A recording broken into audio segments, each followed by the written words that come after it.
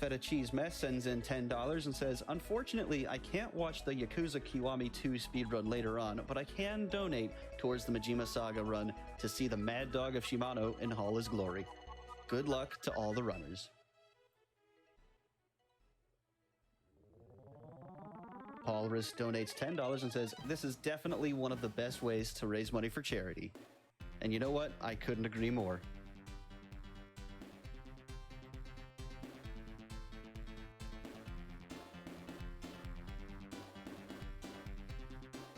We have yet another haiku coming in from Avadrock in the form of a $5 donation. It says, a haiku from a concerned watcher. Beep once per minute.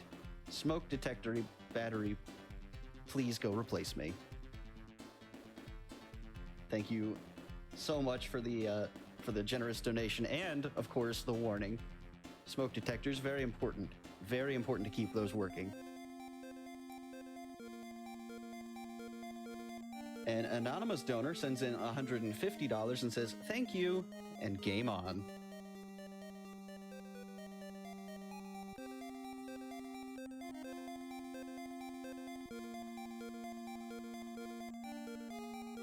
Hatman2 donates $25. His comment simply says, enter comment here.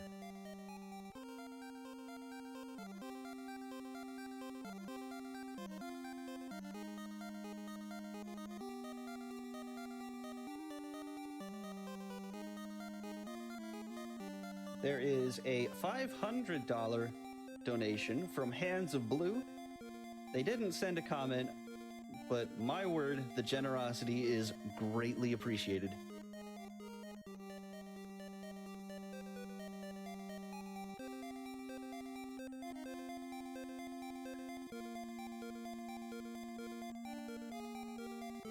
We've also got a $100 anonymous donation. Again, with no comment. But again, comment or no, everything is going towards MSF and a great cause, so please keep it up. And with that, I have gotten word that we are ready for some Doom 64 with Zello, so go ahead and take it away. Alright, hello everybody, I'm Zelo, or Zello, however you want to say it. We're going to be running Doom 64 to kick off this little FPS block, but it's a little different than Doom 64 that we've had in the past. This is actually the re-release by Night Dive Studios that was done just this year, so you're going to get a little bit of a different run from normal. I'm joined by two fantastic commentators, if you guys want to introduce yourselves. Hey, what's up? I'm Peaches. I was mostly a runner of the N64 version, and I'm just here to support Zelo on the PC. Hi, I'm Punchy. I picked this game up with just the 2020 PC release because it's very, very good, actually. Very good. Play this game, actually. Do that. So we'll go ahead and get started. Let me get back to the main menu. I will say, this black screen, this is what's happening on my game end. For whatever reason, Discord streaming has broken the melting transitions between screens. So that is completely normal. I don't know why. Don't freak out. It's okay. Anyways, we'll go ahead and get started with the countdown in 3, 2, 1, go. All right, so this is Doom 64. This is actually released after Doom 1 and 2. It's just kind of a little side game, but it's pretty good and pretty faithful to the original PC releases, with a little bit more combat and puzzle solving thanks to the N64's original constraints. I say this is the real Doom 3. I'm one of those guys. Well, it must be because we skipped 61 Dooms along the way, so if you want to count with Doom. 1, 2, 64. Anyways, we've got a pretty important trick. We got a pretty important trick coming up right here if Peaches wants to explain key bumping. Yeah, sure. So when there are items that are on like on top platforms that Doom guy just can't reach, if you run really quickly at them, it's possible to just kind of like reach your hand up and like grab it like a cookie jar on top of a fridge. And you can see that right there. He grabbed it when you're supposed to actually do a puzzle to lower that. And that saves time in two ways. Not only does he get the blue key before having to do that puzzle, it also means that he activated the puzzle, which meant that a script was running that causes these crushers here in this hallway not to come down. So normally you're supposed to wait for these crushers to like squish up and down before you can move through that hallway, but because the script of the puzzle was running, he was able to move through it without, wasting any time. This is like a really tight, pair of tricks that saves a whole bunch of time right here. So Yeah, we've here's got a little neat bit of waiting effect. here. Like a neat effect is these crushers like smashing through the ground, because this game is still in the Doom engine, like the bulk standard, we don't know how the Y-axis works Doom engine. And it gets some really, really good looking effects out of that engine. But as a result, it also breaks in spectacularly weird ways when it does break. See, is he gonna get this Favorite key bump right first try? here? Right off the Nope, not first try. Yeah, That's so okay, the, we'll set her up again. the key bumps in this game are a little bit different than how they were done on the original Oh, come on. N64 version. In They're trolling N64, me you can good. do a neutral reset, which is like a controller trick that lets you There we run go. faster than you're supposed to run. Okay. And you can't do that in this version, so your max speed is a little bit lower, but you can still go just fast enough to bump if you get these setups. So that's why you saw Zila kind of like looking a certain direction, then sliding along a wall. It makes it a lot more reliable than just kind of going for it. Yeah, we do have the normal kind of FPS thing where you kind of move in two directions at once with strafe running, and the game will add those vectors together, so you get roughly a 40% movement increase in speed. So that's basically our main movement since we don't have neutral reset in this game. Anyways, this level is going to start introducing monster-based triggers where we need to kill certain enemies in order to make different things happen. These are always really weirdly specific. It's never anything in a room. It's always these things particular in a room. Yeah, it is really strange how they did that. Like for right now, all he has to do is kill these two lost souls, even if there's a bunch of Caco demons that spawn. Yeah, the Caco luckily- demons are irrelevant to the larger picture. It's only those two lost souls. There are many instances of that, and there's no real way of telling. You just kind of got to memorize it if you run this game. Yeah, it's a lot of this game in general. But this level really showcases like the Doom engine tricks, like being able to change rooms on the fly, and that's what I really love about the map design in this game. Because, like I said earlier, there's a lot of very compressed maps due to just like cartridge space on the N64. So they made everything a lot more puzzly, be able to get more mileage out of everything.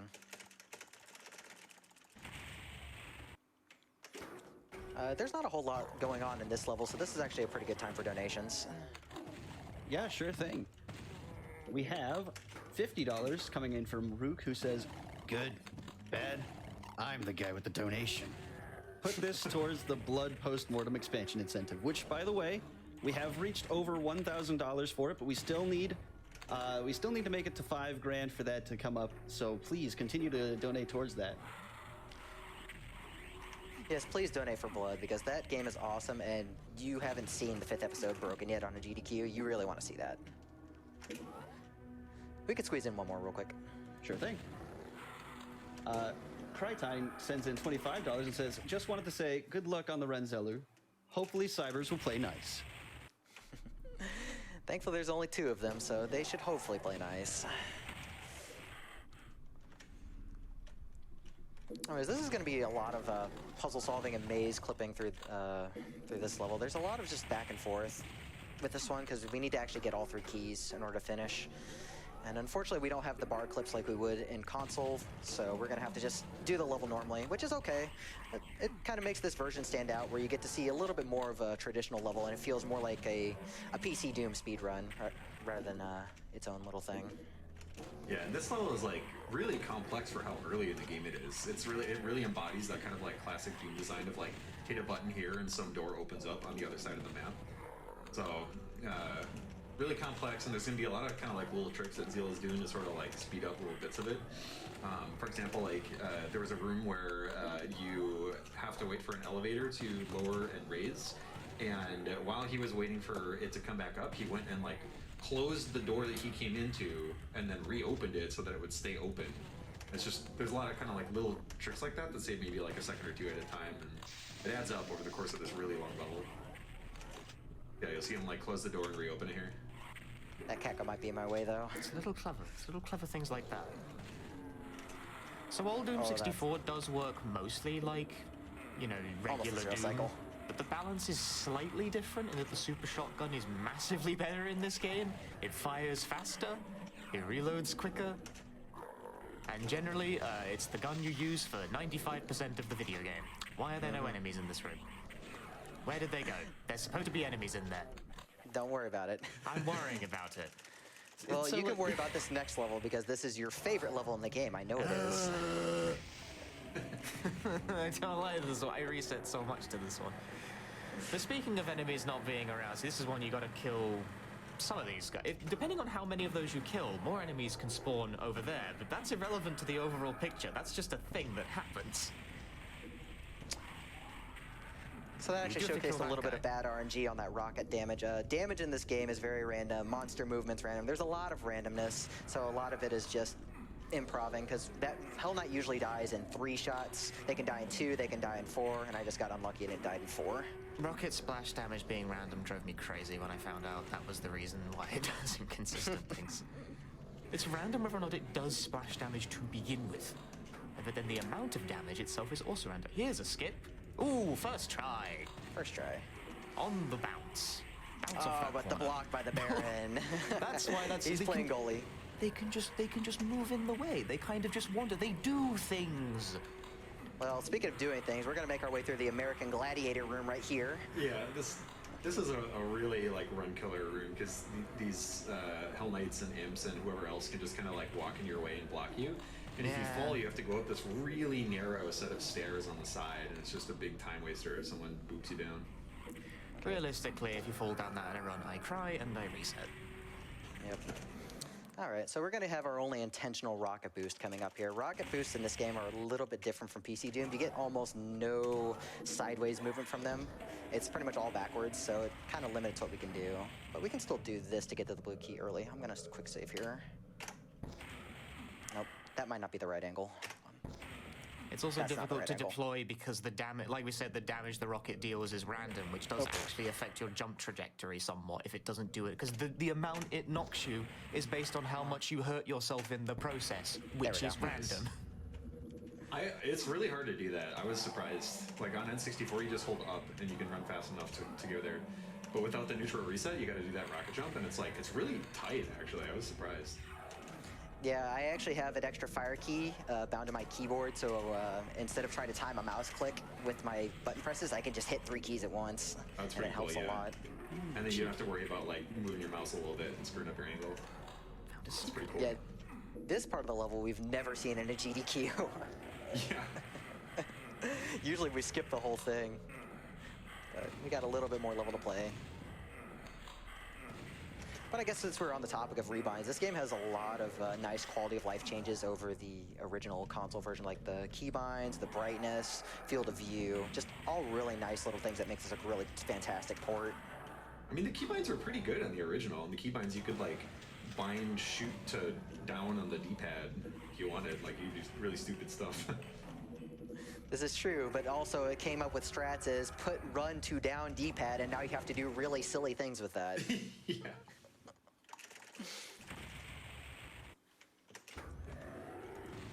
All right, let's see if we can get this boost over the gap here.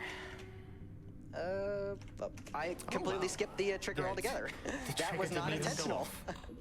Yeah, trigger skips are kind of a thing. They're a little bit less common because you run a little bit slower, but when they happen, they can be really good. Or, I mean, they can be bad. So triggers can either cause enemies to spawn, or doors to open, or keys to appear.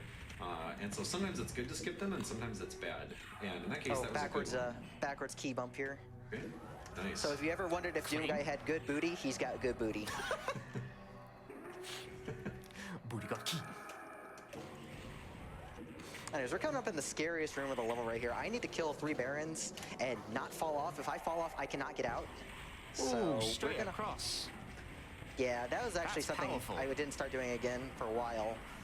But I know we're you just gonna could. try and tank damage. We're just gonna Only tank the imp barons matter, shots. not the imps. Okay, good. So we just try not to fall off here, and Yeah, we can 'cause get if, out. if Nice. you fall in the pit, there's no way to get out. You die. You're Yeah. done. This game has a couple of those death pits, and it's kind of cheesy too, because when you think about like on the original, like there was no quick saving on N64. So if you go through this pretty long level and then you just happen to fall into the pit because a bunch of imps were throwing their little cheese balls at you, you just can't get out and you die. Yeah, these stages Alright. ain't short and they ain't easy either. All right, who wants to describe arena levels? Well, He's killing so- things in a particular order because it is the fastest way, but you only need to kill the hell. Goddamn, what are the enemies even called in this game again? Hell Knights. Hell Knights, thank you. God, I swear I played this game. So here, there's going to be a cool trick called spawn prevention. If Zilly stands in a certain spot where an enemy's trying to spawn in, his body will prevent it from spawning, and that means that he doesn't have to kill it in order to activate the trigger to finish the level. And other enemies can actually spawn prevent each other. So if you were to get really, really lucky, then maybe a Cacodemon would like fly where the other Baron spawns. And the enemy just never appears. And it's pretty relevant here as well. He actually wants to avoid a spawn prevention because when he kills all of these imps, a single pinky will spawn. And if you prevent this pinky from spawning, you actually like kind of soft block where you can't activate the trigger that would be activated by killing that pinky. So Yeah, the game only checks for triggers and such after you've killed an enemy, and if there's no enemies to kill, you're out of luck. yeah, it's not like, oh, no enemies remain, I'll let you through. It's, oh, you didn't kill anyone, I won't let you through. There's quite a lot of softlock situations you've already just sort of casually avoided without mentioning it, because the thing with the line triggers in this game is that they're easy to bypass, and very often doing so just breaks the level geometries in ways that make the stage unfinishable. Yeah, there's Yeah, gonna we'll be s- sorry, was it? We'll see a lot of that in the next level, actually, because TerraCore is a good time to talk about trigger skips and such, and Yeah, the for sure. geometry of the game. Wow. There's a lot to go over with that. BFG, killing the room. It's safer to fire a shot there so you don't get like caught on enemies. You can technically get through without doing it, but who wants to take the risk? Okay, let's see if I get the fast rocket strat here. I made a lot of crazy rocket strats when I started doing PC for this. Oh, I missed that one rocket shot. That's still good though. You gotta So if kill you all of notice them. as he's running through here, there's a whole bunch of kind of bridges that he's running underneath.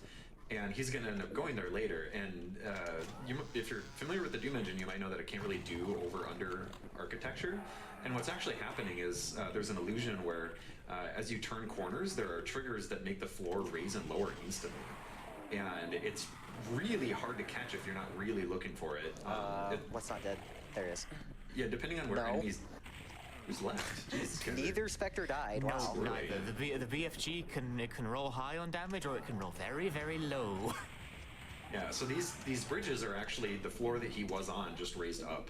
And if you have an enemy's corpse underneath, like under that shadow that he just ran past, you can actually hear them get squished by the floor raising and lowering instantly. And if It's you run pretty too funny when you quickly, hear that sound.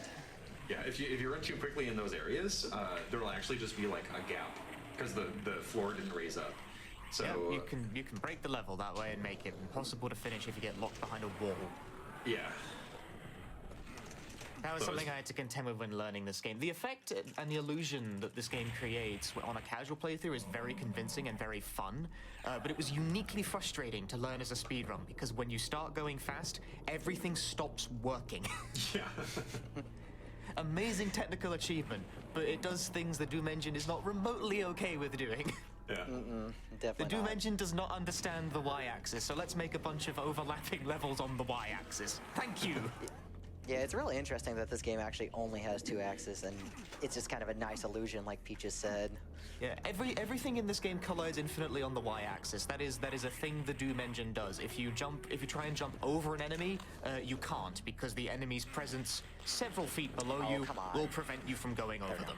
But it's also the reason that key bumps work because if you sort of clip into a platform slightly, but at that moment you match the Y position of the key on the pedestal slightly above you. But that's okay because you collide infinitely, so you can pick it up. It's okay, Doom Guy's just very tall. Very tall, the tallest man. Infinitely tall.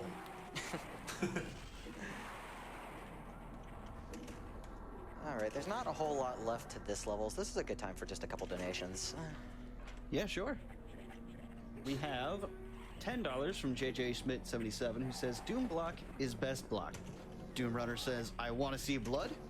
Must be true. Nudos sends in $25 and says I keep meaning to pick up the Doom 64 remaster, but MSF is probably a better use of my money. And we definitely appreciate the donation, so thank you very much.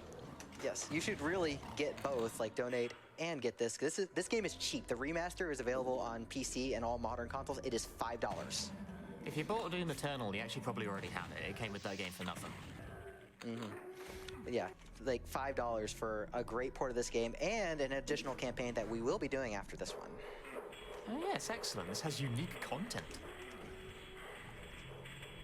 More than just a pretty port. So we've got another script running on with those darts. I have to wait for this switch to be able to open up over here, so we just wait. But we're gonna hopefully have a good library. The library is pretty tricky because collision in this game is very finicky with you getting stuck. Like if Peaches wants to use the doorknob analogy. Yeah, so playing this game, you get kind of like stuck on little edges in the walls a whole bunch, and my analogy for it is that it's kind of like Doom Guy has some headphones in, and there's doorknobs everywhere. And your headphones just get stuck on the doorknobs everywhere. Get around the hell. Yeah, not bad, not bad. No, he's stuck. No, the stuck. That's fine. That's fine. Okay, yeah, that can go a lot worse than that, frankly. It's very variable. I've died straight up doing that before because I got Yeah, they're blocked good so at hard. cornering you. They're good at cornering you because Doom Guy is very fat. You just can't see it. It's like when you're like you're trying to like cross past someone on the street, but you keep walking in each other's way. And it gets really awkward. It's like that, but the person kills you. That might be like this with these specters right here. Oh, there's it. There he is. There he is. Case in point. Thanks, Punchy. A brilliant demonstration. Thank you, Zelda. All right, so we've got some more monster triggers coming up at the beginning of I. This is one of the most dangerous levels in the run because the ending's very scary. We need to kill 4 Hell Knights to start, so we're gonna just kind of mop them up. Now's a good time to talk about the BFG if one of you guys want to do that. Oh, not me. I don't get it. Someone else do it. Okay, I can try it. Well, so the BFG, I think people kind of think of it as a rocket launcher, but it's really more kind of like a shotgun. So it shoots out one big projectile, and when the projectile explodes, then a whole bunch of tracers come out of Doom Guy's eyeballs in the direction of the original shot. So what it means is that if you want to do max damage to something, you want to shoot while looking directly at it, and then like stare it in the eyes as the explosion goes off. And that's how you maximize the damage. So what it means, though, is that if you are moving to the side of an enemy or if you look the wrong way, it's possible to lose a ton of your damage output. So what you might even see Zilla doing is like shooting a wall on purpose and then moving out and then looking at an enemy so that the aftershock kills it. And sometimes that can be like a more time-efficient way to kill someone, yeah. Sorry, I was kind of preoccupied with the bump going on there. For some reason, that's a really easy bump. You just kind of like, you know, like It's really shimmy strange. back You and just kind of clip along in the corner for a bit, and sometimes you get it instantly, and other times you have to wait like 5 seconds to grab it. I'm not sure why that one's that way. That one's actually free on console because you literally just hold Just hold straight on. with neutral reset, and you get it every time. it's There's a trigger skip. Yep, straight over the teleporter. Didn't work. Went too fast. Teleporters are just, you know, 4 line defs in a square that tell you to go somewhere else when you cross over them. So yeah, if you move too quickly over a teleporter, you just won't take it. There's some lost souls in the way. I'm gonna go this way and hopefully not get destroyed. Speaking of Doom 64 balance changes, Lost Souls are like the most dangerous enemy in the video game in this one. They are incredibly incredibly fast, aggressive. they're super aggressive, and they can hit very hard very quickly. And Pain Elementals are worse as a result of the fact that they spawn Lost Souls. But the Yeah, Pain they dual Elemental wield design them. in this game is great. Yeah, I'm the all new about sprite the work Pain in this game is Elemental. fantastic. Thankfully, Lost Souls only have half health in this game compared to PC Doom, so they're just glass cannons. But Oh, how about that? when they like to literally chase you across an entire map, They then- can and will do that. Ow. All right, well, I didn't get an enemy to keep the door open for me right there, so I had to go open myself. Demons are not very polite in Hell, especially when I'm raiding Hell for at least the 3rd time. So I'm sure they're sick of me at this point. Yeah, enemies can open locked doors just by walking into them. Like enemies just like doing stuff. They all have the permission. They have the key. So we have a little bit of platforming right here across these little platforms here, and platforming in this game is not exactly intuitive because there's no jump button, and you just kind of carry momentum as you fall off an edge. So if you're not dead center going to where you want to go, you're gonna fall off, and there's nothing you can do to correct it.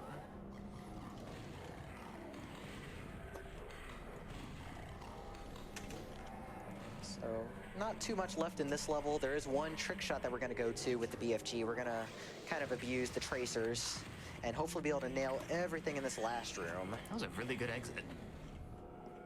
I always get stuck on a lost soul on the way out of that one. They like to do that. So we're going to fire here. And boom, everything's dead. nice. Also, Whole room. do not fall down that pit. You will die and can't get out. That's it. Like, you can't get out of that one, even Yeah. if the floor falls away from under you. After a really long level, like it's so rude. That happened to me my first playthrough. I was not happy. So this will be our next arena level right here. We actually need to do a little bit of exploration before then hit a switch. But this arena is particularly interesting because we're going to combine some more spawn preventions while we're doing it by killing enemies in a very certain order. If by standard we can get one, but if we're lucky we can get more than one. So we're gonna kill shotgun guys. We're gonna kill this pinky right here and this pinky over here. That makes the imp spawn. Nice rocket shot to the face. So one Hell Knight here. That didn't die. That still didn't die. And one Hell Knight here. Okay, so that's one Mancubus spawn prevented. And it doesn't look like I got any other ones. So we're gonna have those to deal with. And the Cyber Demon. I'm gonna have to play this safe. I have no health. Well, never mind. That's why I saved, thankfully. Yeah, so you need like the really optimal like eyeball tracer shots in order to There you two-shot go. this guy. Ooh, Nice. two-shot. That's pretty much perfect, yeah. Just based on like how you're looking at him, it means that you could take like up to 4 or even 5 BFG shots. Yeah, that's why the optimal strat is to literally fire the ball and then run up and give him a big, big hug of death. It also puts you directly in range of his rocket, which, like, as discussed before, rocket splash damage is random, which also applies to him as much as it does to you, which means it might just kill you immediately. Or it might Yeah. tickle you slightly. That's the fun of Doom 64. Yeah, Cyber Demon hits like a truck. I'm getting beat up pretty bad, and I missed the key, so hopefully this Hell Knight doesn't get in the way. There we go. Yeah, oddly enough, I think Hell Knights are honestly more dangerous than Barons of Hell in this version because the Barons have a little weird quirk in this version. The damage formula was actually calculated incorrectly for their melee attacks, so their melee attacks just kind of tickle you. Yeah. Really? Yep, I need that Soul Sphere. Get the health. Yeah, I need See- health. This is the long level, so we kind of want to stock up where we can. Yeah, I See, and think in this is the ideal longest universe, level you of the wouldn't run, be getting isn't hit. it? Anyways, there's a lot of waiting in these next two rooms, so this is actually a good time for a few donations. I can do that for you. We have one for Peaches specifically, if I can just go ahead and find that again really quickly. There we go. Drecker sends in $25 and says, super glad to hear my good friend Peaches on the couch dropping knowledge for one of the best remakes in recent memory. I'll double my donation if Peaches can hit the mix, feels Tamacho Man. Donation to Peaches Toys. Oh, I gotta see the choices. I didn't think I would get to choose. We've got $25 from Indie King, who says, there will be blood post-mortem expansion. We do still need a little bit more for that. Well, more than a little bit more, but keep them coming. We can absolutely make that happen before the run starts. Yes, more blood is more good. All right, so we're coming into the back half of the level. Like, we've already gotten 2 keys, and we're just barely past the halfway point. And this room is really sketchy to get through because there's a lot of enemies. And I'm wondering if I'm going to take the Soul Sphere early. Yeah, I guess for Marathon, I'll take Soul Sphere early. I think the Lost Souls spawn blocked the Pain Elemental. Yes, there was no Pain Elemental there. I noticed that. I was just like, Aren't you lucky? Because that Pain Elemental can kill you. Yeah, we didn't talk about the Pain Elemental difference in this game. Specifically, they spawn Lost Souls, but they do 2 at a time in this game instead of 1 like in PC Doom. And if you try and block the Lost Souls with your body like you do in PC Doom, they will explode for rocket damage and probably kill you. Oh yeah, that doesn't work in this game. Rocket damage, which may or may not just give you, because it has a random Yeah. chance of doing like 200 damage. Double rocket damage. It's disgusting. Gross. All right, well, I'm gonna So hope the enemies cannot up get here are anywhere not... near a Pain Elemental, or they will give you. Okay. Okay, enemies played nice. Honestly, it's a pretty confident spawn fear. That was pretty good. In comparison, Spiral is pretty boring, so go ahead and read more donations, This please. level's great. This is a classic level. All right, we have $250 from Ryan Spryshak. He says, psyched about the Doom/FPS block. Donating what I can because I know not everyone is able to. Thank you very much for that one. Okay, so we've got a pretty interesting trick coming up. We're actually going to abuse the height difference axis because Doom Guy normally auto aims and you can kind of hit enemies above or below you. We're going to abuse that to hit this switch from way down here. And of course it happens first try in Marathon. Why couldn't that have happened during my PB attempt? Yeah, that is not consistent. That will not happen first try all the time. And I don't actually know why. It just spread, I guess. I don't know. Yeah, it's the spread. Shotgun spread's random, just like everything else in this game. Typical classic Doom. Surprising amounts of this game for like as a classic first-person shooter milestone as it is are governed by complete random things. I think it's sort of neat, right? Because it's like the things that are random aren't like, you know, oh, you play for 20 minutes and then oh, you didn't get this drop, so you have to reset. It just gives you a little bit of spice and a little bit of flavor throughout the run. Yeah, a lot of getting a good time in Doom games in general is just you're dealt with whatever luck you get and you just mitigate it as best you can and react on the fly. Yeah, you'll never That's what get makes perfect. it exciting. You'll never get perfect RNG in one of these runs. Never. Never. Way too much going Alright, on for that. I'm gonna make Punchy mad by doing this. Wah! Makes it look also so probably easy. Well, I almost fell off, so that was kind of revenge right there. That's what you But yeah, get just for- that window jump just makes it so much easier than falling off the stairs to skip that barrier. Falling the stairs is more... whatever. Do it your way. Or have it your way. It's your run.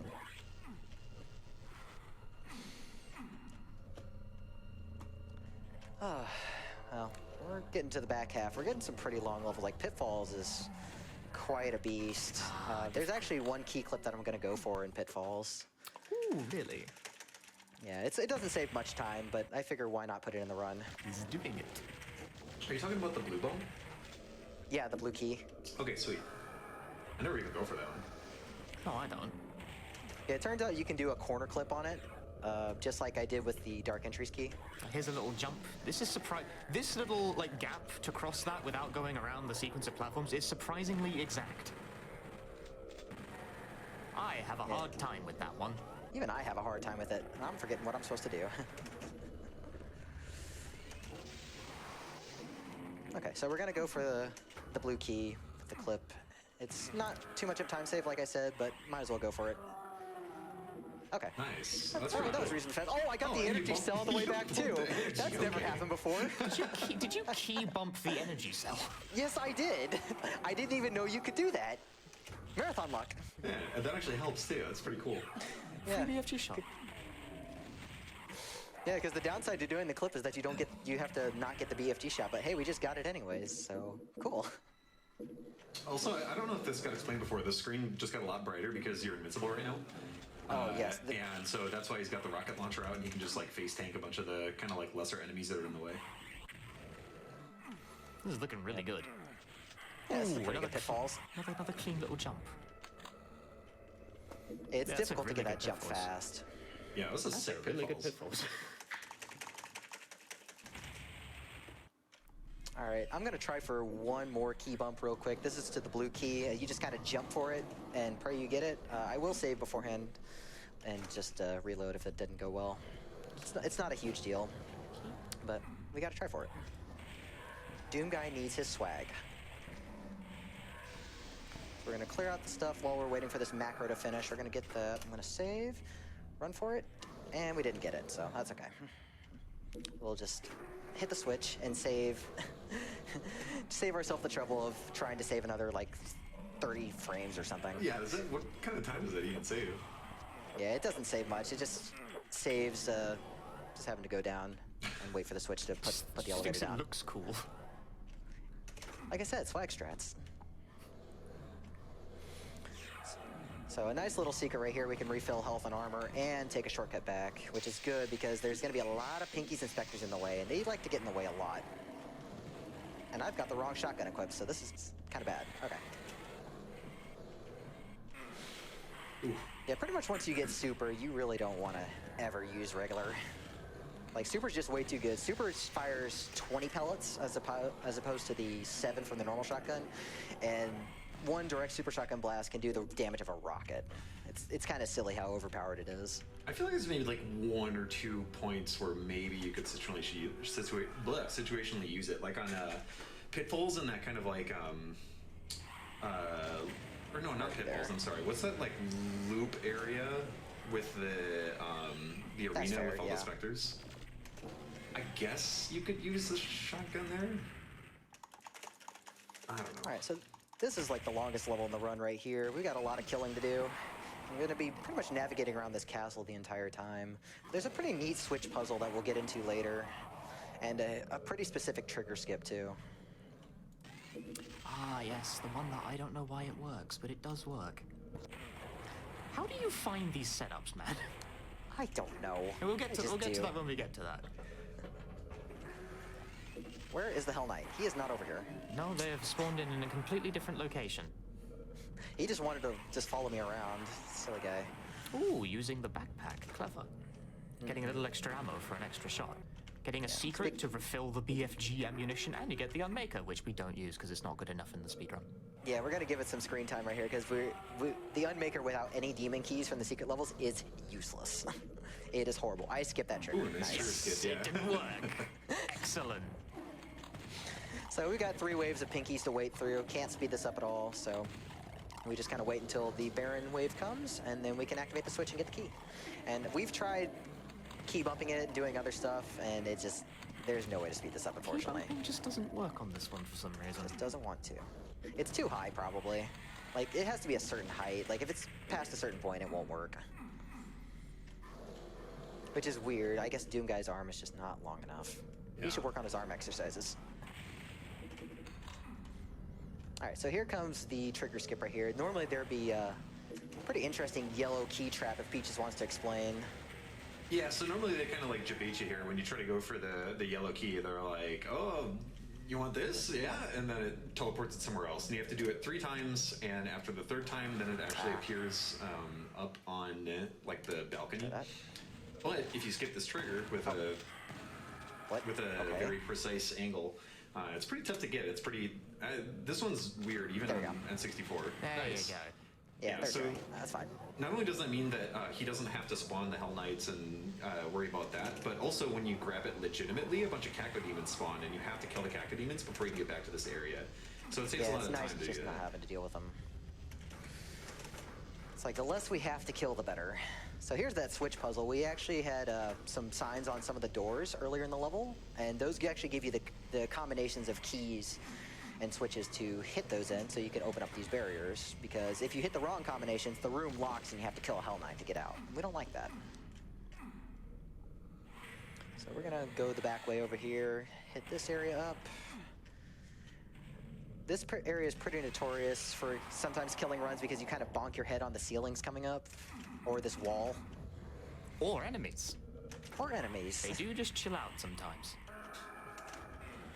It's especially great when they get on the elevator later and they just kind of hit the ceiling. Fortunately, and they just make the falling elevator down come here right isn't down. death. Yeah, Because you can bring something down that's the really platform, annoying although is- it's very unclear where you can do this from. Oof, nice. There we go. The moving platform itself sometimes goes up and then just immediately comes back down, and I'm not even clear on why that happens. It's getting Yeah, that's stuck on a- something. The enemies are bonking their head on the ceiling, and the elevator's like, "Oops, sorry, my bad," and it'll go back down. All right, Pretty so we're good coming Holy up Temple. close to the end of the run. We've got one Cyber Demon kill coming up, and then we've got the final level right after that. So since I have very, very high health and armor, I'm just gonna go for a very aggressive strat. Ooh, he's gonna do it. He's gonna do the aggressive. Show me something, Zello. I'm very excited about this.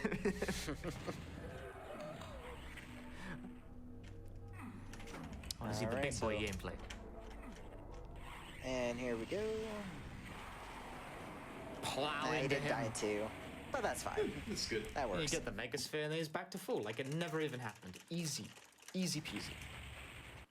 All right, so we're on the last level. We're just gonna do a quick energy refill to get our BFG ammo back, and then we have a very, very big arena to deal with. Yeah, and he's actually going to hide here. So a bunch of enemies are starting to spill in through these portals, and they're like going towards you, but they're not actually aggro on you until they see you. And because a bunch of them are pain elementals, he actually wants to like aggro as many pain elementals out at the start so that they aren't shooting lost souls that are going to soak up his BFG shots. So, One of my BFG shots just went to the skybox and did not detonate. That's bad. Yeah, sometimes you do like a Babe Ruth and shoot it out into the distance. But this level is really interesting. So if you get the demon keys, which are there are optional levels which themselves are hidden, and then the demon keys are even more hidden inside of those optional levels. And if you get those Very demon well. keys, not only does it upgrade your Unmaker, but it also lets you hit some of those like buttons over there to close a portal. And closing the portal to me is the funniest thing because all of the enemies are in this warehouse way, way out of bounds. And when they get aggroed on you, they start teleporting out of the warehouse. And when you hit one of those buttons, it causes 1/3 of the ceiling to just fall down and just like smush all of the enemies. It's like a very like lo-fi way to do it. Yep. Anyways, here's the mother demon. Fairly decent luck. There was the mother demon. Hey. And we're gonna kill ourselves. Time is coming up in just a bit once the screen goes black. And time. Victory while dead. Victory while dead. Good effort. It's with only 99% kills. Oh yeah. That was a pretty good run. What was the time on that?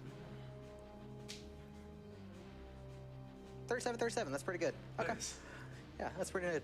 Yeah, I actually set a new record a couple days ago while I was practicing with a 35-32, and we're hoping to get sub 35 at some point on current knowledge, but we'll see what happens. But so that's the main campaign, but we do have a Lost Levels campaign coming up, so definitely stick around for that.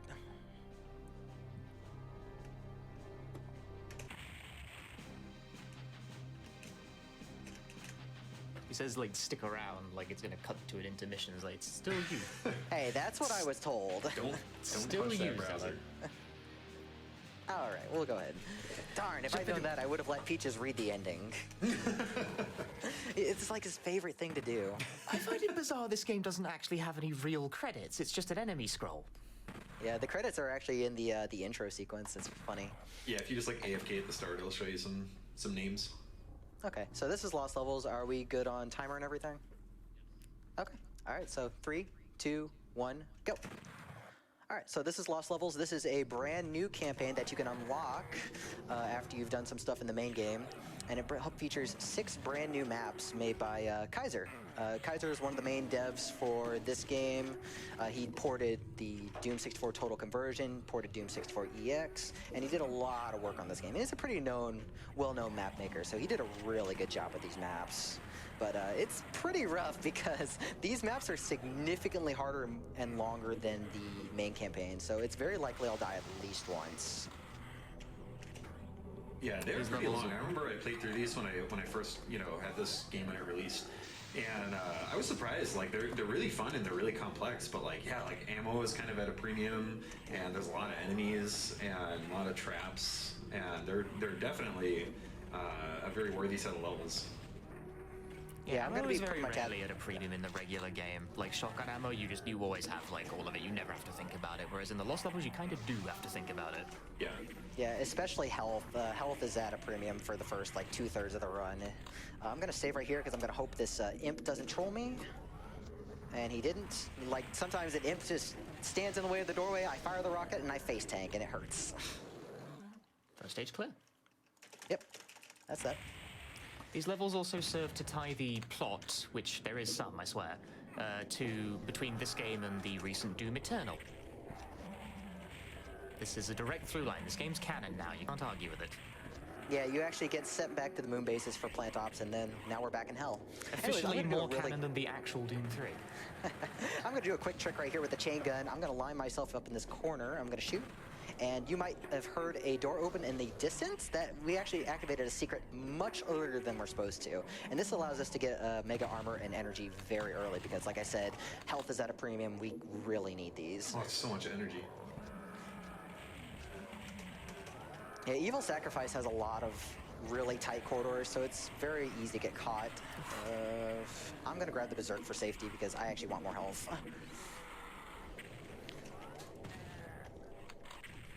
Shout outs to Diamond Chaos Wolf because they actually started running this first and did most of the routing before I got my hands on it.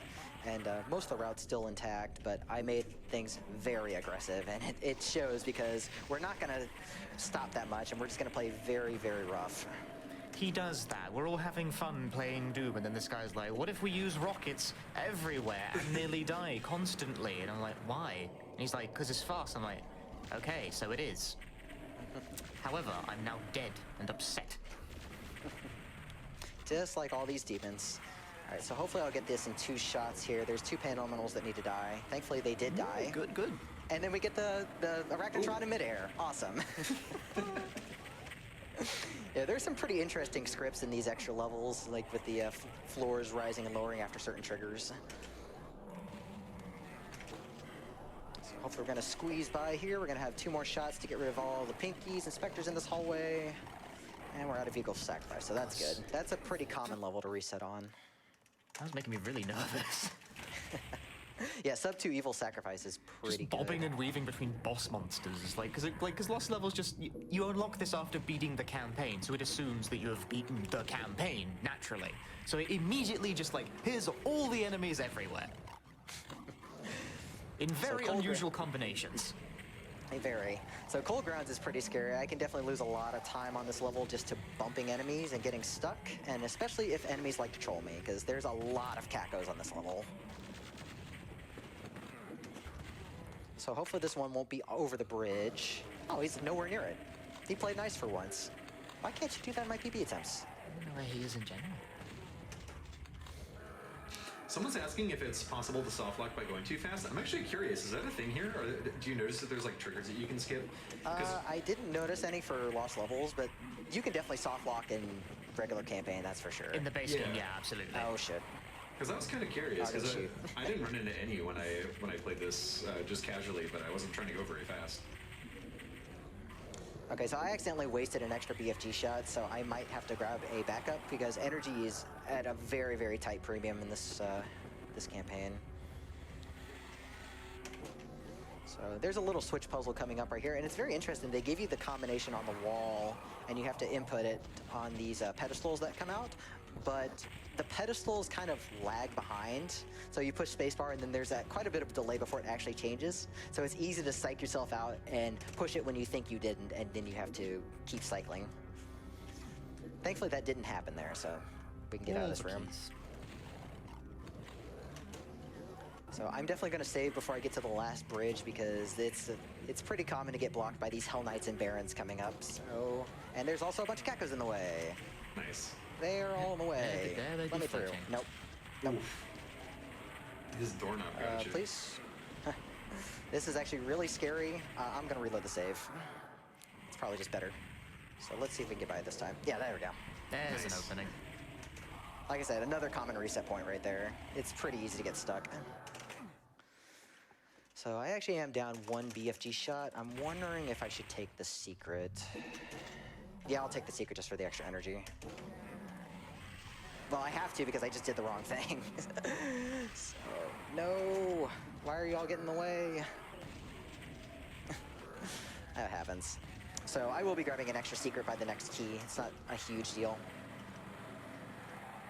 But as you can see, there's a lot of enemies packed in very tight corridors, so there's quite a bit I have to deal with here. So let's grab this extra energy here, so we're at least good on energy again. We'll grab a Berserk right over here to refill back to 100. There is one trick I am going to go for when I get to the next key, and it's going to involve being able to just run past a gate before it closes down on me. If I manage to get it, then I can leave the room immediately and save like 5-6 seconds. If I don't, then I'll just get stuck in there for a while and I'll just wait it out. So it's not worth resetting over, But it's also kind of scary because there's darts in the room, and I could just get hit by a bunch of darts and lose a bunch of health and die later. So hopefully that's not going to happen. Nope, got locked in, but we're at least not getting hit by darts, so it's fine. That's a pretty tough trick to get. It's very dependent on your angle and your speed. Thank you, Hell Knight. Yeah, So thankfully I do have more BFG ammo to work with. I'm not sure if I'm going to be able to actually use it for anything though. So, like I said, ammo routing's pretty tight on this particular route. You like And I don't scroll really have any past good the rocket spaces. launcher and an imp blocked you and my heart stopped because the number of times I've gotten blocked by an imp thought, oh, I'll press the fire button to get it out of the way and blown myself to pieces by detonating These a rocket ninja in my face arachnotrons. is Yeah. uncountable. Yeah, I actually use mouse wheel to scroll because I'm very silly and I'm so used to cycle switching on consoles. school. And old school. Old school. That sounds so easy to skip though.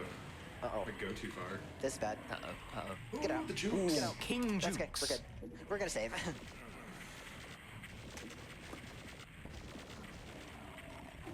There should be one more med kit in the corner over here. Nope. This is crazy. Okay. This is like so much more lethal than the main campaign. Cutting it fine. Also, you can grab two of those bars at the same time. I don't know why that works. I don't know why that works for those exit bars, but you can hit the ones behind the first one. Okay, so Thigh-Glory is the longest level in the run right here. It clocks in at a little under 3 minutes if we do it optimally, so definitely strap in for the ride, especially since I have very low health.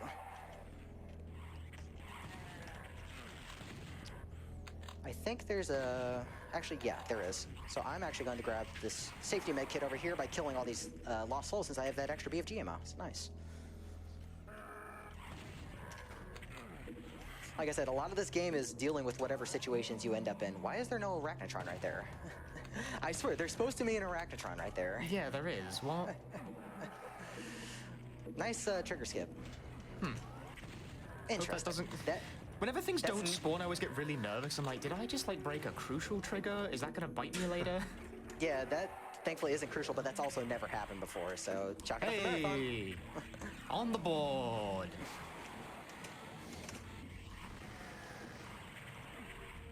Alright, so hopefully I'm not gonna get blocked on this Kako over here. No, he's being distracted by Imp. Thank you, Imp. Very polite Imp. So I want to clear out a few enemies on the way around, especially all these enemies down here on the bottom. Like, Peaches and Punchy can definitely tell you want to clear the enemies out on the Yes, yes, Oh, yeah. you do. This upset me immensely on my casual, because like I mentioned in the main game how things collide infinitely on the y-axis. Here's a thing where you gotta jump over a series of increasingly narrow platforms. They put a bunch of enemies below so that if one of them happens to cross your path, you fall straight down with an audible thud. bottom. Yeah, thankfully we have a few strats to mitigate all that. I'm gonna get rid of all the pain elementals early, and then we'll deal with the lost souls later. I do have a cool trick shot coming up right here if I can get this. We're gonna shoot this Hell Knight, run toward the Mancubus. Nice. Ooh, carrying the transfer. traces. Yeah, good tracer abuse right there. And then we just kind of do that. You see, the And he lost just is in the explodes. lost soul. Give me a I little ran trouble at the there. lost soul so hard he exploded.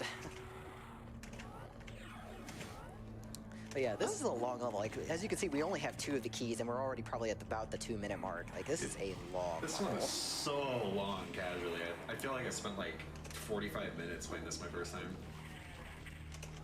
Hopefully I'm not going to get knocked down by these lost souls. Thank you very much.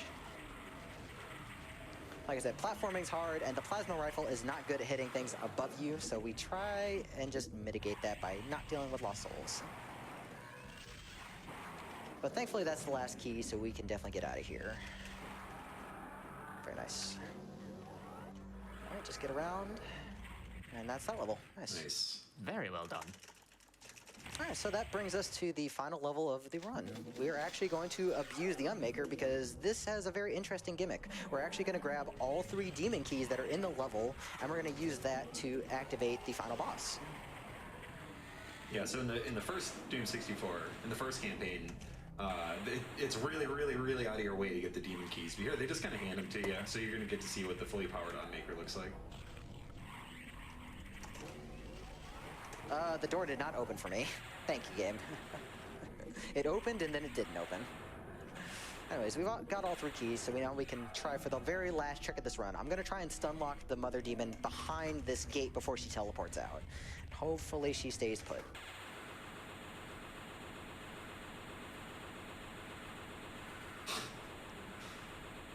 And she's gone. Yeah, Awesome. you got it. Can I murder this Cyber Demon before time runs out? He's dead. And time. The Unmaker's so good at full upgrade. So, there we go. That's Lost Levels. Big shout out to Kaiser for making these maps. It's a really fun extra campaign. Really worth the extra time put into it. And I want to give a quick shout out to both Peaches and Punchy for great commentary, just being awesome buds, and the rest of the Doom community, like Chaos Wolf. He was going to commentate too, but he couldn't make it, unfortunately. So big shout outs to him. Big shout outs to my friend Windu, who does a lot of support. He actually got me into running Doom 64, so big thanks to him. Is there anything you guys want to say? Buy this game. It's like $5 or something. It's really fun. Yes, please buy. Play this game, it's really good. Thank you for having us. Thanks for having us, guys. Enjoy the rest of the marathon. Thanks for everything.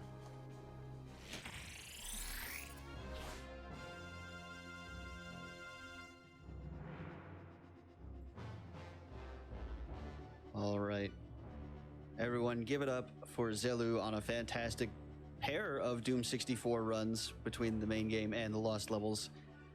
Unfortunately, that's all the time I've got with you today. We're going to be passing it off to Sam Without a Plan, and they will be taking you through the next few games. Again, if you got the opportunity to, please get your donations in for the Blood post-mortem expansion incentive. We've gotten a lot of love for it, but we still need a little bit more to go.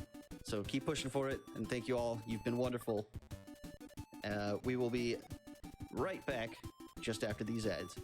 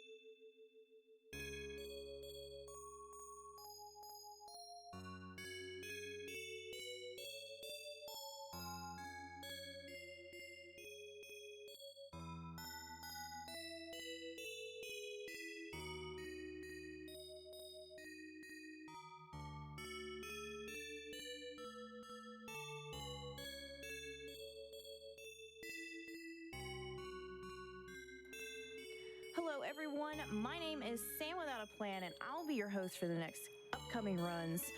Right now, we have a prize segment, so let's take a look at those prizes.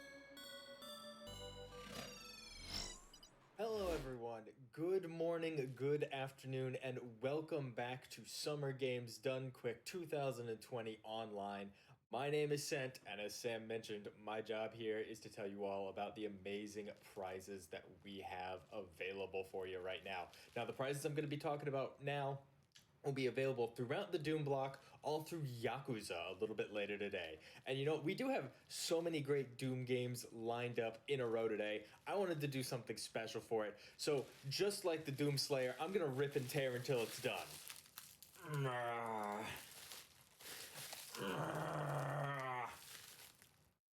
Okay, you know what? You win this round, Bubble Wrap. You win this round. All right, maybe I'm not as good as the Doom Slayer, but you know what? I do have over them. I've got some great prizes to show off. Let's take a look at some of them. Now, speaking of Yakuza, from our good friend Star Salts, we have these absolutely beautiful acrylic standees of Kiryu and Majima. You know, they stand up by themselves. The designs are absolutely adorable. They're reversible. You know, they're printed on both sides. They look great. It's a $15 donation for the set of them. You can put them wherever you like, and they're beautiful. I love them. Huge fan. Again, $15 minimum donation for both of them. From Epos, we have this absolutely lovely Epos Sennheiser GSP 670 gaming headset. It's, you know, a wonderful Bluetooth headset with low latency. It's got Sennheiser quality sound performance. It's got a separate audio control on the ear cups, so you can just easily adjust it on the fly. It's got a 20-hour battery life. You know, it looks just like a lovely, comfortable headset. I think this retails for something close to about $300 normally.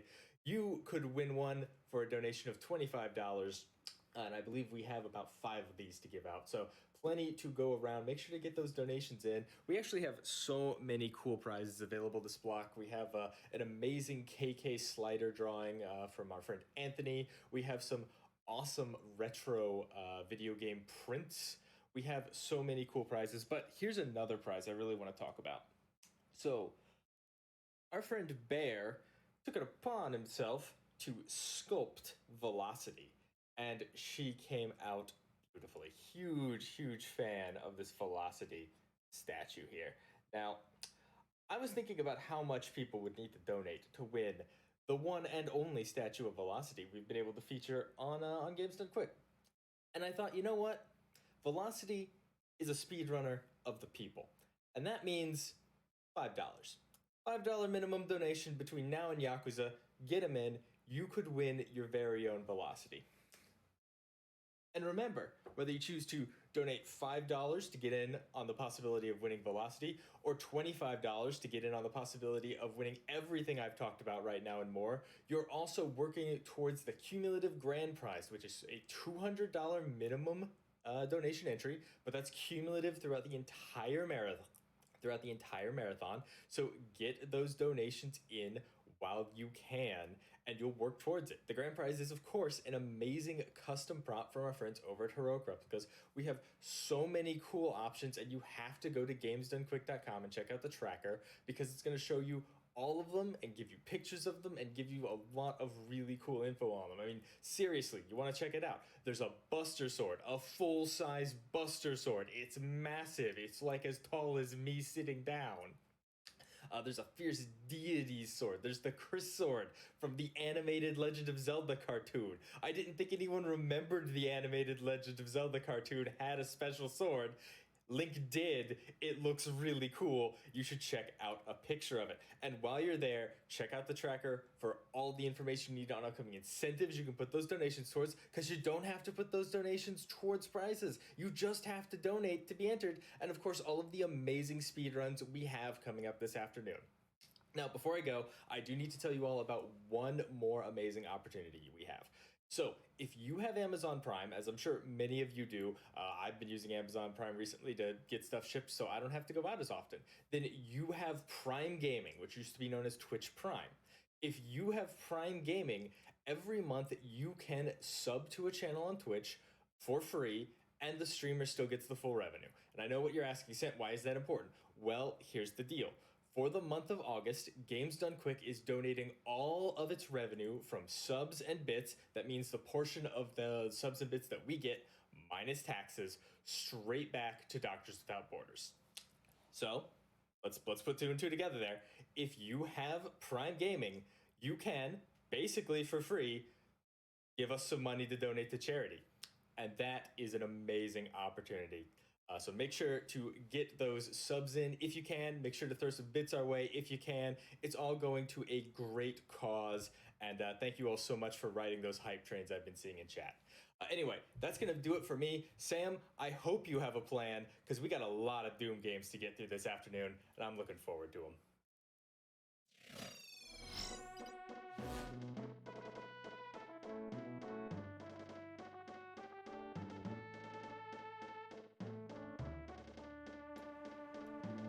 All right, we have a $15 donation from Metalhead3. Civi11, show me blood. Now, I want to see more blood. All right, and if you'd like to see more blood coming up after Psychosis run, get those donations going for the expansion.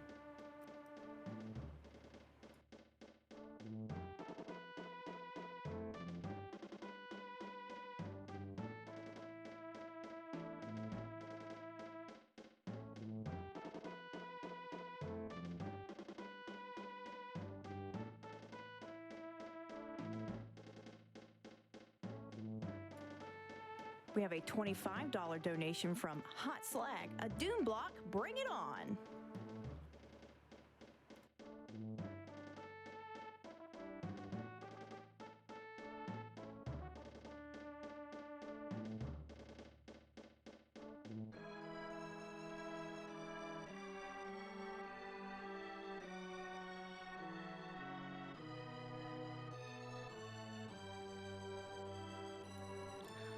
All right, and with that, we are ready for the next run. So get ready for Star Wars Jedi Knight Dark Forces 2.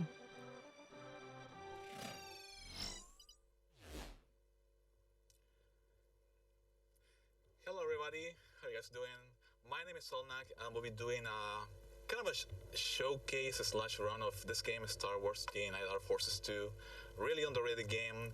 A lot of stuff going on. I'm gonna go all over the tricks and all the route decisions and all that stuff. So yeah, I'm gonna give you a countdown, and 3, 2, 1, go.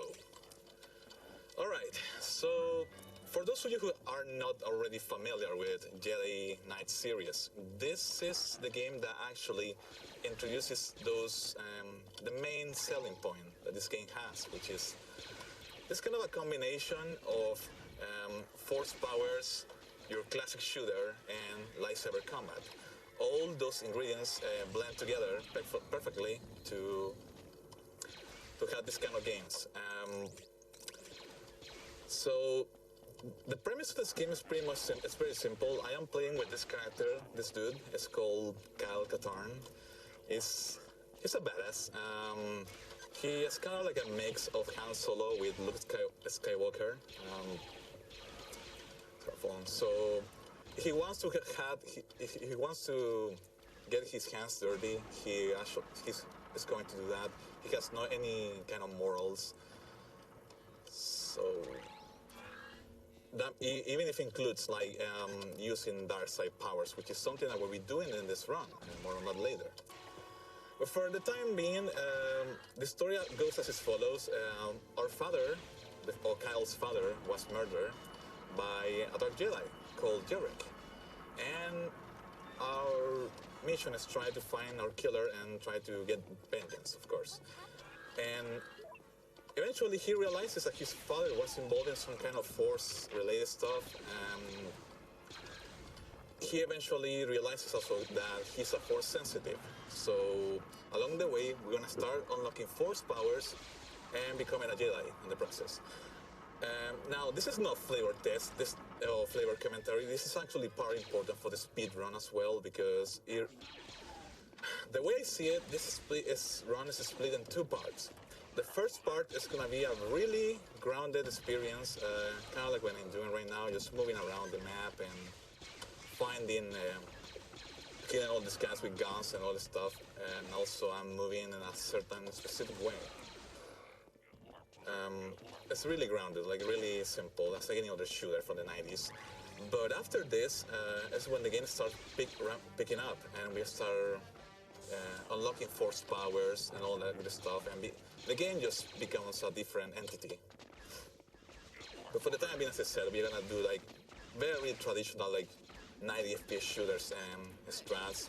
One thing you have noticed already that I'm doing is like I'm not moving in a straight line. I'm trying to like doing this like moving diagonally. That's, as any other games, is something really usual in this type of games. Moving diagonally is way faster than moving straight ahead.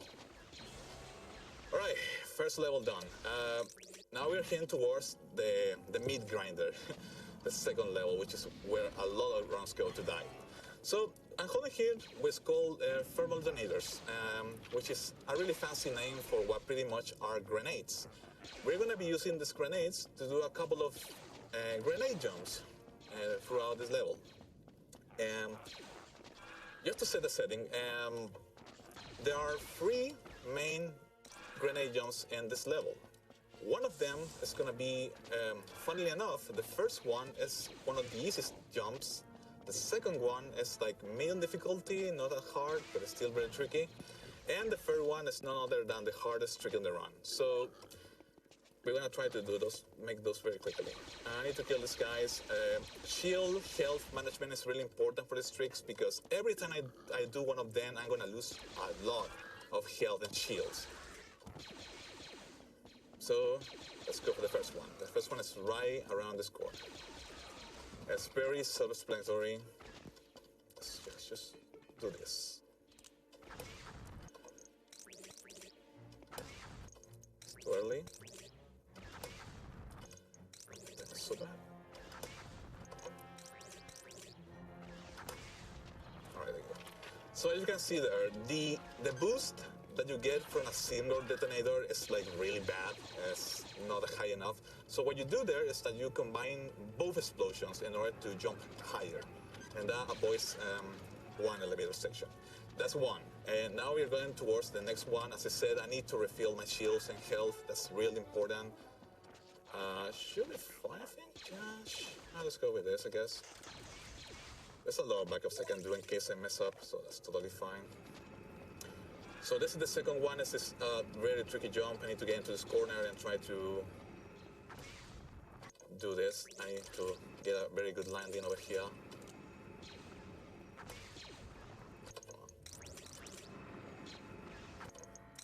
It's really tricky. Buddy. There we go. All right. So as you can see, so that skips a huge elevator section. You see that box over there? I'm supposed to wait for the thing to go all the way down, and that's like over 20 seconds or so. And now we are ready to go to the last part, which is the hardest trick in the run. Long story short, there is an elevator that I need to catch up. It really requires for me to lose my shields, which is very good at doing. And also need to be very quickly with my movement. So I just say this coming there because I need to conserve my shields, otherwise I won't be able to do the trick as comfortable as I want. So this is right over here. This is like the initial steps. I'm gonna quickly do a safety save over here, replace file, and we're gonna do it. So there's an elevator I need to catch up, and I need to do it like this.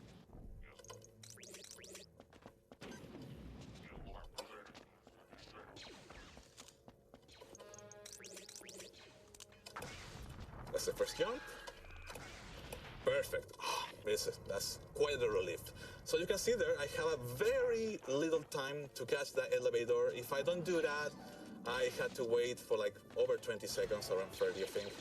And it's a lot of waiting. So with doing those detonator jumps, you can make that really quickly. All right. Okay, the hardest part of the run is here. Now I can have fun. So we are heading towards level 3, and now we're in our dad's house. We need to go to his workshop to find his whereabouts. So he's like, the thing he was working on, that's like very Jedi stuff. It's a very short level. There's one major trick here that involves using grenade jumps. This is the one over here. This skips the whole level, or the main objective here. It's a really simple TD jump. Now we're heading towards the end. Guys gonna get body block, which is gonna be annoying. Oopsies. I should just quick load. Oh yeah. So you can see that quick saving, quick loading is the bread and butter of this game, or this speedrun. You see that there's a quick save hotkey. However, there's no quick load hotkey, so I need to like just use the menu every single time. Alright, now we have a lightsaber, we become a Jedi, and we start unlocking force powers. And this is the first one, force speed, which, as you can see, simply put, it makes me go faster, or move way faster, which is gonna be the main tech in the run when I get to the second part, when I level up all my force powers. So, unfortunately, I can only use this power a few times in the run. Because if you see in the bottom right corner, like right down below my ammo count, there's kind of like these particles. That is my kind of like energy, force, or mana, you want to call it. Unfortunately, I don't have many of that right now, so I can only use these powers in a few sections. I use it there to get or jump over the gap, and now I'm heading towards this area. And this is another trick important. I'm gonna use my force powers combined with my grenade jump and trying to make it to the other side.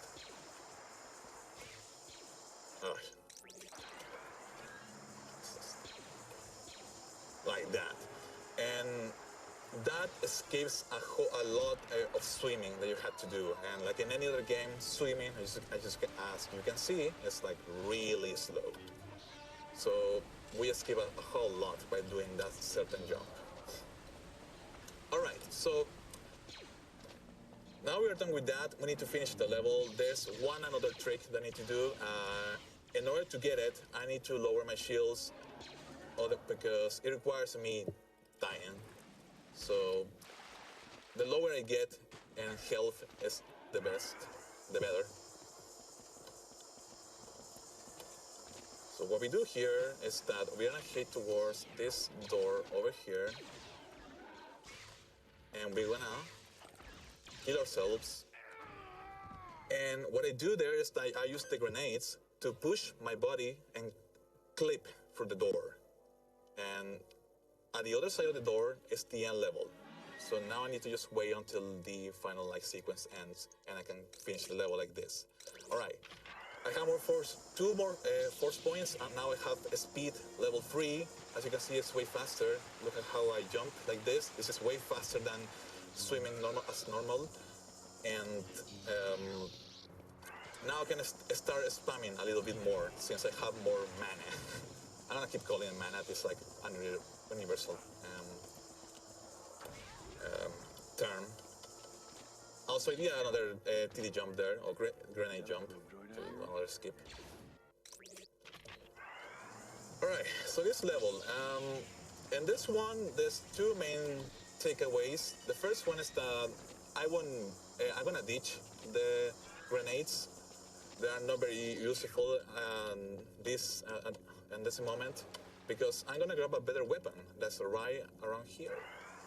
This is the rocket launcher, and like in any other runs, in any other games, with a rocket launcher, you can do rocket jumps and jump way higher. And we'll be using that rather than using grenades. I can do a little bit here. So 1, 2, like that, for example. You can see I jump way higher than using grenades. So you shortcut here. This is a great area. You can explore this area. We are not gonna do that. We're gonna go straight to the end of the level by doing a rocket jump like that one. Even though it looks very simple, that's actually a major skip. And we are ready to finish this level. If I make this jump. There we go. Now, we will go here and regain my shields. I need to call for this elevator. Sadly, I need to wait a little bit, and I'm gonna go here and hide. I do this because I need to conserve my shields. This is like extremely important, since I will be using them in the next 2 levels. So So I do a little bit here, trying to not get shot down. And now I into the exit. Oh. And now we're heading towards the first boss of this game. It's this guy over here. A young and willing Dark Jedi. As you can see, there's a few cutscenes in the run. Every boss has like an introduction that's kind of done by a Force Ghost. I think the guy's called Ron. He's kind of like the Obi-Wan of this video game. He's telling me all the story or the lore behind these guys. And unfortunately, it's unskippable, so I had to wait. This guy has a quick kill. I need to save his scum until he jumps. Like that, so I can fight him here. Fight him over here is way easier than fighting on the other side, which is really hard. Also, as soon as he dies, I need to restore my shields like this. Alright, now this level. First thing first, I'm gonna start this again. Go over here, go to that hatch over there, open it, and do a rocket jump right over here. Alright, that's one escape. The second one is I need to go to this building right over there. What I do is a rocket jump like this one and go around this area. And now, for the next trick. Right over there in that tower is the end level trigger, or the end of the level. How do I get there? I can try to do the level normally, but that's really slow. So I do this instead. I'm gonna place these mines. They are landmines. I'm gonna use this rocket and do this. Yeah, so I use the mines, I kill myself, and once the mines start catching up, the explosion just pushes my body to the air, and I can just go straight to the end of the level. This is the other level. There's a cutscene going on right now. I need to wait for it. But yeah, this is one of the biggest escape of the run. It's way easier than trying to go for the level and just losing time all over the place. But yeah, this is the first part. This is the end of the first part. Now we go into the second part of the run. As you can see there, I max out 2 force powers, force speed and force jump. Force jump allows me to jump higher. Force speed, as I said, makes me go faster and do my best Sonic impression. One downside though is that every time that I need to be very careful, because if I run into a wall at full speed, as you saw there, I can very easily lose all my HP, because I'm gonna keep running into walls and stuff like that. So even though I have this power that allows me to go really fast, I still need to be able to control my character like really quickly. Alright, so from here on, this level is like really not much going on. There's a waiting section I need to sadly wait on. So I think this is a good time for donations. So yeah, please Sam, take it away. All right, and we do have some donations. We have $5 from Enostra. Hey, Alnak, good luck on the run. Smiling face. Thank you. We have another $5 from SA Lock that says, had to chip in a bit for my favorite PC game from when I was younger. This was the first game I played online. Best of luck with the run. I hope this is a good idea. I could be flash fried in a second down here. You can keep going. There's a lot of waiting here.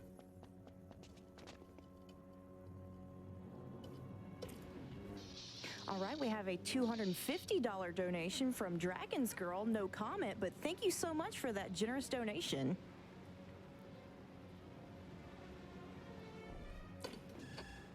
Yeah, this part is like really slow. I need to wait for that door to completely close in order to open this one. I need to do that twice, but now we are over that. You saw me there as well. You were paying attention that I killed a few NPCs. Those are what we call civilians. They are really important to kill here because, as I said in my introduction, I will be using dark side powers, and also I will be going dark side in this game, in this run. This game has 2 endings: the light side ending and the dark side ending. However, in order to trigger the ending, it's not like in any other games where you do like a certain decision through in a certain part. The alignment system pretty much works like this. if you kill any civilians or NPCs, or you level up light side or dark side powers, that actually determines what kind of ending I'm gonna get.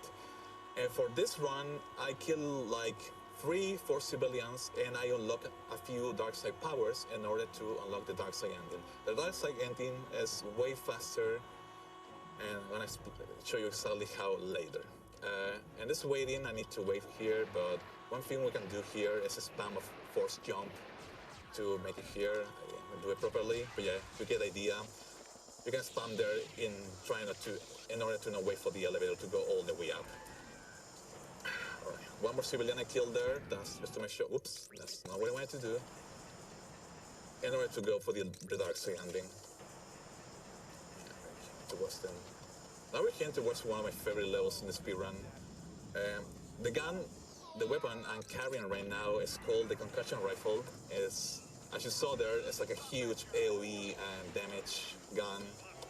And for this one, it's very easy. It's very useful because I can do stuff like this. So rather than opening the door myself, I can just use the gun to open it. We're gonna keep using this gun in this level to do a couple more tricks. Oops. This jump is kind of precise, not so much. You have to like move at the right time. There we go. Now here, shoot these guys down. That's another thing why this gun is very useful. Throughout the game, there's a lot of enemies wandering around. They can body block you pretty easily. That's one of the few like RNG or randomness that this game has. There's a little shortcut over here. You do that. The boost, the backward boost that you get from the gun allows you to do that shortcut over there. That's pretty convenient. And now we're heading towards another boss fight. This one, guys, can be really annoying. Like, it's one of the most RNG bases, more RNG heavy boss fights in this game. There's these two guys. The little one can start moving around the area. He can turn invisible as well. So I need to be very careful with this guy. And the second guy, since he's carrying a free mid-or lightsaber, he can block my attacks very quickly. So let's see what we get. So here we need to hope for the guys to stick together. So with one single attack, I can hit both of these guys. This is kind of right. Okay, I killed the big one, early one. Okay, that's a very good fight. That can be way more annoying. Okay, this level. This is another level where we completely skip the main objective. But instead of using explosives, we're gonna use just platforming, straight platforming. So what we do is go over here, jump to this bridge over here, force jump to the bridge over here, and then go to the store. Try to get into the store. And that skips the whole level. Like, you're supposed to move those bridges finding a couple of keys, but you can just go straight to the end like this. Because the combination of force jump and my diagonal or strafe running can allow me to like grab more distance and jump way higher as well. Alright, Lost Planet. This level, sadly, is one of those levels where I need to like play as intended. I need to destroy those panels to disable a force field, and sadly you cannot skip it. You need to do this as intended. Downside though is that there's gonna be a lot of enemies shooting at me, especially enemies that use sticky rockets. They can just screw over me by losing all my shields and health. Like that. I'm trying to get hit by those guys because I need to conserve my shields for the final part if I want to do like the fancy tricks. But yeah, I've been doing good in time, so I'm gonna go a little bit of a script over here. I kind of want to show you something, guys, because this game, just like many other PC games from the 90s, it has one special type of cutscenes, which are live action. Like many other games, this game also has live action cutscenes. So I'm gonna fight this boss, and after that I'm gonna show the cutscene, which is like just a minute long. It's not that much, and also it's gonna be useful to segue to the next explanation of why I go to Darkseid. So for this boss, I'm going to use a strat. I unlock a force power called Throw. Also, yes, this guy has no legs. He's kind of like the Darth Maul of this game. He's too angry to die. So, I mean, so for now, I'm gonna kill him now. So what we do with this fellow, we need to attack him once. Lure him to this corner. Also, as I said, I'm gonna show the cutscenes. I'm gonna do this. And we're gonna do this.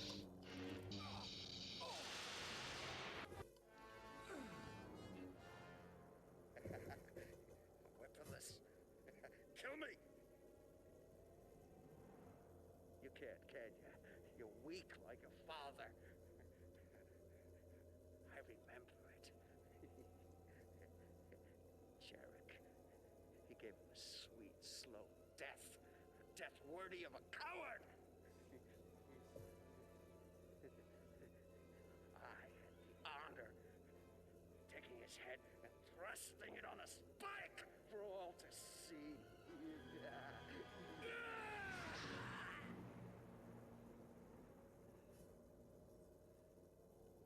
Excellent, Catan.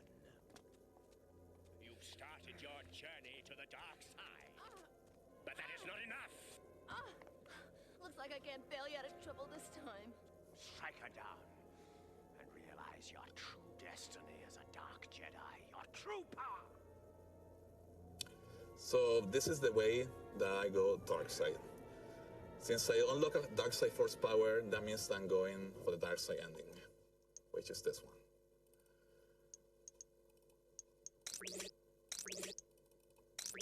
Why do I need you, Jarek, when I can take all the power of the Valley myself? And I kill my waifu, because that makes us evil. So yeah, I'm going for the Darkseid ending. That's... there are three main reasons why Darkseid is faster. The first one, and you're gonna see it in the next level, is related with the boss fights. The second reason why I go Darkseid is for the force powers. The force powers are gonna allow me to do a couple of quick kills in the boss fights as well.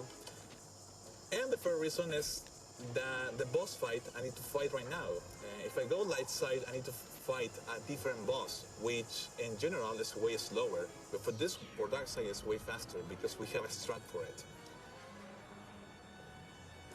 So we are gonna do exactly that. But yeah, that's the reason why Darkseid is faster. It's like almost a minute faster. So this is an example. As you can see there also, the cutscenes are removed in this game. There's a low reason for that, I'm gonna explain it later. But for first of all, I need to feed this guy. And we're gonna use my Darkseid powers. This is lightning. I'm like Palpatine, just spamming my lightning, and the guy just dies quickly. And also, as you saw there, the cutscenes are removed. The low reason for that is that, as I said, my Obi-Wan, the guy who is like making these introductions, he is not really happy for me going Darkseid, so he's out. He's gone. So now there are no introductions for the final bosses, which is pretty cool because we can go faster. So we are in the last stretch already. There's not much to talk about. This is like really straightforward. I do a couple of rocket jumps here and there. There's only like the final bosses left. So I'm gonna give you time for a few more donations. Go ahead. All right, we have a $50 donation from Josh that says, Dark Forces 2 was one of the first games I played as a kid. Loved seeing it get absolutely destroyed. We also have a $200 donation from Doomsday. I wasn't sure when to donate this week, but I decided that I could not go wrong by donating during some Star Wars.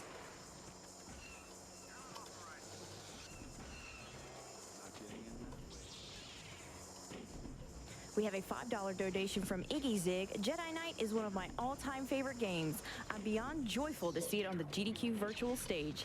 Here's to a fantastic run, Almac. P.S. Is Kyle Katarn a Palpatine? Probably. Yeah, this is one of the first games I used to play back in the day when I was like a kid. Was really like realistic back in the day. Now looking at it, it's like, oh, it hasn't aged that well. It's really around the edges. But yeah, after this, there's not much going on. So I guess I'm gonna mention a little bit how this run developed through the years. Incredible enough, this run is already like 10 years old. Like the first iterations of this game, this speed run, was back in 2010, 2009, which for internet years, that's like a century ago. A couple of guys by the name of Rando NG and Explosive Cabbage, they came up with the first iteration of this game, of this speed run. They published the video on YouTube. It has a couple of 100,000 views. But yeah, shouts to them if they are still alive and kicking. They really set the basis for what this run is gonna become. That's the first couple of guys. Then the game went into obscurity for like a few years until one runner decided to start doing runs of this game. He goes by the name of Salamiri. He did a couple of showcases of this game on live GDQs a few years ago. He got the record for a few runs, a few years. So shouts to them as well. He also found out about the dark side being faster. Because before that, people used to go with light side. Yeah.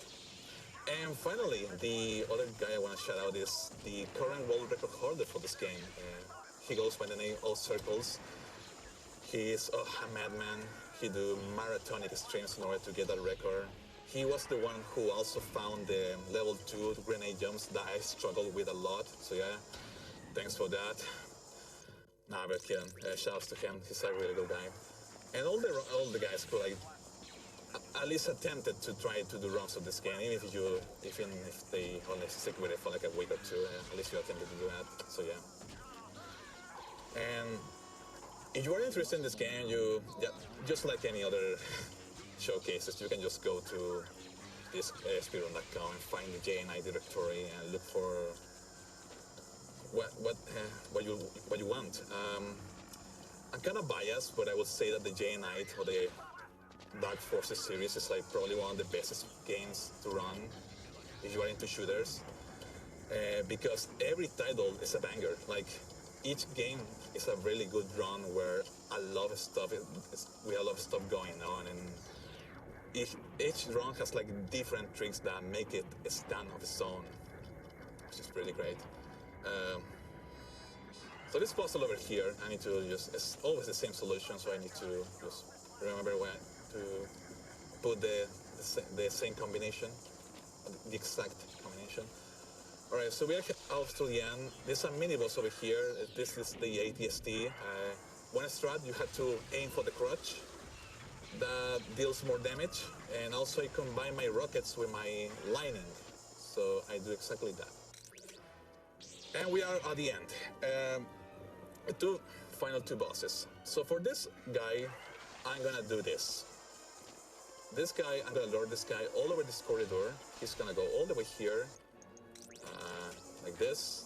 Again, he needs to get inside this corridor, which can be annoying because his animation, as you can see, is very jumpy. He had a couple of Red Bulls in the morning, and we're gonna do this. You see those spikes on the floor? We use our Frost Throw, and the spikes is gonna just kill the boss like that. All right, time is coming up. This is the final boss, and it also has a very cool strat. This time around, I'm gonna use explosives, and this guy's gonna go down really quickly. So I'm gonna grab my mines, my land mines. I'm gonna go all the way here. If I make the jump first, like this, and I'm gonna place these mines. I need to place at least 10, and this is what is gonna happen. There we go, he dies. He goes to the mines and he just jumps super high. He breaks his skull into the ceiling and he dies. It is the collision what kills the boss. It's not the explosion because the bosses are immune. by guns and explosives. But yeah, that's the run in a nutshell. That was a rush. Anyway, so thank you, GDQ, for the opportunity. I think I speak for a lot of international runners that this was it's been a great event. Like, it's very great to see new people and new blood and new runs in the schedule. So I hope that keeps being the trend. And yeah, thank you guys for watching.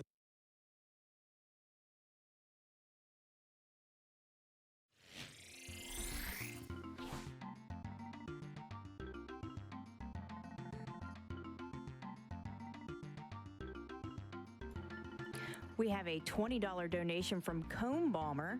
Jedi Knight Dark Forces 2 was the first Star Wars game I ever played. I often got lost in a confusing maze of flat polygonal hallways and unexpected enemies. 20 years later, I still haven't beaten it, so I wanted to donate during Allnac's awesome run. Shoutouts to the runners, techs, and everyone striving to put on a great event for a great cause. We also have a $4,000 donation from Ariel. Good luck with the run, Allnac, and on behalf of someone I respect and appreciate very much, but who wasn't able to participate this year, would you kindly take a bath? P.S. Can we get some fwahahahahas in the chat? We have a $50 donation from Long Way Down. I thought for sure we'd be closer on the blood post-mortem incentive by now, but we got a lot of work to do, folks. Thanks for all the great runs this week, and thank you to the staff for making this event happen.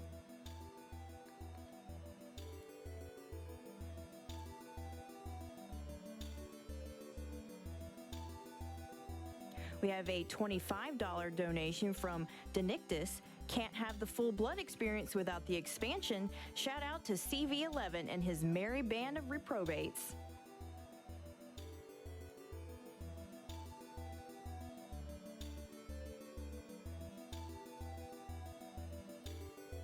We have a $250 anonymous donation. Played the heck out of the Jedi Knight demo as a kid. It's how I got my start into modding and coding. Thoroughly enjoying watching Allnac tear it to pieces. Keep going, you're killing it.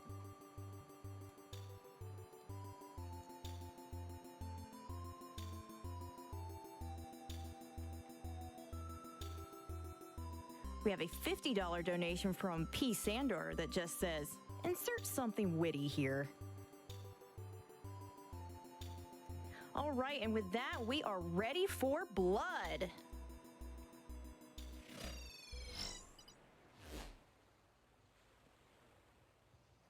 Oh, we're good? Okay, excellent. Hello, my name is Psychosis, and today I'm joined by the wonderful Pogokeen. Hi, I'm Pogokeen. I'm a build engine speedrunner and a developer of Ion Fury. Awesome. Yeah, he knows a lot about the engine. He's going to help explain some more of the technical tricks in the run. So, Blood, if you've seen this whole block, it's just an FPS. You know what it is. So we're ready to go here. Is the timer ready? Any second? Okay. 3, 2, 1, go. All right. So this is Blood. We live again. So the story of this game, you were in a cult and worshipping a death god, and he betrays you and takes your girlfriend and all your friends, and now you just got to go on a sort of revenge tour. So you're going to notice that I'm going diagonally for most of my running. It's just typical FPS sort of gameplay. You move faster. There's a trick right here where if I throw that TNT just right, none of these TNT barrels will explode. It saves a couple of seconds. It's not that big of a deal if I didn't get it, but you know, it's kind of like a swag strat. Speaking of the TNT, it's a rather useful weapon for the speed run. So coming up here, we got our first instance of a rocket jump. Yeah, so normally you're supposed to get a key, typical FPS sort of lingo, get the key, open doors, but that door doesn't reach all the way to the ceiling. So we just use the TNT jump to jump right over it.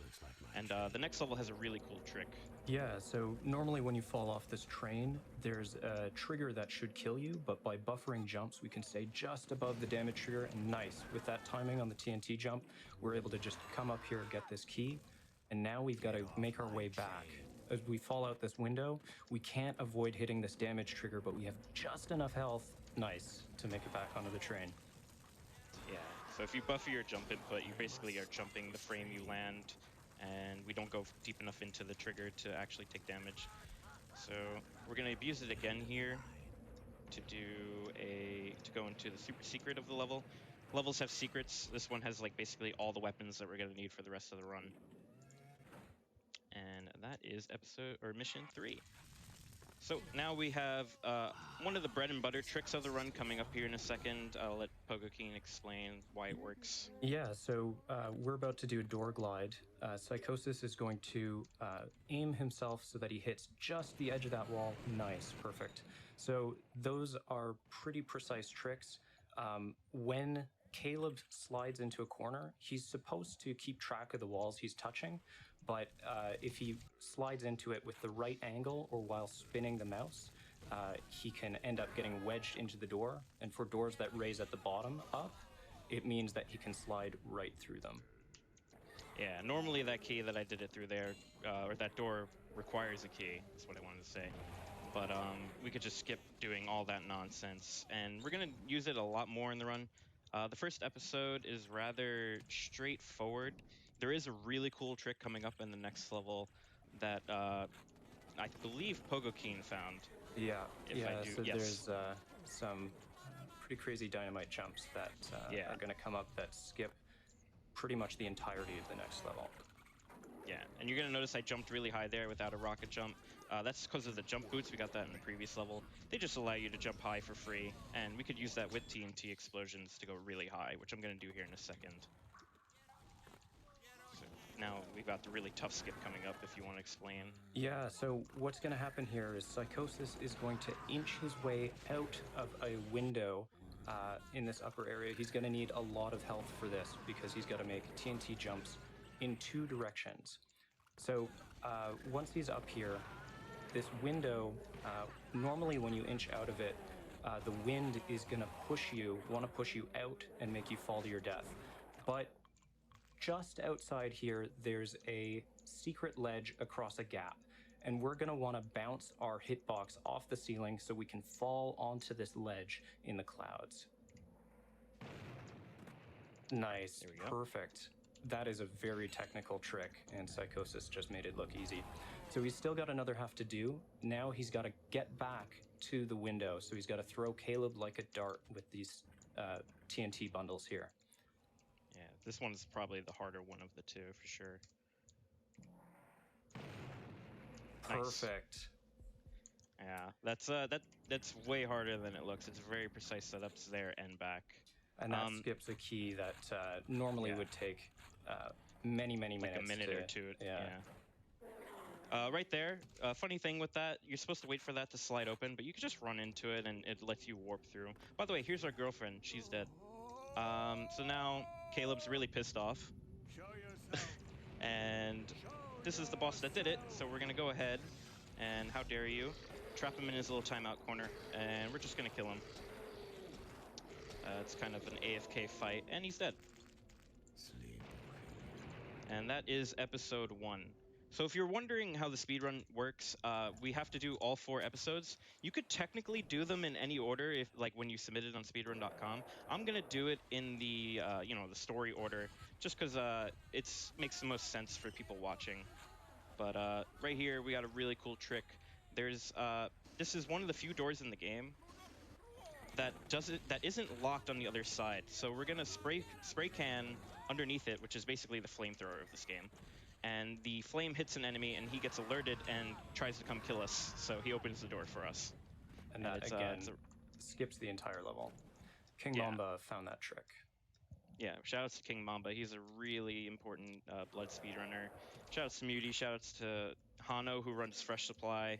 Everyone who helped make this run what it is today is very important. So this level, getting a little trolled here, but it's actually fine. This level can be a bit scary, but we're gonna have a decent little, just a bit of speed tech coming up here in a second. So normally, this water section coming up, you have to like swim underneath and hit a little lever. I'll show you it right there. You have to hit that, and then the water slowly rises up, but that's hella slow. So we're just gonna explode ourselves up and above the threshold to get the key. which is to open this door, which is the last key that we need. Actually, no, there's one more key. It's right here. And then we're going to swim to the end. So the next level is actually a rather... The rest of this level and the next level are kind of uneventful. So how are we looking on like the incentive for the post-mortem expansion? And donations and stuff?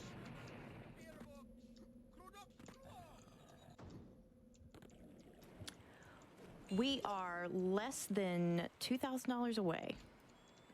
Awesome. You got time for like a donation or two. This level has really nothing going on.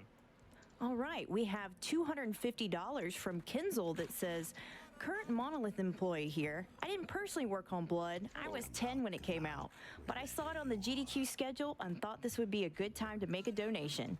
I haven't been able to watch as much of this GDQ as I usually do, but what I have seen has been going very well. Keep up the good work. Awesome. So Thanks very much. This level is kind of funny. You're supposed to go through it. It's supposed to be like a Haunted Mansion, Rip on the Shining. This is the last door. You could just crouch underneath it. They didn't make it extend all the way to the ground. And this is coming up right here is another bread and butter trick of the run.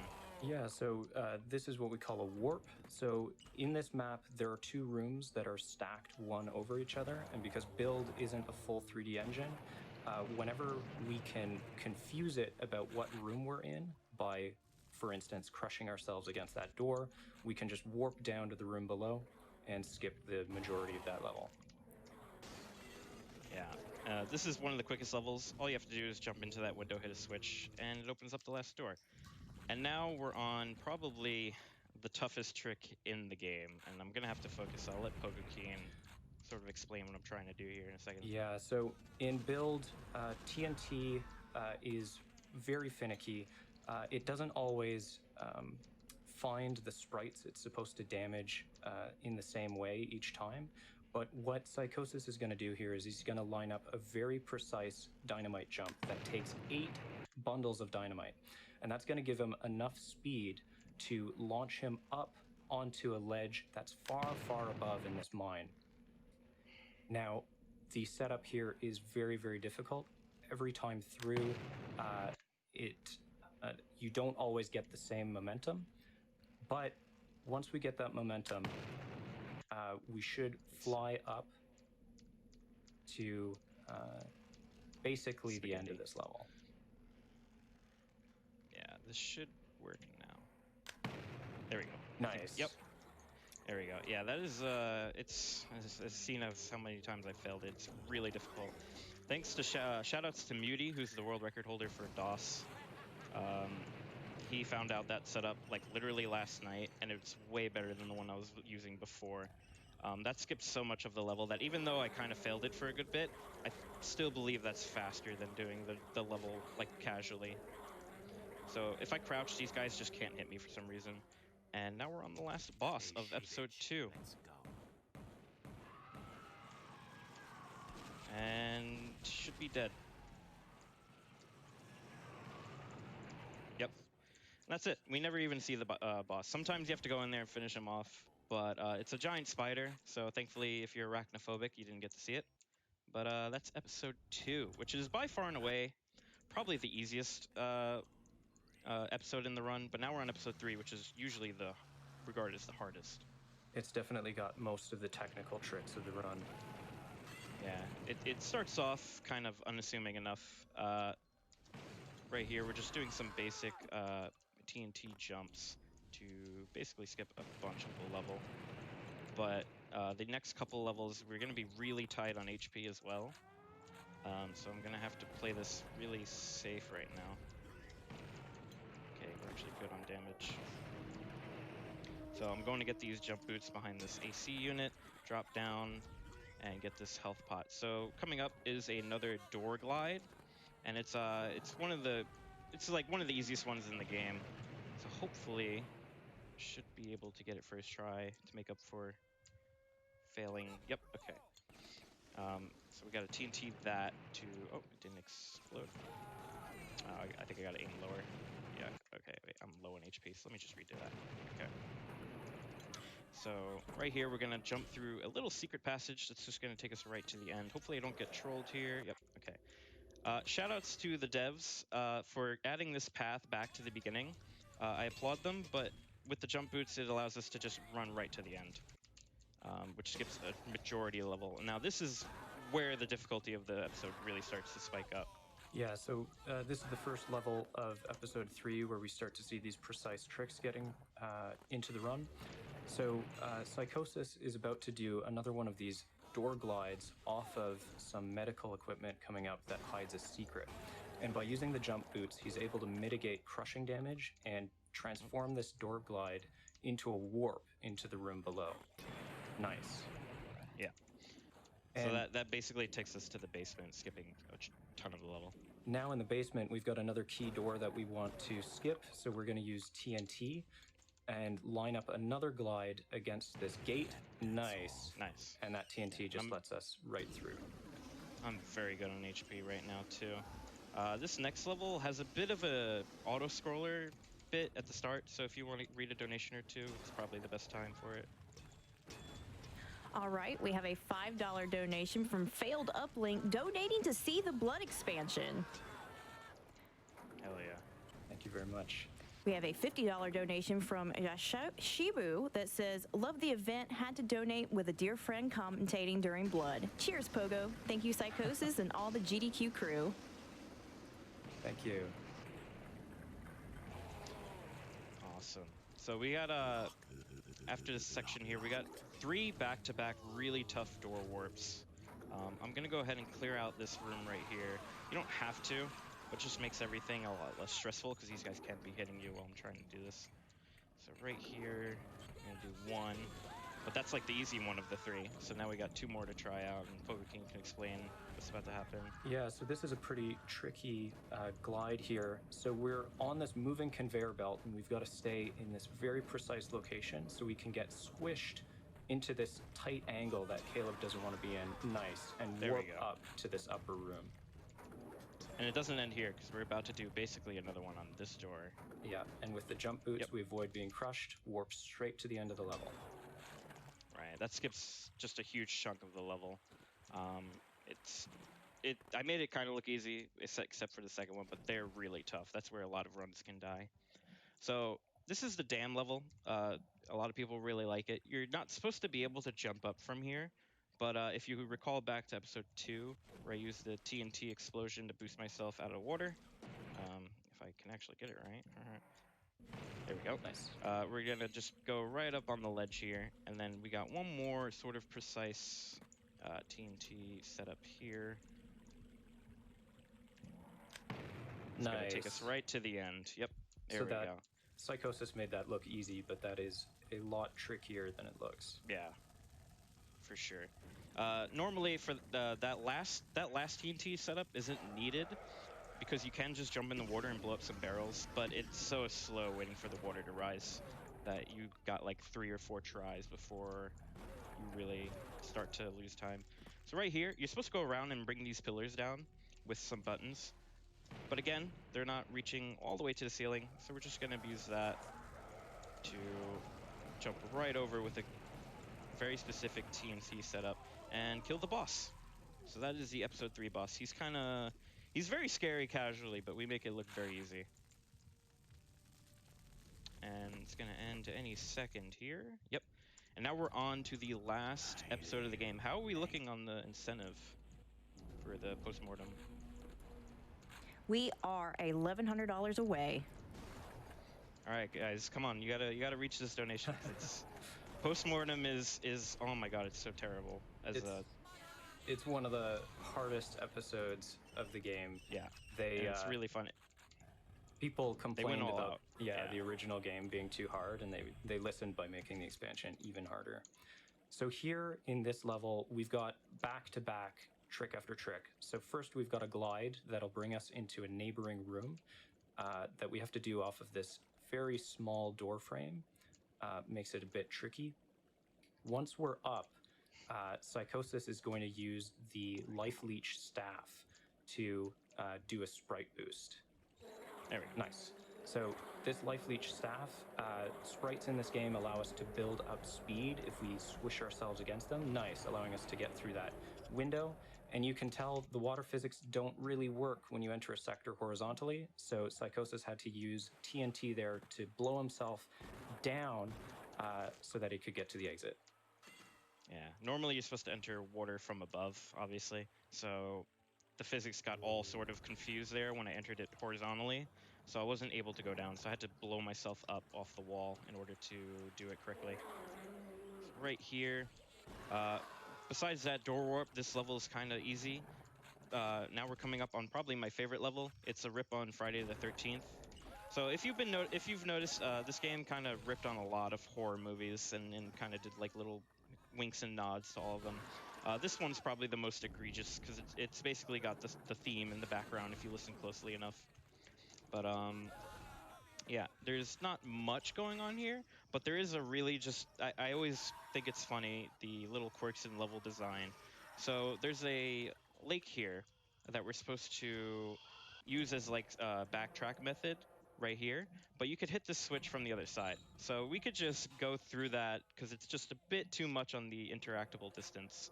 And we're able to go through and just basically rush right to the end. Again, it was another, oh, let's add a way back for people to gather stuff, but they didn't realize the interactable distance was just a bit too much.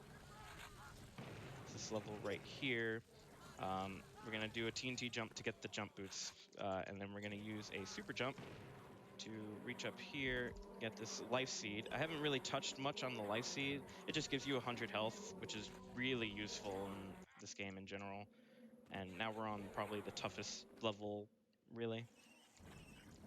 We got a pretty precise glide coming up, yeah. Yeah, so this glide here, Psychosis has to do this very quickly because nice, and he's got it. Yeah. Those enemies there will just knock you around if you miss that glide. Yeah. If you miss it, like, it's not hard in and of itself, but with the nerves and everything, if you miss it, all the enemies like start catching up to you and they just start knocking you around, and it's really bad. Do a super jump here in order to get up. So now this section right here, you're supposed to do a really cool like puzzle section. Can you get away? Thank you. But we're just gonna say no, and we're gonna jump all the way across the giant gap to the end. And now we're on the second to last level, so I hope the incentive has been met by now. We are less than $400 away from the incentive. Oh, it's so Come on, close. guys, we're almost there. I'll purposely die a couple times, no, I'm kidding. If I have to. But I really want to run the level or run the episode because it's got a bunch of cool tricks, and it's just hard, so it'll be funny. Thanks everyone who's donating towards that. Awesome. And with that, the incentive has been met. Nice. Yes. Thank you. Awesome, guys. Thank you very much. Last level here. So this is basically a bit of a boss rush. We're going to be fighting all the bosses that we've been fighting throughout the main game.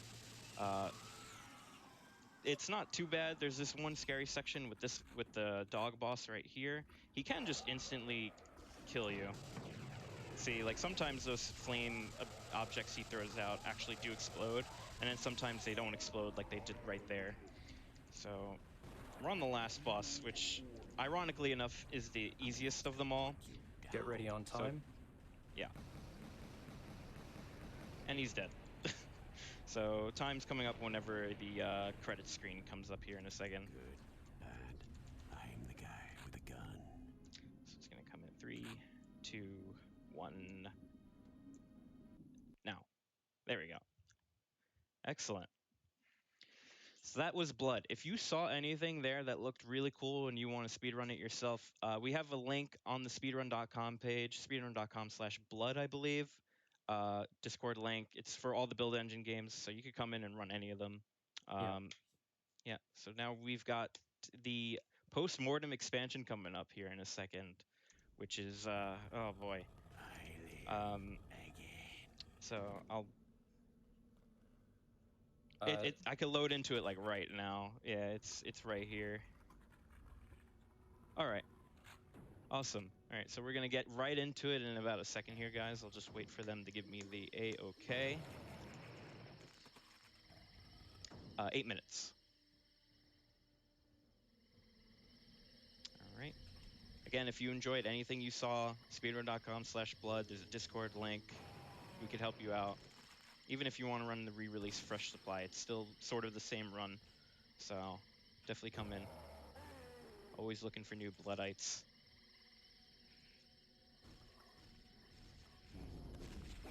Alrighty, so we are ready.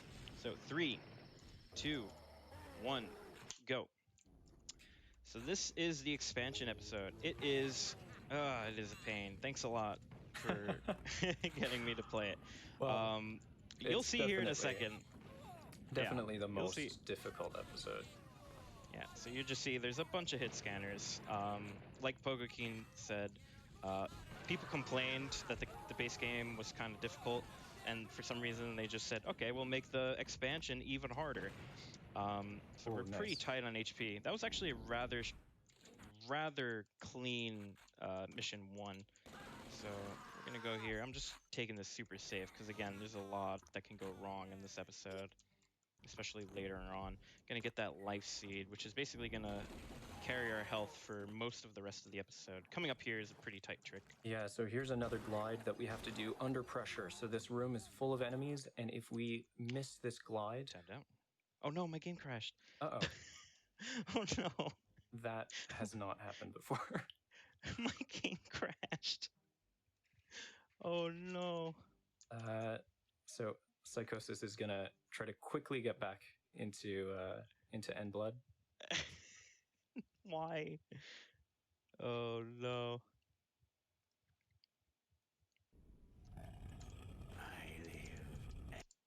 Okay, I'm just gonna go ahead. What is it? 5-2? Oh, 6-2 actually. I'm just gonna go ahead and. You'll need to restart the Discord stream. Right. Oh man. This game didn't crash at all during practice. Okay. All right. So we're back on episode 2. Am I good to go? All right. Let's just go. So right here. I'm gonna try to redo that, and hopefully the game won't crash now. Which was just awful that would happen right now. So I'm just gonna redo a bunch of that. So anyway, like we were saying, thanks game. There's a pretty tight glide here. So this glide, this room, there's a bunch of enemies that are gonna want to knock Caleb around. So Psychosis has to get this glide basically on the first try or else reload. Nice. Yeah.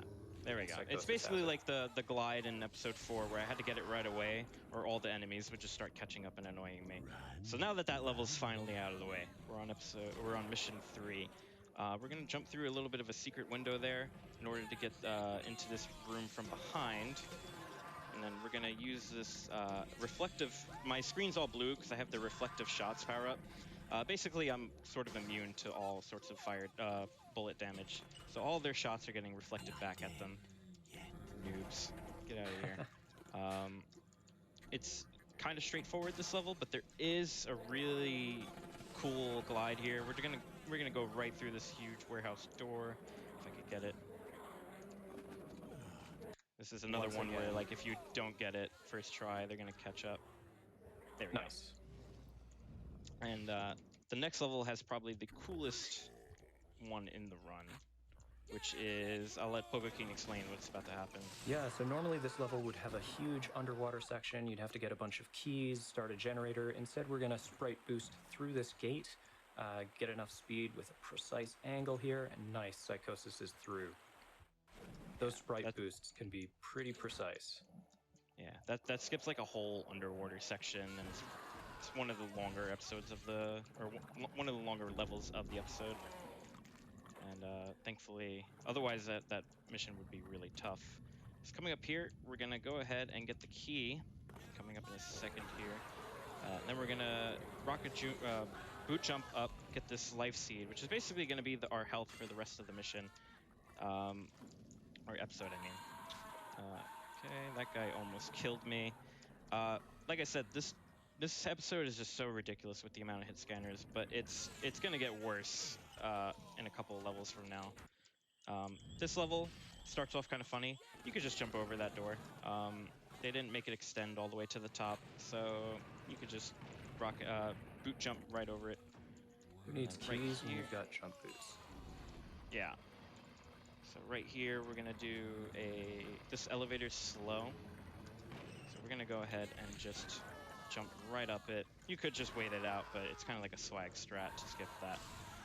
This next level coming up is really, it's almost like an auto-scroller, but there is Dagger, a lot spider, that I have spider. to do.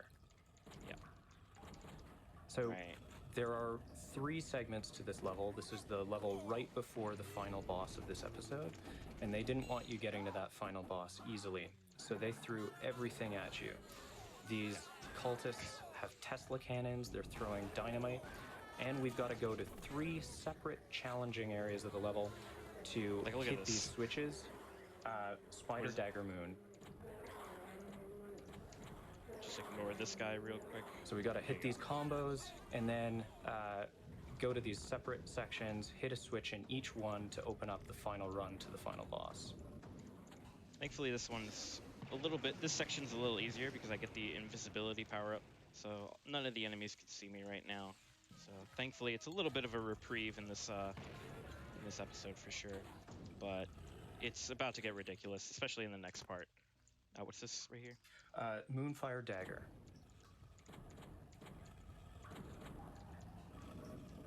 So coming up right here, there's just 2 bosses as casual enemies in this episode. There's this whole room full of these guys that do a ton of damage. Now I gotta make sure I don't die. Okay, looking good so far here. I am on fire, which is never good. So, just so many enemies here. I don't have to kill them, but I'm just doing it so I don't die. We've already lost enough time by the game crashing on me here. So if anyone ever complains about hit scanners in this game, they're probably thinking of this episode, because this episode is hard. It just throws everything in the kitchen sink at you. You can see just how many of these enemies are packed into these areas. Yeah, so we're coming on the last boss here, which has a really cool trick, if Bogo wants to explain it. Yeah, so Mr. Ripper and Colm found this. If you jib these bosses' corpses, normally you have to kill 2 of these bosses, but if you jib this corpse, it doubles up the trigger for killing that boss and lets us go straight to the exit.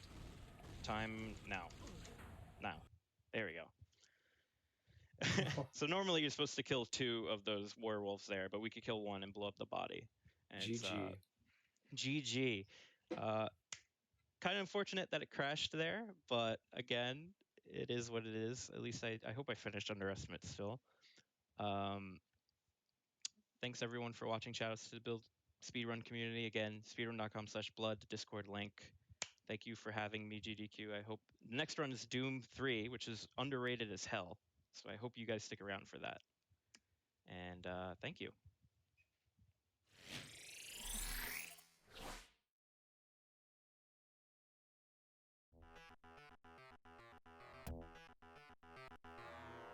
Thank you so much, Psychosis, for that awesome run. We do have an upcoming run of Doom 3 with Rip Chip, but first, a couple of donations.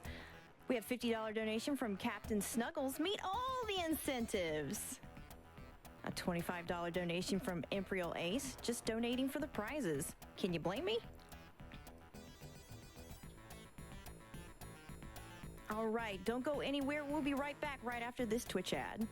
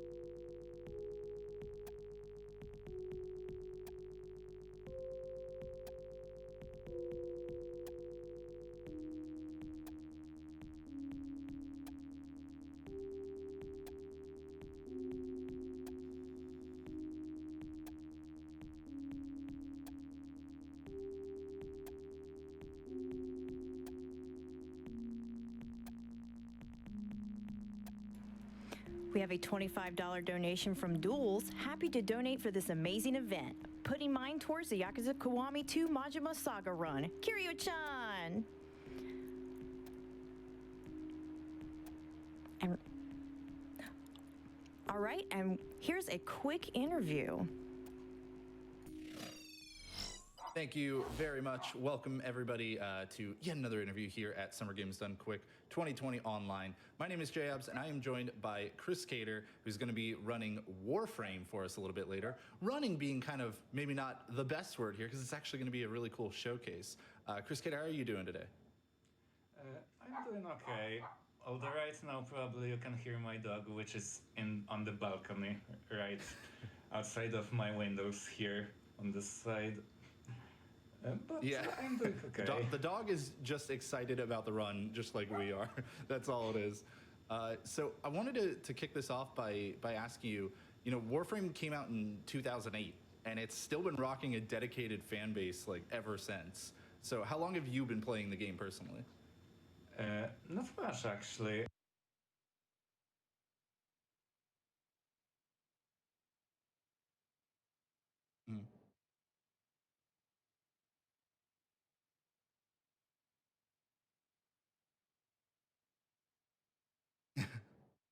Wow, so not like it's not this decade-long thing for you. It's been definitely a lot more recent.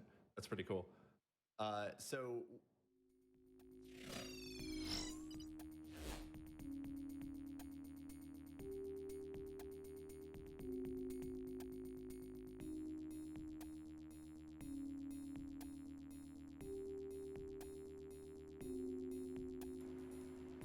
We have a $100 donation from J-Dub and JD that just says, please take our money, less than 3.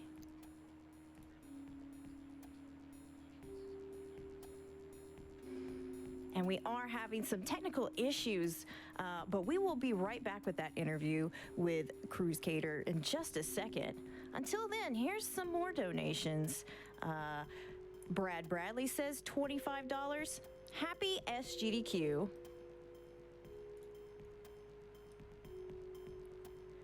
$10 from Jane XT. So, how much do I need to donate for the lamp scent?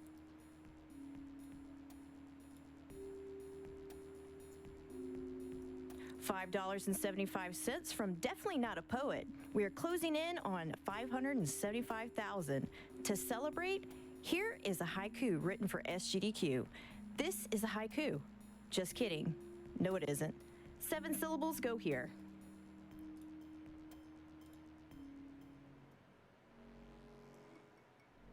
We have a $25 donation from Shadow Mage that just says, Doom.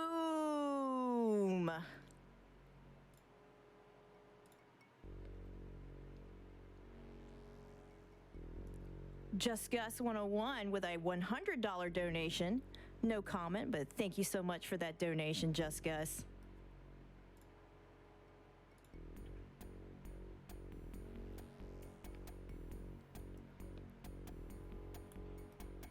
All right, and looks like we've got everything ready to go, so here's that interview once again. All right, thank you very much. Welcome back, everybody. Thanks for dealing with the slight technical hiccups. It's an online marathon. It happens. You all get it. Once again, I'm Jay Hobbs, and I'm joined by Cruz Cater, who's going to be running Warframe just a little bit later tonight for you all, coming up in just a couple runs here. So, Cruz Cater, just in case people couldn't hear it the first time, I was asking you about the game being out for over a decade now. It's been out since 2008, but when did you actually start playing the game? I started playing in 2018. I played for like one day in May, and then in like December I started playing it more, and now I pretty much play it daily. I think it's really cool that you came into it so late, and now we're kind of playing at a high enough level to be showcasing it at GDQ. What kind of made you start pick up the game the first time? I'm not really sure. It's probably. I think it was because I was playing a lot of Path of Exile, but I was having some issues with my internet, what you just witnessed, and it resulted with a lot of lag and other problems playing Path of Exile. So I was looking for some other game to for this place, and I decided to try Warframe, and I started to like it. That's and, cool. Now I'm here. Yeah, and now you're here. So, what is it that attracts you to Warframe? Like, what made you want to invest the hours to play this game at such a high level? Initially, I think it was movement, because movement in the game is really fun. Now, however, it's more about the build craft, because you can customize your equipment to a pretty high degree with various mods and mod setups, and also combinations of warframes and weapons and other stuff. Wow, that's really interesting. Is that something that's going to be playing a big part in your boss showcase later? Or is that something that's maybe you're kind of set with one layout, one loadout, and you're just going to go with that for all the bosses? No, actually, the variety is a very strong point of the Warframe. So my plan is to show 5 bosses, and each with a different loadout. While some loadouts will be showing some pieces of equipment, they will play pretty differently, I'd say. There are just some weapons that I just really like. I do always think that there's always room for, like, just listen, this is what I like about this, even if it's not necessarily the fastest or the single most optimal thing. Now, I want to also let everybody know that you're actually planning on having one of the devs at Warframe on the call during your run. Is that correct? Yes, Megan will join me. Yeah, so anybody who is a fan of this game, like, be sure to tune in for that as well, because I always love hearing that dev insight. So another question here for you. Maybe this will be one of our last ones here, because I think it's going to have, pretty much an interesting answer. So, like, as one of our non-traditional showcases, this event, what made you want to submit to SGDQ, a speedrunning event with a boss showcase? I'm always interested to hear with these not strictly speedrunning things, these kind of more speedrunning adjacent stuff, these high skill showcases, why people felt that it was a good fit. Well, while on the Warframe leaderboards we have category for doing a boss rush, however, it's way longer than my showcase, because last time I did it took me 40 minutes. And also there are some bosses which I don't find that interesting. As well, it doesn't include some bosses for certain reasons that I think are interested in, and I'm actually featuring one of those bosses in here. So you actually do speedrun the game as well, and this is just kind of your way of going like, I'm gonna basically be speedrunning it, but I want to show you all of the best bits. Yeah, that's a good way of pointing that out. Although I'll admit that I was more interested in speedrunning the spy missions, which involve basically in each spy mission there are 3 vaults, and you have to go in each and either avoid the security mechanisms and hack the vault, or you can just go ham and don't care. Although, if you trigger alarm in all 3 vaults, you're gonna lose a ton of time because the mission changes into exterminate. Basically, your boss tells you, we've triggered too many alarms. Make sure enemy higher-ups won't hear about this, or something along those lines. Yeah, can't let the bosses know. That's pretty much what that line is, I think. Well, Crusader, I wish you the best of luck on your showcase later. Remember, everybody, please check out the Warframe showcase. It's coming up right after Doom 3, and it should be a blast. Thank you so much for talking with me. In the meantime, we are going to go back to the break screen real quick so we can hear more donations and stuff as we are setting up Doom 3, which is going to be in just a moment. Thanks, everybody.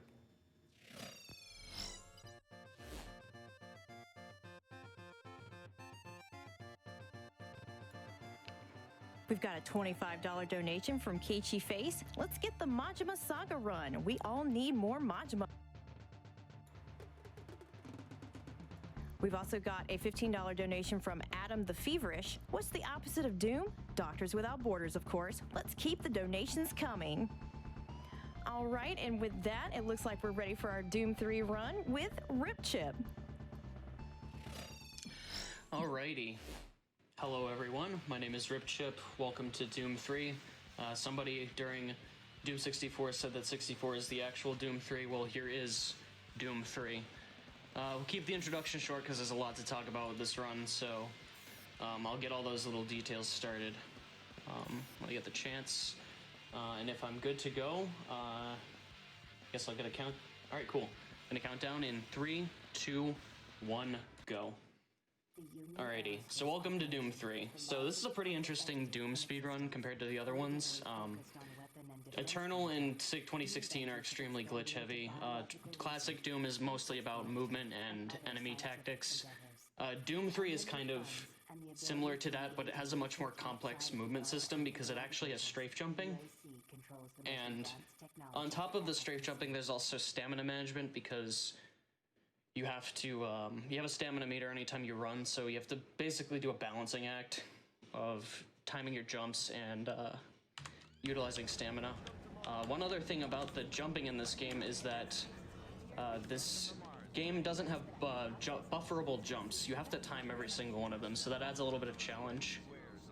And we're also using BFG Edition for this run.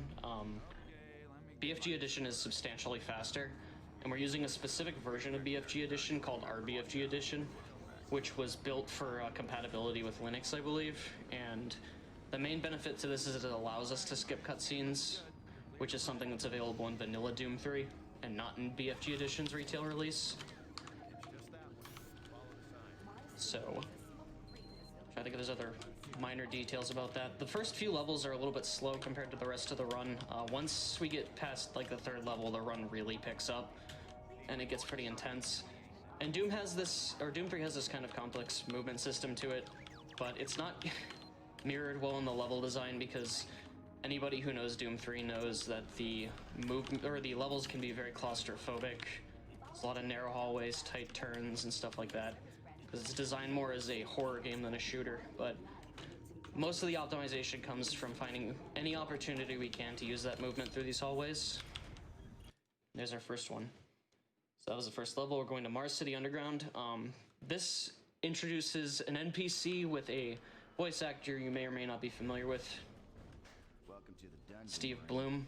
Most unexciting. Get ready to hear that voice a lot because a lot of NPCs in this game are voiced by Steve Bloom. I like to believe that they told Steve Bloom he was some overarching character and gave him a bunch of lines, but instead they just gave him to a bunch of NPCs.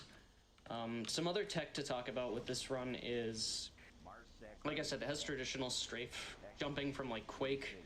So there's your ordinary strafe jumps and circle jumps. There's some weird nuances with BFG Edition where geometry and especially climbable geometry can kill you if you get stuck.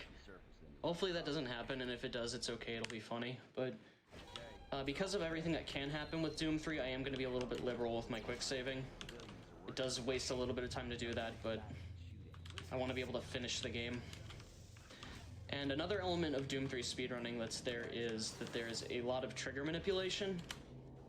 Certain parts of the map have triggers that make certain things accessible or make certain actions happen. In that section right there before we get to the airlock, we have to get to that bridge before a certain trigger appears in order to save time later on in this level. Because if we don't beat that trigger, then the bridge will disappear and we lose like 15 seconds. So there's a lot of little micro optimizations with stuff like that. It may not always be clear, but I'll try my best to explain. I'm also commentating this by myself because I messed up and forgot to send my co-commentator an invite before it was too late, so hopefully we do good. Alright, so coming up here is where hell is going to start invading. This guy just happens to be the first enemy we would normally fight. In Doom 3, NPCs all have very low health values, so you can basically one-shot every single one of them in the game. And it's useful here because it's faster to kill him like that than when he becomes a zombie. But there are other NPC killing strats we're going to use not too far into the run that are really important. And as far as combat is concerned, the interesting thing about this run is that we use every single weapon in this game at least once. And with this game, headshots universally on any enemy do more damage than just regular body shots. So when you're trying to deal damage to an enemy, you want to try and aim for the head. Pretty much any chance you can. So we're just gonna have to clear this section. It's a pretty straightforward for the most part. If you have a donation, now is a good time for it. We do. We have a $50 anonymous donation. Doom Guy is the original Doctor Without a Border, curing demons in all the regions of hell and earth alike. Nice. Indeed. All right, kill this guy real quick. So yeah, this game's actually pretty cool. I know a lot of people don't really like Doom 3, but you know, it's a pretty neat game. They made this game based off of that one Doom movie with the Dwayne "The Rock" Johnson. So it's a pretty faithful adaptation, I think. We're gonna get the shotgun here. I could write an essay on how much this shotgun annoys the heck out of me, but it's still also, despite its shortcomings, very reliable, because most weak enemies in the game get one-shotted by it, assuming you get lucky, because anyone who's played Doom 3 knows that the spread of this shotgun is incredibly random. It's actually a lot worse than vanilla Doom 3, but even then, it's still really bad, but it's still something we have to rely on, which can be a little bit dicey sometimes. I'm gonna save here just in case. We want to try and clear that so that we don't have to wait on that junk. Alright, cool. And one other thing that's substantially different about Doom 3 you'll notice is the lack of music. There's definitely not nearly as many iconic tunes because you don't have the musical works of Bobby Prince or Mick Gordon. But I think it adds to the atmosphere. So we're supposed to kill this enemy to lower the ladder, but if we jump at it just the right way, we can climb it anyways. And another instance of trigger manipulation is happening in here. We actually have to go this way in order for these pipes to clear. I don't know why how this was designed, but here we are. And again, this level is one of those examples where everything is very cramped together and kind of claustrophobic, so you don't get to utilize Doom 3 movement quite as much as you'd like to. Basically have to do it whenever we can. And coming up here is a door with a keypad. So there are a lot of doors in this game where you have to find a PDA to figure out a keypad in order to unlock it. Those codes are always the same, and this is one of those ones that we're gonna do. We have to kill time because we're waiting on a transmission anyways. So we're gonna use this to stock up on armor and ammo for like a good portion of the early run. It's, there's a lot of keypads we're gonna do. Luckily I know all the codes for the ones I need. There's a very interesting one we'll get to later on in the game, but once again, this is still pretty steady stuff. If you have a donation, now's a good time. Just trying to get those as much as I can, because once we get to the next major hub of the game, it's gonna get very focus intensive.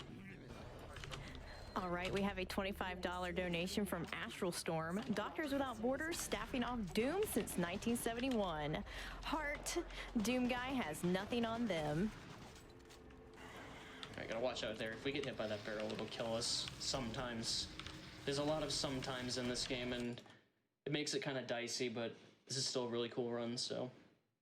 Anyways, UAC Administration is one of the levels where stamina management becomes very obvious and very important.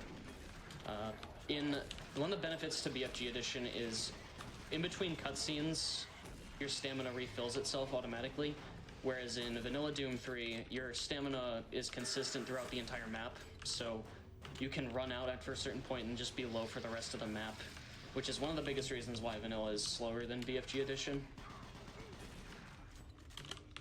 Coming up here, we have a very iconic moment in Doom 3. People probably remember this scene. This is the introduction of the Pinky. But I will say that the Pinky in this game is absolutely atrocious looking. If there is one big downgrade from Doom 2 to Doom 3, it was the enemy designs, because a lot of them are very ugly. Don't even get me started on what the Caco Demon's gonna look like.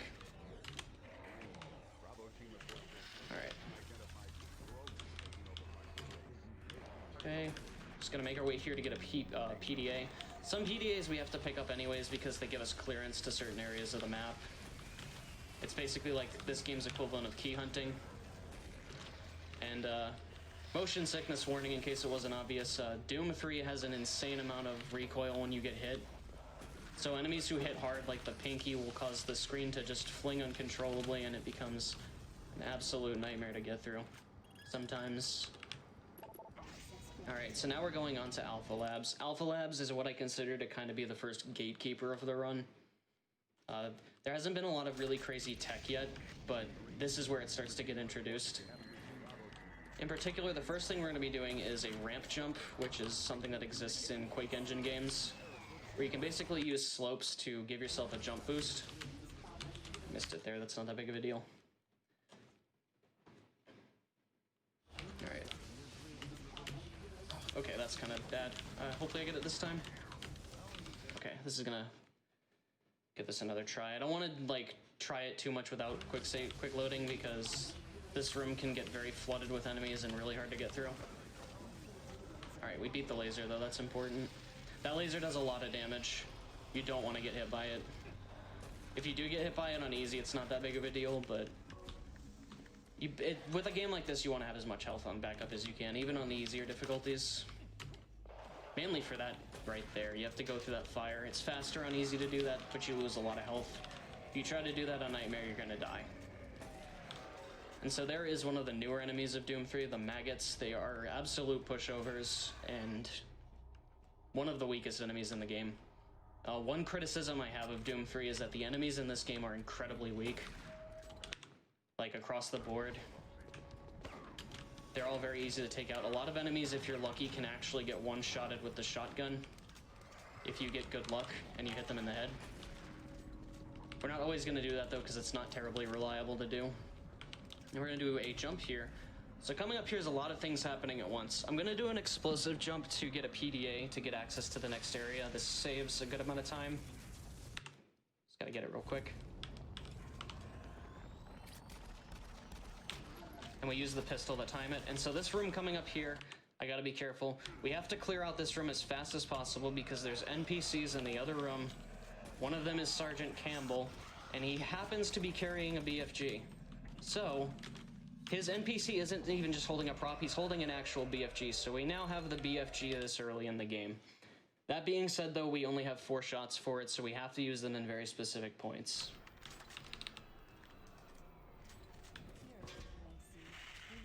We're gonna wait here to bypass a collision. There we go. Yeah, so you might think it's kind of crazy that we get the BFG this early, and it will be. When you see how we use it the first time, it's gonna be kind of nutty, but we only have 4 rounds on the BFG until we get to Delta Labs, which is a fair bit of time away from this point.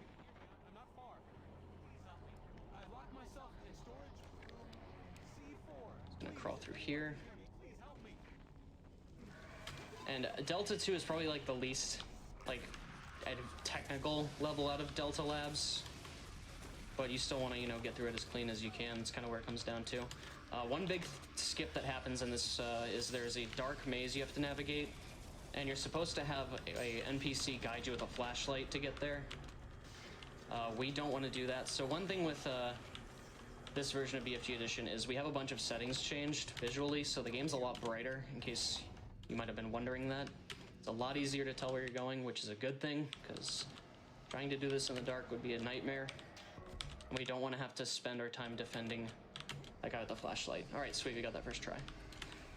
So yeah, if you know where you're going and you have enough visibility, you can do very specific strafe jumps to skip over different parts of this maze, and you're basically out of there. And now coming up here is one of my least favorite tricks in the entire game. It's incredibly dumb. It's, in theory, really easy, but you have to use geometry for platforming that's not designed for it, and it becomes a total mess, and hopefully we get it first try. Oh, nice. That looks a lot easier than it is. That collision on the health dispenser is very, very weird, and can be very slippery. Okay. Delta 3 has some very intense speed tech coming up very early on. I'm not joking when I say that this part might be one of the hardest sections in the entire game, so hold on. I need to very much focus, okay?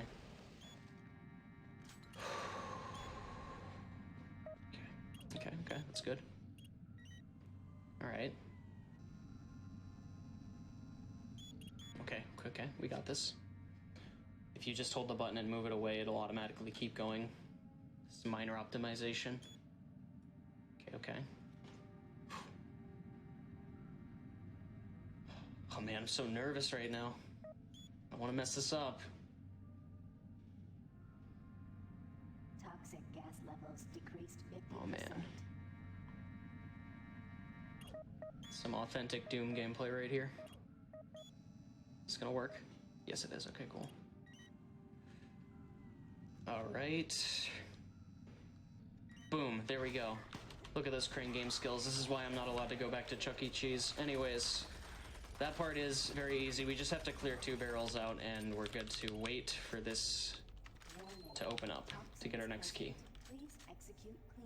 Alrighty, so I don't think if there's anything else big coming up here. Oh.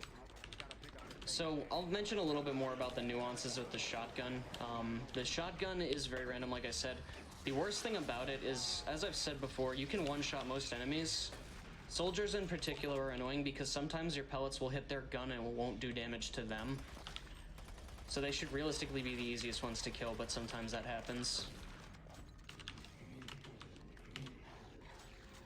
And if anybody's wondering, I am playing on easy. I know some people are going to be like, oh, you should play on Nightmare difficulty. And yes, Nightmare difficulty is a really cool run. It's a very different run because you're constantly losing health and you have to manage kill counts and soul cube usage pretty much throughout the entire game.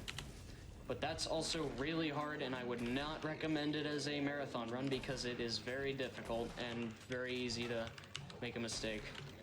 It's already very easy to make a mistake on easy, but you've got less to worry about with that.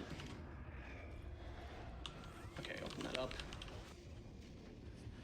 And now we're going on to Alpha 4. Alpha 4 is pretty cool. There's a lot of movement in this one. And I mentioned before that there's limited use of the BFG early on. This is the one level where we're going to use it, and where we're going to use it is going to be obnoxious. We're going to save that guy because it's faster to save him. Plus, you know, we're good guys for the most part. Okay, there we go. That's a little bit of a dodgy one. Alright. And we're also going to be using grenades a lot in this game. Casually, grenades seem like they're not that good, but they're incredibly great for crowd controlling small groups of enemies like that. And they'll basically instant kill most enemies that are weak. And we also just picked up Adrenaline. This is a power-up we're going to get a couple times in the run. And it's really nice because I mentioned that stamina is limited and drains when you run. Adrenaline allows you for a brief period of time to have unlimited stamina, which is really nice and just saves you a lot of trouble. I also slurred that word a little bit. Don't mind me, I'm just a little nervous. Alright. Okay, I didn't get a good strafe chain there, but that's fine. Alright. So we're going to be coming up here pretty soon on the first boss fight of Doom 3. I mentioned that enemies in Doom 3 are really weak. In particular, the boss fights aren't terribly hard in this game except for one of them. And this boss in particular does have a decent amount of health, considering how early in the game it is. But since you have the BFG, you can just one-shot it with a headshot from the BFG. It makes that boss fight an absolute joke, because that boss normally is kind of hard, because you usually are only fighting with the shotgun and grenades at that point.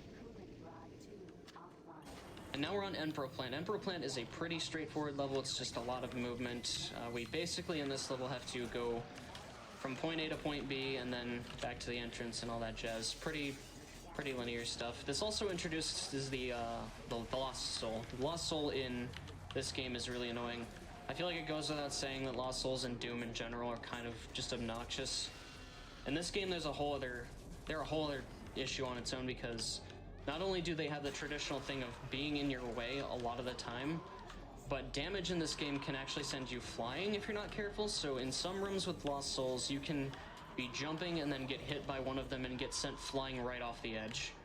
I hope to God that doesn't happen, because I will not be happy if that's the case. Did I miss him? Jeez. Alright. So now we're going on a bit of a lengthy elevator ride. If you have some donations, now is a great time to read them. Of course, we have $5 from Big Law that says, "Hey Rip, good luck with running Doom 3. Very glad to have Dwayne The Rock Johnson ripping and tearing with us today. Putting this my donation God. towards Half-Life Alyx. And we do still have that incentive for the bonus game of Half-Life Alyx up. We are at 13,000 out of the 90,000 needed to open up that bonus game. So get those donations in now. Please do. That looks really cool, and I hope it gets met. You got time for another one if you have it. All right, we have a $100 donation from Connor that says, "Super cool to see you get to do a speed run for this, man. Crash Team loves you." Aw, shoutouts to the Crash team. They're like one of my longest groups of online friends. Known them for like 10 years at this point. It's crazy. Shoutouts to Connor and the rest of the Crash team. And yeah, that one elevator ride we took down, we have to take it back up again. And we're gonna use our second instance of the BFG. We're only going to use one round for this one because it's just going to help with crowd clearing. The BFG works kind of similar to how it usually does in Doom, but the main difference is that the explosive damage from the main BFG cell is enormous, and the Tracers and how they kill enemies in this game can be very hit or miss. You're either going to kill everything you want to, or you're going to kill like one thing. And we got most things there, so that's good.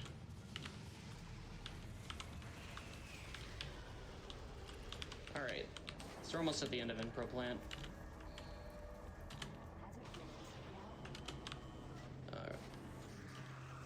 I have to be very careful in this next couple of rooms because there's some things that can be minor inconveniences that can kill me. I could get my jump eaten here, which didn't happen. And then if you're not lucky, this imp can throw a fireball at that barrel and it will blow up right next to you and you will die. Alright. That's that. End of the level. Nice. Alright, it's communication transfer. This is a level with some pretty cool speed tech about halfway through it. In case it wasn't obvious here, whenever you're outside on the surface of Mars, you have an oxygen meter, but most of the time you're not outside long enough for it to matter. Because a lot of the areas are short, or we have skips for them, so... It's one of those... This game had a lot of weird mechanics just thrown into it. The stamina alone was kind of annoying, but it's not as annoying as it is in, like, Return to Castle Wolfenstein, because in that game you also lose stamina for jumping.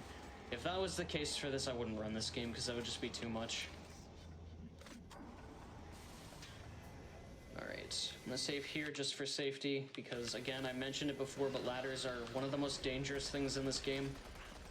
Because this game does not handle Doom Guy getting stuck in things very well.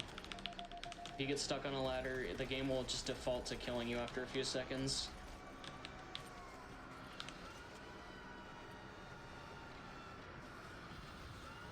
Alrighty. So coming up here, we're going to be going to a room that's going to give us the chainsaw. Now, I stand by the claim that the Doom 3 chainsaw is probably the most overpowered chainsaw in Doom.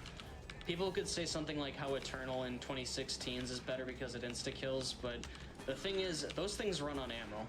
This thing has unlimited ammo and its DPS is absolutely bonkers. So you can kill a lot of enemies really quickly with this thing. So we are going to be using that quite a bit. Alright, I'm going to be careful here because this part gets really dicey. There's a little bit of randomness here with cacodemons. Those ugly things there, that's... Oh my goodness, that's really bad. I'm just gonna reload because this went really south really quickly. Cacodemons, like I said, are in this section kind of random. You gotta watch out for their attacks. And then we're gonna do a ramp jump here, which is kind of tricky. I'm gonna kill these guys out of safety because I don't want them in my way. And normally we're supposed to ride this thing all over the place to get to this point, but if we ramp jump up there and then just make a careful jump across, we're good to go. Alright, that's done, and we got one more ramp jump we have to do after this. We're gonna take a quick fall here. In case you don't know, fall damage in Doom 3 is kind of crazy at times. Sometimes it's pretty forgiving, other times you will just die instantly. You just kind of have to know where it's safe to fall in the game. And here's Berserk. So Berserk's interesting in Doom 3 because instead of it just applying to your fists, it actually applies to every weapon. So you can use the plasma gun with it to kill these zombies really quickly.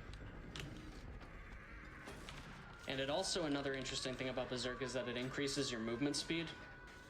So in any instance you can use Berserk, it lets you go through certain sections really fast. Sometimes it's almost really hard to control because of that. There we go, that's the end of that. Now for communications. Communications has a branching choice situation when you get towards the end of it, where you have to choose to either send a transmission or not. Spoilers, it has no real effect on the game. The only thing it affects is that if you choose one option, it is 7 seconds faster in a later level. And that is the only difference. Which is also kind of funny because Doom 3, this is a weird one. For whatever reason, you know how on Twitch some games have like automatic tags that get applied to them for like what genre of game they are. One of Doom 3's automatics tag is a visual novel, which is so far from the truth. I don't know how that ended up being a label, but yeah, Doom 3 is my favorite visual novel. I love it. Clannad ain't got nothing on this game. Alright. This is another level where stamina management can be really, really hard because there's a long stretch of movement that you have to go through before you get a chance to breathe. There we go. And one thing that's not maybe visibly apparent is that a lot of times when I'm doing jumps, I'm going to be crouch jumping. It's not going to necessarily be visible, but crouch jumping is super useful for getting through areas because there's a lot of places you can bonk your head or minor obstacles in your way that can block you. Oh shoot, I gotta switch to the chainsaw here. And also one of the harder things about Doom 3 as a speedrun is micro-optimizing your weapon switching because you do it a lot. So you want to make sure your weapons are mapped in convenient locations. Alright, and that's my little robo buddy. He's pretty cool. He's gonna help us get through this section. To optimize this section, you have to basically kill all these enemies before Robo Buddy sees them because then he'll shoot at them. And that wastes time. Because he's gonna be staying in place instead of moving towards his next objective. It's cute that he wants to help out, but it's not that good. And also his bullets can actually hurt you.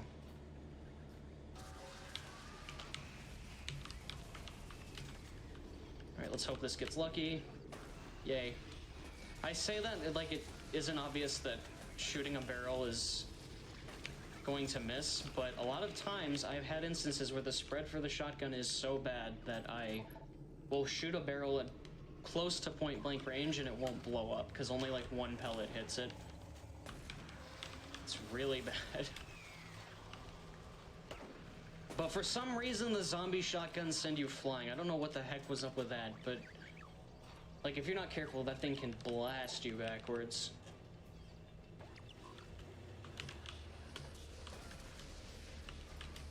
Do we have time for a couple of quick donations? Yeah, now's a really good time.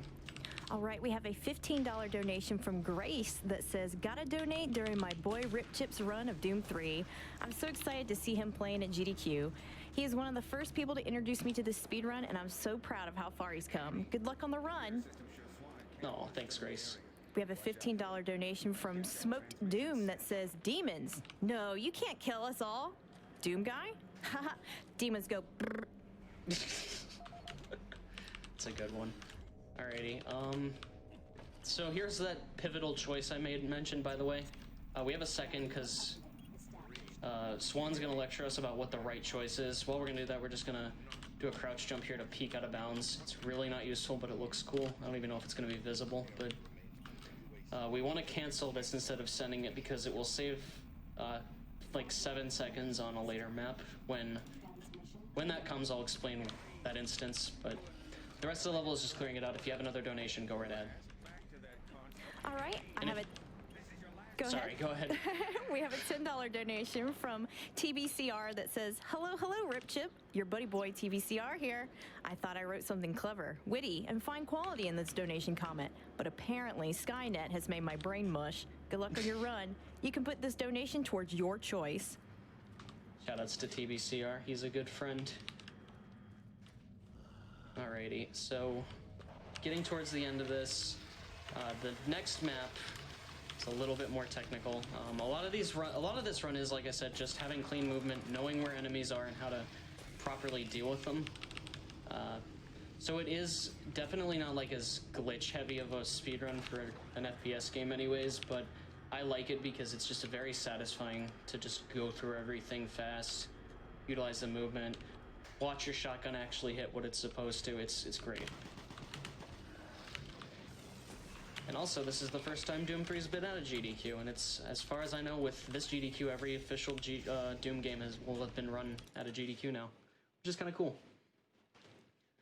So going on to Monorail Skybridge. This level is pretty easy for the most part. There's a couple of sections that are really, really sketchy. First things first, we gotta get back out of the surface of Mars. It's like I said, we have oxygen we gotta watch out for. And like I said before, oh my god, he came into the airlock with me. Jeez, that was interesting. Alright. I didn't kill that zombie. Sometimes if you throw that grenade, it'll kill the zombie while it hits the pinky. Alright, so here we're about to see like the biggest downgrade from Doom to Doom 3, which is the Revenant. The Revenants in these games are really, really lame. They look really dumb and they die very quickly. If you are lucky, these are one of those enemies that if you get a perfect headshot with the shotgun, you can actually kill them in one hit.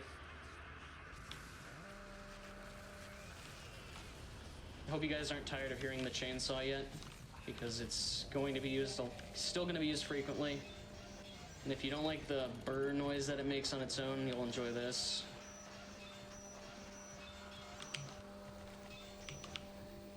Alrighty. So now we're gonna kill these. We gotta be careful through this hallway. There's two pinkies. That one in particular can be kind of random. This one, once he sees you, he's gonna roar, which means you can just run right past him. And also we picked up another adrenaline, so we're able to not worry about our stamina for a while, which is nice.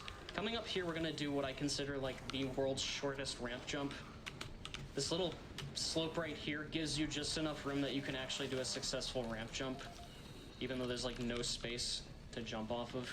If you time it right, you'll get a perfect ramp jump, and it's a very small window, but I don't know, it's just kind of amusing that that just happens to be there, and it skips a good chunk of that section. Alright. Shoot him. Alright, so one other little technical detail about Doom 3 that's going to be here is places where enemy spawns like that, if you do explosive damage to it, it can kill the enemy before they even spawn. So it's just a minor, like, time saver. Micro optimization, might even call it. Oh my god, these spiders are awful. So yeah, I hate spiders in real life, and these ones are terrible because they are just horrifying looking because they have like an inverted face, and you're never really going to see them up close during the run, thank goodness, because they're just really creepy. People can talk about Doom 3 all they want negatively, but as much as I criticize some of the enemy design choices, some of them they nailed pretty well, and I think the spider's one of them. And now we're coming on to a really weird little explosive jump. We're gonna combine both grenades and rockets to do an explosive boost. I'm gonna set myself up here. Perfect, first try. That jump is way harder than it looks, and it looks hard. You basically have to combine an explosive jump from the grenade, the rocket, while simultaneously doing a ramp jump. So this is the level, by the way, where making that choice for the transmission actually matters, because Betruger is going to give you a little spiel here,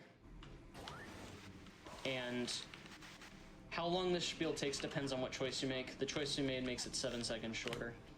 And we also escaped that while we were hitting the button so that we don't get stuck in there and we can just climb up to this next area immediately. It's kind of nice.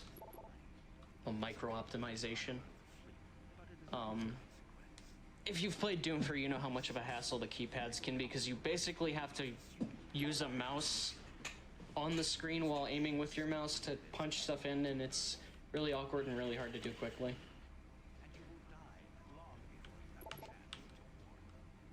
Alrighty, So now also we have the rocket launcher for other things than explosive boosting. As much as I like to use the shotgun, the rocket launcher is, as weird as it's gonna sound, arguably the best close quarter combat weapon in this game. Because a lot of enemies go down in one hit with it. And we'll be getting quite a bit of leverage out of it for most of the run. Alrighty, if you have a donation, now's a good time to read. And if you haven't donated, donate to Half-Life Alyx, because that's going to be super cool. We have a $25 donation from Fiery One. Rip Chip, you must defeat the demons and go very, very, very fast. $25 for the Half-Life Alyx run. Let's make Alyx go fast. Nice. Also, these little baby enemies here, right here. Sorry, I'll let you continue in a second. Those little baby enemies are called cherubs. They are obnoxious because they're small and they also hit really hard. Make your screen shake a lot. If you had another donation, go ahead and read it. Sorry if I interrupted you. That's okay. We have a $50 donation from Riva Style that says Doom 3 and chill. How can it be better? Helping a good cause, maybe? Big shout outs to all the runners and staff. Keep up the great work.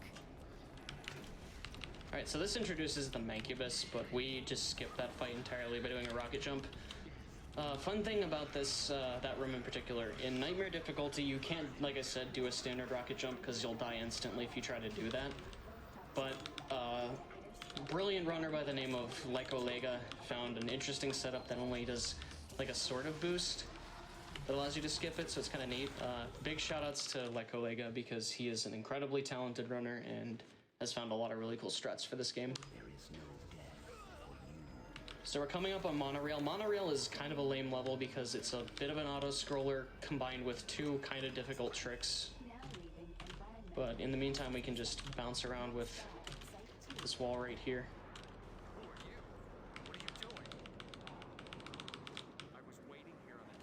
Right.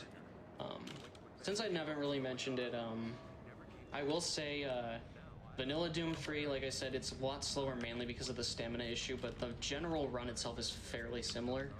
So if you wanted to run it on Vanilla Doom 3, be my guest. If you ever want to do a run of the game, but want to do it as fast as you can, BFG Edition is obviously the better choice. I think BFG as a port for playing Doom 3 casually isn't the best choice, but that just comes down to preference. And while we're waiting on this train, if you have another donation, go for it. It's all you. All right, we have a $100 anonymous donation. Great run, making for an even better distraction from studying. Shout out to that sweet Ronin Kenshin poster in the back. Nice. I forgot that that's there. Anyways, so when we get off of the train, the game is going to try to equip the shotgun. We don't want to use the shotgun, we want the rocket launcher. So if we time when we equip the rocket launcher, we can cancel that shotgun showing up. Can be a little bit dodgy. Alright, gotta be careful here because I messed this up. Just try and get on these boxes. It's not very reliable geometry here. I'm gonna do a rocket boost off of this up here. And here comes another keypad we already know the combination for. Oh, let me get full health here. It's better to have it. Alright, so now we're going to take a totally safe train ride to the other side where there's going to be absolutely nothing that's going to go wrong. We're going to make it to our home stretch without any trouble whatsoever, and I can't wait. We're going to do a really sick bounce while we're at it.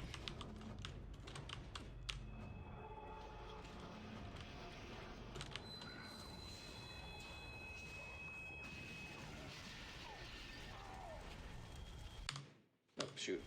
And see, look, we made it. No trouble whatsoever. I'm gonna save here. It's weird to save here, but this ladder has killed multiple runs on me in the past. Like I said, sometimes ladders can get you stuck and you just die, and you don't want that to happen.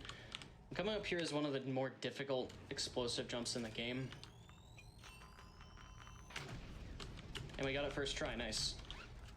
That one is really hard to time because you really need to be in a very specific spot, and you also need to do the jump at just the right time so you get enough height to get up there. And now we're gonna brute force our way through this turret because we don't have the key card to turn it off.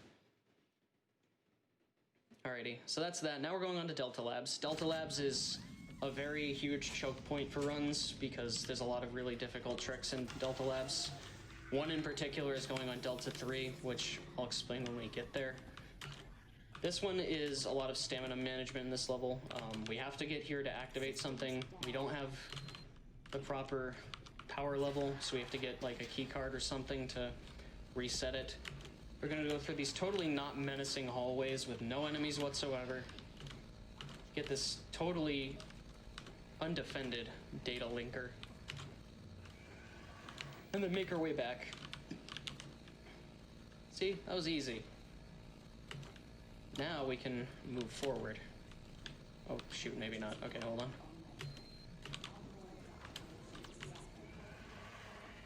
And I'm holding shift too much. My jumps aren't very good.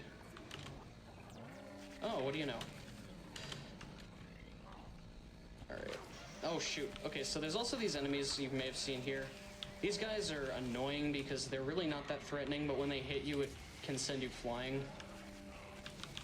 But there's a fun little trick with them. If they throw out their tentacle attack, you can just crouch under it and you won't get hit. A lot of people don't know that, and a lot of people get hit by it and it's frustrating. Another adrenaline here. This next section we're gonna be getting to basically where we need to be, and then we're supposed to take another route to get back, but we're basically just going to backtrack because it's faster and we have rockets that'll help make that easier. We have this elevator we're gonna take right here, but it is going to break when we're done with it. So you'd think, man, how are we gonna go back up? Well, listen here, my friends, we have the power of rocket jumping, and it's gonna make it very, very easy.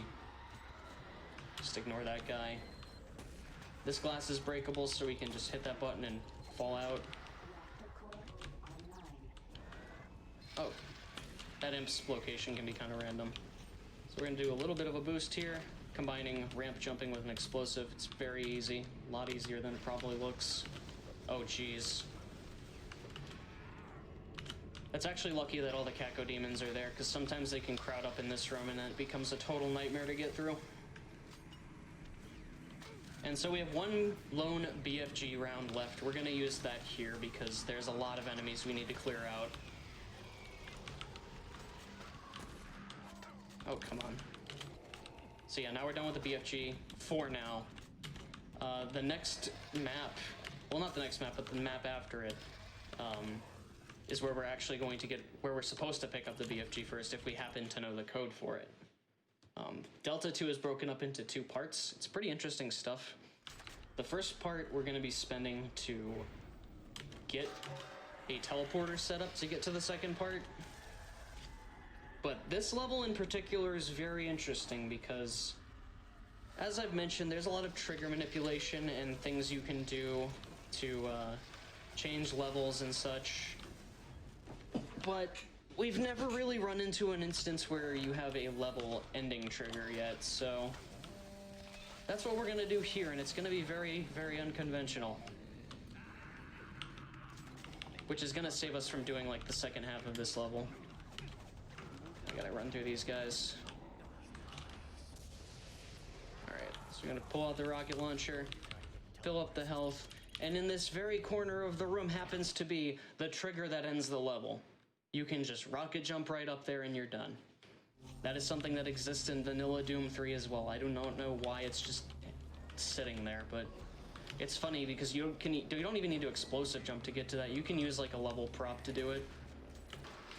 And the second half is just also very short because we're going to do an explosive jump to skip most of it.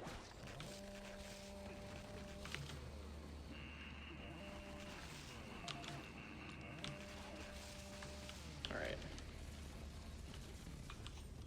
Play it a little safe here. Alright, so now we have to do a explosive jump with a grenade and a rocket. And it's funny because you really don't have to do that because this jump is not terribly hard. I messed it up there, but that's just because I want more time to explain this. We're gonna throw a grenade and do a jump here.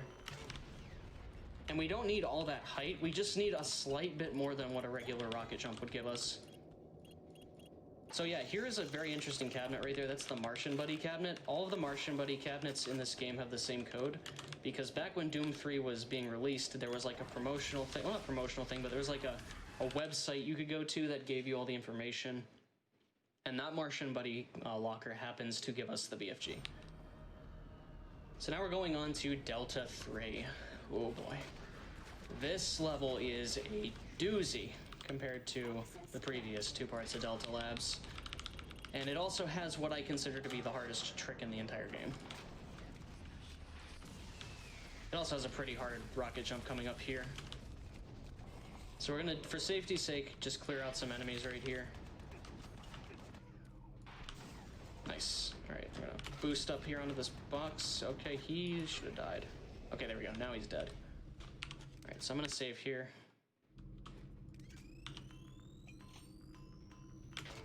Nice, first try. Wowee.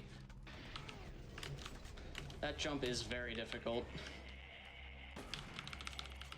And we just happen to have a health pack right there we can just empty into us. So that part's hard, but it pales in comparison to the next trick we're gonna be doing.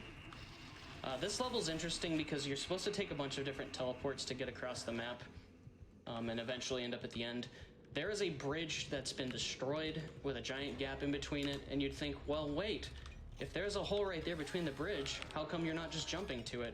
And the reason that we can't is because the gap for the bridge is guarded by Hell's strongest force, which happens to be called an invisible wall. So you can't just jump past it. You have to get very creative. And we're about to do that right now. So I'm going to focus for a second. Hopefully I get this quickly.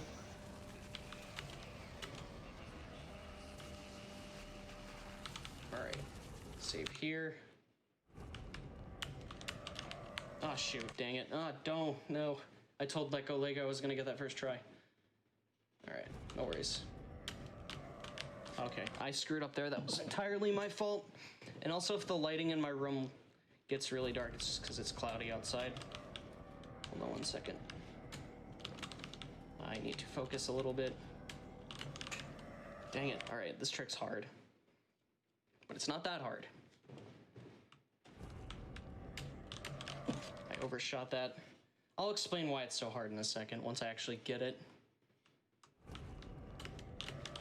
There we go. Okay, whew, first try. That's crazy. I can't believe I did that. So yeah, that trick is incredibly hard for a number of reasons, and I'm about to spout out a bunch of technical jargon, so be ready. So to get that jump to work, you need to combine a circle jump with a regular strafe jump. If you jump at the wrong time, you will either go over the edge or you'll hit the rail and lose your next jump.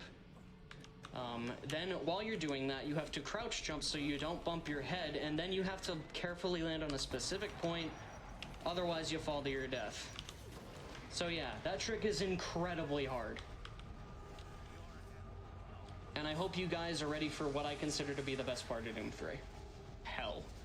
Not only is this the coolest part of the game casually, but it also is my favorite level in the run, because there is a lot of really cool speed tech here.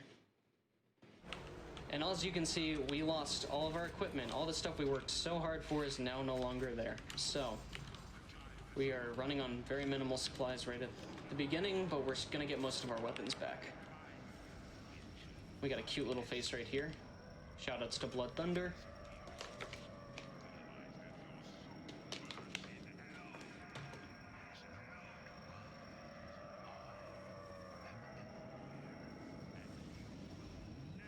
We just gotta wait for this little spiel to be over.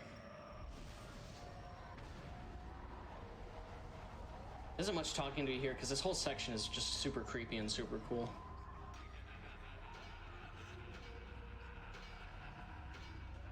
But coming up right away is going to be our first skip in Hell, which normally we're supposed to kill a bunch of enemies and wait for a bridge to appear. However, interestingly enough, part of the collision on that bridge is still there. So if we jump correctly, we can actually make it across and just jump across the empty space. This can be a little bit picky though, because there's weird geometry on the floor that can eat your jump inputs. Just happening right now, unfortunately. It's not good. If I don't get this next try, I'm just gonna do this the normal way. There we go. Jeez, that jump's really not that hard. Like I said, it's mostly because the floor geometry is a little bit weird. And slopes can just eat your jump inputs, cause you to mistime them.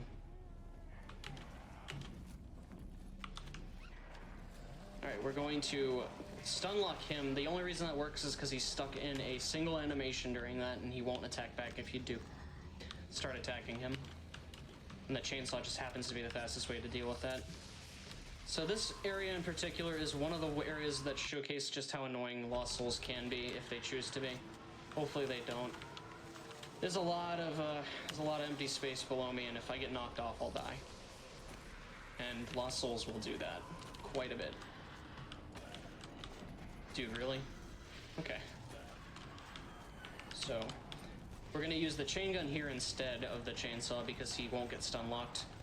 And if you just unload into his head with the chain gun, it will do a lot of damage.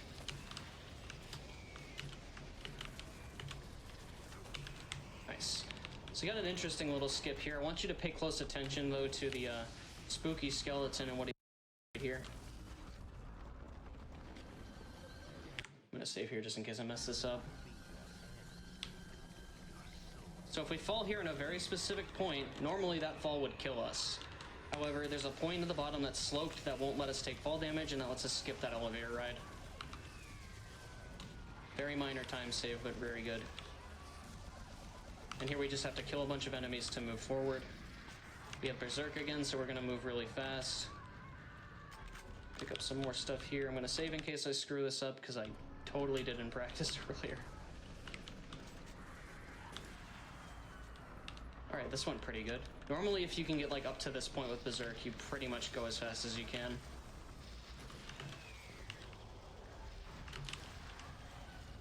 Alrighty. Looking at our health to make sure we're okay. Looks pretty nice to me. So this next section's a little bit dodgy. We have to try and sneak past an enemy instead of fighting them, but this can be very inconsistent, but he was being nice today, so that's cool. And if you guys miss the BFG as much as I do, it's right here. And it's important that we be very careful with our BFG here because we need a very specific amount of it for the rest of the level. Because we need to, by the end of this, when we get to the boss fight, we need to have 4 BFG rounds and 5 rockets in order to quick kill the boss.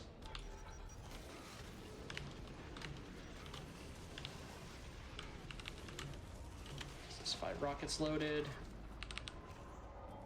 BFG's loaded. So the next boss is the Guardian, and the Guardian's interesting because the way he works is you need to shoot down his drones in order to expose his weak spot, but you get one period of time where at the beginning where you can do a lot of damage to his weak spot. And if we set this up just right,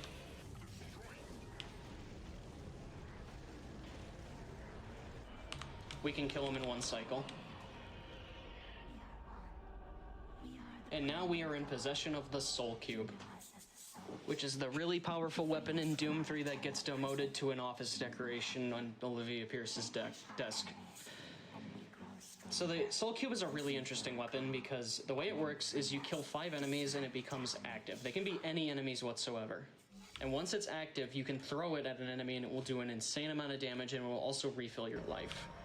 So in Nightmare difficulty, you get the Soul Cube right at the beginning of the game because your health is constantly draining, so that becomes a game of managing your kills and your resources so that you can use the Soul Cube as frequently as you can to keep yourself alive. And now we're back to Delta Labs. We lost our weapons when we got into Hell, we got them back, we lost them again when we come back to Delta Labs. Isn't that just cute? Alrighty. Part's pretty straightforward. If you have a donation, it's been a minute, so if you have one, you can read one. All right, we have a $20 donation from Sushi Elemental that says, Doom 3 is my favorite visual novel. How dare you? It has good visuals and was quite novel at the time. Makes sense to me. Oh my god. That's actually brilliant. You can read another one if you have one. All right, we have a $25 donation from Lancelot. Here for Doom 3. The first time I played this took me a while at a snail's pace. I played it because of being a scaredy cat. Alrighty, so we're gonna try to do a little very minor time save here. It's not that big of a deal if I don't get it. Oh, jeez. Okay, I didn't get to time that because I got shot in midair. That was cute. So yeah, Soul Cube. That's an Archvile. That was an Archvile. And now he's dead. Okay. So coming up here, we're gonna have Swan, who's another NPC character important to the story. He's gonna give us our card and tell us some important information. But we don't really want to listen. Here we go. Now we have access to pretty much every other keypad area in the complex. Alright, gonna do a minor optimization here where okay, never mind, didn't work, shoot. Alright, yeah, so we're going on to the late game of Doom 3 now. This is where things get really interesting because of the Soul Cube and having access to really powerful weapons. Again, once we get them. But first we have to get through this gauntlet of level. This is Central Processing. This is my least favorite level in the game. It is just an absolute mess to get through. There's not a lot of cool movement, and there's a lot of hallways where enemies can just flood. There's a lot of cherubs that can make you fall to your death. As a matter of fact, I'm gonna kill this one so he's just slightly less in the way. We have to be careful here because this section is evolving into a hellscape, and if we fall, we die. You know, just like it is in any visual novel. Anyways, it's just a matter of going up elevators now. Once we get to the top and get what we need, we're actually not going to ride one of the elevators back. We're gonna fall because we'll have just enough height that it doesn't kill us when we take a fall damage. But the problem with this section is the elevators are very prone to getting stuck because enemies will try to jam themselves in there. And that is not fun if that happens, because if that does happen... Oh shoot, where's my chainsaw? That was kind of messy. Yeah, if they get stuck in the elevator, there's a chance that we can actually soft lock the level, and we do not want that to happen. Oops. Alright, so there's what we need. We're just going to take a quick fall here.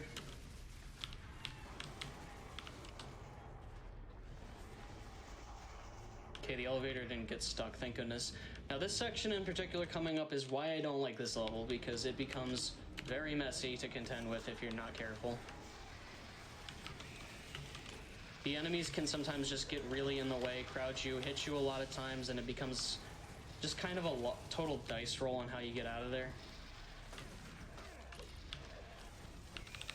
But now we're towards the end, and we're just going to take another wonderfully slow elevator ride to the bottom.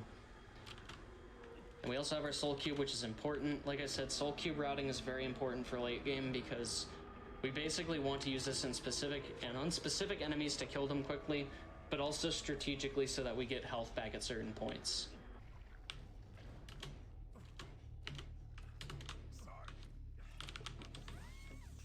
Alrighty. So this next room we're going into, thank God we got out of that level, I hate it so much. Central Server Banks. This is a pretty interesting level because you've got to be very knowledgeable and strategic about how you approach this level with how triggers work and how enemies spawn. You actually have to run here to spawn the Archvile. We're going to use the chainsaw to take out the Revenant. It gives us enough time to pull out the Soul Cube and kill this guy with it. One of the most annoying things about the Soul Cube in particular, by the way, is that sometimes it will just completely miss its target. That doesn't happen too often, but when I played this game on Nightmare difficulty, I swear to God, I like tickled the backs of maybe like 6 or 7 different enemies instead of actually, you know, killing them. We have to be careful with this particular section because there's this really weird quirk that can happen with this bridge where if you are moving on it while it's moving, there is a small chance the game will just decide that Doom Guy's going to die here. Oh my God, that's definitely not what I meant, but that's a new one. All right, sweet. First time for everything. Alrighty, let's approach this a little bit more carefully. I'm just gonna stay in one spot. Okay, cool. We're not dead. We're gonna save here so that doesn't happen again. And now we're just going to cruise along this geometry. Rocket jump up here, rocket jump up there. And that effectively skips most of this level. And now we're gonna fight this boss fight. I love this strat so much. It's another strat that Lecco Lego found, I'm pretty sure. You just do a ton of damage with the Soul Cube and then unleash DPS with the chainsaw. It's a fun boss fight. And now we have the BFG again. This is where, like, you're supposed to get it intentionally the first time without knowing secrets. So we're gonna do a rocket jump here. It's gonna look a little weird, but that saves time because if you rocket jump correctly, you skip a trigger that spawns in a Hell Knight and warps the room, and that creates a cutscene that's a little bit slow. But here we're just going to be making our way through sections while building enough kills to get the Soul Cube. Oh, he's not dead? What the heck? Alright. So now is what I like to call donation time, if you have it. We definitely do. We have a $10 donation from Midnight that says, shout-outs from all of us in Crash Team. Great to see our boy Rip Chip running at GDQ. Love everything about the run thus far, so keep being awesome. Good luck with your run. We'll see you on Discord later tonight. Absolutely. All right. So this is the first Soul Cube enemy we gotta do. There's 2 more enemies that are gonna spawn here. We're gonna reload and pull out our chainsaw. There's this guy who wants to talk to us, but we don't have time for that, so... just gonna get him out of the way.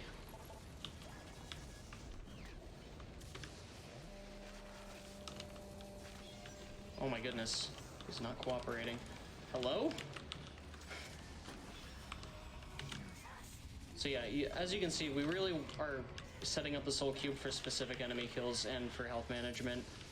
Mostly for like the bulkier enemies like Hell Knights and Archviles, just because it's the fastest way to kill them. Alright. This is also where the game level design just starts getting kind of gross.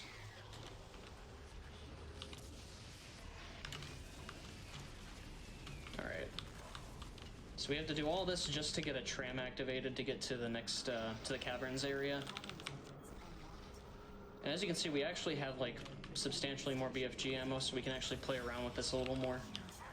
Some of you guys may not be familiar with this. Some of you guys may have never seen the Doom movie, but BFG actually stands for Bioforce Gun. I believe that's a line that Dwayne "The Rock" Johnson said. So I believe that it's canon. Alright, and after all, Doom 3 is just a video game that's based off of the Doom movie, so... we're going to ride this tram to the next area, which is going to take us to caverns. This is like the last major section of the game.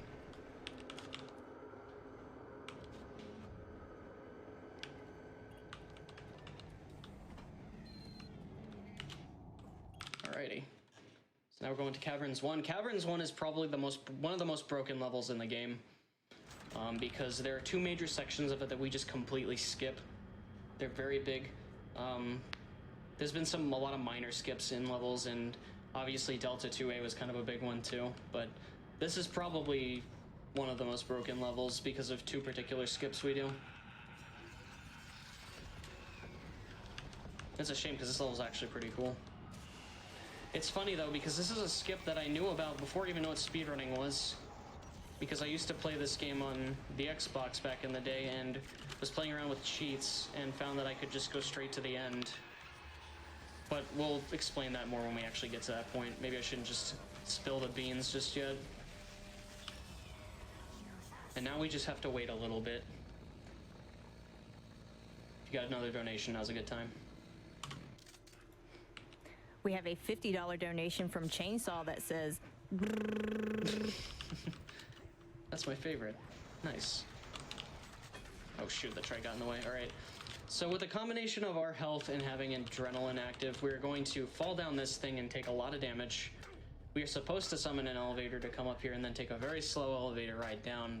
Emphasis on it being very slow. We can just tank our way through this, get to the very end. I'm pretty sure you can also do this on Nightmare difficulty too. It's amazing that they didn't make that do more damage to you, to be honest.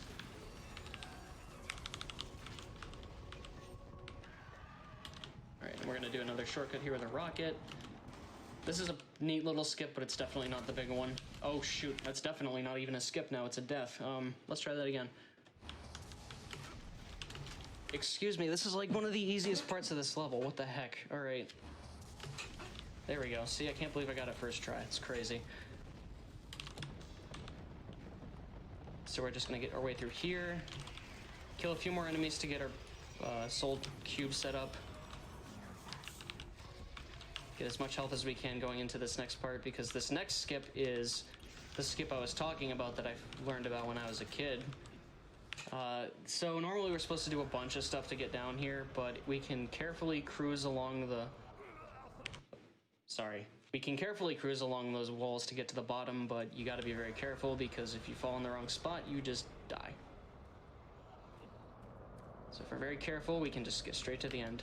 See, at a normal GDQ, this is the part where the audience claps, so I'm requesting that you guys clap at home. Thank you. Anyways, that's the end of Caverns 1. Caverns 2 is a much simpler level. It's very linear.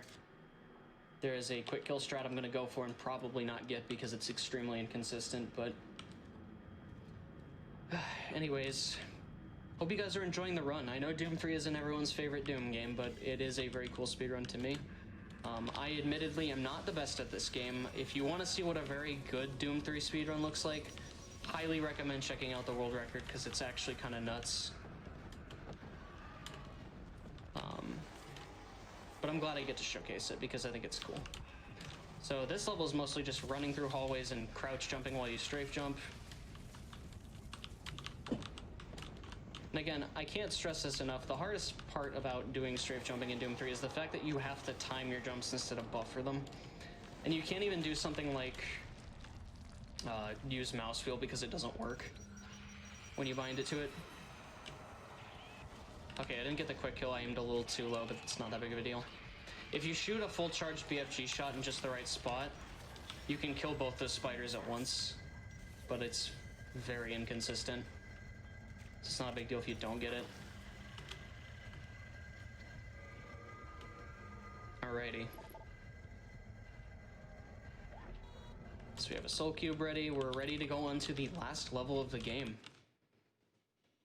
Hope you guys are ready. Because we're going to fight the final boss, which most of you probably know who it is. It's a pretty iconic Doom enemy. But how you fight him is very different from the other bosses in the game. There's no real quick kill method to him because the way you fight the Cyber Demon is very different in this game. You basically have to hit him with 4 soul cubes. The most optimization you can do for that is to have a soul cube ready at the beginning of the fight, which we happen to have. But the Cyber Demon isn't much of a threat. There is one problem with the Cyber Demon, well, 2 technically, actually. If you're not careful and you get hit by a rocket in midair, you can get sent off the map. And the other thing is that the Cyber Demon has an attack at close range, which is his stomp, and that is, no matter what health you have, always going to instant kill you, so you do not want to get too close to him. He does not want to hug. So here we go, final boss, let's go.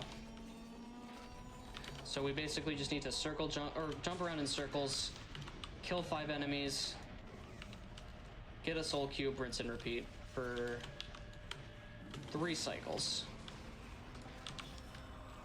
And you have to be careful because sometimes you can actually outrun your soul cube and you have to wait a second before it comes back. Also gonna save in case I screw this up because, you know, that was very sketchy. Sometimes the Cyber Demon likes to go into, like, really close to the edge or really close to the middle, and that can be a huge problem.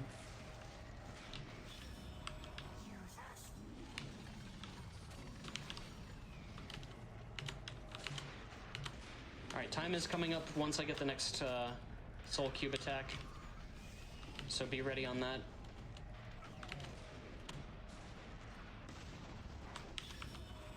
Alright, and time. So yeah, that is Doom 3. I hope you guys enjoyed the run.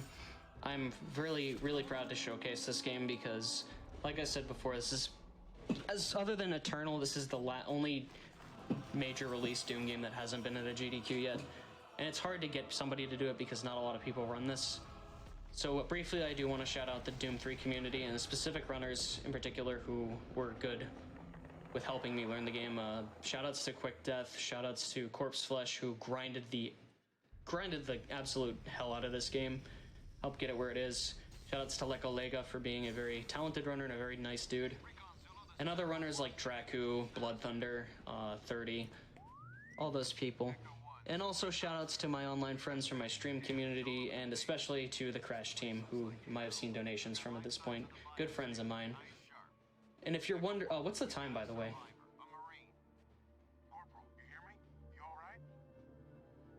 Great, that's awesome, thank you. I'm not gonna lie, I was really nervous when I started derusting this because it was a rough derust, but to actually finish a run's really nice. Yeah, if you're wondering what happens to Matruger, here you go. This is setting up for the expansion, which I'm not going to run because that speedrun is awful. So yeah, I hope you guys enjoyed this. Hope you enjoyed all the other runs that have gone on today. Today's just been a really stacked day for good speedruns, and yeah. If that's all, I will be on my way. Thank you guys for having me.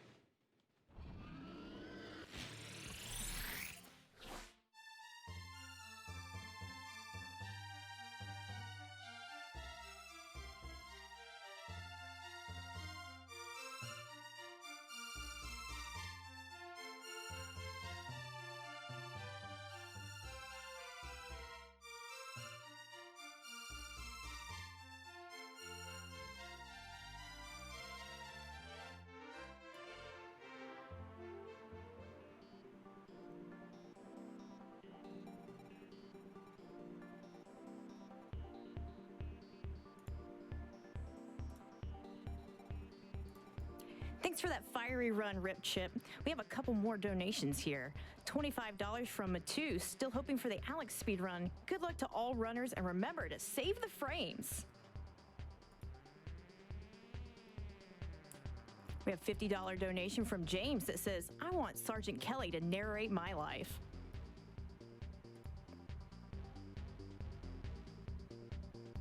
$15 from Lost My Film. I don't really know what this incentive is, but more GDQ is more gooder.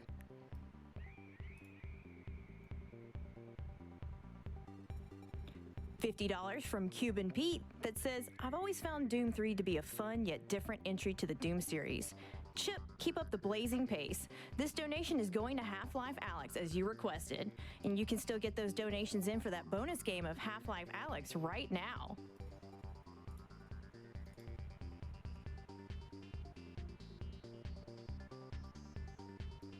We have a $1,000 anonymous donation. No comment, but thank you very much for that generous donation.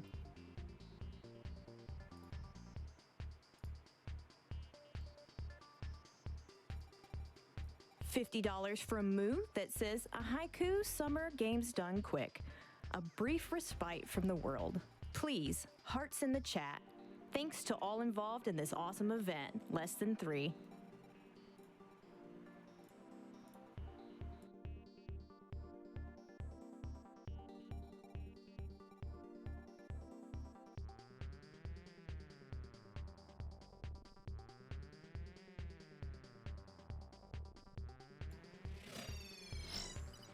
RetroTink LLC is a boutique designer and manufacturer of the popular RetroTink 2X line, doubling upscaler for zero added lag connection of retro consoles to your modern HD TV.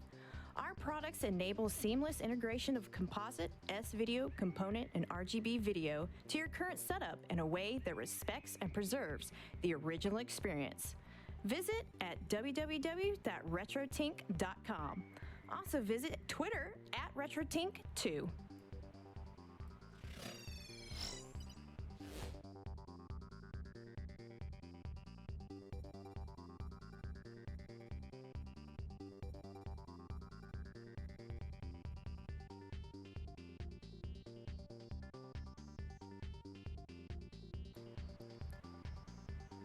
We have a $10 donation from number one contender, Fighting Evil by Moonlight, Winning Love by Daylight. Rip and tear, Chip, rip and tear. That's it for me, everyone. But once again, I'm Sam Without a Plan, and it's been a pleasure to host for you today. Coming up next is Warframe with runner Crusader. But before I pass the mic on to our next host, we're going to go to a quick ad. Thank you for watching SGDQ 2020 Online, powered by Twitch.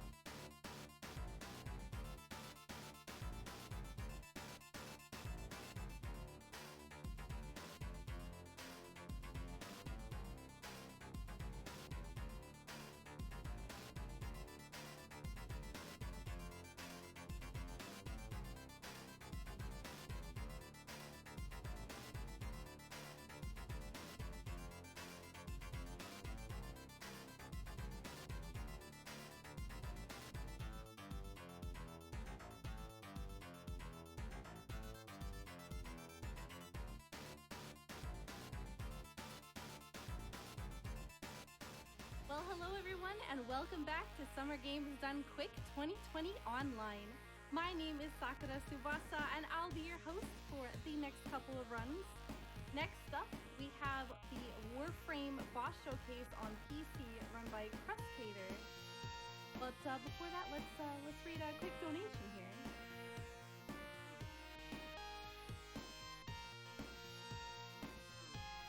We have a $10 donation from No One Contender, saying, "Fighting evil by moonlight, winning love by daylight, rip and tear, chip, rip and tear."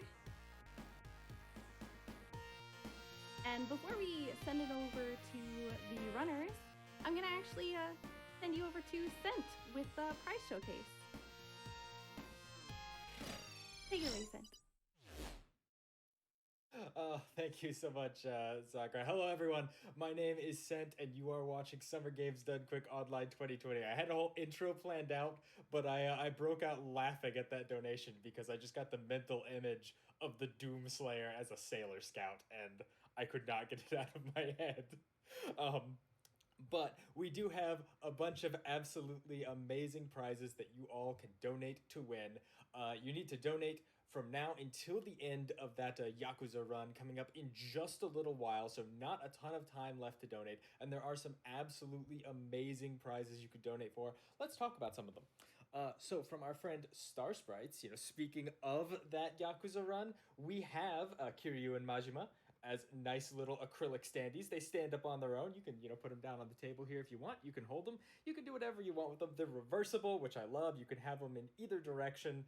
And, there is an incentive right now, actually, to get Majima, Goro Majima, his own little side story run at the event. You all definitely want to donate for that. I think it's a $20,000 total incentive, and I think we're only at like 7,000 of that. We still have a few hours, but we definitely want to see that happen, and I know that you all can make that happen. It's a $15 minimum donation for the two of these. They come as a set, and again, you have until that Yakuza run to donate for them. Let's just set them down gently out of the way. Now we have a couple of really amazing prizes that unfortunately I wasn't able to have on hand. The postal system didn't quite get them here in time, but they are wonderful. You should head over to gamesdonequick.com and check out the tracker for some great images of them. Eric Rose sent over some beautiful Mega Man drawings. They are like Vaporwave inspired. Maybe I'm just a sucker for Vaporwave, especially with the Mega Man aesthetic, but they look absolutely beautiful. You gotta check them out.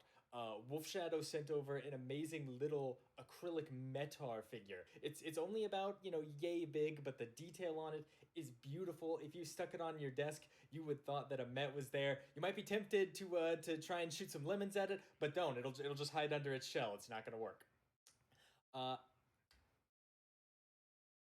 We also have this wonderful headset from Epos.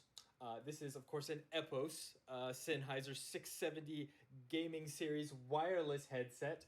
Low latency Bluetooth headset, super soft ear cups on it. You got Sennheiser quality sound performance with closed acoustics, so you're getting the best sound for sure. You got separate audio and in-chat ear cup wheels for on-the-fly volume control for different things. It's great. It is an amazing headset. Again, I believe this normally retails for at least $250. You could win one for a donation of $25 between now and Yakuza. Make sure to get those donations in. And again, a huge, huge shout out to Epos for sending us, I think we have 5 of them to give away, which is absolutely incredible. Now, from our friend Bear, we have this beautiful Velocity figurine. Yeah, Velocity, the speedrunning raptor, the new GDQ mascot. Velocity is super cool. And, I was thinking, how much should this Velocity figure be a minimum donation for? How much should people have to donate if they want to win Velocity? And I decided that realistically, everyone should have an opportunity to take home Velocity and enjoy Velocity's company. So $5 minimum donation, only $5 between now and the end of Yakuza, and you could have your very own Velocity figurine. As far as I'm aware, the only one that I've seen posted to social media. So huge thanks to Bear for making that for us. And of course, when we're talking about prizes, we always have to be talking about our grand prize. Let me go grab one of the options for you. Of course, the grand prize itself is a custom prop from our friends over at Heroic Replicas, and we have so many amazing choices. You can head over to GamesDoneQuick.com, check out the tracker. It's going to show you all the choices. It's going to show you all the information about each of the choices, as well as some of the customization options, and there's an album of pictures of all the choices. There's so much cool stuff. There's a full-size Buster sword. There's a Fierce Deity sword from Majora's Mask. There's the Chris sword from the animated Legend of Zelda's cartoon. There's, of course, this beautiful Zora guitar, 6-string functional guitar here, also available on a 4-string bass.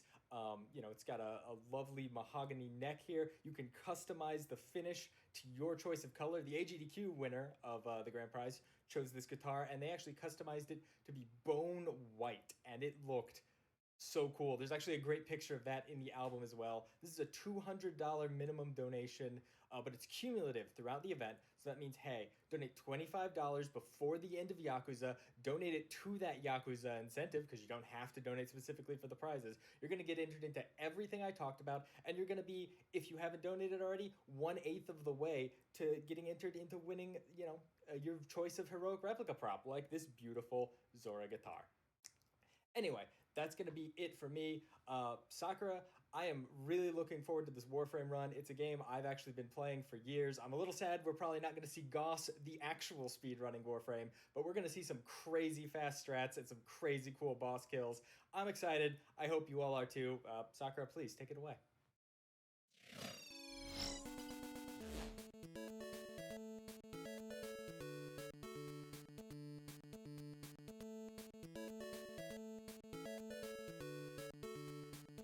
And thank you so much for that awesome prize segment sent. We have a $25 donation here from the Peterman that reads, "Love the Yakuza series and happy to donate during a speedrun for one of the games, as well as towards a worthy cause. Hope to see the Majima Saga run." And what they're referring to is the donation incentive we have open right now for Yakuza Majima Saga run, currently at 5,700 out of 20,000. I know you guys can get there. Let's see if we can get it before the end of this run. And without further ado, here's Cruskader with Warframe. Hello everyone, I'm Cruskader, or Cruskader, however you prefer. And this is Warframe. And I'm joined by Megan. Hello, I'm Megan, and I am the community manager for Warframe.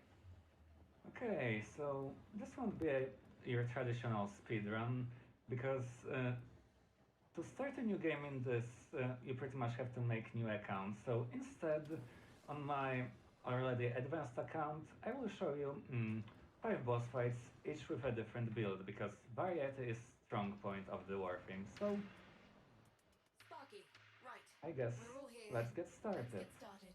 3, 2, 1, go. So the first boss I'll be showing you is called Profit Taker, a giant corpus war machine that will fight in Orb Valleys, a big snow-dammed open world area. And for this mission I'm using frame called Chroma, which is a dragon warrior, and he even has a spear like a proper dragon. Yeah. So Megan, do you have something to say about the boss or the frame?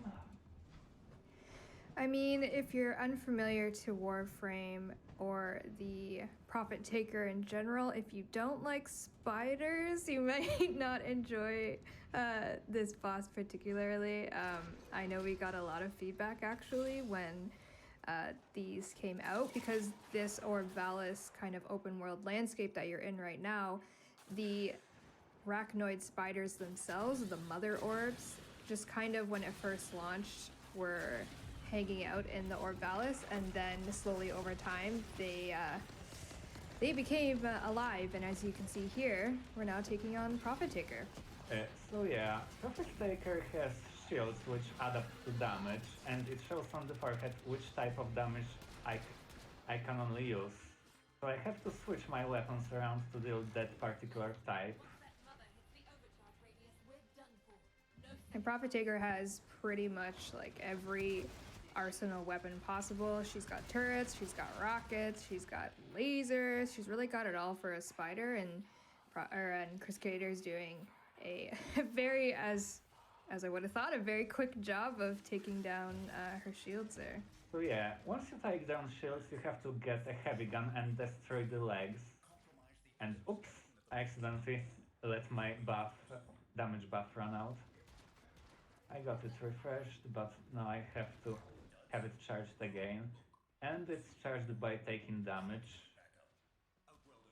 It's a very risk reward. Take damage to charge yourself.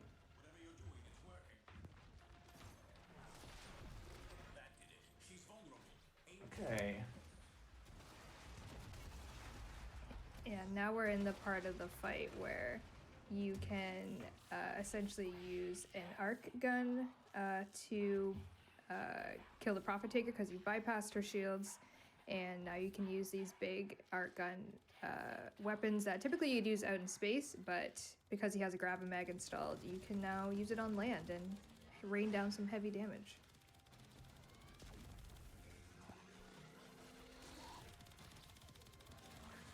Okay, so Toxin is the only damage type I don't have covered in my kit, so I have to wait a little bit and switch to Operator to change it with Operator's weapon.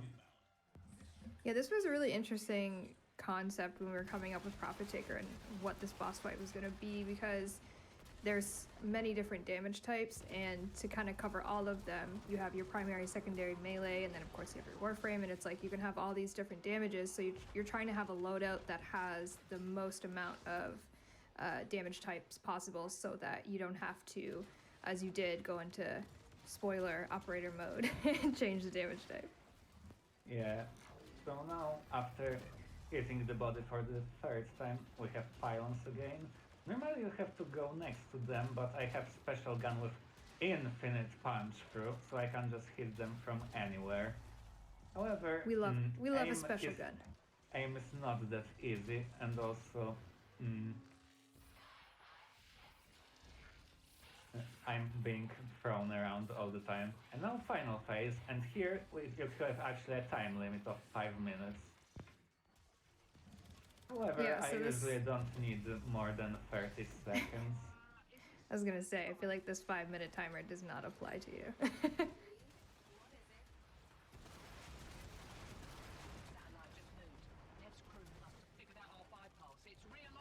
Okay, so now boss is dead. However, I'm waiting for it to drop the loot. And also other reason why I chose Chroma for this fight is because he has ability called Effigy, which drops his belt and makes all nearby money pickups double. So now I dropped it a little wrong and didn't get double money, but you can get rage very quick by repeatedly doing this boss. So I guess we could squeeze one quick donation now. I've only got a few mortars left. Firing them all. Absolutely, thank you so much. We have a $50 donation from Lady Quicksoat that says, very happy to continue to donate and support to SGDQ this week. Incredibly surprised to see a Yakuza game on the schedule and definitely putting money towards seeing Majima's run. We also have a $50 anonymous donation with no comment, but thank you so much. Okay, so now let's move to the next boss, which was released about a year ago, called Ropalolis. So the boss we fought previously has shields based on the sentients, ancient robots, and now we're gonna actually fight a sentient Ropalolis on the Jupiter. And this is probably one of the... We have many things in Warframe that are hard to pronounce, or maybe not hard to pronounce, but you just don't know how to pronounce them because they're just so weird. And this is probably one of the, I would say, most popular ones in terms of not knowing how to pronounce it. I still say it wrong to this day. I call it the Ropalolis, and I don't think that's how it's meant to be said. But you say it however anyone wants to. Actually, I heard some people just call it Ropa, and I think it works well. Yeah, and also it has the nickname Flydalon because it was, back when we first showed it, it was actually on one of our dev streams, and we referred to it as the Flydalon because at that time when we showed it, it was going to be part of the Eidolon enemy types, but it is more so sentient than it is Eidolon, as you said. Okay, so now I'm using here Wukong, who can turn into vapor and fly. This actually used to be very quick, but recently it got nerfed and it's now unaffected by anything. You only have base speed of it, which, while somewhat fast, you move faster by just parkouring like I do, but it's good if you want to fly over some pit or avoid taking damage or triggering the alarm, because while flying you're invisible cloud of vapor. And for a non-speedrunner to be playing this this mission specifically to fight the Rapalus, you'd actually meet the Rapalus outside as you're traversing to get to this spot, because it tries to mess with you on your way there. Also, you should hear a story during the traversal, but because I have some internet problems, it's unloaded now. So Rapalus, he has sentient shields which only my operator can take down. Problem is though, my operator is rather weak, so might get killed. Well, wasn't. Now I can use this smoke to fly over those ropes and avoid electricity, and now also avoid this laser which charges this condensator. And I have to charge it, then mount the shielded Rapalus and just ram him like this. Now that he's weak, I can hit his weak spot.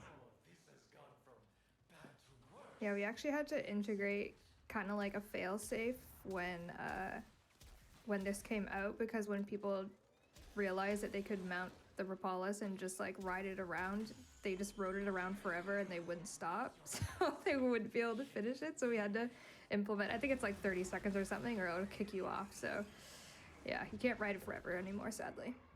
Okay.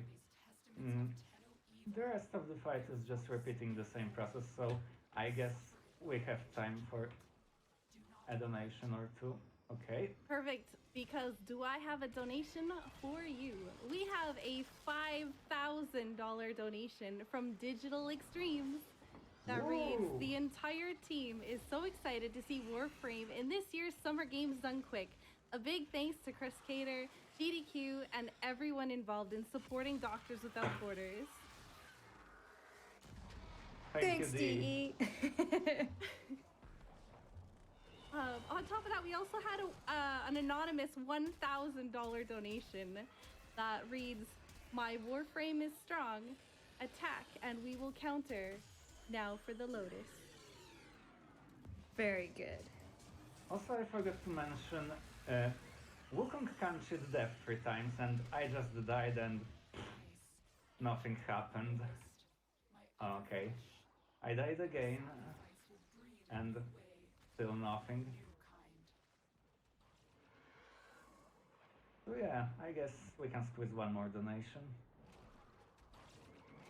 We have a $300 donation from Idiot that reads, Atlas T, the Warframe run is here. I've low-key been excited for the Warframe run all week. I can only guess how long it took to be this bad Ash at running it. And the fact this is raising money for charity makes me grin ear to ear. Anyway, I'll stop making such harrowing puns. Ortis will just end up with me embarrassing myself. Stay frosty. Wow. I love to hear it. And I just died as boss died, but that's okay. You have couple lives per mission, so no big deal. So it is. So you have done. And this kind of end tile set here where Chris Gator is just gonna, oh my god, I thought he was gonna cloud. Oh, there's the cloud, okay. This is actually one of the more difficult things to traverse, and a lot of people fall into those pits, and it's kind of funny to watch people fall. I fall a lot too, it's fine.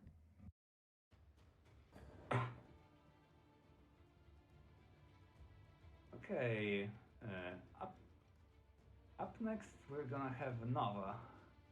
Wait, no, not Nova. Up next is Titania. And I'm gonna show a boss that was actually reworked recently, the Jackal.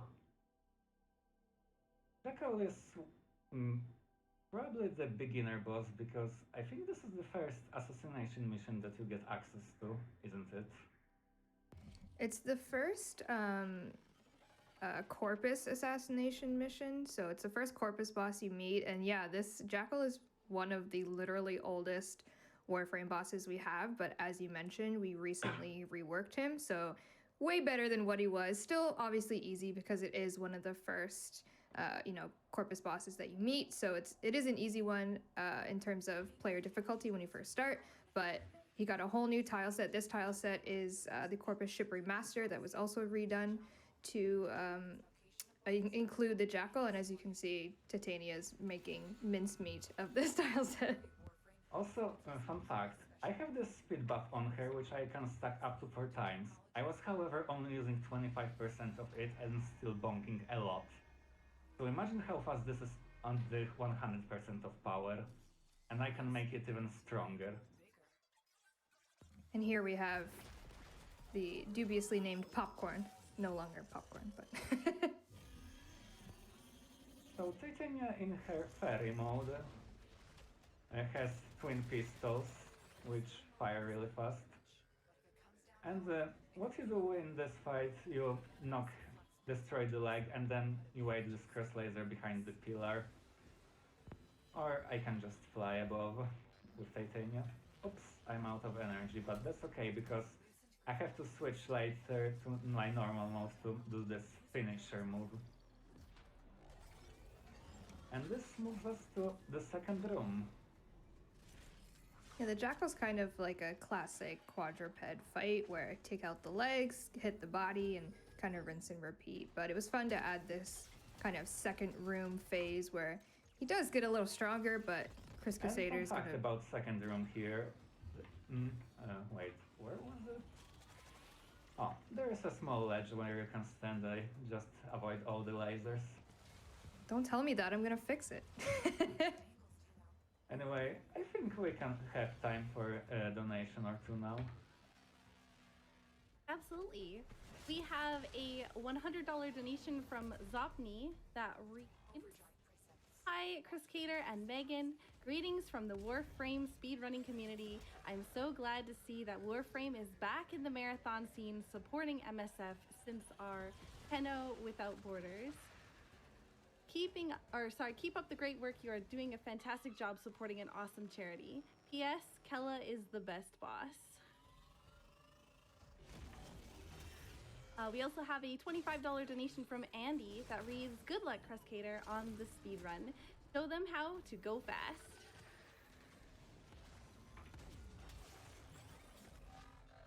Okay, and this is the final spin. Now Jackal is gonna spin 3 times around. So that's 1, 2. And now the third and final spin. And yoink. Jackal is finished. Well done, Tenno. You have sent a clear message to the Corpus today. Now we can extract. Will not go unpunished. Also, if you spend some time on the Corpus ship tile set, the treasure spawns, and he just spawned right now. I think that's one of the earliest time spots he can spawn. Yeah, he's a fun guy, that treasurer. Yeah. He has pretty nice lines.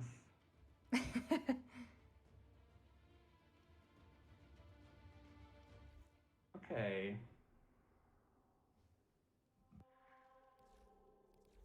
Next is gonna be Nova, and with her I'll show only boss that you fight in the outer space Archwing, the Jordas Golem.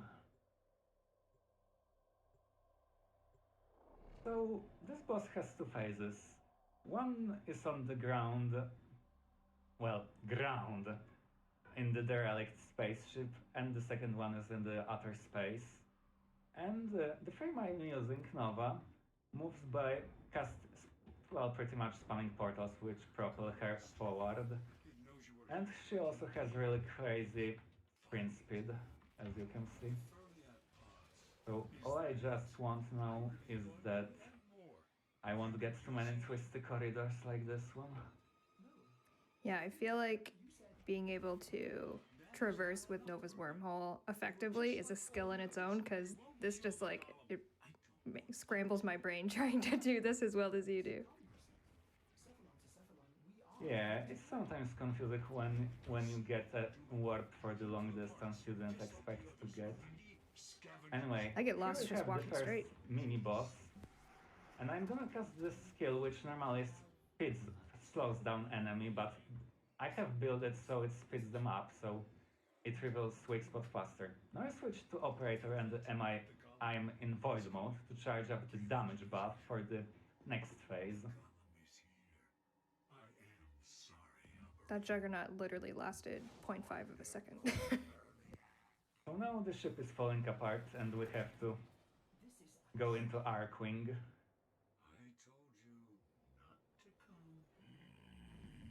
And now we meet the giant gas chicken, as it is now dubbed. What kind of cephalon are you? So we have down this giant infested mutation merged with the spaceship. And its only weak spot are the engines at the back. And it died in one hit. That's how hard hitting is my canon. Poor guy. Yeah, the Jordis is essentially like leaving moldy bread in a microwave and it becomes sentient and just kind of has its own little world out here.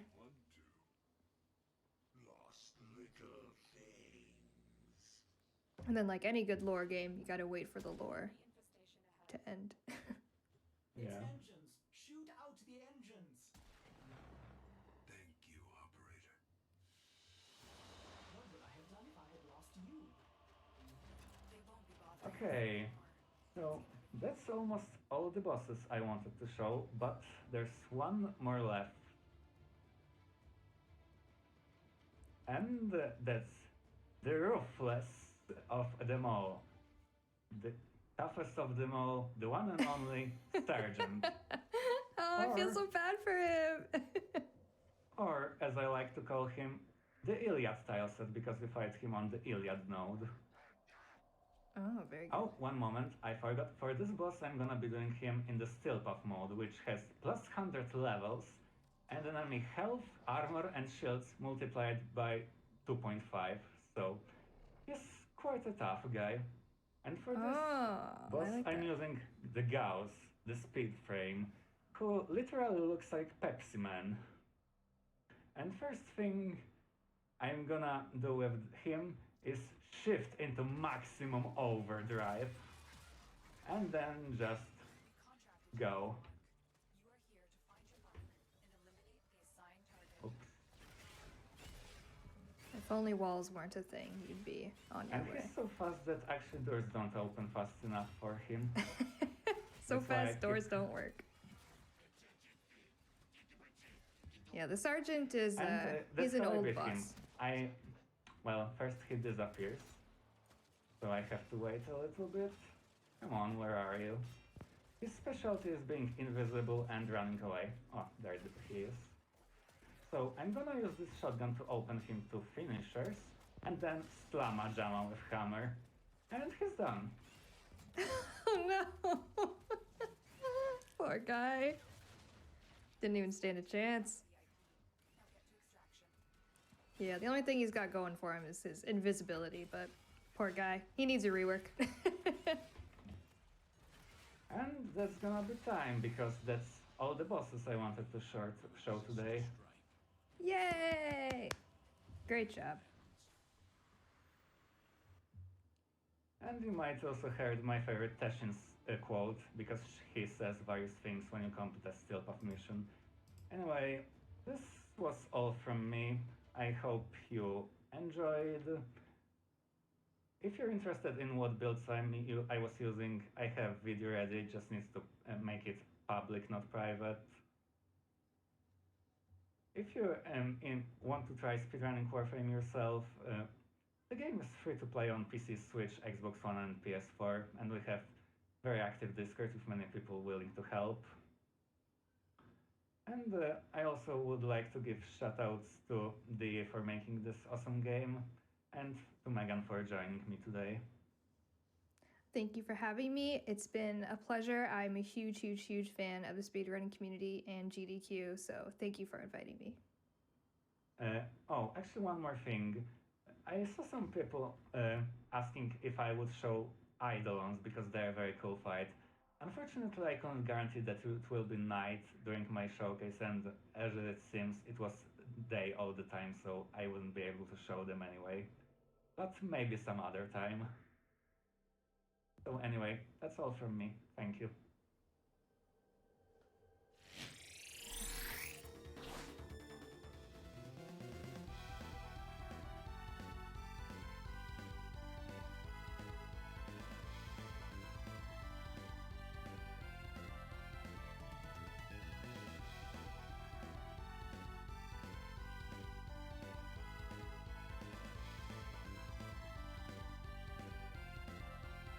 And thank you so much to Cruskater and Megan for that awesome Warframe run. We did get a few donations in during that for that run, so I'm just going to quickly read them off here. We got a $20 donation from Clay Rogers that says, "I'm so glad you're running Warframe at GDQ, and you got Megan to commentate. Thanks for making my day and helping out a great cause. Also, shout out to the IT team over at GDQ for keeping these streams running as smooth as they can." We also got a $25 anonymous donation that says, "Surprised and excited to see Warframe in GDQ. Love the events, games, and everyone involved."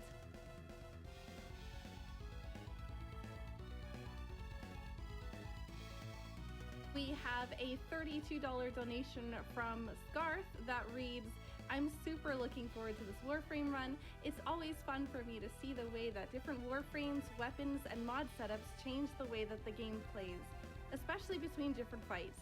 Best of luck on the run." And with that, we're going to quickly show a quick Twitch ad. Be back soon.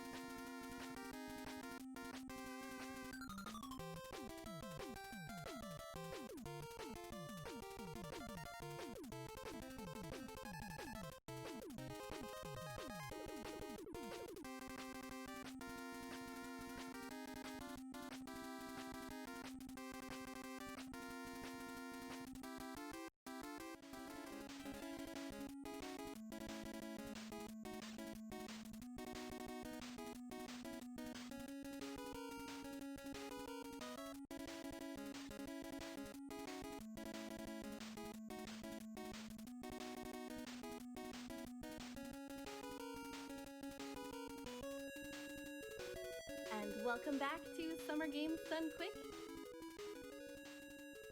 We have a $20 donation from Moti with no comment. And looks like we are ready for our interview here with Yellow Killer Bee and Buffet Time. So let's send it on over to them.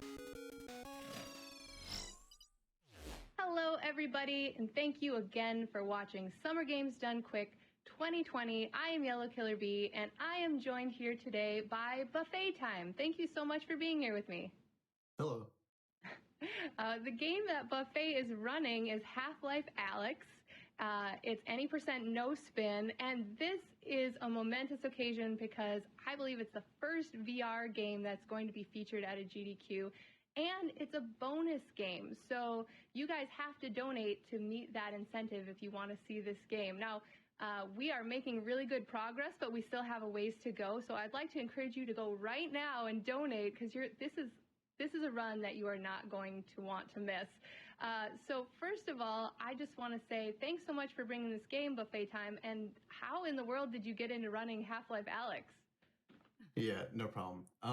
So the quick summary is, so I've been a big Half-Life fan since at least like 2006. So like I remember when the last Half-Life game came out, and Half-Life 2 Episode 2 back in 2007. So I would have played that around that time. And that was 13 years ago. So that entire waiting time, I was there waiting for the next game because a big fan, and then massive like holdover, like cliffhanger wise. And then finally at the end of last year, they announced this game. So then I'd want to got VR for a while, but then I finally did the poll and got the index just for this game. So yeah, and then I mean, when the game came out, I played it, and it's now my favorite game ever. And I was like, I've never done VR speedrunning, but this game is really cool, and I want to check it out. So yeah, that's how it happened. I think a lot of people can relate to that, you know, waiting for the next Half-Life to come out. So it's cool that that's kind of what got you into VR more than the other way around. We actually have a social media question that wants to know something that I also want to know. SinSpitterX says, have you been speedrunning motion sickness as well, or have you been immune to VR messing with you too much? I mean, obviously there's such a physical element with VR that isn't necessarily present in other games. So how do you deal with that? Yeah, so it's actually surprising that, especially when you guys will be watching the run, like the things that I'm doing definitely look like it would be motion sickness inducing.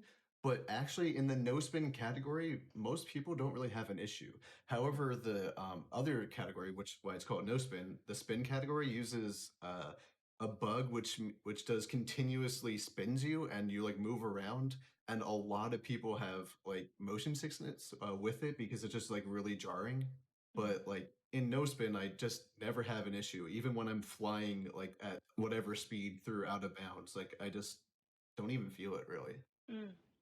Yeah, I think you said there was only like 2 times on the leaderboards for that other category, just because it was so difficult to run that physically. Is this game difficult physically in other ways? Because you do use a combination of controller movement and like real life moving the headset around as well. Yeah, so there's a lot of like, you know, crouching, laying down, popping up, and moving around some points. So like you can even do some like diving to like improve your time, like sprinting, all these other things. There's so much you can do in real life along like outside of just the game itself. But like some of the core glitches in this category do involve like bringing your head down to the ground as fast as possible, and then popping back up to like gain height and like go down and whatnot. So it is definitely a very physically intense category and just game in general. But I think that's sort of expected in VR. But there's a lot of different types of people that are playing the games, and also there's a little bit of a difference with like people who are taller and shorter in some spots actually. Sure. So like that's an advantage or disadvantage that normally you might not have. Well, I think we're all looking forward to seeing that if this bonus game gets met. Some of the more physical aspects of things. Have you ever broken anything while doing all of this movement around? Not yet, thankfully. I have knocked over my water multiple times, but luckily both times it just went onto the carpet and I just had to like clean that up. Or like I've really nicked my fingers, but like I've gotten pretty used to not hitting anything. I mean, I've tapped my monitors a few times, but nothing's broken quite yet. I'll try and keep that up. Yeah, let's hope for no marathon luck first time breaking something. You did say you broke some things in game, though, sometimes unintentionally. Oh, the game is, I mean, VR is a very complex thing and new, so you'll just be playing and then just something that's never happened before just happens, and also everyone like will be like, wait, what? How did that even happen? And most of the time it's not even useful. It's just like, oh, the game just sort of froze, or it's like, oh, this mechanic just doesn't work for some crazy reason. It's weird. So we have to wrap up here, but I do want to ask you really quickly, what would you tell people who are considering getting into VR speedrunning? Well, if you have VR, then there's really no reason not to try it at least. There's a lot of good communities for all the different games, and also, of course, the Half-Life Alyx community. If you go to the Discord, which you can see on the speedrun.com, there's all the sorts of resources and everything for you to get into it. So just try it if you can. Excellent.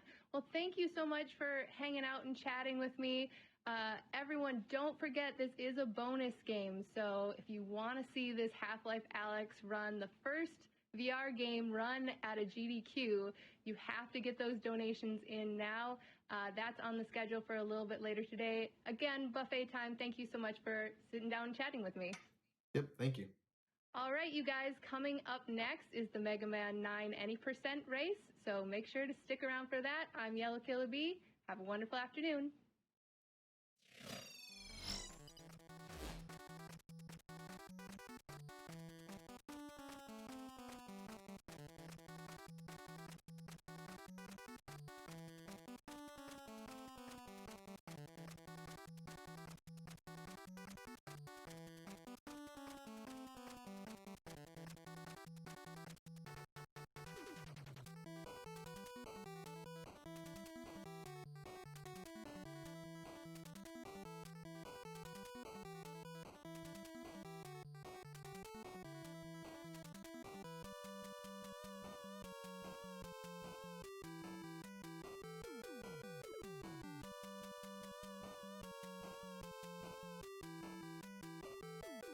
And thank you so much for that awesome interview to Yellow Killer Bee and Buffet Time. Super awesome interview. Coming up next, as Yellow Killer Bee said, we have Mega Man 9 Any% race between Slurpy Ninja and HJA.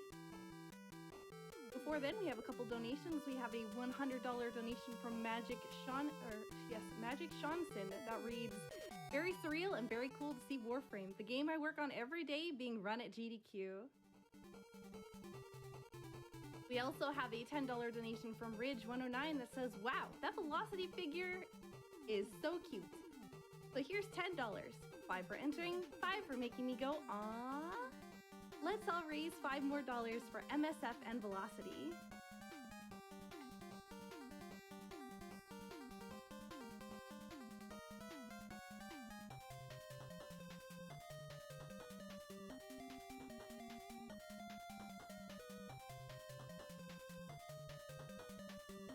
We have a $15 donation from Air Angel that said, "Wanted to give a shout out to HJA and the Mega Man speedrun community. Thank you all for your constant support and hype. Good luck, have fun to both the runners in the Mega Man 9 race. Donation goes towards host choice, and a big thank you to all the volunteers behind the scenes." And with that, looks like we are ready for the Mega Man 9 Any% race.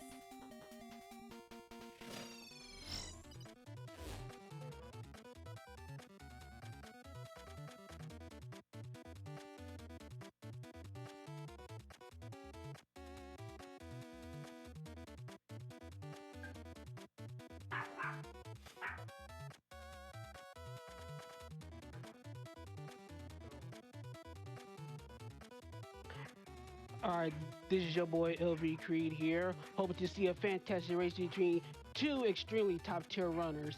And besides both of us, well, all of us, Ahmad, would you like to introduce yourself next? Hello, I'm Ahmad, also a Mega Man 9 runner and very excited for this race. Rufio, would you introduce yourself? Yeah, I'm Rufio. What's up, everybody? Yeah, this race is gonna be sweet. All right, I guess with that, we're about to get things a little cracking. So if both our runners are ready, we're going to give ourselves a little bit of a countdown and we should get things going. All right, looks like both our guys are ready. Starting down for 5 in 5, 4, 3, 2, 1, go. Okay, so this is Mega Man 9. It's been quite, at least for the game, it was quite some time between at least Rockman and Forte, which was the last released Mega Man game at that time. classic Mega Man release until right now, we see Mega Man going back to his 8-bit roots. No charge, no slide, just some classic goings-ons here. So we're starting here with Concrete Man, which is probably going to be one of the more straightforward stages. This stage is pretty much going to be a stage where you really need no weapons, no items. It's just pretty much a lot of straight-up execution with your trusty sidearm and your own basic wits. So right now we're coming up to our elephants here, and our elephants are just going to be they're going to be mashing them very quickly. So once again, it's just pretty much a straightforward stage all in all. Guys, what y'all opinion about this stage as our boys move towards the end of the stage? There's actually not a whole lot of going on in Concrete in general. Usually in every Mega Man stage there is a specific gimmick, and I believe the elephants were the gimmick of this stage.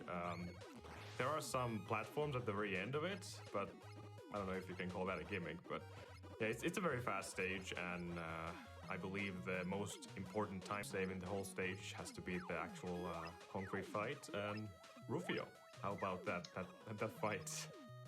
Yeah, it's a lot of a nice movement here.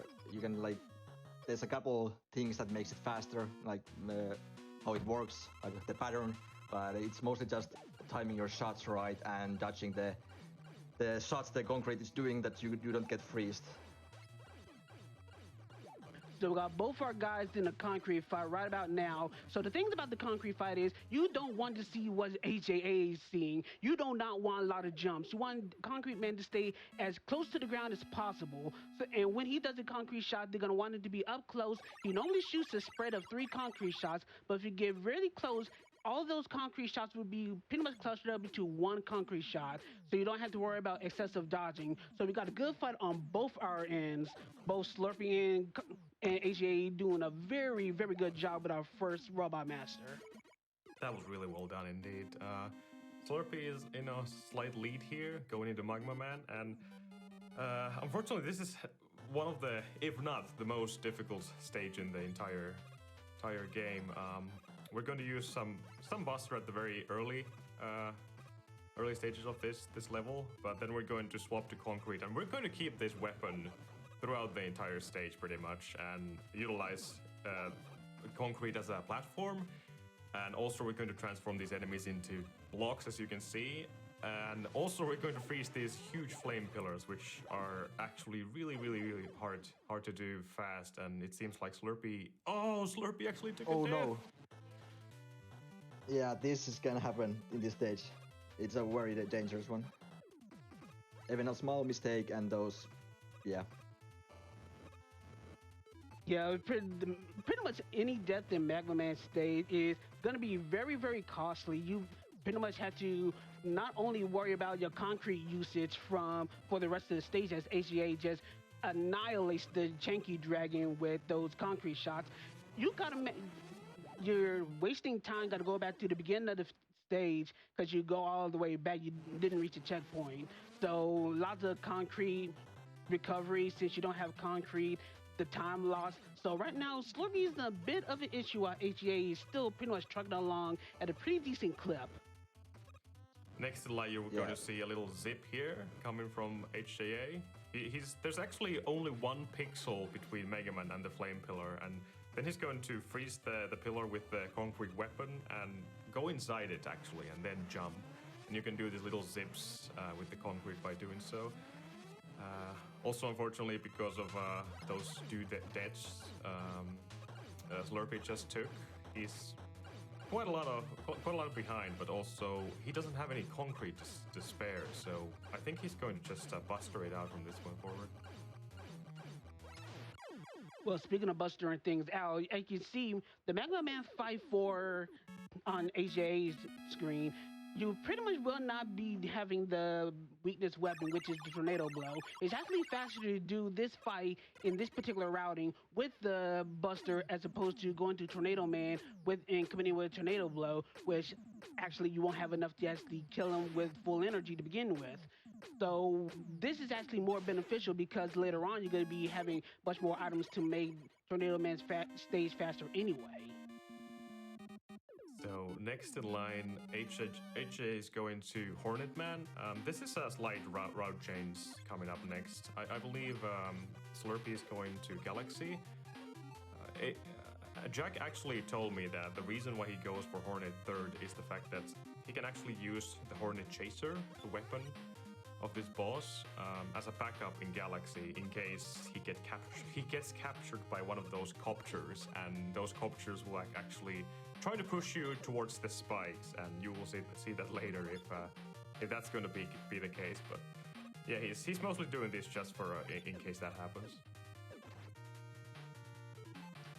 And here we come to the RNG part of the Hornet Man stage, the Hanapuran flower. Yeah, the flower can actually spawn in 8 different locations there, and we also, every time we want to see the flower somewhere, we can actually access it easily instead of being hidden by a platform or something. So that wasn't exactly the most favorable position for the flower, but seems like Jack handled it pretty well. Yep. Give it tabs on Slurpee for a little bit. He got through a Magma Man, so he should be going through to his next Robot Master stage, which should be Galaxy Man if his routing is correct. So for Galaxy Man stage, you're going to be noticing that it's going to be heavy on the rush usage. You're going to be seeing Slurpee use Rush Jet for almost the entire stage, with maybe some concrete usage towards the end. So with Galaxy Man stage, a lot of the rush usage is going to be to shortcut some of the jumping that's going to be needed to move on and traverse the stage. So as Slurpee continues on, you're gonna see him use Rush Jet to like get through the teleporters quickly. He's gonna jump up and get to one of the helicopter enemies quickly, so he can just move as quickly as possible. Keeping track with HJA as he used the Magma Bazooka, which stacks up the damage if he hit all 3 shots at once, and he's able to take out Hornet Man very, very quickly. Yeah, that was a really fast fight. Also, like you mentioned, those copter enemies, even though they're trying to push us down to the spikes, they also help us with the speed, so it's obviously advisable to use them as our advantage, since, you know, speed is good, and we like speed in Mega Man games, especially when we can't slide, so we will take whatever we can. Even though right now it seems like both players are actually on the same stage, I believe there's at least one stage difference since Slurpee took those unfortunate deaths.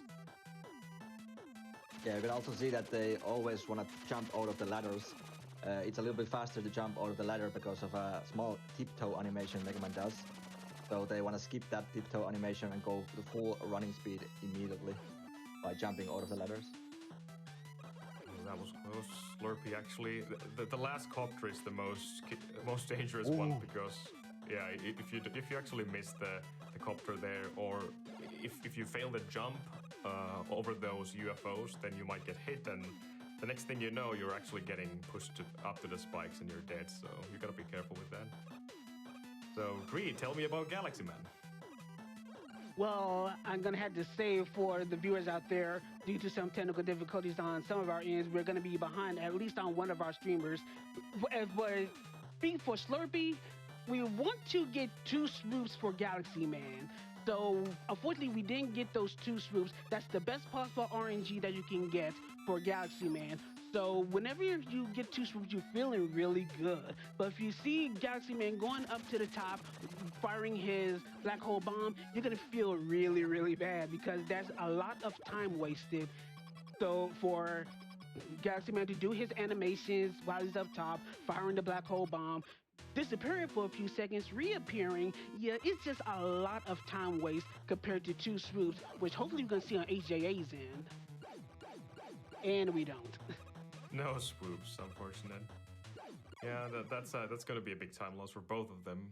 And in case anyone was wondering why the runners always jump at the very beginning of the stage, like every time they spawn, that was actually one of the time saves Rufio was talking about the tiptoeing animation. So, unlike in any other Mega Man game, you can actually buffer your inputs here, going out from a menu or teleporting into a stage. So they're actually holding down their jump button when they're entering a stage. Slurpee got a really nice luck in Hanapuran fight. the low left position is the fastest one. One would think the two top ones would be one of the faster ones, but it's still, as long as you're at a good quick position where you can kill, and especially on the left side where you can exit the area quicker, that's still a good kill. But now keeping up on HJA's end, right now we're dealing with Jewel Man stage, which is probably one of the more complicated stages. One of the stages I would probably akin somewhat to a ROM hack with some of the enemy positionings and some of the devious spike placements that is littered throughout the stage. Right now you see HJA using the Hornet Chaser to keep these spotter robots at bay, but coming up in a few seconds after we deal with these pendulum areas, we're going to be dealing with one of our more interesting mid-bosses. Rufio, how about you tell us about our glorious cheese ball? Okay, in here you want to have the spawn of the Zizbal on the right side of the, so you can kill him with a bazooka and immediately get out of the room. But Jack got a little bit bad luck there, and it spawned on the left side. But you use the Hornet to first figure out where he is, and then you change the bazooka and finish it off. Keep in mind, in this stage, Jack is using the Magma Bazooka to take out the cheese ball, and he's going to use this all the way to the end until he changes to the black hole bomb. When you're checking out Slurpy's stream, when he actually gets up to the point, he's actually going to kill the cheese ball with concrete shots. And the only reason I believe why he's doing this is the fact that he can actually use those zips, just very, very slight zips throughout the rest of the stage, so he can save some time. Yeah, exactly. When the concrete shot lands on you, when it's top of you, you zip a little bit to the right. It's like maybe 1-2 frames you save, but it's still a save if you do it a lot of times. Keeping up with AJ's fantastic fight on Jewel Man. The thing about Jewel Man is he's pretty much coded to your actions, specifically your jump. So whenever you jump, he'll jump as well. So what HJ did, he pretty much planted the black hole bomb in such a way that he'll be able to do repeated hits on Jewel Man as he jumps. So just a couple of quick black hole bomb uses and Jewel Man is just taken out very quickly. Alright, next in line we have Plugman, and this is a bit different stage from others. The moment you hit this stage, the global cycle will start with the Yoko blocks, which means you gotta be really fast with your movement, and if you get hit or anything that stops your movement, you will get knocked out from the cycle. So as long as you don't do that and your movement is good, then you can reach the cycle as Jack is doing right now, and he will use Jet to actually get past this first and fourth screen of this stage, hopefully without any issues. Yeah, this particular movement is what we like to call the perfect plug, because it pretty much depends on your movement as well as your timing of the Yoku block cycles. So you can just pretty much go through this stage basically without stopping. This would be a good time for donation, by the way. Perfect. We have a $5,000 donation from Neat Corp. Nice. MSF is awesome, GDQ is awesome, Mega Man is awesome, and Half-Life Alex is awesome. We could not be happier to donate for this cause. Love from all of Team Neat Corp. Hoping to see a lot of VR speedruns in the future. Yes, all of those things are awesome. We also have a $15 donation from Fisher Gal that says, "Good luck, you guys." Oh, no Big Mama jump on HJA's and the run is cursed. But seriously though, you can make that, you can jump over that big eye with one jump if timed correctly. But right now we're focusing on Plugman fight. So you got exact ammo with the Jewel Satellite in order to completely go through and wipe off all of Plugman's health, and it seemed like AJ was able to do that very, very smoothly. So very good job on AJ's. And meanwhile, Slurpy's actually doing a little bit of a route divergence. So tell us why this route divergence is pretty much a necessity. Well, for these two guys, I don't think that there's a big reason except menuing, of course. But Splashformer is interesting in the sense that the stage is pretty easy during the early stages of it, but in the middle there's like this bubble skip, just like in Mega Man 5, except we don't use super arrows here, we use Rush Jet. So a big vertical climb using the jet, skipping a lot of these bubbles, and we're going to use jet for the rest of the stage as well. And seems like Slurpee got everything as planned, so looking good for his side as well. So yeah, you can't get to the stage before you got the rush jet. So there's a certain order where you get to the splash stage. That is right. Yes, you only get rush jet after you defeat 5 stages. That's why routing is pretty much key. It's pretty much routed around the rush jet. So for Plug, Splash, and eventually Tornado, you're gonna be saving the rush jet uses for those 3 stages. But the main key is you really want to do Plug Man first before Tornado, just so that you can have the weakness for Tornado Man by the time you get to him. Yeah, if you would actually play the game in the weakness order, you would go Splash one first to get the Laser Trident, which you would use against Concrete, but obviously we want to go fast, and that's not an option. Yeah, the first speedruns of this game were Splash first routes, before they figured out how to use the Concrete well. Right. Slurpee taking care of Splash Woman very handily. Now he's about to deal with his rush into Plugman stage, where he's got to deal with the same cycles. Meanwhile, you're about to see the Splash fight in a little bit from HJA. So at this point, we're really retreading some familiar territory. Just to talk about the Splash Woman fight right quick, you kind of want to kill her as fast as you can with the Hornet Chaser, probably kill her, I'm assuming, closer to the left side of the boss room. Yes. So yeah, that's... Oh, go ahead. He's going to start the fight with throwing a couple of these Hornets left and right, and with a couple of very nicely timed shot, he can actually finish the fight pretty fast on the left side of the screen. So, like Slurpee, Jack actually got the perfect fight, so that's amazing. Yeah, those Hornets wanna go where they want, so you have to drop them really close to the boss, so they go to the boss like fastest way possible. Yeah. All right, so our final stage for both of these runners will be Tornado Man. Of course, we're going to be seeing it from HJA side first. So for the first half of Tornado Man stage, there are these rotating magnetic battery-looking kind of platforms. They will revolve Mega Man around vertically, but they're also very, very slow. So we're going to want to skip them as much as possible. You can see HJA using the rush code to vertically skip that particular one, but we're going to be using the rush jet to bypass the rest of them. He's going to use some hopping, a little bit some precarious jumping, so he can move horizontally as much as possible, using the rush jet to just bypass the rest of the platforming, so you don't have to worry about any kind of platforming shenanigans with the rotating gimmick with these batteries, or just moving slowly around these batteries to begin with. So of course HJA does that very, very smoothly and just about as perfect as you can get it.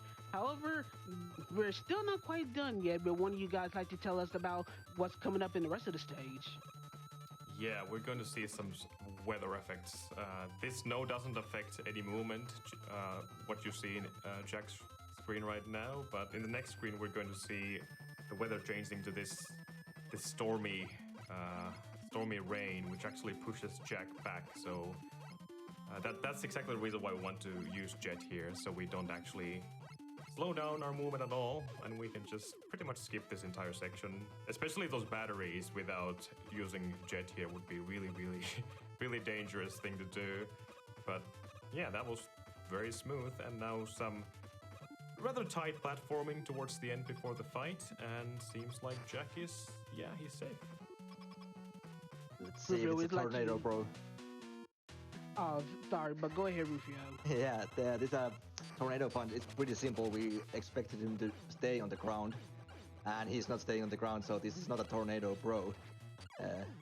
So every time he starts to jump like that, it's a time loss, because the block ball is not it's a one block front of view weapon, so you can't really shoot it in from a distance.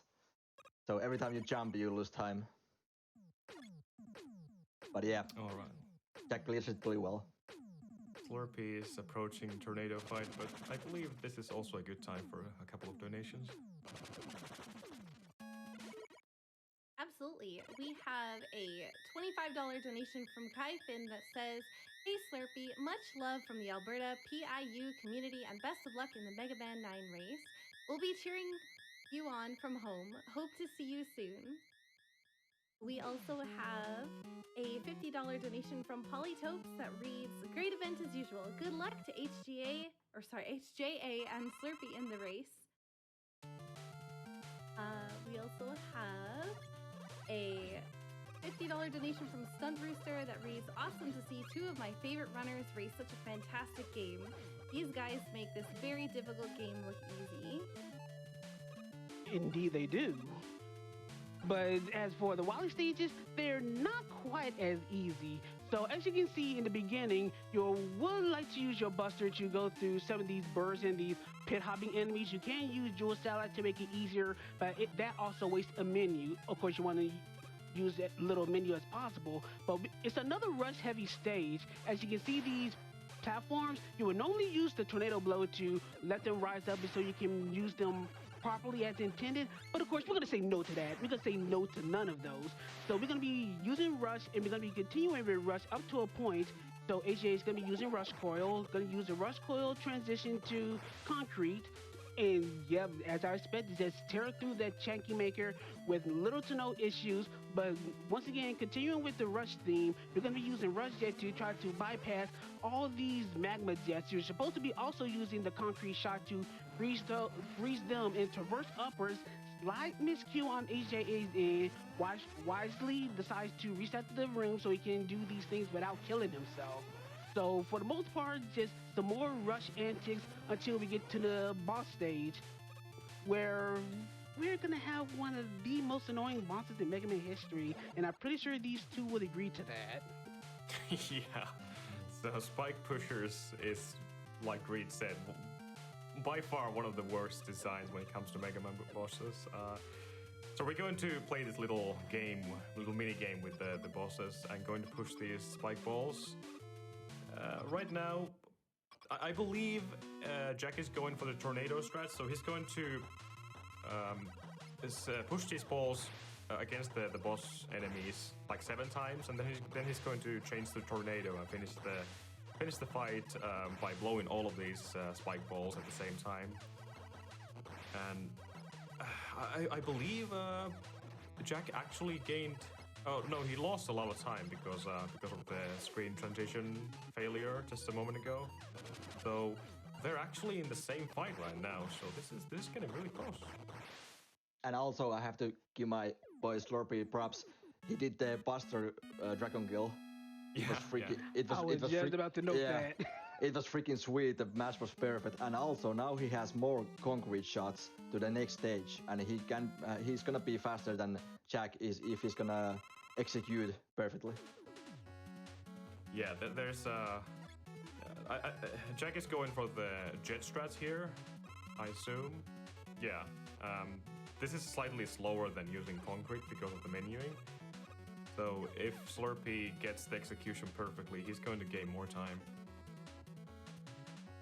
And you probably want to save as much time as you can in this stage, because this stage is actually pretty brutal. There are a lot of precarious spike placements, especially one very precarious jump before we get to another encounter with our Flower Mid boss, which we probably will see on either one of our runners very shortly. And of course, later on, there is an underwater segment, which this is equally as tight platforming with some very low-hanging jumps. It's going to be very easy that you can bonk your head on your jumps and fall into the spikes below.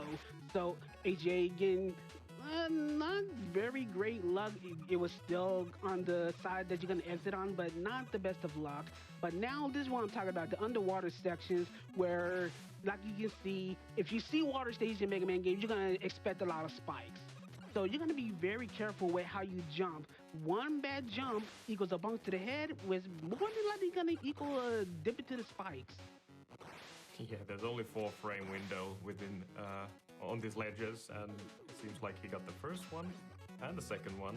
So that should be the most difficult jumps far behind us right now. So Jack should be free. Slurpee got the perfect energy again in Hanabiran, so that flower has been nice to him the whole race. had a little bit of an issue with the end of the kill. Wound up having to go very far in order to get that flower kill. So lost a little bit of time due to some unfortunate concrete shot firing, but he's still trucking along. He's still right behind HJA, which is about to go into a 3-part Mega Mech Shark fight. All of them are basically weak to the same weapon, so you're going to see HJA use a lot of Laser Trident. So Trident is going to be our go-to weapon for this fight. The first part is going to be pretty much simple, just fire the opening when the missile launcher is open. But this is where it's going to get a little tricky. You're going to do a lot of wiggling, and hopefully you do some very smooth shots with the concrete, not the concrete, but Laser Trident, which he did very, very smoothly. And of course, our final phase, where he's going to open his mouth to fire his laser cannon, which is also his weak point. So we're going to be careful with our Trident usage. But overall, good fight on HJ's, and he's going to be going to Wily 3. Slurpee should not be too far behind. Yeah, the mouth is the only RNG part about the shark, and Jack unfortunately got the slowest patterns there, so he lost some time. And while Slurpee is tickling the belly of the shark, and let's see what kind of a pattern he's going to get for the mouth. Seems like the same, so not going to save any time. Yeah, exactly the same pattern, so no time saved here. Even though he went for the concrete threats on Wally 2, so probably did end up saving time. In fact, I think Slurpee is gaining time all the time, so still within striking distance here, so anyone's race. Here, Jack is in the elevator part of the Wily tree. That this is an auto-scroller. You can't really make it faster or slower, so this is also a great place to reach some donations. Thank you so much. We have a $15 donation from Moon64 that reads, "Ladies and gentlemen, welcome to the casino, where the house always wins. Love to the runners HJA and Slurpee Ninja. Here's hoping for 2 scoops of Galaxy. Thanks for all the runners and staff that have put on such an amazing event in the light of everything going on. Put the donation towards that Half-Life run." To keep going about Wally 3, I would like to call this stage the Resident Sleeper stage that shouldn't be completely slept on.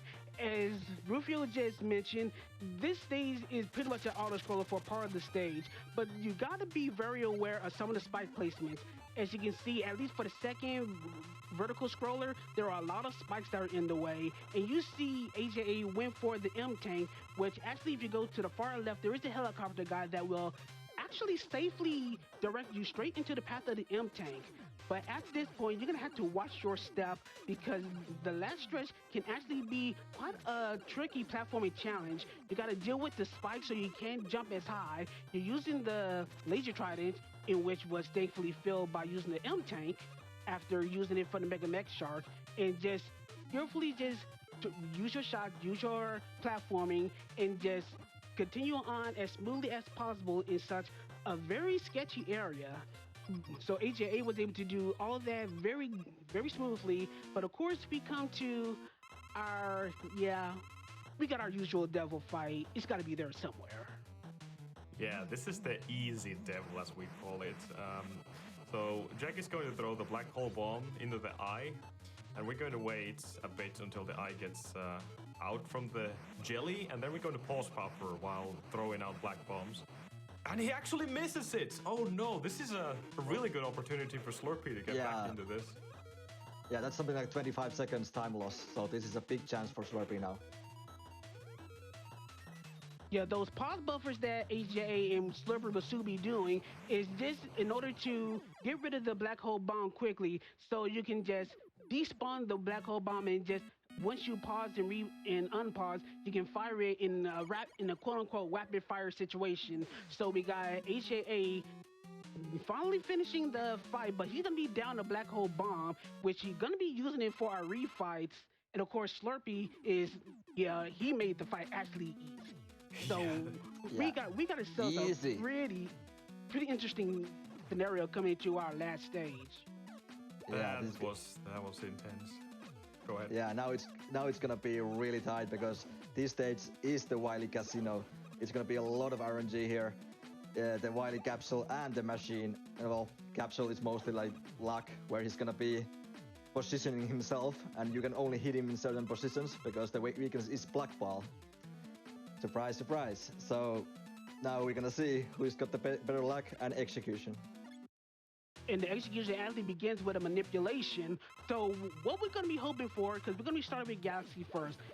Both AJA and Slurpee are trying to position themselves in such a way that when they go into the teleporter, you see what AJA just got. Because you're going to manipulate 2 spoots for Galaxy Man, and then you're going to continue on with the refights. We're going to see if we got it on Slurpee's end as well. Unfortunately, Slurpee missed the manipulation, so he lost some time there. But Slurpee is using a different route for the refights. I believe only because of the menu differences, which he feels more comfortable to use than the default route. It doesn't really add up to the speed or anything. As for the Robot Master refights themselves, it's going to be pretty much the same, except now you have Tornado Blow for Magma Man, which you're going to won't be able to actually use them all and kill them with. Is switch to Magma Bazooka so you can go straight to Hornet. And of course you got the weakness for Concrete now with the Laser Trident. So other than those differences, there's pretty much nothing else to discuss. We probably have time for maybe one donation before we get to the water machine. Absolutely. We have a $10 donation from 112 that reads, shoutouts to our Mega Man. Shoutouts to our Mega Man for being one of the best communities around. Shoutouts to both runners as well for running one of my favorite games of all time. Mega Man rules. Jack actually used the Hornet back up there because the next fight is going to be Splash Woman, so very rarely used, but since obviously he didn't have the last remaining Black Hole Bomb, which he... Yeah, that's super sweet. Yeah, so he just menued to Hornet, and that was the best backup possible. So once again, we got Laser Trident, the weakness for Concrete Man, so that should be done very quickly. But now, this is where things get wacky. So the first phase of the water machine, you're going to be using whatever weapon you have to reflect these eggs, dinosaurs, whatever they call, and just reflect them back at the jawline, which is the actual weak point. The Laser Trident is easier because you can pierce through. But now you're dealing with the second phase where you're going to have to deal damage to the jaw with the concrete shot, but Wily has 2 specific means of attacking. You want him to stay right here, stay grounded, so he can attack as much as possible. But now, the moment you've all been waiting for. It's so close. Yeah, it's super close. And now we see who's gonna have the better luck. Slurpee got a really good pattern on the first play. Oh no, the second one as well. Oh no, he missed one shot. Going to finish the fight with Hornet. GG, Slurpee. That was amazing luck from the casino. Yeah. Wow.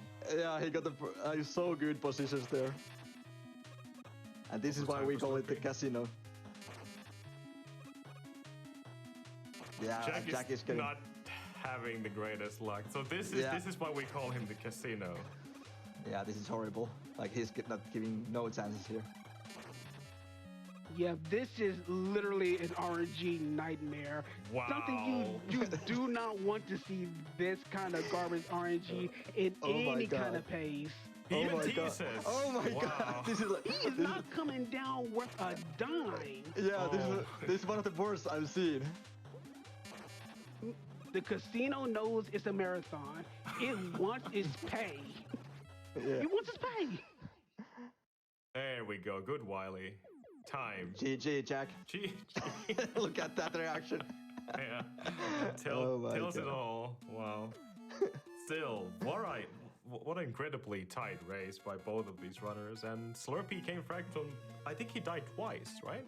Yep, Trident Magma has some horrible luck in some cases, but remember, Slurpee is the second best runner in Mega Man 9, so is his consistency and his knowledge of extra strats just wound up barely trumping NJA, especially with the casino luck just.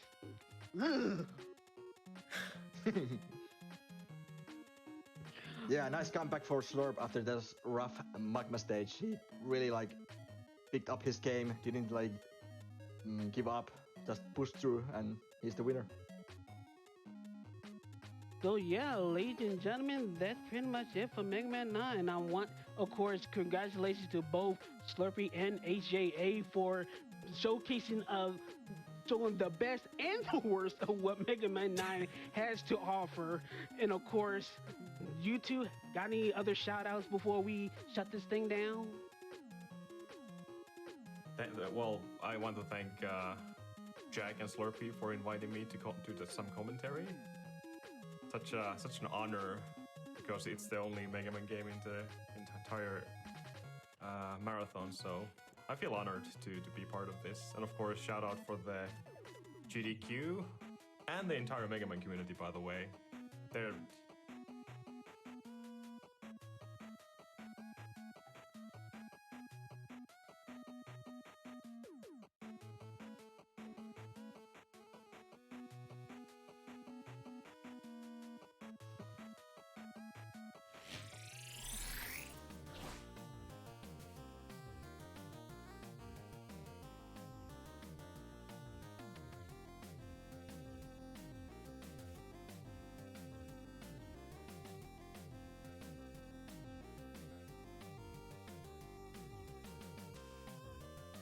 Wow, what a fantastic run that was. Thanks again so much to Slurpee Ninja and HJA.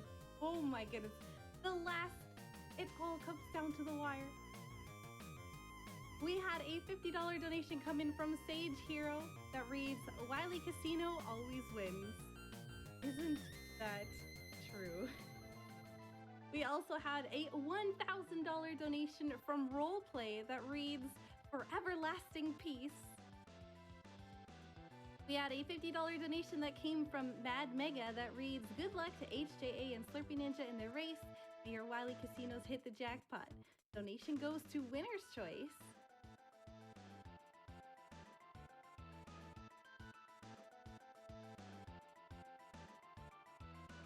And we had a $320 donation from Gryffindor that reads, Excited for the Mega Man 9 race. A big thanks to the staff, runners, and volunteers who make the event possible. Donation goes towards host choice. Well, if you'd like to know what the host would like to see, I would like to see that Yakuza Majima Saga bonus portion of the run. So let's see if we can get that incentive met. We are at $9,438.84 out of 20,000. So we are just almost halfway. We're just under halfway there. We can do it. I believe in you guys. Let's make this happen.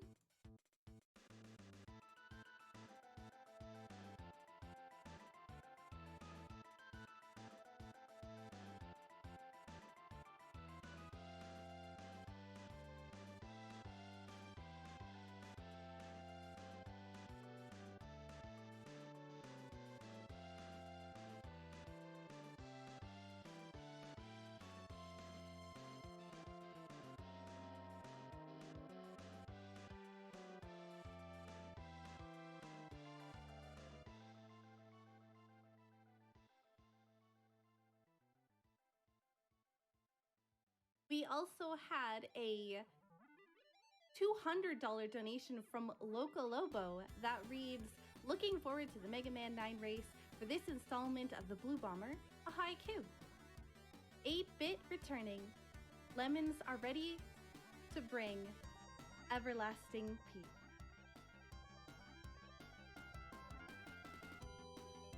Next up, we have Yakuza Kiwami 2. Any percent run by Froob, but before then, check out this quick ad break.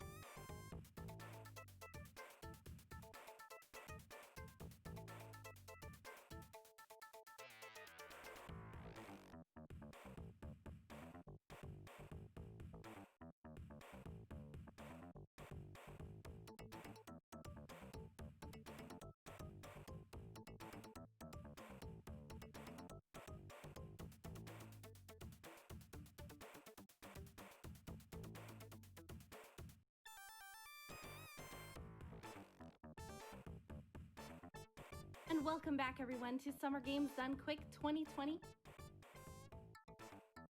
We had a $25 donation from Tilo that read, Slurpee, my bro, sending some Philly love your way from me, Mike, and Mama Lo during this Mega Man 9 race. Good luck to both.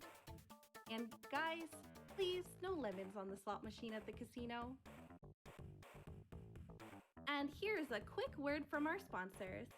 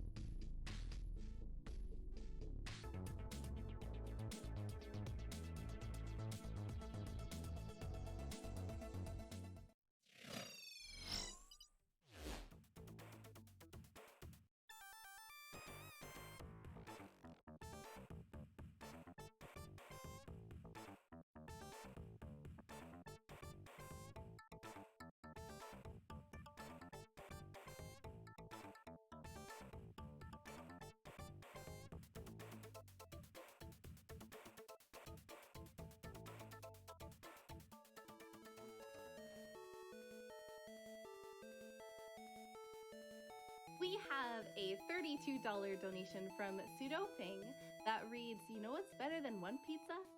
32 pizzas. I'm seeing a few 32 pizzas donations here. We have a $50 donation from Kevlar12 that reads, hey GDQ, hope everyone is having a great time and staying safe. Shout outs to everyone helping out and raising money for MSF. We all know 42 is the answer to life,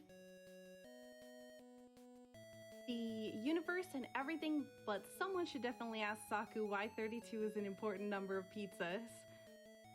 This goes to OOT file name of 32 pizzas.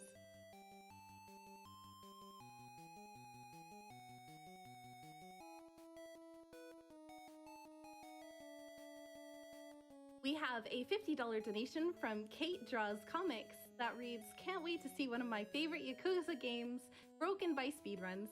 Donating in the hopes of seeing Majima do his thing.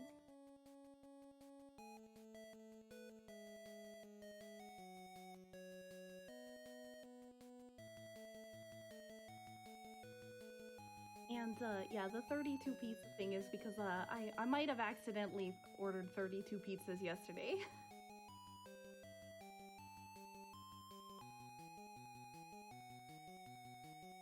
We had a $200 donation from Keep Swimming that reads, donating to the Majima questline.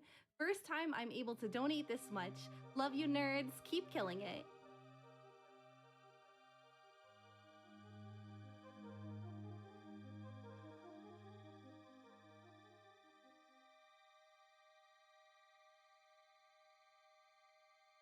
We have a $50 donation from Baka Mitai that reads, I played 350 hours of Yakuza 0 this summer and still need more Majima.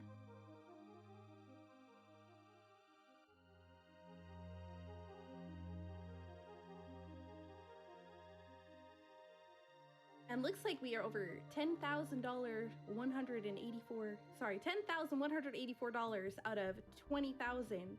We are over halfway there. We can do it before the end of this run coming up. I believe in us.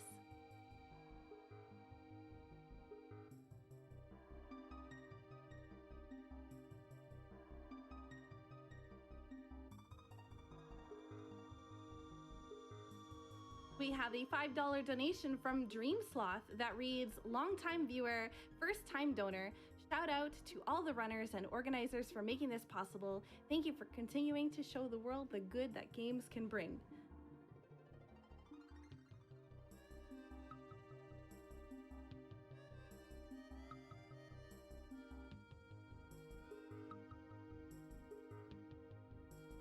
All right, and looks like we're ready for our interview, so we're gonna send it over to Yellow Killer Bee, Rikaru, and Wooden Barrel.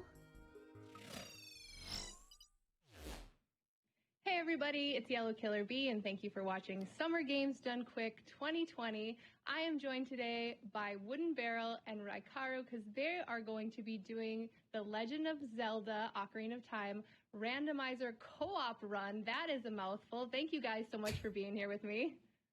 Hello. Thanks for having us. And yeah, it's quite a mouthful to say all at once. Yeah, for sure. If there was only an acronym or something that we could shorten this. I know. Oh well. Can't think of it. Nope. No. So for people who don't know, who maybe haven't been part of the Ocarina of Time community or as involved with speedrunning, how does a randomizer work? And more specifically, you guys are doing a co-op run. How does that kind of throw a wrench into things? Well, a randomizer, as probably anyone who's really been watching for a little while, you've seen Link to the Past randomizers and how items are thrown all over the world. Where Fire Rod usually is, it could be Bloopies or an arrow. And it's pretty much kind of going to be the same thing here, like where normally you'd get Kokiri Sword from Kokiri Sword chest. We could get an ice trap. We could get a hook shot. We could get bombs. We could get whatever. Right. So how does that work with co-op when you guys are both playing like towards the same goal? You each have your own game that you're playing, right? So we're actually going to be playing the same seed, so that way we all get the same items at the same time. So I'll find something in a chest, and then I can relay that to Barrel via voice, so that way he can decide whether or not he wants to grab that or not. And we make route decisions based off of that, and try and clear it as fast as possible with our partner's help. So communication, obviously, really, really important. Some would say yes. Yeah. And I'm assuming that's something that you guys get right all the time, like you're always on the same page? 100%. Totally. Yeah. Never have we ever, neither one of us forget where a small key in Shadow Temple was or something. Totally not. I don't know what you're talking about. I don't even know what I'm talking about. That's far out of left field here. You guys are just one mind, I can tell right now. But he knew. How important is the routing? Like, obviously, you're going into it not exactly knowing what to expect, so you have to kind of arrange things on the fly. Like, you guys have been doing this together, though, for a while, so you kind of, I'm sure, have a good kind of setup that you know, okay, if this comes up, then this. Tell us a little bit more about how that works. Yeah, so usually it all depends on kind of what we find in the early opening, like maybe 30-ish minutes. Most of the times, like let's say with her Rai, in the route he goes, if he finds hookshot or bomb bag or something, instead of immediately coming back and just following me on getting some of the songs that I'll be picking up as we go through, he'll go off and do somewhere like the Dongos, or he'll go up Zora's River, or he'll go into Goron City and do bomb checks there and whatnot. And it just kind of leads in off of itself until he kind of hit maybe either a dry wall, or he just keeps finding stuff. And it's just like, oh, all right, I'm screw everything I'm doing right now. I'm going to come follow you. Yeah, play a little game of follow the leader there. Yep. Or on the flip Following side, the leader. If Barrel finds something really important child, since he's the child route, I may decide no matter what I get, I need to go there and get it. Say if it's a hook shot, really important for adult to have that.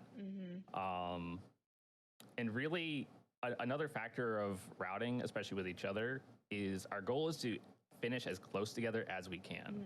Yes. The further apart we are, the worse we've done. Because it's the average of the two times, correct? Yeah. Yes. So flexibility, obviously key, and being able to like see what the other person's doing and kind of learn off of them, also a very important part of this run. Now, you guys did have a bonus incentive that was met. It's just called Ice Trap Mayhem, which is like very intriguing. Do you want to tell us a little bit more about that? Yeah. It's one of the best settings out there. It really is. It's one of the more fun things to do. Especially with another setting that we have on, items out in the world that we see, we may see a strength upgrade or a hook shot.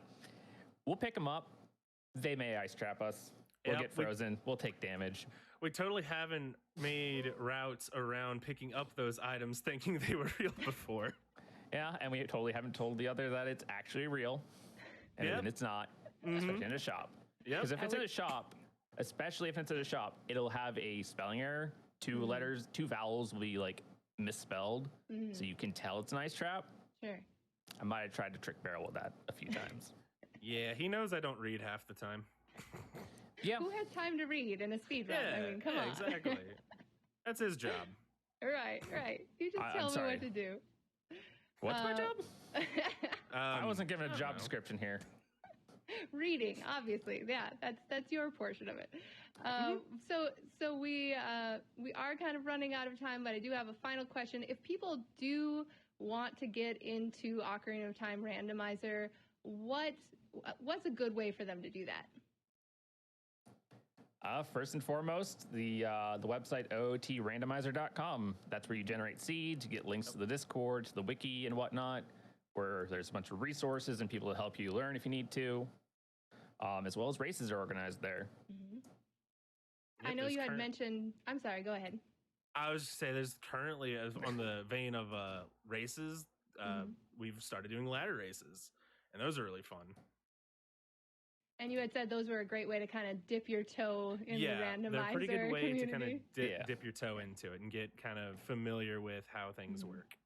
And to be clear, ladder races being blind 1v1 races, you don't know your opponent until you finish, so or forfeit. Cool. That's happened. Yeah, so you don't know who you might end up being against, which is kind of exciting. Well, I know I'm really looking forward to this run. It sounds like it's going to be a challenge. You two seem like you work well together when you're not working against each other, so that should be fun. So, well, thank you guys so much for sitting down with me and having this chat. I'm really looking forward to the run, and good luck to you guys. Yep. Thank you. Yep. Thanks for having us. Thank you. All right. It was good. Thank you guys so much. And coming up next, we have Yakuza Kiwami 2, run by Froob. So make sure to...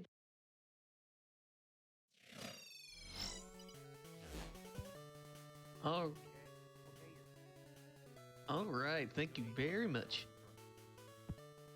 So, Brendo has a $500 donation, and they send a haiku. Says, "Come on, everyone! Half-Life Alex needs our help. Let's all do our part." And with that, it's time for the grittiest, most...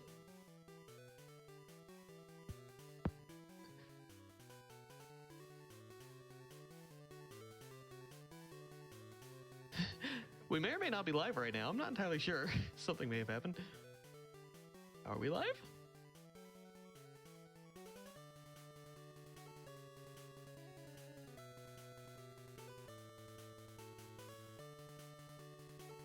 All right, so with that, sorry about that. We had a technical issue over here. But with that, let's get to the grittiest, most hardcore crime simulator ever with the Yakuza Kiwami 2 with Froob. Hello everybody, hope you're doing well tonight. This is Yakuza Kiwami 2. We're going to be here for about 2 hours, so I'm just going to go ahead and get on with the game. So, going to start from new game on easy. You might think that it's a joke because it's on easy. Trust me, it's not. You'll see. So, let's get this run going in 3, 2, 1, go. So this is technically the second game on the Dragon Engine, which was made for the newer games. First one being Yakuza 6 and then Kiwami 2. A couple afterwards, including Judgment and the upcoming Like a Dragon at the end of this year, which looks to be absolutely outstanding. But as we start the run, you'll see a couple of cutscenes here. Basically, it's the early 1980s, and we see a detective named Kawara entering a burning building. This incident will come to call later in the game the Jingwon Massacre. So just remember that for now. That's Kazuma there, foster father. We'll talk about him a little later on. And basically, Kawara enters this building, notices Kazuma of Tojo up to no good, and he saves a woman and her child. Then we gain control of Kazuma Kiryu. He's our protagonist of the game. He is here at this graveyard with his adopted daughter, let's call her Haruka, 1 year after the events of Yakuza 1. So every Yakuza game has a good art tutorial. So it's teaching us how to do basic combos. So you start off with square attacks, which are your light attacks, and then triangle, which are your strong attacks. We then go into the second part of the tutorial where things are going to mix it up a tiny bit. What I'm going to do is I'm going to do a quick hit. Oh, I could have got the quick block off. Nice, that rarely happens. That's good marathon luck. Now we're waiting for a second hit, and we need to evade. Now the unfortunate thing is these guys have a quick kick. This guy's going to be the one. Yep. He's moving towards me quite menacingly, that's how you can tell. We're going to now focus our lock on. If you see that guy at the back there, his name is Pterodot. I found the one that survives. Interesting. You have to do a heat action to finish off this tutorial. You can only do it at 2 different places in the graveyard, which is over there by Pterodot, or where we did it there, or with the ladle, which is in the bucket at that end. So basically, the way that we do this in this run is basically we try and manipulate the enemy to one side of the graveyard, usually that side because the ladle's there, and if somebody's at the other end because of lovely ragdoll physics, then we can just grab a ladle and run over there. But essentially, Pterodot took over as the Tojo clan chairman, and unfortunately, Pterodot's not done too good and is dead. He got assassinated by those Omi Alliance members who came along, and we are now going to go back to Kamurocho. We are Kazmakiri, who is the ex-Tojo 4th chairman. We're going to be buying a couple of drinks here. These vending machines were new in the Dragon Engine thanks to Yakuza 6. All of these drinks that we get from the vending machines all have completely different properties to them. The Poseidon Power that I bought, that's a moth, hi. The Poseidon Power that I bought is actually a sprint drink. It gives us unlimited stamina, which allows us to basically run everywhere. And we also got a thing called Citrus Cider, also giant traffic cones. So the Citrus Cider gives us a medium attack buff. It's not the largest one, you'll be seeing the largest one in a little bit, but we actually need some Citrus Cider for 1, safekeeping, and 2, to do a certain boss strat later on with. So the game's going to tutorialize us now about storing weapons. We can't actually skip any of these tutorials so far. This is automatic. I can't do anything about this until we get to the screen. Now we equip our weapon. As you can see here, 1 enemy survives. Every single tutorial has 1 enemy that survives until the very end, apart from the final tutorial, which is coming up after this. Here we're now going to get taught about leveling stats. We're going to be leveling strong charge attack. You saw we did the strong light attack in the previous tutorial. I'll talk about that in a little bit. We're going to do gear now. In this game, you have different gear sets, so we get a red binding.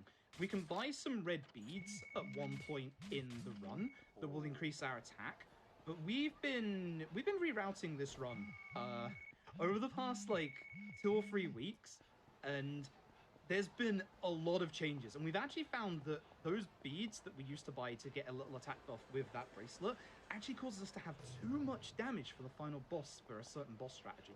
So we won't be getting the actual gear set of that. But there's basically a whole bunch of equipment that we can get in the game, some of which are amazing in terms of the run and some which aren't. You're also going to see here a heat attack. That guy moved to the left, so I have to aim towards him to do this. I actually got the other guy. That's unfortunate, because this guy has the most HP out of everybody. That's a good move to do, and you can see ragdoll physics in this engine are fantastic. So that's the reason why you want to do a heat attack on him, because it actually takes off half of his HP, which then just leads you to having to attack him like once or twice. 1 charge light attack after that is all it takes to take care of him. We want to take Poseidon Power here. We're going to take a little bit of a detour away from our story objective, which we basically need to steer the Tojo, because their chairman just got assassinated. We need to basically get a new Tojo chairman. And we've had the idea of giving it to someone called Daigo Dojima. Daigo Dojima being the son of Sohei Dojima, who's a name you'll recognize if you played Yakuza 0 or Yakuza 1, and is also the son of Yayoi Dojima, who is currently the interim Yakuza chairman. It doesn't matter if this enemy aggro hits us here, because this is an area trigger. I will get into the triggers a little bit later on, because we have found Daigo Dojima. He is here with his entourage at this club. And what we're going to do is we're going to do a little bit of light charges to try and take care of everybody. Hopefully I can get all 3 in a hit. Unfortunately, he moved, so that's not going to happen. So I hope I can get him. That's good. Take care of them. You can push, as you saw there, you can push enemies a little bit around in fights as well. So you can kind of line them up a little bit with trying to do a good combo. And now I get to introduce you all to what we affectionately call in the Yakuza series, bike strats. So what we're going to do is Daigo doesn't want the responsibility, and he's still grieving a little bit over events that happened in Yakuza Kiwami, or Yakuza 1. We're going to get this bike. We're going to hit Dojima with this bike. He doesn't normally attack. Interesting. But that should hopefully, enable us to hit him again. You cancelled your combo mid... That doesn't... Okay. So, what's supposed to happen is you're supposed to knock Daigo over. He goes on the ground, and then if you're close enough, you can hit him again with the bike. If you're not close enough again, what you want to do is you want to bait out either an attack or his guard. With the new Dragon Engine, unfortunately, we don't have as many ways of manipulating the boss's AI as we did with the old engine. But with Kiwami 2 especially, any boss that gets knocked down will then store up a guard or a dodge, And then you know at that point that when they stand up, if you can't hit them immediately, you know that you have to bait out either an attack or a guard or a dodge, and then you can hit them. Usually what will happen is if we're not too close to Daigo, we'll actually let him attack us first, because we can use the strong attack of the bike with hyper armor to make sure that even if he hits us, it's not going to interrupt us from hitting him again. As soon as we get here to our second city, Sotenbori Osaka, this lovely gentleman is going to stop us. We're going to say something very rude to him, and then we're going to grab this sign, Muscle Soda, and that's the end of that fight. Muscle Soda is insanely overpowered. So a lot of this run is a lot of item management. So we're using this sudden power because we're going to have to run from Kurokawa there over to the Grand. If you played Yakuza 0, you'll recognize the Grand. When I say that we've gone and redone this run completely, everything in this chapter that we used to do is now gone. So we used to get a very, very specific shopping list for chapter 4. Instead, one of our members, Josei Kuro, actually the other day found this lovely little plate that we're going to pick up, which none of us knew the existence of, and I've been running this game for like almost 2 years, so I'm kind of ashamed about that.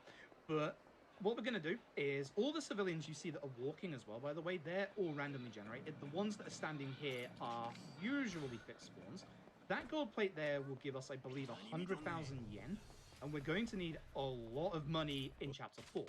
We're going to speak to Kurokawa, who spoke to us after we dealt with the guy earlier. He's going to tell us how to get into the VIP section of the Grand. Now, the good and the bad thing about the Dragon Engine is that we can skip literally like 95% of cutscenes. And unfortunately, that means you don't get to see some really cool stuff, such as the introduction here of the game's main antagonist, Ryuji Goda. Ryuji Goda is the head of the Omi Alliance's Goryu clan, and he basically knows who Kiryu is. Now, for this fight very specifically, that guy on the right there, he has the most HP and defense out of everybody here. So, let's send him for a trip. Bye-bye. So he's just gone down there. He's just gonna enjoy the festivities around the Grand. We're gonna hopefully catch these two. That's a shame, but you can see there that I used the charge light attack there to quickly cancel out of the strong attack that I did that missed, and that way I could hit the other guy a little quicker. So Ryuji says that at midnight there are going to be fireworks over in Kamurocho. So we're going to head over there now, get stopped by a couple of NPCs who say there's something going on. This section here, every NPC that's running is randomized. Every single one that's stationary is not. We don't want to run into NPCs because unfortunately, as you'll see there, Kiryu will bounce off of the NPCs and we'll lose a tiny bit of time to that. So movement in this section is really kind of tricky. That was actually lucky because she pushed into me and I didn't push it into her. That's unfortunate. And then there's a little bit of a hidden trigger for the next cutscene here, and the fireworks go off, and you can't have a Yakuza game without the Millennium Tower going bang. So, with that, we're going to head into Chapter 3, and I think I'm going to throw it over to my wonderful host now to see if there are any donations. All right, we have more than a few. So KT sends $100 and says, "Let's get that Alex run." Omni Radiance sends $25. Says longtime viewer, first time donor. Thanks to all who made SGDQ 2020 possible during these uncertain times. Donation is going towards Half-Life Alex. However, we also have $25 from Daverboy, who says, "How do we feel about a $5 Majima train? I'll even start us off with the first 5 cards. Choo-choo!" That would be pretty awesome. And yeah, I would love for us to see Half-Life Alex met. That, I believe, I might be wrong on this, but I believe that would be the first VR title at GDQ. So I want to see that. Let's try and see if we can make that, shall we? And anyway, so we and Daigo came to Omi HQ to broker a peace treaty. That was Terada's last will and testament, was just, I want to... let's start again. Terada wanted an alliance between the Tojo and the Omi. The Tojo, who we used to be affiliated with, or are still kind of affiliated with, are the biggest Yakuza clan in the West, and the Omi are the biggest Yakuza clan in the East, aka... Oh, I got that the wrong way around. The West and the East, where basically, obviously, Osaka and Kamurocho in Tokyo. So, here, we actually got kind of lucky because my attack buff wasn't on. And because my attack buff wasn't on, it meant that this katana actually fell to the ground. Now, I'm going to have to be very careful. I'm going to take a few marathon safety strats in this run as of this point. In this chapter, beforehand, what we used to do was we used to pick up at least one spare wooden sword off the enemies. to take for the later parts of the run. Unfortunately, we don't do that now, and the rest of the run is kind of a little tight in regards to weapon routing. We can actually accidentally end up losing the weapons that we need. I'm going to intentionally throw him. I really wish you hadn't flown over there, but Dragon Engine physics. So, picking up again another wooden sword here, even though we don't take the wooden swords as spares, picking up the wooden sword and using it in this entire set piece is so much faster than trying to do the rest of this set piece normally. Because what we do normally for this encounter here is either use a charged light attack or use one of those vases or plates. There's one behind us. But with this wooden sword, as you'll see, hopefully, a single combo here. It didn't move forward for once. And again, this is the thing with the Dragon Engine, is that sometimes you'll have enemies that will actually work with you, and sometimes you won't. And that's a lot of the thing of Kiwami 2's run, is that whilst I'm going through this run and doing all of these things, I'm going to be paying close attention to 1, weapon durability, 2, how many drinks I've got left, and 3, kind of how enemies react. Because we have ways that we believe are ideal, and then ways that just don't happen. But again, that's one of the fun things about this run. So I'm going to randomly kick that guy. He has a knife. Hopefully I can charge my strong here. I didn't get it in time. I'm just going to drop kick this door, don't worry. This barricade is a very unique barricade in that it always takes 3 hits. There are barricades later in the run that will take either 1 hit from certain weapons, 5 normal punches, but these barricades always take 3 hits. It doesn't matter if you hit them with a sword, it doesn't matter if you hit them quick. That's unfortunate, I missed my first hit. We're going to go to the right here. This is a nameless katana. This is a very, I almost broke it there. That would have been bad. This nameless katana is one of the stronger weapons we can get in the early game of this run. 3 muscle soda left, which should be very good. If I could get out of here with 2 muscle soda remaining, I can actually delay getting a later drink run, and then that way I can actually just... How do I not get my strong attack out? Come on, I'll just do that. Because that guy with the HP bar, he's kind of like a mini-boss. If let loose, he will basically be a real nuisance. I wanted to do the hit attack there. I want to get him to do his free hit combo, because his free hit combo, after I've done the strong attack against the guy with the sofa, his free hit combo, the last hit will actually connect with you and cancel you out of your own animation and allow you to just run down here. And in days gone past, we used to use that chandelier there to take care of every single enemy here, but what we're going to do instead is run down here, charge light, charge another light, to hopefully get a couple of people here. The worry that we have in this area, and I'm going to equip my sword here in case I can get out of here quick enough, this guy. That guy likes to run up the stairs. There's my spare sword. That's beautiful, actually. That's really beautiful. For the purposes of obviously marathon safety, I want to take a couple of spare weapons. If I can, I'd like to take a spare gun, because all guns, well, most of the pistols in this game, like the ones here, only have 1 bullet, and we only need 1 gun for the end of the run. But weapon-wise, I'm going to hopefully, I didn't mean to, unfortunately, not go away. I'm going to hopefully have 2 spare weapons. I'm going to grab a crowbar in a later set piece. That's Jin Goda, the current head of the Yomi, and this is his son, the main antagonist. This is Ryuji Goda. I love this lad. He's awesome. So, what we're going to do is we're going to use the Nameless Katana that we just equipped and do very specific attacks. We're going to start with 2 strong lunges into a heat attack. Every single boss has a mid-fight QTE. After that mid-fight QTE, they will go into the heat phase where they'll get extra attack, extra defense. We want their HP bar to be as low as possible before that happens. Now, hopefully Ryuji behaves. Sometimes he doesn't. He's not. He's trying to knock me over, so we're just going to get behind him, attack him, and then that is going to be the end of this thing. So, in the cutscene, we're going to meet a police detective named Kaoru Sayama. She's going to put Kiryu into protective custody whilst Ryuji runs off with his dad. So, we're going to be going into Chapter 4. Chapter 4 is a long chapter with a lot of housekeeping to do, so I think now would be a perfect time to throw it back to our wonderful host for some more donations. All right, I'm going to keep going until you yell at me to shut up. Benny Burgers sends $50 and says, "Great job and good luck, Froob. I hope we can see that Majima saga." Let's see, Majima Goro himself sends $50. Says, "We need that Majima side story because Kiryu-chan!" Keep going if you want. We have an anonymous $250 donation who says, "Gotta donate for my favorite character in my favorite series. Do it for Kiryu-chan." Diley Bones sends $20. This is donating to this amazing event for the 3rd year in a row. It ain't much, but every bit counts. Can't wait for the Yakuza Kiwami 2 run, because in the words of my favorite crime dad, Kiryu, that's rad. Which, by the way, let's see where we're at for that. Majima Saga, we're at a little over 12,000 out of 20,000. And for Half-Life Alyx, we are at $23,533.30 out of 90,000. So keep donating to both of those. Let's go. Yep, let's get those in. You saw me there just very, very briefly run into the building there. That actually de-aggroes the enemies because you can't get into a fight in that building. But something very weird happened. There was an enemy spawn outside of the bar that we had to run to that somehow despawned. I'm fairly certain that Tap, a fellow K2 runner, will have noticed that. I have no idea what just despawned that. How bizarre. I was keeping an eye, because whenever you go around that corner, you have to keep an eye out for any enemy spawns. It's an area trigger, but it's fine. But I just despawned a set of enemies. I don't even know how. You'll see on the minimap there's a lady there who has a purple hitbox, or purple marker. If we walk into her, we'll get more dialogue, which will obviously slow this whole thing down. Kaoru has 2 dialogue boxes, depending on how much HP she's got at the end of this. HP drain, I believe, is dependent on FPS, so me running at high FPS is not ideal. And also if we bump into NPCs. Again, standing NPCs, that's bad spawn. Don't turn around, thank you.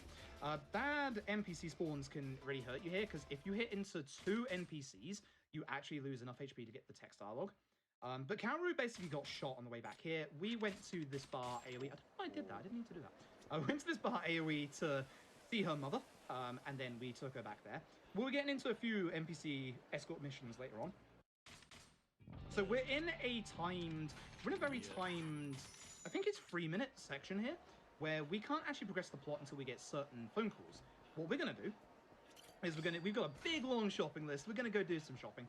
This is the route that has completely changed over the past couple of weeks, so I'm being very careful to actually go the correct route. I believe I have the 2 muscle soda that I need, that I can just skip this by here, but for marathon safety, whoa, sometimes these don't load. For marathon safety, I'm actually just going to be safe and secure and actually get the muscle sodas so that I know. Which does mean that I will probably do a safety muscle soda route in 26, I think. But either way, we need to raise something like 325,000 yen. That platinum plate there is 200,000 yen. Coupled with the 2 gold plates that we now have, that's 400,000 yen. Beforehand, we used to go along the entire bottom route of Osaka there, bottom route of Sotenbori, and we used to pick up like 2 silver plates, or 1 extra silver plate, including the 2 silver plates that we would have picked up back in Chapter 2. This right here, if I can get it for the phone call, perfect, is the key for another coin locker which contains the blood cake chainmail. It doesn't sound very nice, but actually it's something that lowers... Actually, I don't know if it lowers our defense in this game, but in Yakuza 6, it lowers our defense but raises our attack greatly. Here it raises our attack greatly. I'm not sure if the defense debuff happens here or not. We'll see when I equip it. I can't remember.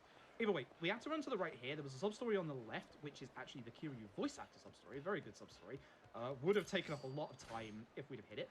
This locker key is for a wooden sword. The wooden swords have 48 attack. They have 16 durability if you take them off of an enemy, or 12 durability.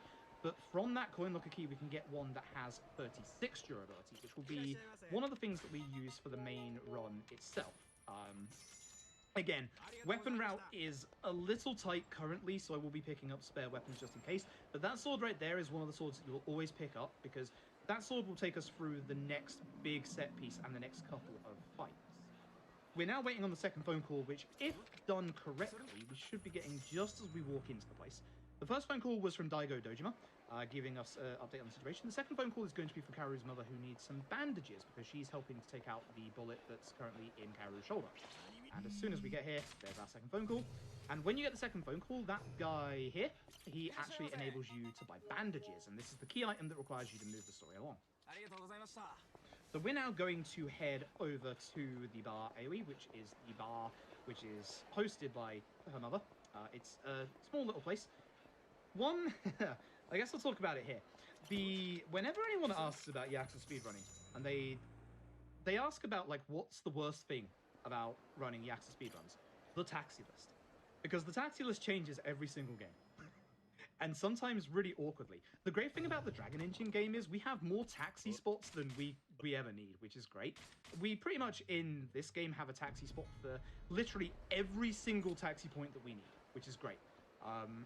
In the original Yakuza 0, there's only one Yakuza 0. In Yakuza 0, the top taxi spot there wasn't taxi to Kamurocho, and it was actually taxi to East Sotenbori Street.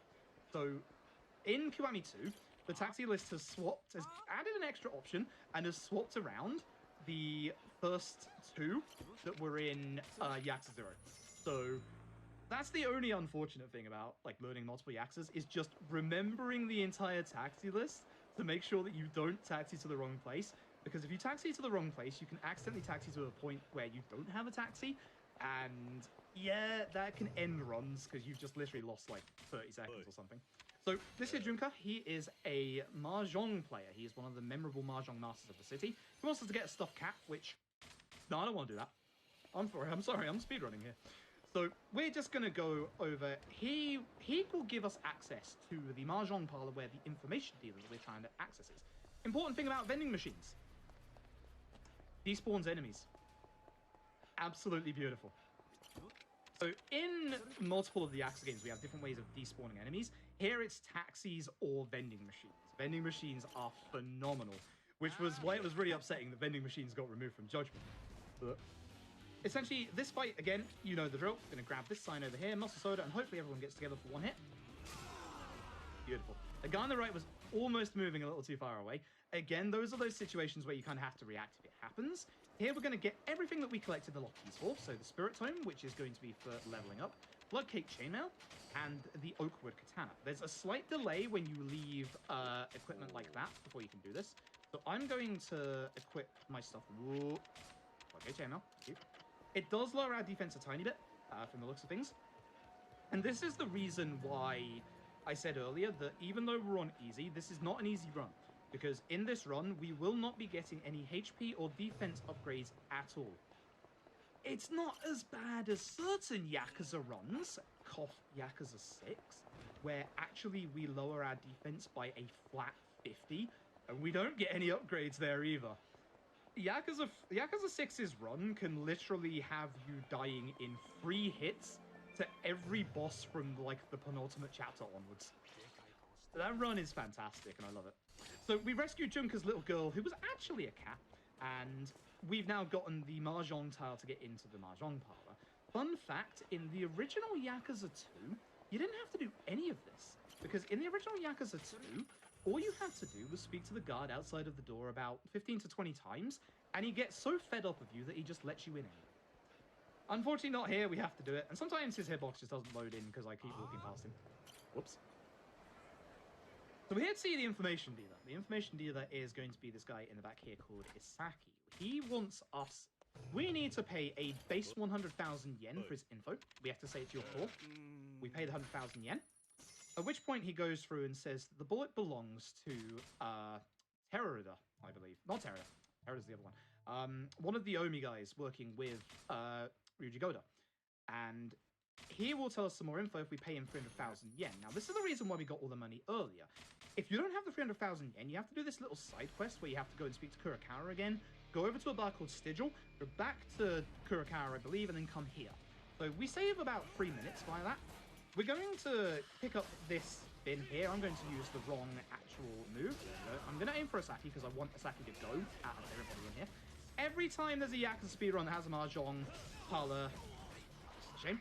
Every Yakuza game that has a Mahjong parlor battle, kind of a pain in the backside.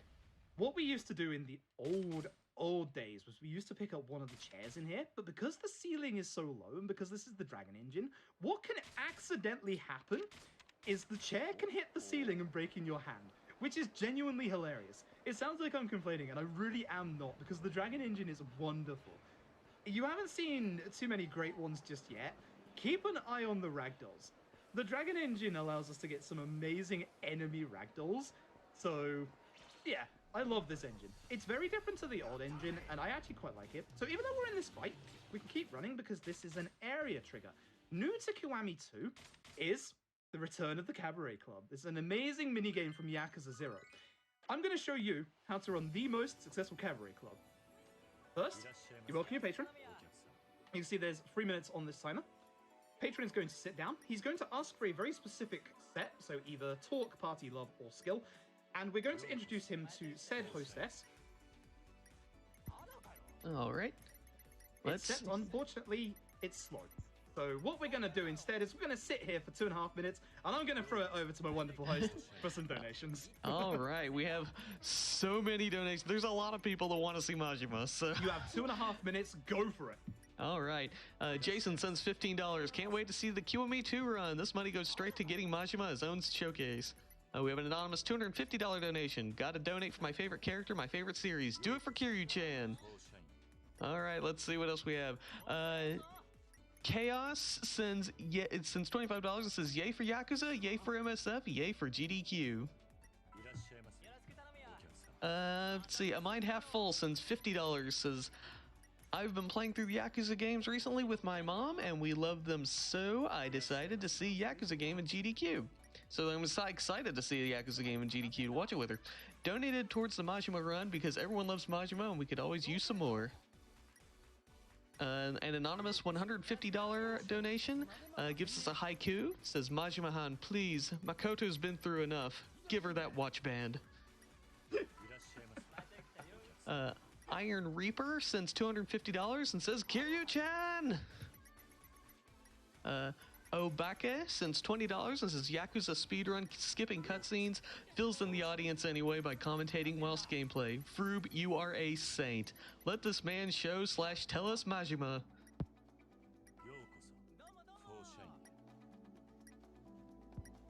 If you've got any more, we've still got a minute left. Oh boy. Jukebox Legends sends $15. Says, Kiryu-chan.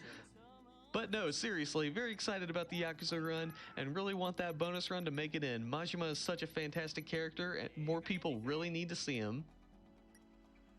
Let's see here. Stephen H sends $25 and says it's GDQ week once again.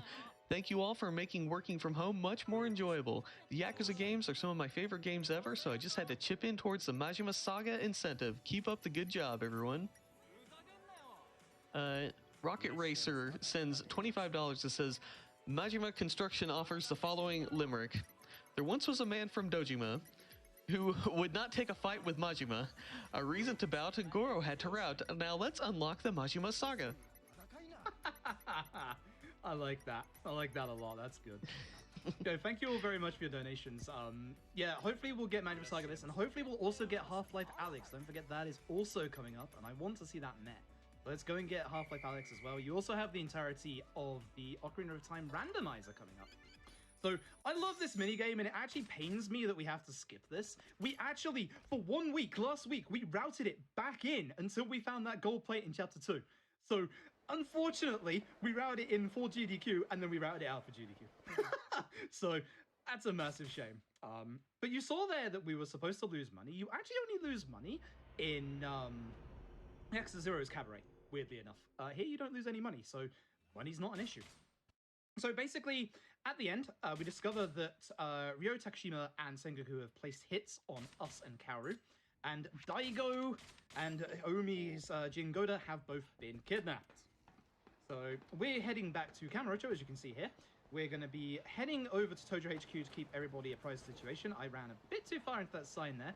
My DualShock has been having some really nasty stick drift issues for a little while now. And fun fact, even though that phone call there looks like it's an area trigger, it's actually not.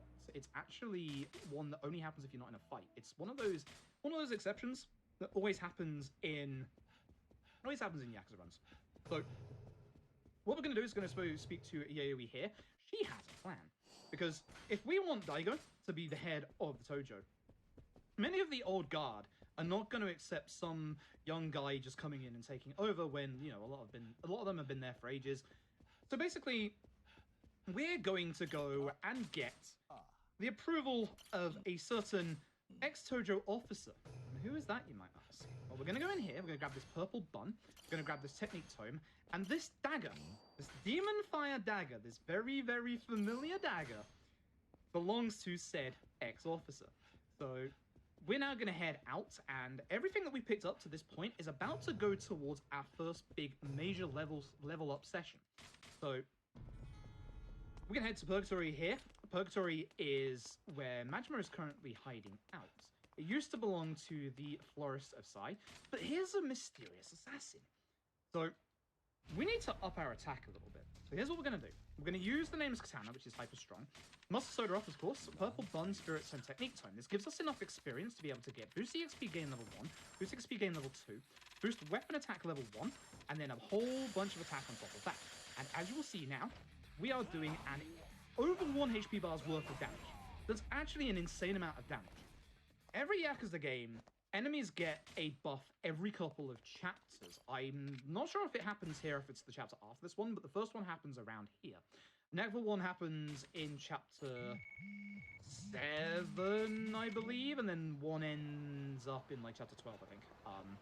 But essentially, we'll be going through. We have a very solid list of when we want to do our level ups. We're gonna have to despawn this, unfortunately, because we need to talk to the shopkeeper Don Quixote. Don Quixote, unfortunately, I've got some bad news. I'm not buying those beats. I've decided. I know you're watching, Tap. I'm not buying the beats. Trust me. We routed in those beads, and I think we're routing out those beads again because they give us too much attack. Not touching those beads. But unfortunately, I think that Don Quixote is no longer in the Yakuza games because of licensing issues. So, unfortunately, as you're probably aware, Yakuza has a lot of in-game product placements, a lot of real things. Like, a lot of the... You'll probably have noticed when I've been using the vending machines a couple of times. Boss Coffee, for instance.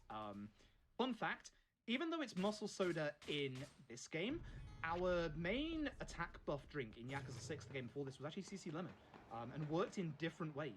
So, funnily enough, this is a pupil of Kamaki, our old martial arts teacher. We're not going to go and get extreme heat like the bosses have, because that will literally cost us 5 to 10 minutes. But the fun thing is that the Ryuga Gotoku devs are very, very good after each game of seeing what makes the games really, like, what's the really overpowered thing in those games. For example, in Yakuza 0, and its speedrun, there's a move in Beast's combo tree called Golden Fist, which literally, you can just level up that, and you can literally take that straight into any % legend. Like, the strats that you're seeing here, you can do these and go straight into any % legend. Don't recommend it, because legend difficulty, basically, if you die in legend difficulty, you go back to your last save. And in the older Yakuza games, when we didn't have autosave as your last hard save, which there used to be a situation in the finale of this game, which has now been routed out, thankfully, that still terrifies me to this day. And here he is. Here he is. Good old lad, Majima Goro. You can see his saga if we can meet that incentive at the end of the run.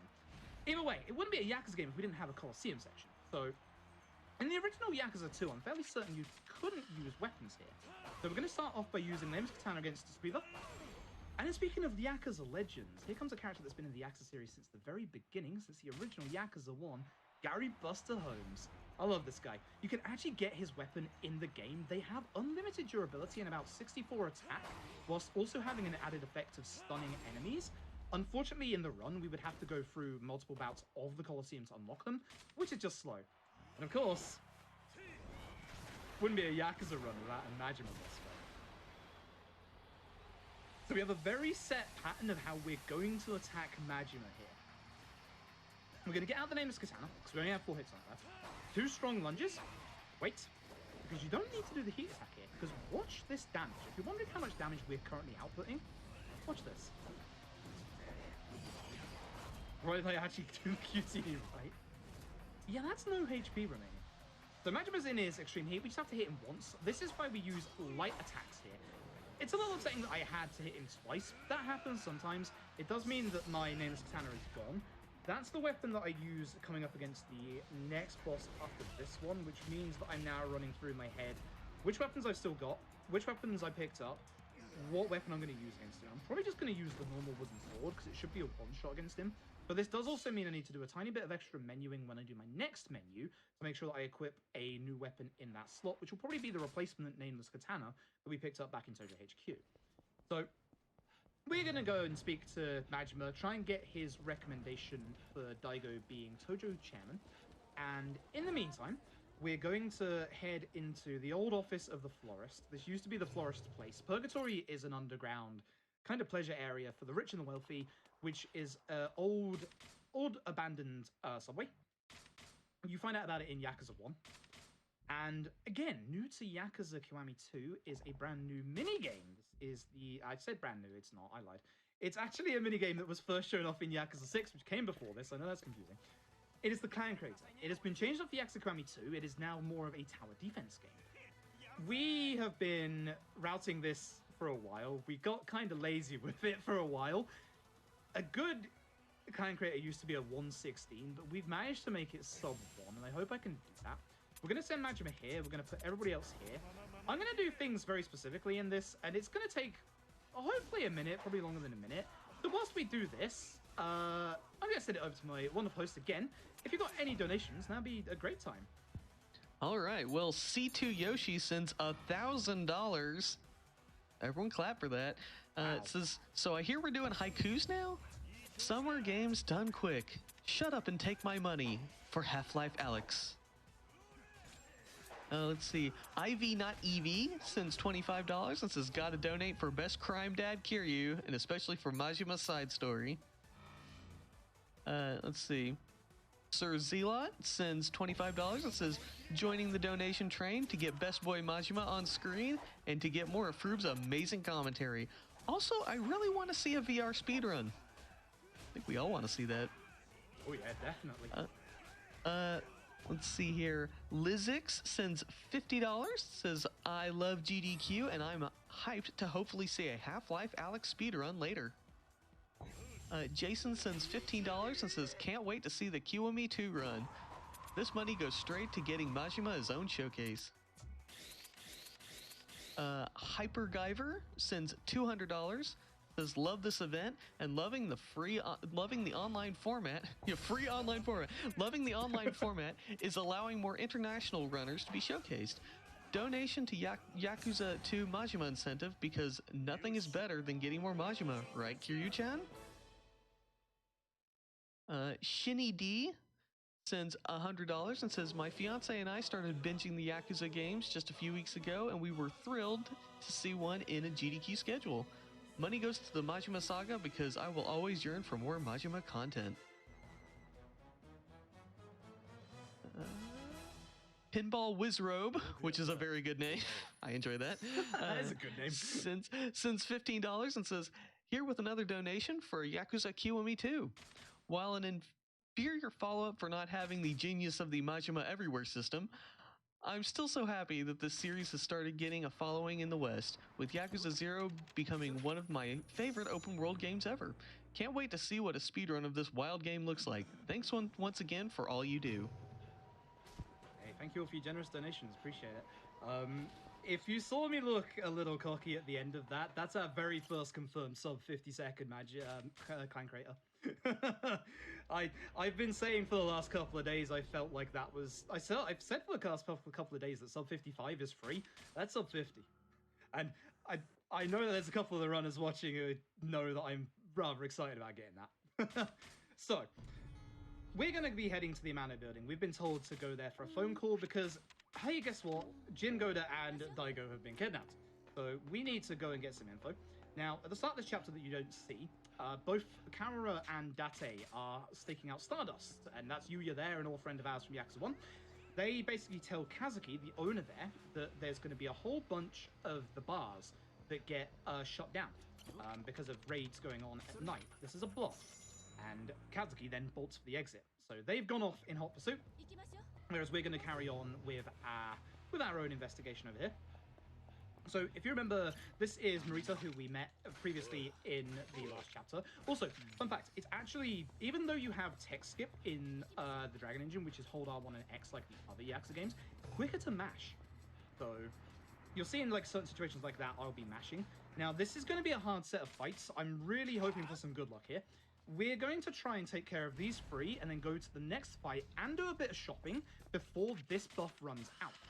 So, want to aim for the big lad because he's got the most HP. Good start. These are the 16-bit. Their building has been taken over, the Amano building, which we're trying to get into, by a mysterious foreign organization.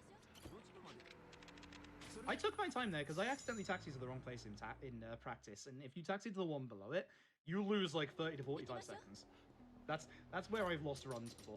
So I'm gonna grab some soda. I should grab some Poseidon packs. I'm doing old Poseidon Pass strats, so just for safety. And here is the owner of the building. He has the only key. Here's his brother. Now, we used to take them out with the gas cylinder that's to the right, but hopefully they can walk together because I'm going to be using the sword. That's a shame I didn't hit both of them. So if you can take care of these in quick enough time, that's a shame. Oh, we did. Nice. So we're taking them out quick enough, you actually stop the spawning of any other enemies in this whole bit. And as you can see, we have plenty of muscle soda left. So that's actually a good sign. Half the time you'll see, like sometimes like in the chapter 3 beginning set piece, I'm surprised halfway spawn didn't see me. Oh, like in the beginning, like chapter 3 set piece, you'll see us, for example, like keep an eye on our muscle soda because that's how we can tell how well these set pieces are going, depending on how much of our attack buff we've got left. Now, we have the key to get into the building. We're going to be going to the top where we have been told to meet up at a certain time. Kaoru's going to guard the exit, and we're going to get into our next big set piece, the Amano building. And you're going to meet a wonderful gentleman here. We're going to run forward. This is where the start of our new weapon wrap begins as well, actually. So, we're going to get out our wooden sword, muscle soda. This guy is called the Man in Black. So we're going to kick him for a back, okay? Don't worry, you'll see him again soon. We're going to go over here, break this, because it's one hit with our sword. If you remember earlier, this is one of the barricades I was saying. We're going to take this sword. The sword has 60 damage and 24 durability. It's one of the best attacking weapons we can get. I'm going to run here and just use my light attack, because you can actually use either light or strong kicks. I would like that gun. I'm glad it went this way, because I actually need this gun for quick strats. This is the first point of the run where I could genuinely die, because this is where we do something a little stupid. For marathon safety, I'm taking this healing item. Ow, how did I get that? Okay, so guy with a machine gun, we're just gonna, you know, dodge bullets, hit him, and kick. That machine gun guy can kill you. I'm not joking, that machine gun guy can literally just demolish you. Reminder, we're on the second floor. The Man in Black just drop kicked for it. Pretty impressive. So we're going to equip our wooden sword, muscle soda, and a reminder that we're on the second floor. There he goes. So we're going to carry on. We're going to put our sword away because we want to keep these sword uses for later. We're going to grab this pipe instead. It's a little slower than the sword, but we do need the sword for hits later on. Now, as you can see, Kira's hitbox with the sword, with the pipe, gets a little bigger. Now, this is one of the points where I was saying earlier about how the run can kind of go a little random. Please don't hit the stove over there. That is very lucky. That should have hit the stove. So we're going to grab this stove. This stove we need for the next 3 enemies and the boss of this area. So we're going to go up here, fresh muscle soda because it's just ran out. That's everybody on fire, and with these guys, it actually takes them out in one hit. That's how strong it is. With Kira's hitbox, you have to take this door from this side, otherwise it breaks the stove in his hand. And here he is, the Man in Black. So we're going to hit him with this stove, and hopefully he gets set on fire, because sometimes he hasn't for me recently, which is frustrating. There's a little bit of a delay. I'm glad he didn't attack. With that, we throw the stove, and we grab this gas cylinder, because guess what? Nice. So his attack patterns now change into part blunt, part stab. Now, that's actually very important, because stabbing attacks, unless you have a weapon, very good, very, very good. This is a good set piece. If you don't have a weapon in your hands and you get attacked with a blade, they will actually break through your guard. And it's the same for you. So we have a tier list in the Yakuza series most of the time of the enemies that you want to take out and their priority. Tier 1, the one you want to take out first, enemies with guns, because, you know, enemies with guns. Then you have the likes of enemies with knives. They're in tier 2 alongside enemies that have stun weapons, so stun batons, stun guns, stuff like that. Then you have tier 3, which is pretty much everything else, but is also kind of split up into like individual tiers where you have like the larger enemies, and this is more of an old engine thing, but the larger enemies have a mass amount of hyper armor, and they also have these drop kick attacks that are really frustrating to deal with. So they're kind of like the higher tier alongside enemies with basically every other weapon, like baseball bats. Baseball bats themselves aren't inherently that dangerous, but they can basically knock you out of all of your combos.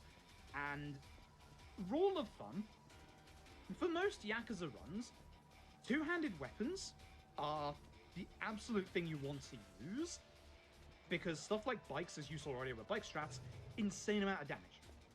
Exception to that is baseball bats. Baseball bats, despite being kind of a two-handed weapon, all of their damage comes from the last hit of the actual combo itself, and that's the entire reason as well why Slugger is a bad style in Yakuza 0.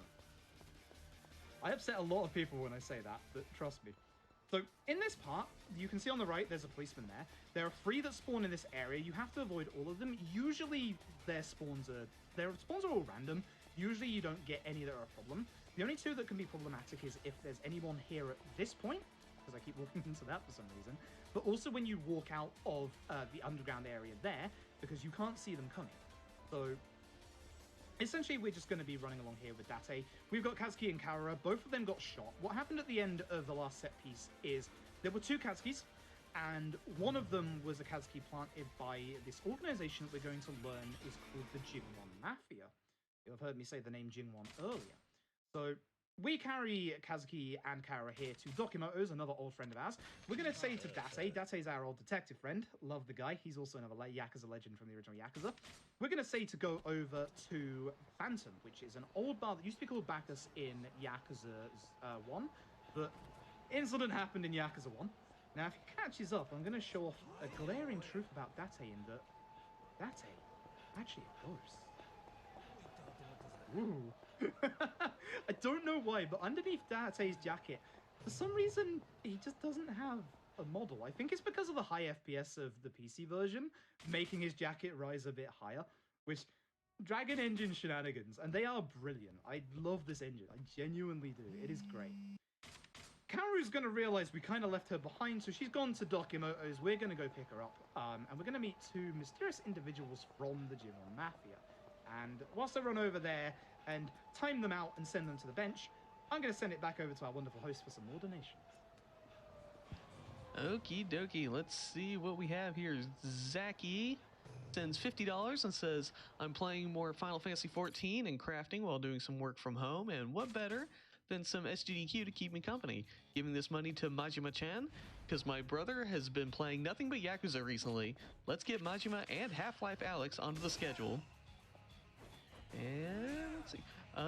Handsome Princess sends $500. Says, my partner and I have been marathoning the Yakuza series since quarantine started. Shoutouts to Seb for getting us into this mess. Figure dropping $500 on Majima might be romantic enough to make a GDQ commentator do a marriage proposal for me. So for good measure, Shelby, thanks for being the Majima to my Kiryu. Or something like that. Will you be my eternal rival? Love, Andy. Yo, that's awesome. Yo, that's nice. So, we're gonna run with, that's a bad fight spawn, hi. We're just gonna run back to the bar. We're gonna meet up with Kaora, and then a couple of the old residents of Kamurocho are being put up to kind of attack Kiryu. I'd like to say as well, like a lot of people say this, I say this as well a lot of the donations tonight have said it as well. The series has had like an amazing resurgence in the West. Literally, I've been with the series since the original on PS2. It doesn't matter if you're getting into the series now, it doesn't matter if you're getting into the series like ages ago. It's so nice to see like the Yakuza community just grow and grow. I don't like the way that literally everybody is moving here, so it's time to, you know what, I'm doing this. Yeah, that'll finish everyone but the bartender, I believe. And okay, here. Why you store a light charge just in case? But that man's stuck in the wall. That man was stuck in the wall. Just don't worry about him. He's fine. But yeah, this is like it doesn't matter if you get into the series now. It doesn't matter if you get into the series like ages ago. We just love people getting into the Yakuza series. And it's so easy to get into the Yakuza series now. One of the big downsides to the actual speedrunning of the Yakuza games is I can't show you half the amazing content that is in these games. Like over there to the right is a place called Club Sega. Inside that Club Sega is a Virtua On, the entirety of Virtua Fighter 2 with online play, UFO catchers, for example, the amazing karaoke that so many people know about, stuff like Puyo Puyo. Like these games have so much amazing content, and even then, like the storylines themselves are absolutely amazing. And it's never been easier to get into the series with like the likes of Zero and Kiwami. I always miss everyone in this fight. I hate this fight. it's never been easier to get into series with Zero and Kiwami available on literally everything. Like, apart from Switch. Hopefully one day. So, and you can start with Zero or Kiwami, you can interchange them. Like, it's so good. Like, it's just, we just want more people to experience the Yakuza games. That's all we care about. So, I want to shout out, like, a very big special shout out to, obviously, GDQ for allowing me to run this here.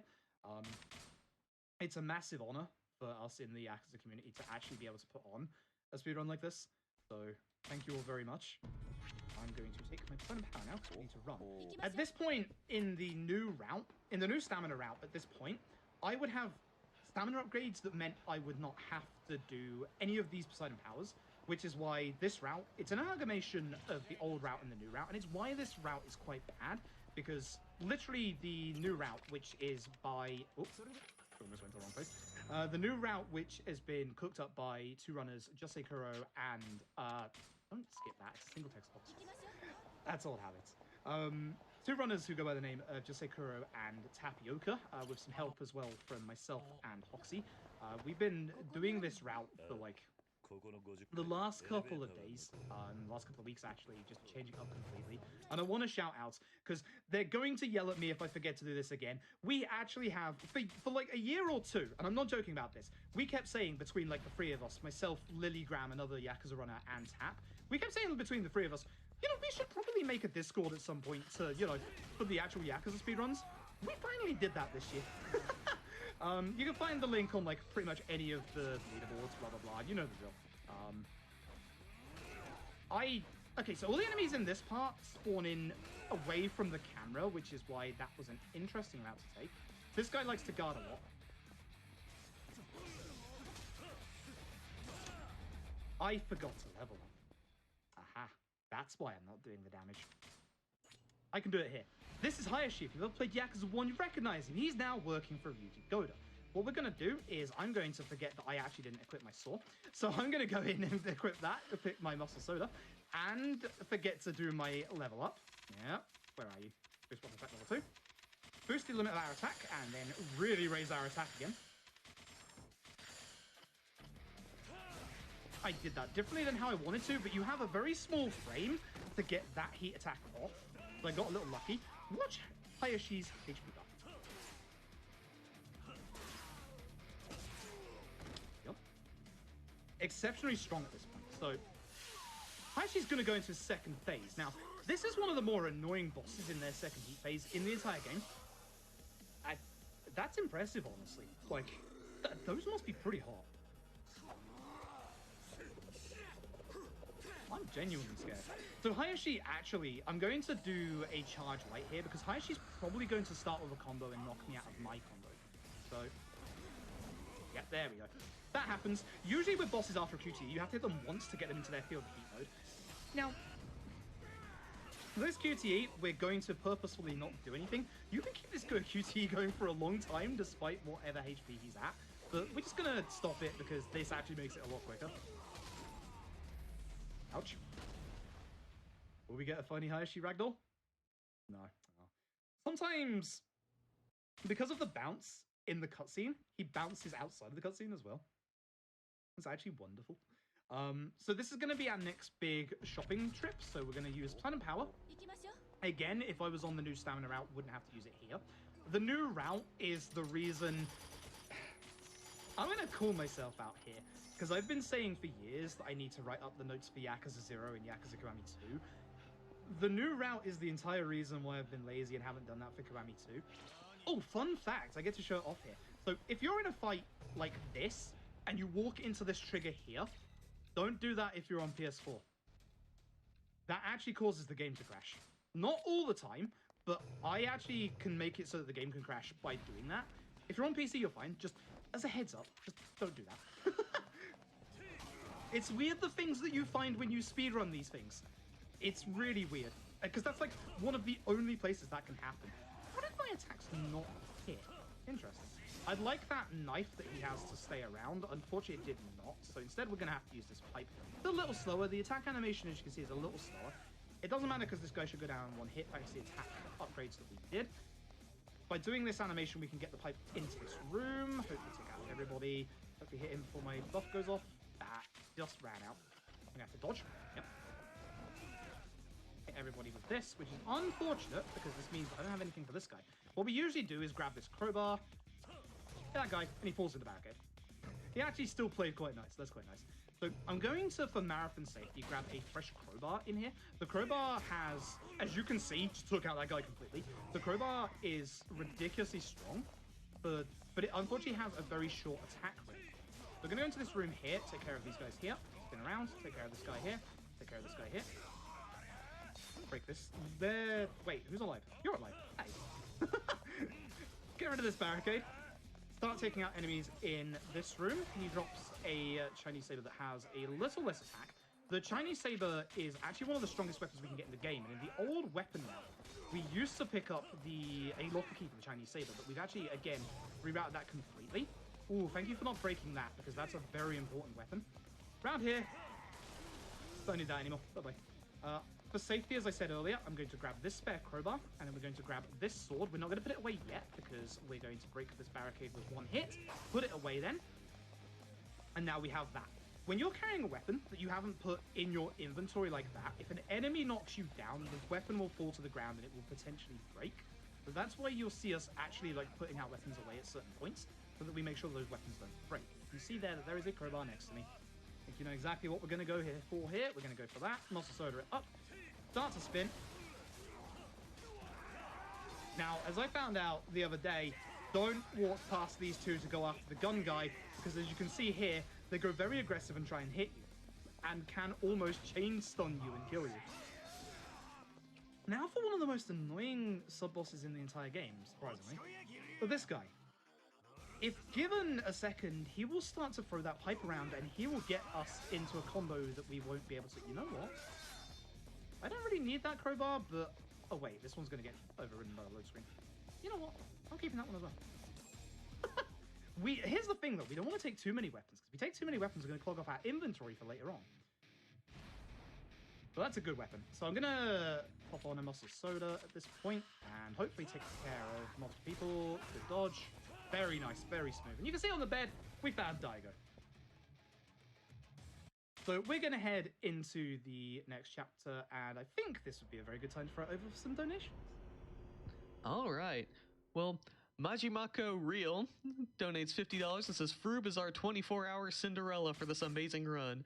It's so wonderful to see Yakuza at GDQ. Let's get the Majima story incentive to get a glimpse of Makoto. Risiru donates $20 and says, Kiwami means extreme. I'm beyond excited to see Yakuzis at GDQ. So good to see these crime dads. Hearts. Going to the Majima incentive because I know a lot of people would love to see that. Donation backed by Sky Finance. Let's see here. Majima-han sends $100 and simply says, Kuryu-chan!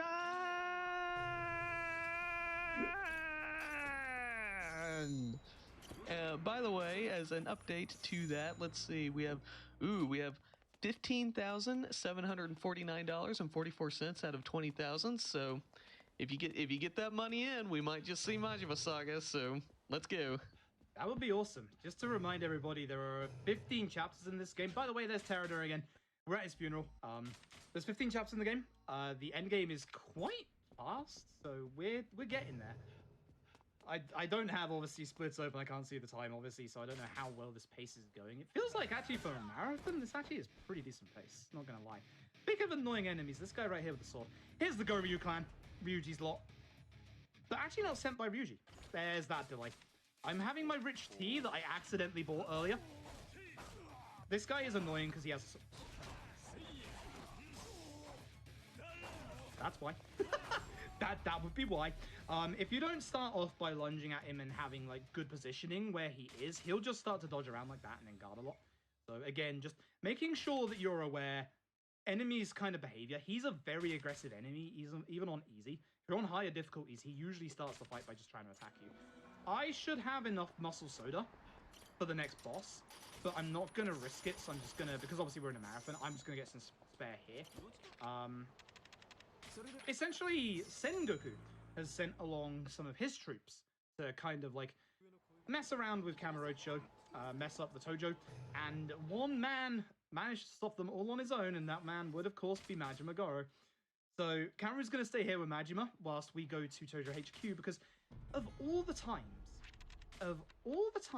for there to be a coup in the Tojo clan, now would be the time, huh?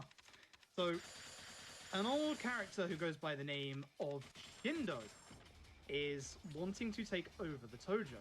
He has taken over the old Nishikiyama family and has also absorbed some of the old Shimano family.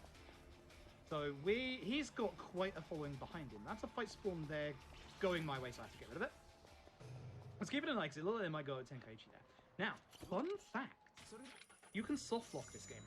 And the softlock is actually coming up right here. So you're going to see that the enemy's HP bars are going to appear a little early, and we're going to take our muscle soda early. What we're going to do is we're going to be very, very patient here. Not take out all the enemies until the title card disappears.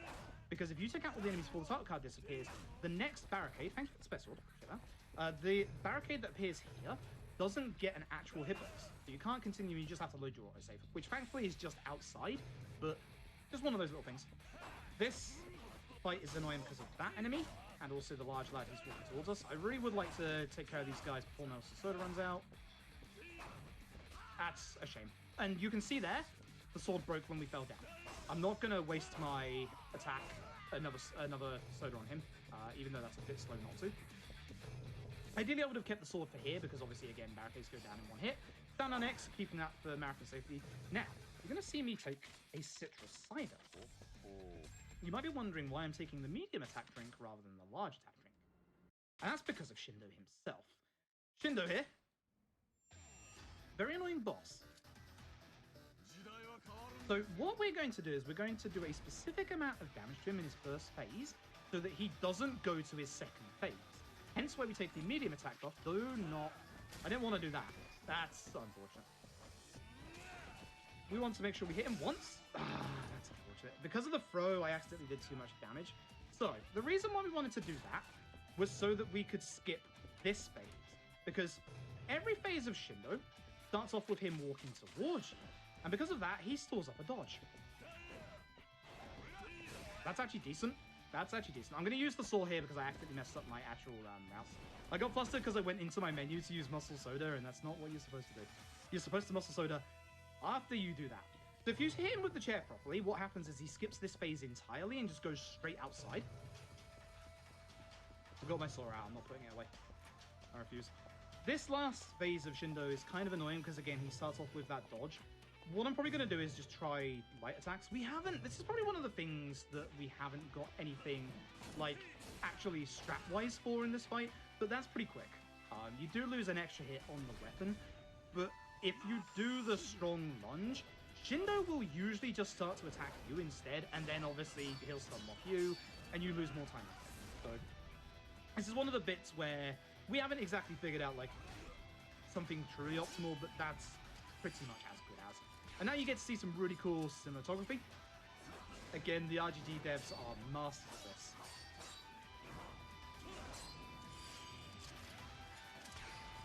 And with that, if you're a little squeamish, you might want to look away. Yep, that's the end of Shindo, alright. So with that, we're going to... I've got sprint level 2, so I don't need to take a Poseidon Power, so now I can just run straight back to the conference room. If you do not do any sprint upgrades before this, you have to take a Poseidon Power, otherwise you will run out of stamina before you get to the top stairs. I don't think I've ever mentioned, I haven't shown it off, obviously, but if you ever run out of stamina, you kind of stagger for a couple of seconds, and that will lose you like a good 4 to 5 seconds. Now, just ignore the fact that I'm taking a muscle soda right here. Just ignore that fact.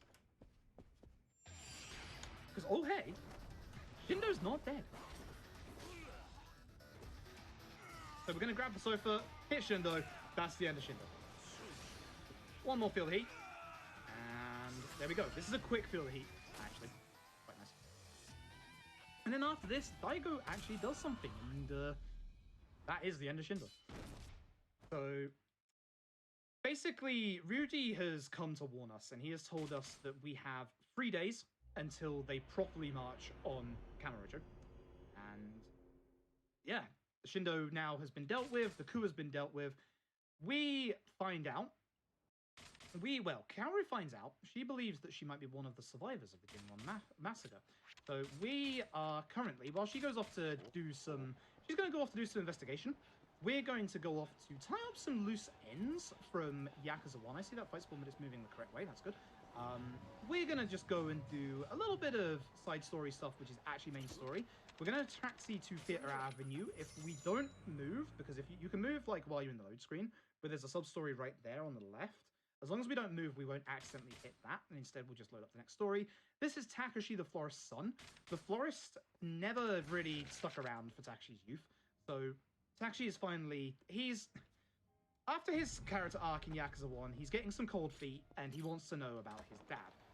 Obviously, we know about his dad, so we're going to go and find out about him. I'm going to do a spare muscle soda buy here just for safety when I come back. But we're going to go see the Florist. That's a bad fight spawn. I guess I'll do it here then. Like, oh, guess I'll do it here. We don't need Poseidon Power anymore.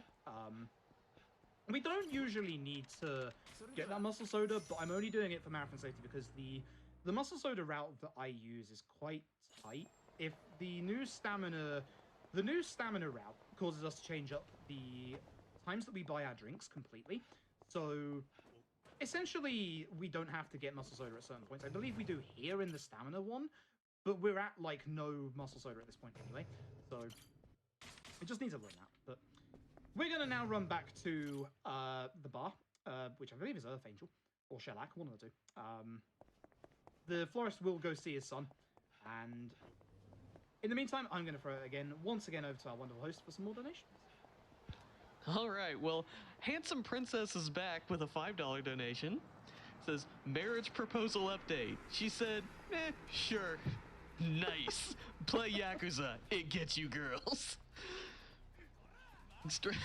That's a good soccer right there. I like that. Haster sends $10 and says, I know the bare minimum about Yakuza and haven't seen anyone play it or played it myself, but Froob is a delight and I had to donate for the Majima story. One of the Johns from Sega donates $100 and says, hey Froob, so thrilled to see Yakuza represented at GDQ. You're absolutely killing it in this run. Unlike Kiryu, because Kiryu doesn't kill. Ever. Good luck with the rest of the run. Putting my donation towards the Majima saga. Let's get Majima everywhere. And let's see, what is the update on that? Oh, we have less than $4,000 to go. You want to see that? Ooh, we can meet that. Let's keep those coming in. Thank you all very much for generous donations. Yeah, again, I'd like to actually give a special shout outs to Sega because, again, like, Sega kept faith in this series, like, after a couple of tumultuous years for them, and, like, everything that's happened, like, I want to say that, like, one of the big things and one of the reasons why everybody loves this series is how amazing the localization and, like, of this entire series has been since, like, the older days. Like, I said it when the Yakuza 3 remaster came out. The Yakuza 3 remaster's relocalization was so good that it actually bumped Yakuza 3 up a couple of places on my favorite Yakuza list. So, literally, I want to like shout outs to Sega because their faith in this series has kept it going in the West, and it's been absolutely phenomenal to see.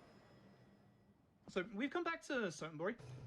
Saima obviously has found out about obviously potentially being one of the surviving members of the Jingwon. We're going to head off to Stygiel because that's where her mother says she's gone to unwind a little bit. So we're coming out to the end of this chapter. There's a little bit more. We're going to meet a NPC in a little bit. I'm just going to taxi.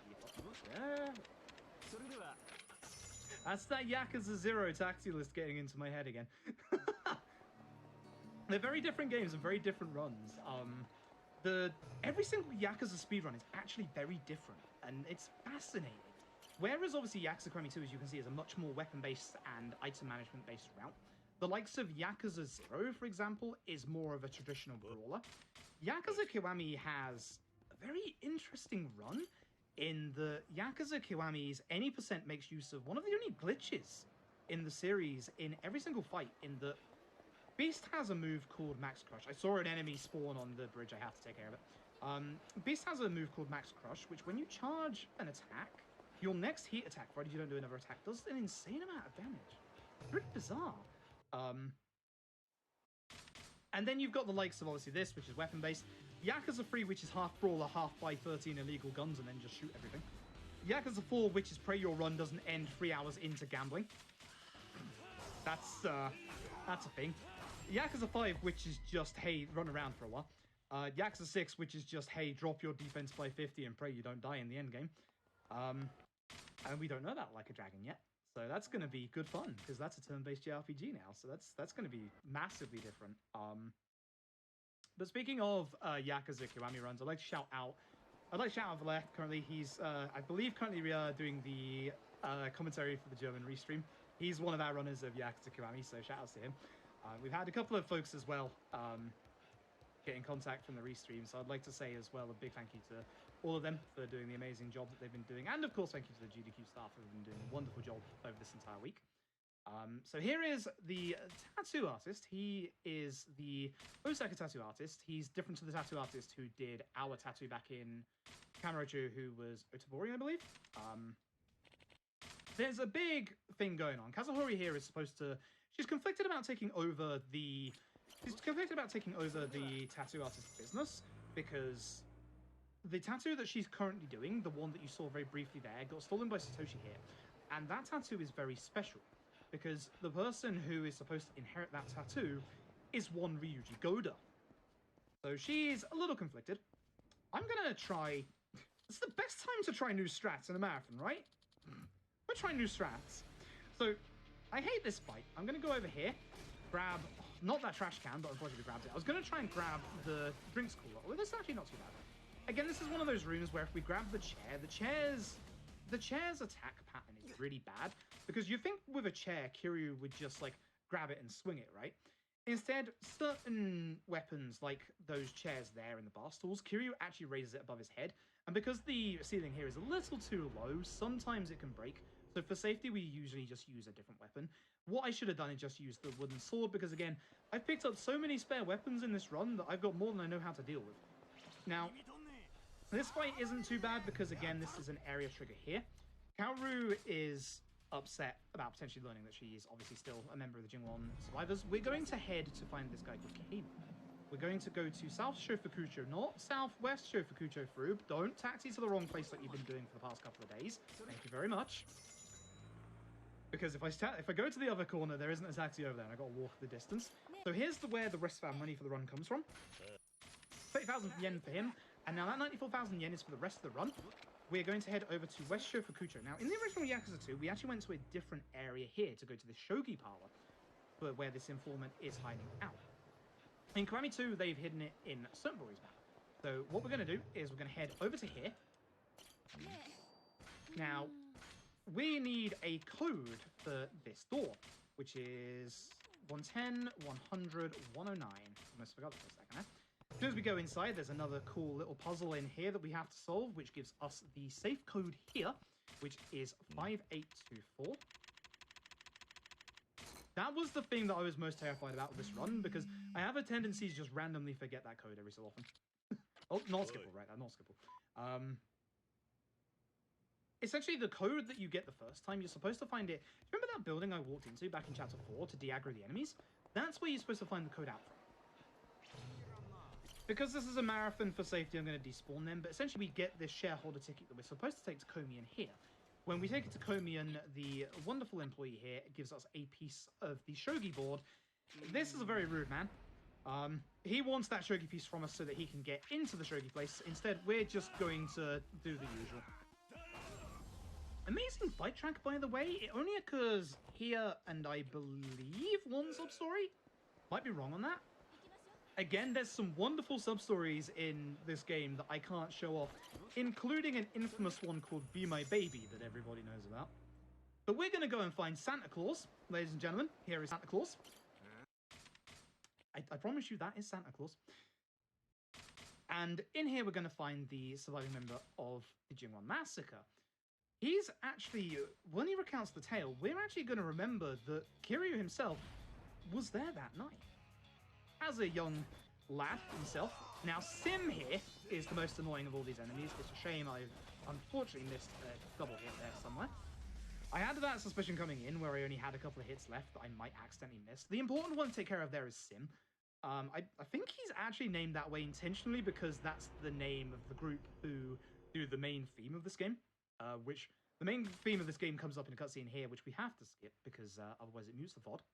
I'm not muting this VOD. That's not on me.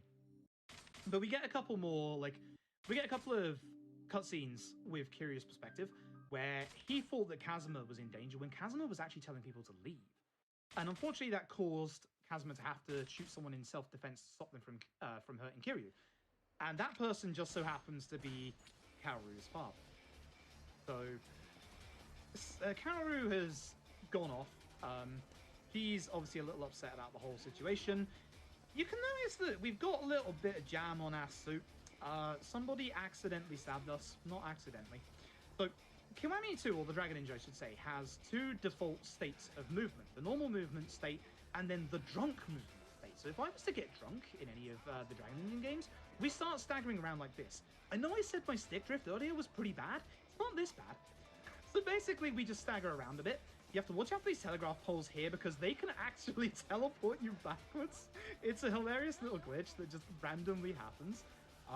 But essentially, we're going to go back to the bar. Again, all these walking NPCs are randomly generated. This is the only time the game heals us. So we don't want to walk into NPCs because that's draining our HP. And we've had some very bad NPC spawns here, unfortunately. This is why I bought some spare healing items just in case. But we're going to go into AoE again, and after we get treated, we're going to find out that our adopted daughter Haruka has been kidnapped for about the 5th time in 2 games. So it's a little quicker loadless, I think, to go in taxi the other way, but I'm going to give you all a cameo of a wonderful character from Yakuza 0, the Obertarian. The wonderful Obertarian. So she has her own sub-story in this, and yes, she is a cabaret member in this. Please go down to 1 hit. Good. That means I've got good attack for this part. That's good. So we're going to run around Certain-Bori, going to speak to a couple of people, tying up some loose ends, looking for Haruka. And in the meantime, I'm going to throw it over once again to our wonderful host for some donations. All right, Sirik Z sends $100 and says, "Hey folks, the Yakuza's community has shown me so much love. It's only right that I give back and put it towards the most worthy of causes. Like Majima Construction, let's renovate tomorrow and build a brighter future." We also have $200 from Alex Reese. Says, "I want to see Majima. I want to see Alex. I want to see more games. Let's get these incentives met." Albert sends $250. Says, "Getting some work done while watching this wonderful game. Another $250 to Majima." Let's see. We have $50 from Hawk, who says, "Great work, Froobs on the run. Great to see Yakuza getting some love, and you are doing such a fantastic job explaining, and this commentary is some of my ideal GDQ performing ever." Sieglin sends $50 and says, "Started back with Yakuza 0 when it came out and been loving it since. Let's see Froob play that Majima saga. Can't ever have enough of him." Okay, and the Neon Caster sends $15. Says, "It's time to be as Kiryu taught us. Be spicy and help. Put this towards everyone's favorite breakdancing madman Majima in Yakuza 2. Fantastic. Can I just say, I'm loving all of the little references in these donations as well. These are absolutely fantastic. So, it's a little quicker not to send Kurokawa into the drink, but I just like sending Kurokawa into the river, because there he is, completely dry. Don't worry about it. Well, I don't know why I took the Poseidon Power here, because again, I have sprint level 2. Again, new sprint route, I get confused with the old route sometimes, because I've been doing the old route for like a year and a half, something like that.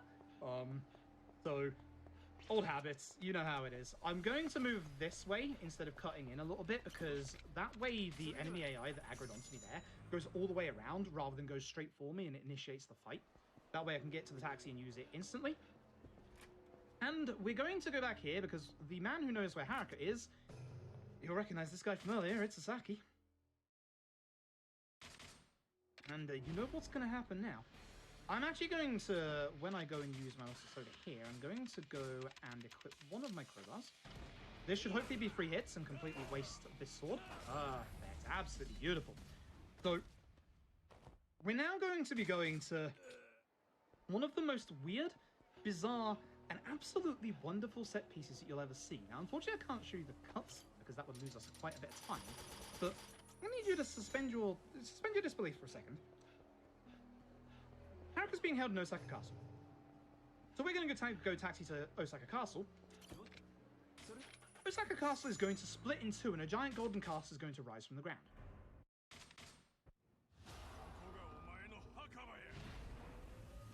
This is why we love the Yakuza series. It is weird and it's wonderful. So, for this fight here, we have to take care of everybody before we can take care of Kuneda. And you can see that he's dealt with that.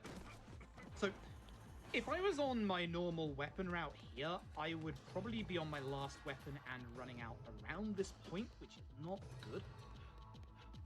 Now, in this place, there are traps.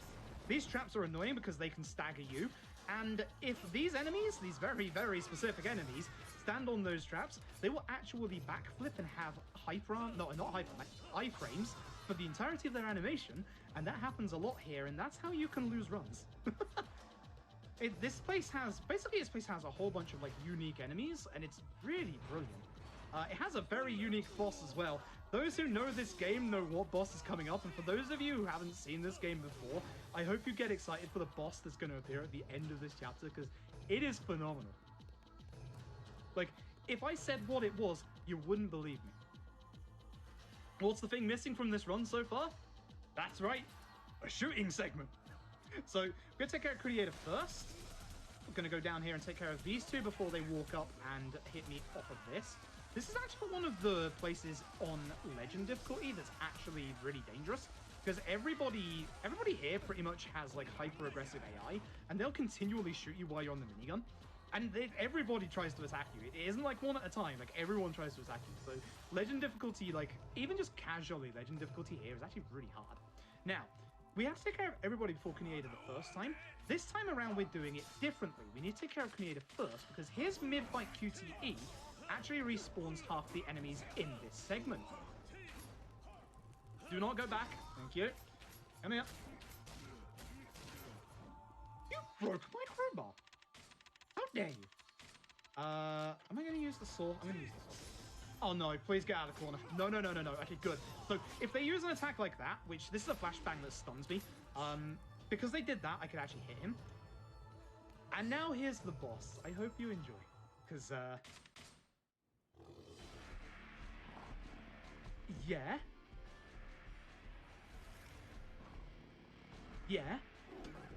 This is actually happening. We have to fight these tigers. This is one of the things people were really excited about when the remake of this was first announced. So what you want to do is you want to start off by doing a strong lunge, because that first tiger goes at you, and you see that my HP bar just dropped.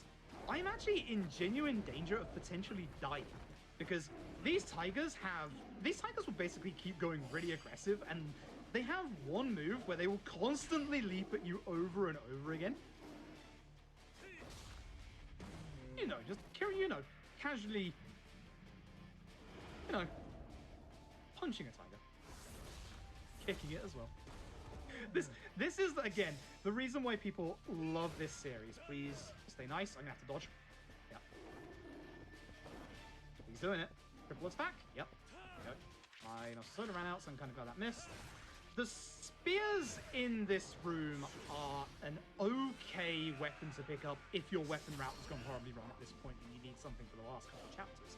Their damage is high. Their attack pattern's not that great. They're really good at dealing with like mass group of enemies, but for the most of the rest of this run, and we're about to go into chapter 13 of 15, for the rest of this run, most of the enemies we're going to be encountering are basically one-on-one fights. So we're going to be heading back to AoE. Kaoru has disappeared again because she's found a note from her mother, and in the meantime, don't slide and power, I don't need to here. New stamina out. Because obviously she's gone, we're going to spend the time with Haruka. I believe in the original Yakuza 2 you could actually skip this bit, but in Kiwami 2, because Kiwami means extreme, we're going to be hanging out with Haruka. So we're going to be going back and forth. We're going to be going to see this music producer who wants to turn Haruka into an idol, at which point Haruka says that she doesn't ever want to become an idol. And whilst we do that, I'm going to throw it over to our wonderful host yet again for some more wonderful donations. Well, you're in luck because Nugget sends $50. It says, the Yakuza series taught me that if you believe in yourself, you can become anything you want, even a real estate developer, even if you're a chicken. Godspeed, Froob. We also have $15 from Greena from Minnesota, who says, getting that Majima incentive first means more time to reach the Half-Life Alyx incentive. Remember to manually select the incentive when you go to donate. And where are we on that? We have... Oh, we're almost there. We're at $19,127.74 out of 27. I think that's gonna happen. Ooh, get that money in. That. Yeah, let's Once see we that. get that in, and we can also we are also at $25,160 and 45 cents out of 90,000 for Half-Life Alyx. So let's get all those donations in, just all of them simultaneously. Let's go. Yep, I love that logic. If we get the Majima Saga, we have more time to try and get Half-Life Alyx, because I want to see Half-Life Alyx. I really want to see Half-Life Alyx. So let's try and get that done. I think I have enough muscle soda for the next couple of chapters. I had way more than enough. But I'm just, again, marathon safety, like, gonna make sure that I just have full. Essentially, this is our penultimate drink supply. We don't need any more than this. We're gonna, like, slightly calm things down a little bit. Things are going to go a little slower for the rest of the game. Apart from the end of this chapter, we have a... Oh, that's an interesting place one. That's fine. We got away from it quick enough. So, added on to Haruka's kind of little become an idol sub-story here, we're going to go to Sigil to find this lady here, who's actually a singer. And we're basically going to introduce that producer that you just saw in one of the cutscenes to the singer there. There's a little fun thing with this singer, actually, where if you skip this cutscene on the correct frame, her singing actually stays in the background for pretty much the rest of the game until you close the game down. It's quite nice. We're basically just going to go back here. It's going to trigger the cutscene with the producer, and after that, everybody's going to be happy. And then we're going to make the decision to head back to Kamurocho. So we'll head back to the bar, and then we'll get into our next little segment. I need to equip the gun, and I need to equip the crowbar that I still have remaining. Because I think I'm down, if I remember rightly, I'm down a crowbar, I'm about to be down another crowbar, and I need the gun for this bit. You don't strictly need the gun for this next bit, but this next bit is the reason why I picked up the gun all the way back in chapter 3. It's only, I usually do this in my own PB attempts just for safety, because in the next part, things can happen. Things can happen. So, here comes our next big set piece. We're going to be heading back to Kamurocho, and we get attacked by the Junon Mafia. So, one of the big benefits to the Dragon Engine is the ability to do this. Bye. You can just grab the enemies and throw them off the truck. So here come a bunch more enemies. What I'm going to do here is I'm going to go and menu. I'm going to use that. I actually did equip my crowbar from before, so what I'm going to do is I'm going to equip that for... I didn't pick up the gun. Holy. Why didn't I pick up the gun? Right, it got knocked back. Right, correct. Okay, so you're going to see how you're supposed to do this legit. So the reason for the gun is coming up now. Because we have a couple more enemies that appear. One of these enemies is on that box truck over there, and we can't actually reach him. So he's going to throw grenades at us. We can throw those grenades back, or we can use one of these guns. I'm going to have to... That's going to stun me. Oy. He's being very aggressive with those today. I needed to throw that gun before this fight started, but I also had to get away from the grenade. Here comes a nice lovely boss with 2 HP bars, which... Hey, you know the drill at this point. Just like that. I got the wrong weapon. Oh well. That doesn't seem safe. That definitely doesn't seem safe. You know who we haven't seen in a hot minute? It's your friend and mine. It's the Man in Black. Here he is yet again, just on this moving truck. Now, I'm going to warn anybody who's, again, a bit squeamish. want to look away from this cutscene. Because we're going to have a little scrap with the man in black on top of this truck and, yeah.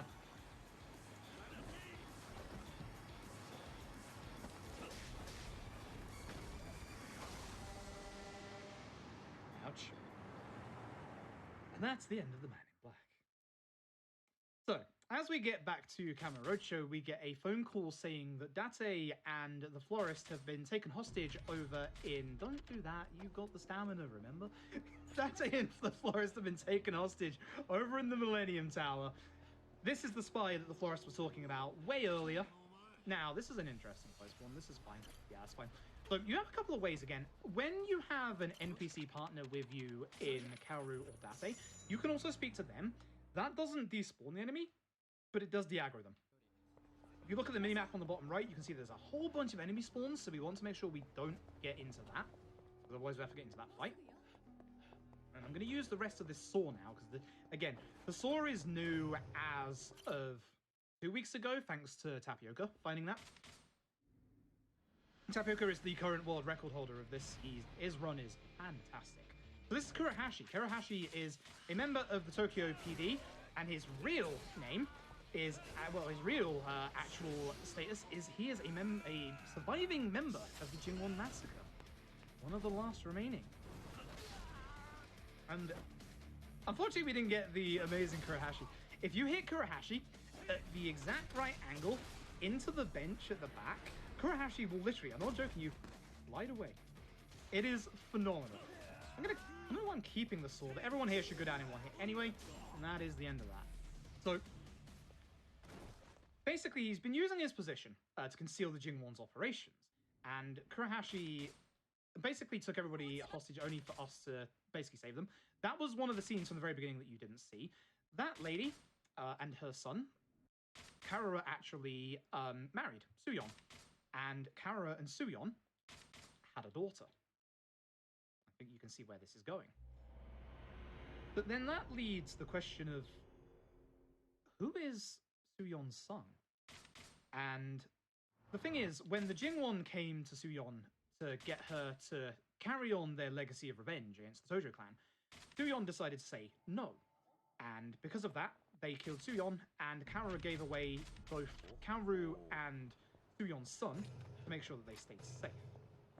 Now, we're going to head around Kamurocho a little bit here. We're going to go find Kaoru, who has...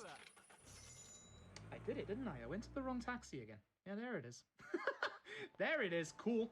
I'm glad I took this plan now. It's supposed to go to Tenkaichi Street.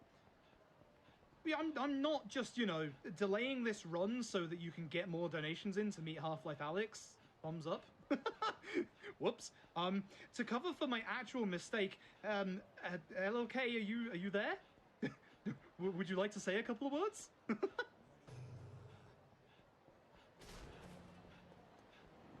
left in the dark, oh no. So, we're supposed to get to Stardust when we get... Not Stardust, we're supposed to get to Serena. When we get to Serena, we find Kaoru. Whoops. So, Kaoru is going to go and work on finding out who Suyeon's son is. I might be walking over what you're saying right now. Is finally awake in I'm experiencing a slight technical difficulty. Can't quite hear you in Discord. I can hear you in the stream. I'm looking to fix this right now, so I guess just keep talking about Yakuza. Might respawn up here, so I'm keeping an eye on my mini-map. Good. It is there, but it's going in the correct direction that we want to see. So we're going to be going here in Dokimoto's. And Kazuki was held hostage by the Jingwon for a couple of months, and Kazuki overheard something rather unfortunate. The Jingwon have planted bombs all over Kamurocho. So, it's also the eve of Ryuji taking over Kamurocho with the Goryu. That's a moth, hello. Bunch of moths just coming in tonight. So again, good thing about having this fight spawn on me is that this fight spawn ahead of us isn't going to bother us, as you can see. That only started being a thing as of Yakuza 0, which is rather unfortunate because certain Yakuza games have kind of nasty fight spawns. I'm not going to name names, Yakuza 5, but certain Yakuza games have certain street corners that can literally have up to 5 or 6 fight spawns in one corner, and if you get one fight spawn, you have to do them all. I love Yakuza 5 so much, but Yakuza 5's fight spawns are kind of nasty in a speedrunning perspective. So, once again, there's your boy Majima again. Keep donating, we can see the Majima Saga. We are coming up to the end of the run. The next chapter after this one is the penultimate chapter, or is this the penultimate chapter? I've forgotten, this is the penultimate chapter, actually. So keep getting those donations in. We're going to go with Daigo down to Purgatory. We're going to go see the Florist. The Florist has set up shop back in his old office, because Majima is still constructing Kamurocho Hills. Yes, Majima is constructing an entire building. Don't know who decided that was a smart idea, but here we are. And as we enter, the Florist laments about the fact that he wished that the old system was kept up. And wouldn't you know it, Majima here did keep the old system going. So, we're going to get free phone calls here. Our friends all around the city are going to be getting into trouble because the Goryu clan are starting to attack them. And we're just going to be running around Kamurocho for a while, helping people. So, for the next couple of minutes, I'm going to send it back to our wonderful host yet again to see if they have any more donations.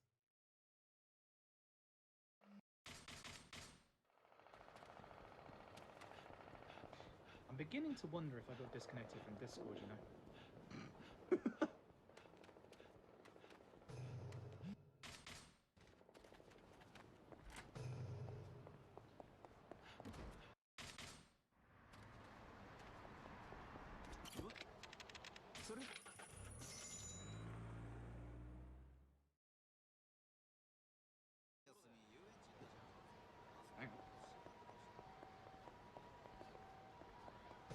I did get disconnected from Discord. Whoops.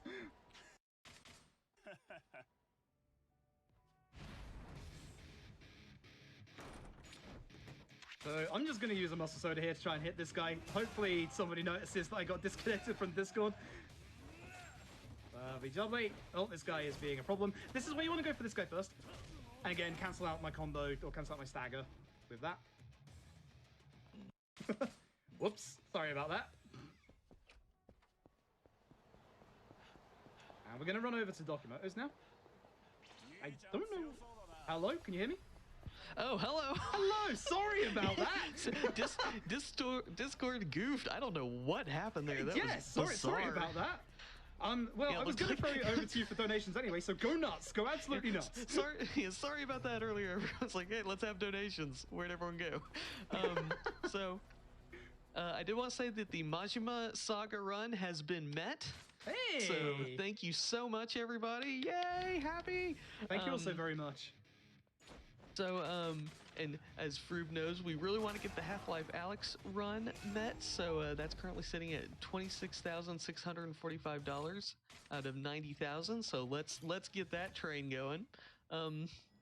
Now, would you like a one extremely long donation comment? Yeah, go for it. He's been sitting here for a while.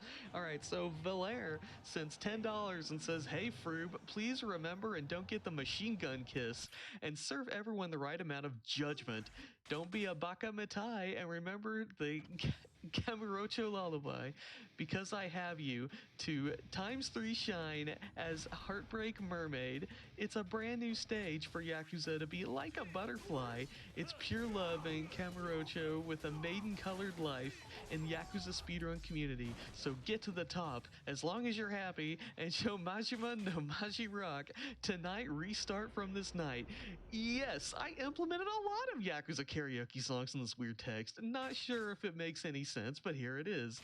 Let's go, Froob. You got this, as always. A true Dame Dame moment is if we don't meet that incentive for the Majima Saga. So let's go and donate for Majima Saga.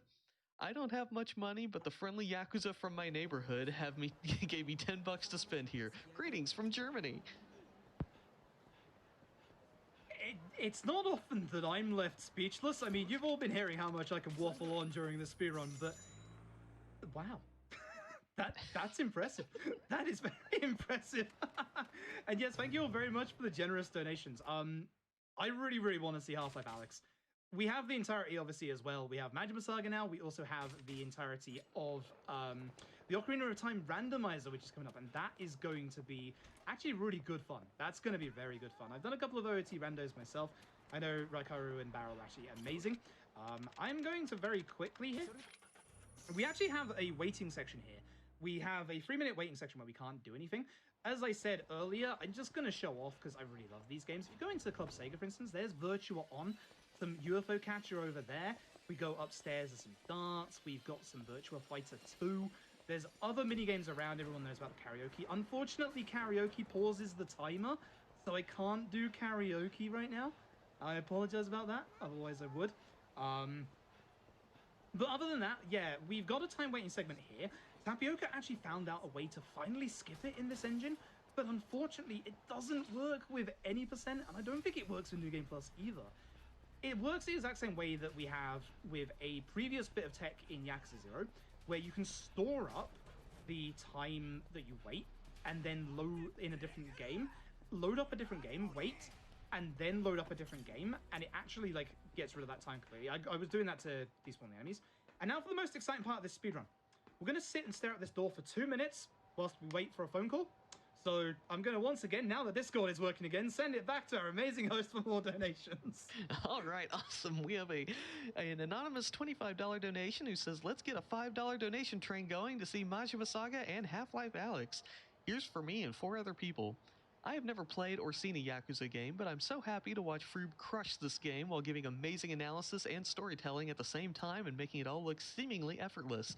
Love the positive energy and all that everyone is doing for a great cause. Let's see. We have an anonymous $500 donation. That makes me happy. I like that. No comment, but thank you so much. Let's see. Judgment Kazi sends $50. It says, I fell in love with the series when I gave Yakuza 0 a try on a whim, and I haven't looked back. Super psyched to see that there's a speedrun community for the Yakuza games. Good luck. And the money is going to see more of that sweet, sweet Mad Dog Majima-chan. Charles, still waiting on this phone call. All right, Charles sends $100. It says, great to see the Yakuza series at a GDQ, as well as Froob, one of my favorite speedrunners. Donation goes to seeing the Mad Dog get the spotlight he deserves. Mina sends $30 and says, I love Majima, so naturally, I want the Majima Saga run. Been watching for years, and I am very thankful to be able to catch it this go-around. Love you all. We have more donations somewhere here. Here we go. The other John from Sega says sends $100 and says, it's so surreal seeing Yakuza at GDQ. Now let's get that Majima Saga incentive locked in. Love your charisma and charm, Froob, even though you skip all our dialogue.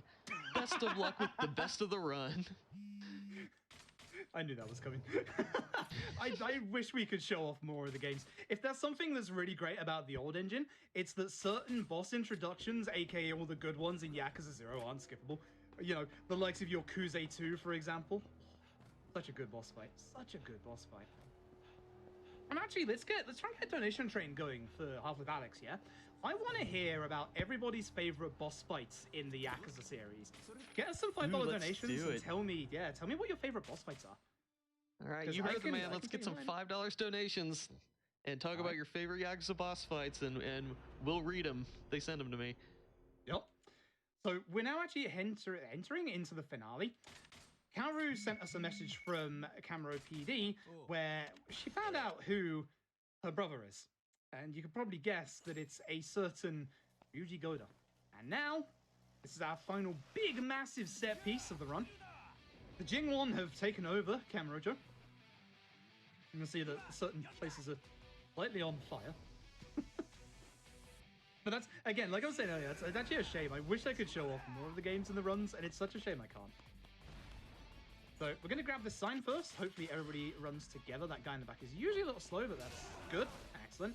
Because then that just leaves all of these guys together perfectly. So we're going to grab our first of our brand new weapons in the finale, which is the Darkwood Sword. It has 56 damage, but 36 durability. I'm going to put that away, and I'm going to pick up the first of the Chinese sabers that are littered around the finale.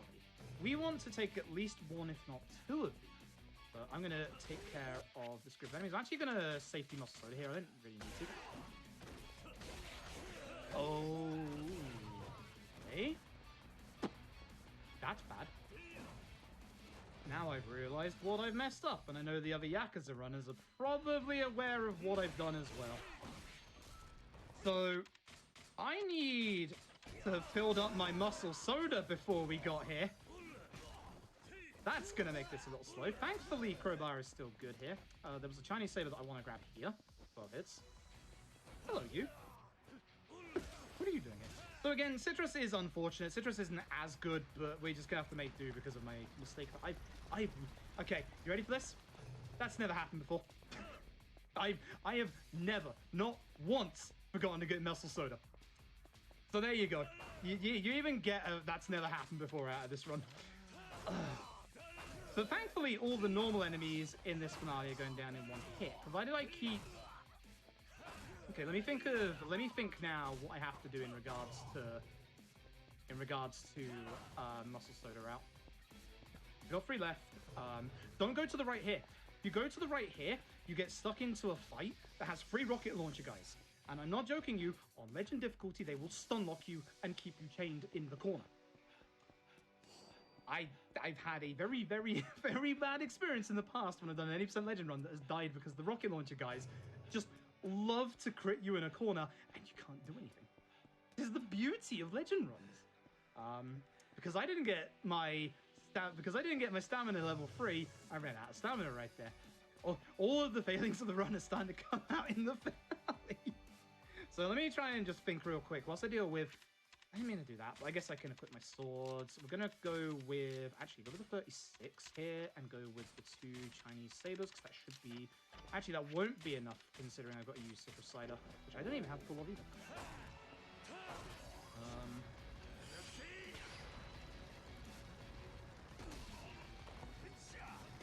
I can take care of Ryuji 2 and Terrada in Muscle Soda, which means I should have 1 spare.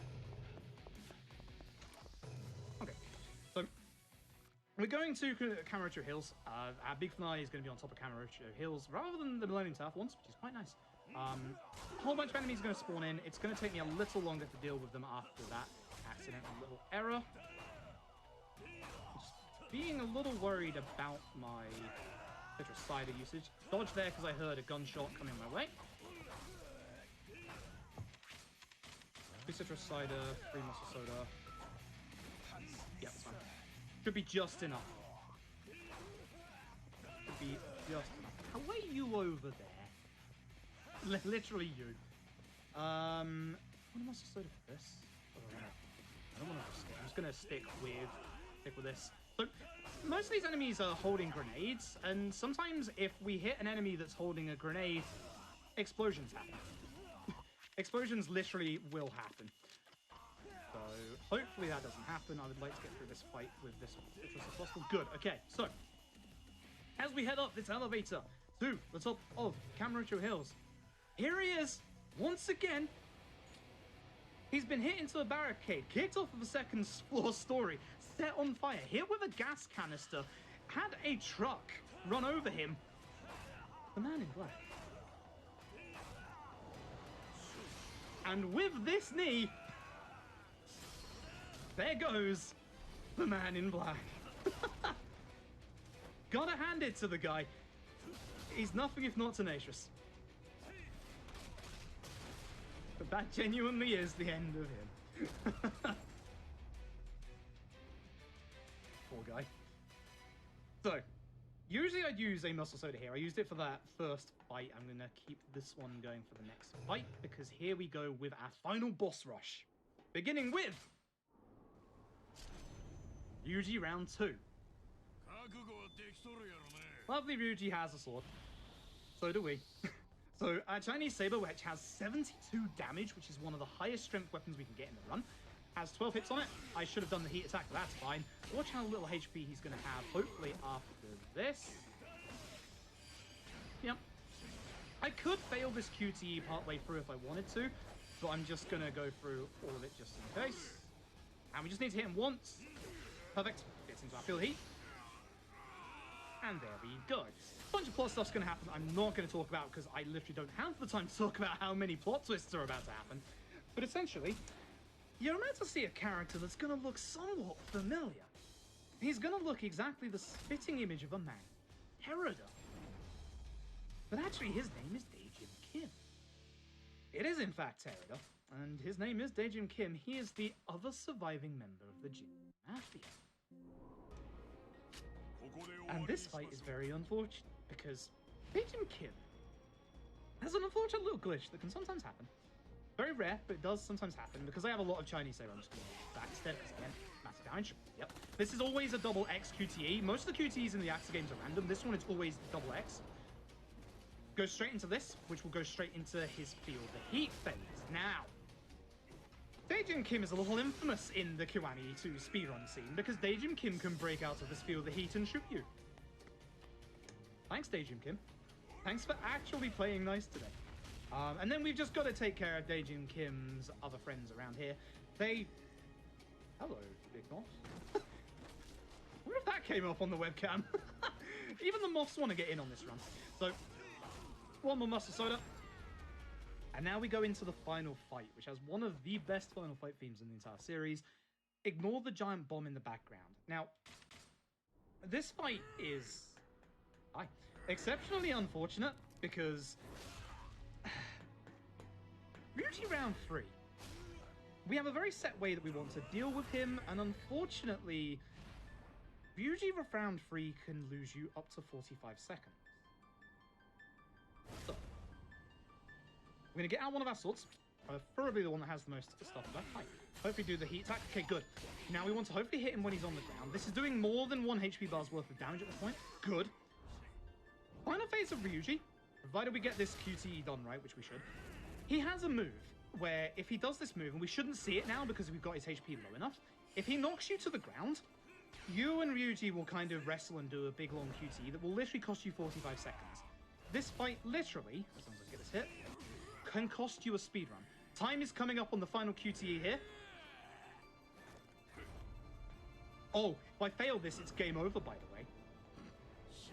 Time. Just gonna take a quarter of a second to make sure I hit the right button there. Literally, just like OG Yakuza 2, if you mess up that QTE, that's it. You just die instantly. Doesn't matter how many HP upgrades you got, doesn't matter how much defense you got, it just ends. It's an amazing QTE.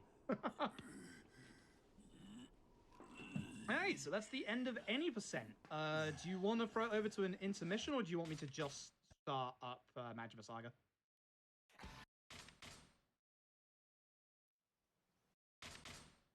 Has Discord died again? No, it hasn't died. I was waiting on someone smarter than me to answer that question. I'm assuming you do that. Pretty much go straight into it, yeah? Okay, cool, lovely. Right, so we have to go back to the main menu for this.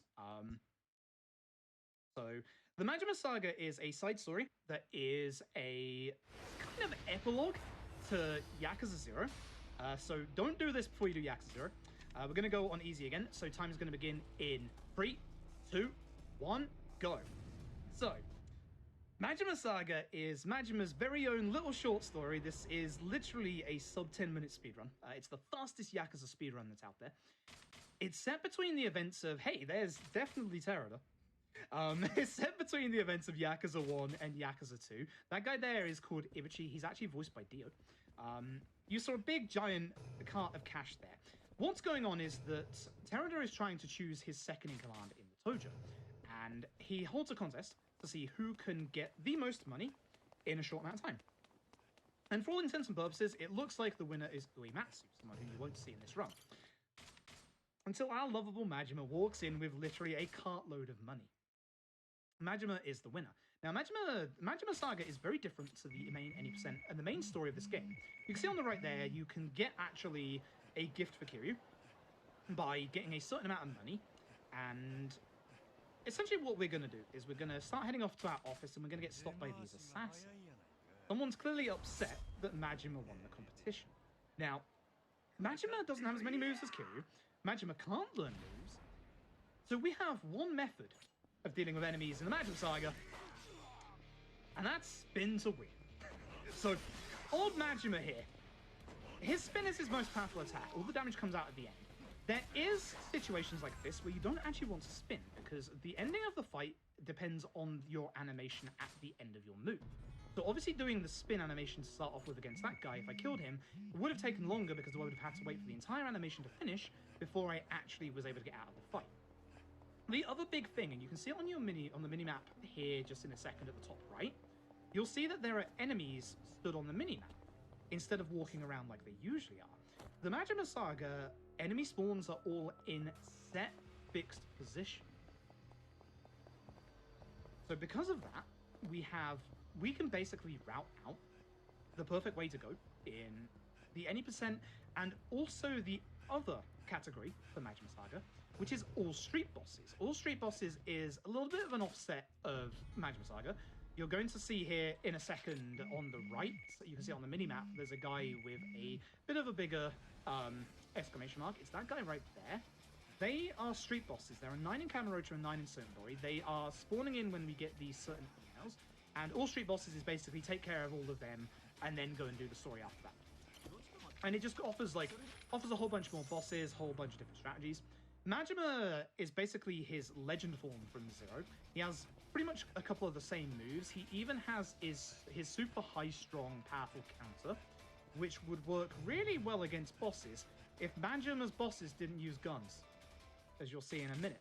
So, unfortunately, Majima's family were attacked by a mysterious organization. We thought it was Uematsu, so we went to the Uematsu family office because we thought, because we won, he's probably a little jealous. Uematsu's dead. It wasn't Uematsu. So we report that, and unfortunately, things are going a little downhill for our lad Majima. So, Majima is being set up. So we're going to head back to Kamurocho, and unfortunately on the way out, we are going to find a disgruntled group of Uematsu family members. So I think you know exactly what we're going to do here. We're going to spin. We're going to spin a lot. So hopefully, I don't like the fact the other one is moving away, which is a shame. We wanted this guy to be here, because if we could do this in 3 combos, that would be nice. Sometimes it takes a little more. So I'm going to take care of this guy. Nice, he ran into my move. That's good. I was hoping he'd do that. Obviously, if you're in a fight, and this goes for the any percent as well, if you're in a fight and you have like a number of enemies in one spot and then like a solo enemy in another spot, just go for the enemies that are together and hope that the solo guy will run towards you. In the old engine, enemies have different aggro states. So if you take care of certain enemies, they'll either get like really aggressive or they'll get fearful. Fearful enemies won't come towards you, aggro enemies will. So you can use that kind of knowledge in other Yakuza speedruns to make sure that enemies actually run towards you. Here in the new engine, you just have to kind of wing it a little bit and just hope. But we basically know, hopefully, what's best. The last 3 street bosses appear here. We're going to go to the forest to see who went into Uematsu's office to kill him. And unfortunately, that young lad Kawamura, who's part of our family office, was seen leaving and entering the Uematsu family office. And he's seen going to Sotenbori. So once again, Majima finds himself in Osaka. And of course, much like Yakuza 0, we're going to head back to the Grand. Obviously, if you've played Yakuza 0 or not, Majima used to be the manager of the Grand for pretty much, not the entirety of 0, but for like 3/4 to halfway of 0. Part of Majima's massive plot line from that, so I won't go too far into it. But basically, we get into the VIP section, we ask around about a couple of things, and as we leave, here comes some more mysterious assassins. So, would you believe what I'm about to do? Unbelievably, I'm about to spin. So Majima does have a heat attack. I was hoping the others would get a bit closer. That's unfortunate. Majima has a heat attack that does attack 3 enemies, but unfortunately it's a quite lengthy one to run. For the actual like casual game, it's really cool. It's really good fun. It's the same one as his... You dodged that? Nice, good dodge. It's the same one as his heat move from his legend mode in 0. So essentially, Majima has kind of a mixture of his legend mode and his breaker style. Unfortunately, it's not as good as breaker style in 0 because Majima... We have a saying in Yakuza 0 speedruns in that breaker is broken because Majima's breaker style is ridiculously broken and it's great.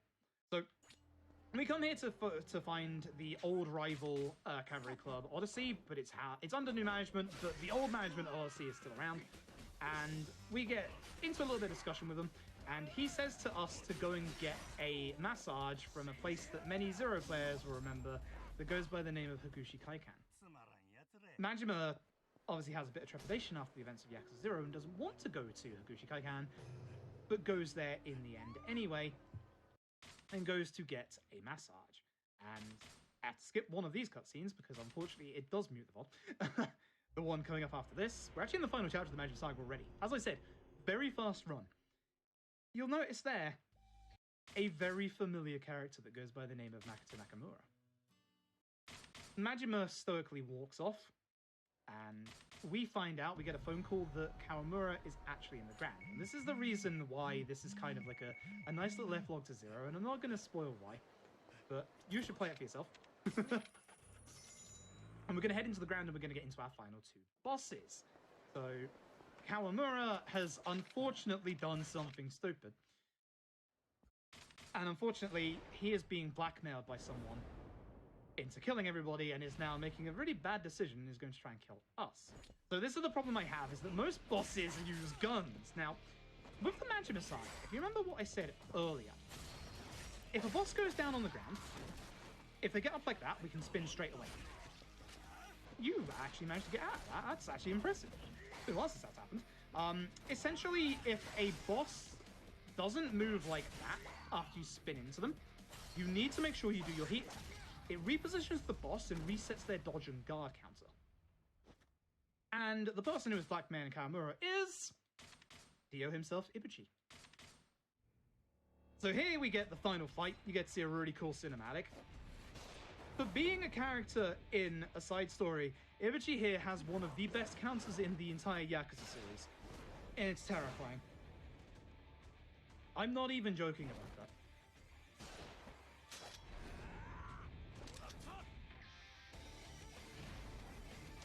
Yup. So, we're going to get into this. For the most part, Ibuchi can bring out his counter pre-heat form, but he usually doesn't. He usually, when he goes into his heat form, he's going to go very, very aggressive. So we're going to try and hopefully keep him in a corner if possible. His dodge, as you can see, is a little bigger than everybody else's. No. No, thank you, Ibuchi. So he's going to be going, as soon as we get into the yellow of his health bar, he's going to be going into his heat form. That's his now normal combo where he'll kick twice and then shoot. Now his counter, literally, if he decides to do it, will literally interrupt our spin. It's one of the most frustrating counters in the entire series. It's absolutely brilliant. Like, it's so simple, and yet it's so good. I'm hoping he doesn't show it, but there it is. There it is. And you can see from that it just takes a whole bunch of time.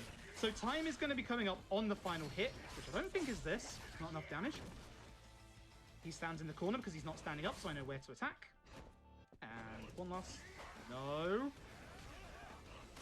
Of course, he's playing nasty. Time. Woo! Good old Ibuchi. Good old Ibuchi. So, chat was talking about how your time for the main campaign was 1:52:54. Is that a PB? That is not a PB because I PB'd pre-marathon, I believe. Yes.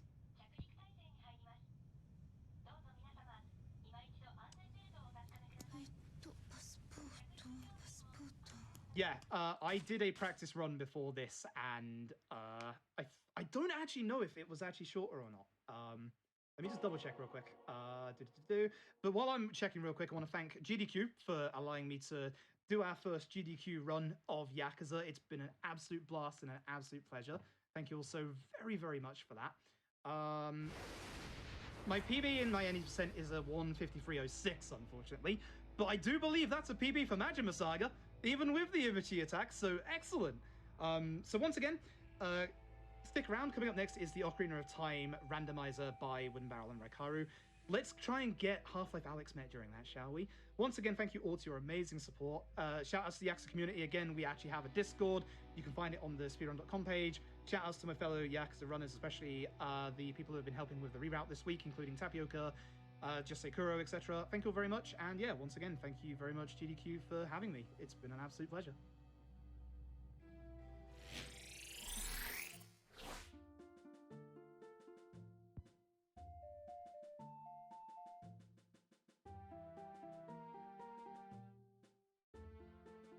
All right, thank you so much, Froob, for that run. That was amazing. We have a $150 donation from John Freeman, who says, "It is a good day to do what has to be done by me and help Alex to defeat the enemies." Extremely good.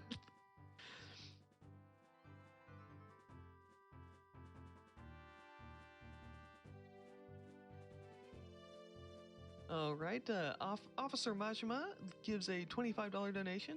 Says only a $5 train will be intense enough to make sure that this GDQ is the strongest of all. And with that, we're going to go over to a brief Twitch ad, so stick around. We will be right back.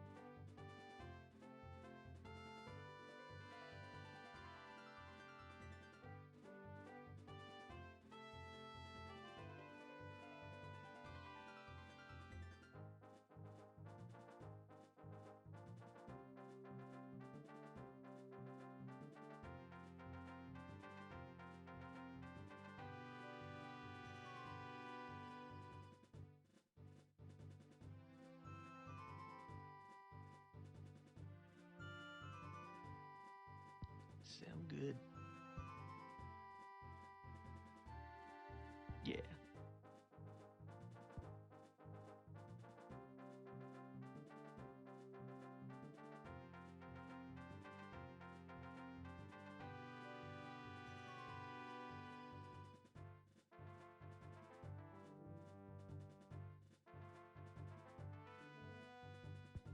Okay.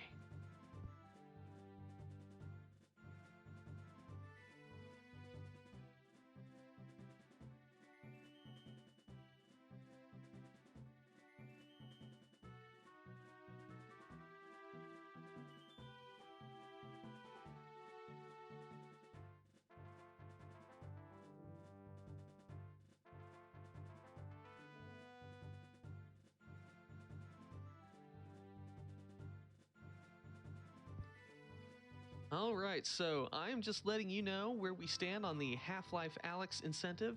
We are currently sitting at $28,325.45 out of $90,000. Please donate. That'll be the first VR game to be run at a GDQ. It's going to be super cool. And also, just one quick last note from me. If you go to fangamer.com, you can buy a virtual attendee badge designed by someone who is super cool and awesome. That is totally the best person in the world sometimes and can do things like shoot laser beams out their eyes and fly. I heard that somewhere. If they get up to 500 sales of the Giga badge, which is the tier 3 badge, then all of the Giga badges will be converted to rainbow foil, which is much shinier, much more rainbowy. So if you're into shiny rainbows, then you can pick yourself up one of those by the end of the week. And that will do it for me. I think I'm gonna get out of here and just watch the rest of the event unfold. Until then, we're gonna throw it over to a prize segment featuring the lamp. And I guess Sent too, if he's there, I guess. Thank you, okay. Yes, the lamp is here. Do not worry, everyone. The lamp is safe. But my name is Sent, and I am here to tell you all about some of the amazing prizes that you could win by donating tonight. Now, the prizes we're going to talk about tonight are available from the start of that Ocarina of Time run. So right now, get your donations in until the end of Call of Duty, which is going to be a little bit later tomorrow morning. But before I talk about some of the prizes, I do have one question for you. Is this a common occurrence in your household, or are you frequently like, hey, Mom, what are we going to have for dinner tonight? Chicken, beef, delivery, your choice. Okay, I don't know. Don't let that happen. Because thanks to an anonymous donor, you could instead browse through the Overwatch cookbook. Yeah, the Overwatch cookbook. It's got really cool recipes from Overwatch, inspired by the different characters. There's actually some really cool stuff in here. We saw some, what were they? They were like bird-shaped pretzels. There's a ramen recipe in there. There's all kinds of great stuff in here. It's super cool. It's a $10 minimum donation sent to us by an anonymous donor. Thank you so much. Here, Mom, do you want to borrow this real quick? Maybe thumb through it. Now, some other great books we have from our friends over at Fangamer and Legends of Localization. We have The Legend of Localization Volume 1, Zelda.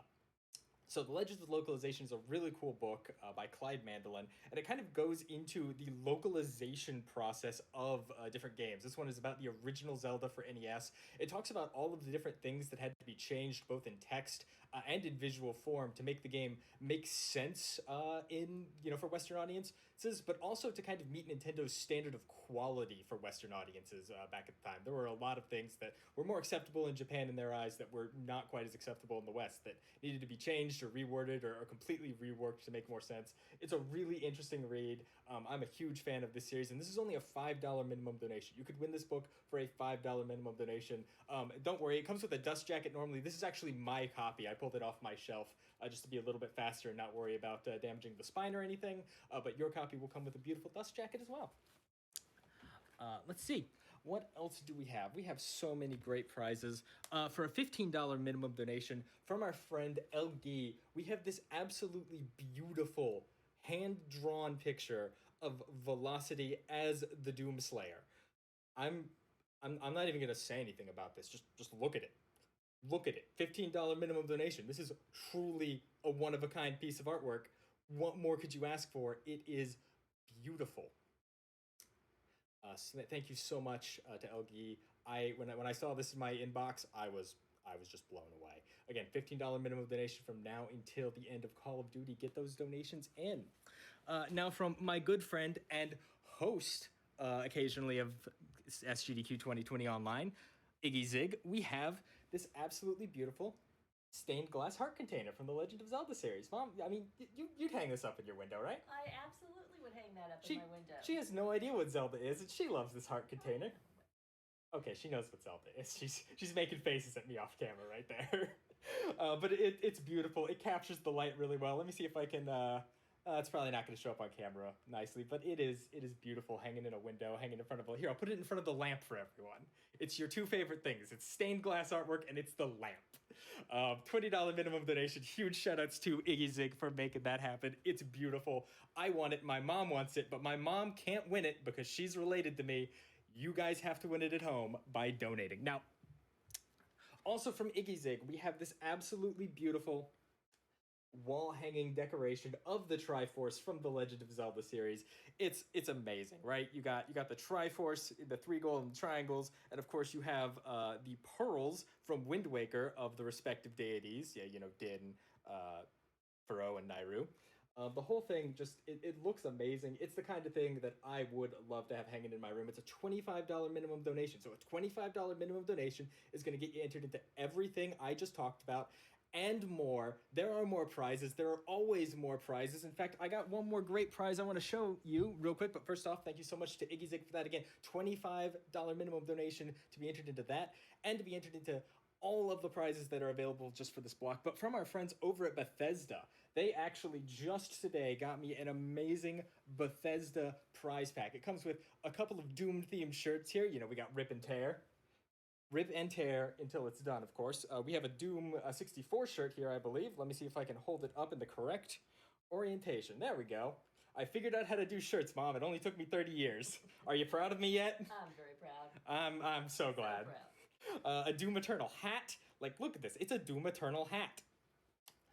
You also, of course, get a Doom Eternal glass. There's even more than this. There's a Doom Eternal dog leash. You could have Doom Eternal on everything. There's a Skyrim commemorative coin, and of course this absolutely beautiful replica of a reliquary jar from the Elder Scrolls Online Greymoor.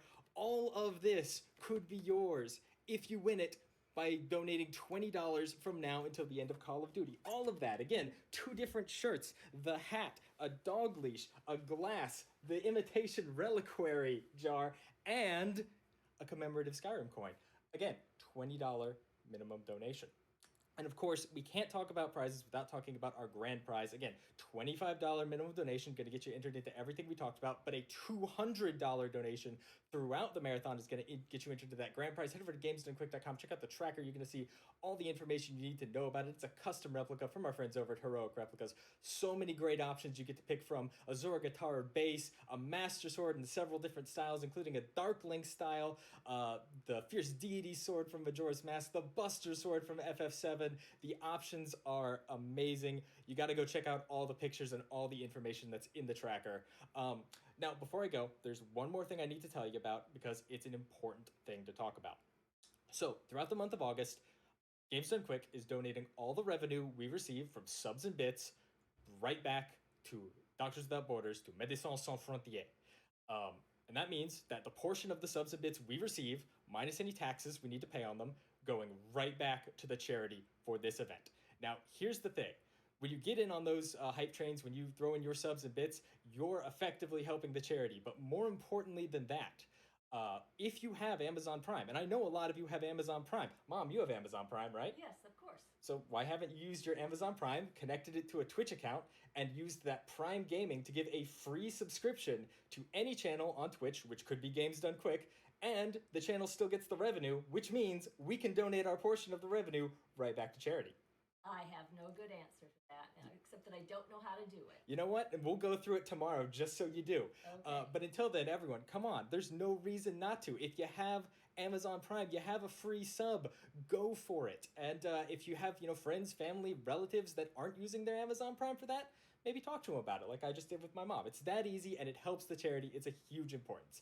Anyway, I think that's just about going to do it for me. I'm super excited for this Ocarina of Time randomizer run. I actually made the seed and I am waiting to see how this goes. This is either going to be really quick or we might be slightly going over estimate. We're going to find out. So, Mom, which one of those recipes did you want to make for dinner?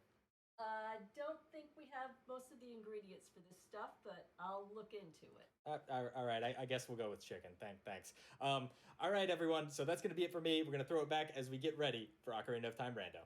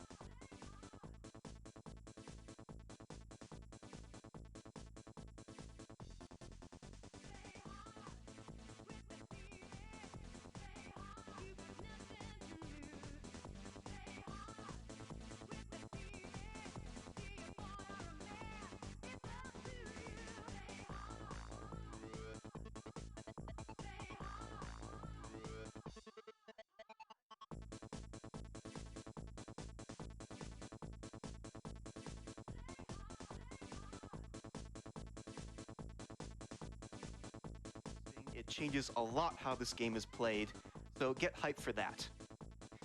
In the meantime, I will get to some of your donations. We have an anonymous $100 donation. Thanks to all the runners and folks who made this amazing event happen. Let's keep doing good in the world, and let's show the Combine that we mean business. Let's get to that Half-Life Alyx incentive. We have $100 from Blue Draish. Half-Life Alyx? Yes! I've loved Half-Life since it first came out. I just recently picked up an HTC Vive, and I just had to pick up Half-Life Alyx as my first VR game.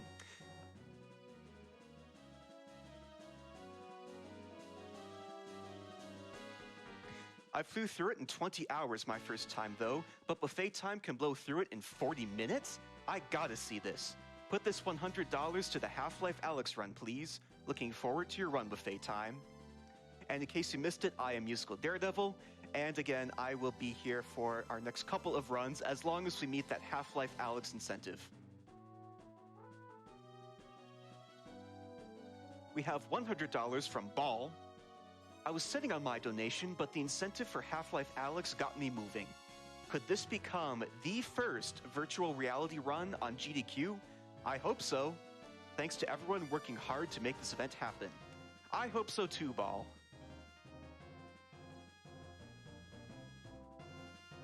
We also have an anonymous $500 donation. Thank you very much for your generous donation.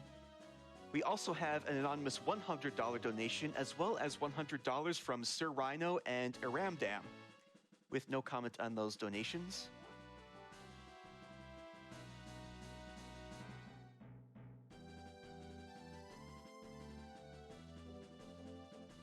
We also have another $100 donation from Andrew Prime with no comment.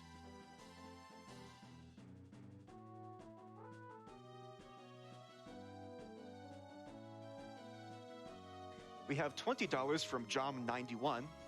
Hi all, just turned 20 as of a few minutes ago, so I figured this would be a perfect time to make my first donation to a GDQ event. Happy birthday, Jom91. We have $30 from Moosey. Love watching the stream. It's cool seeing so much skill in one place.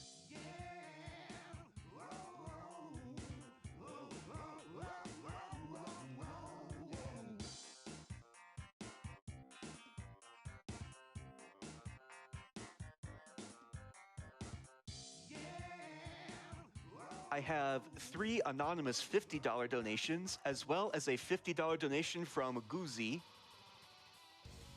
Thank you again for your generous donations. We appreciate all donations here at Games Done Quick.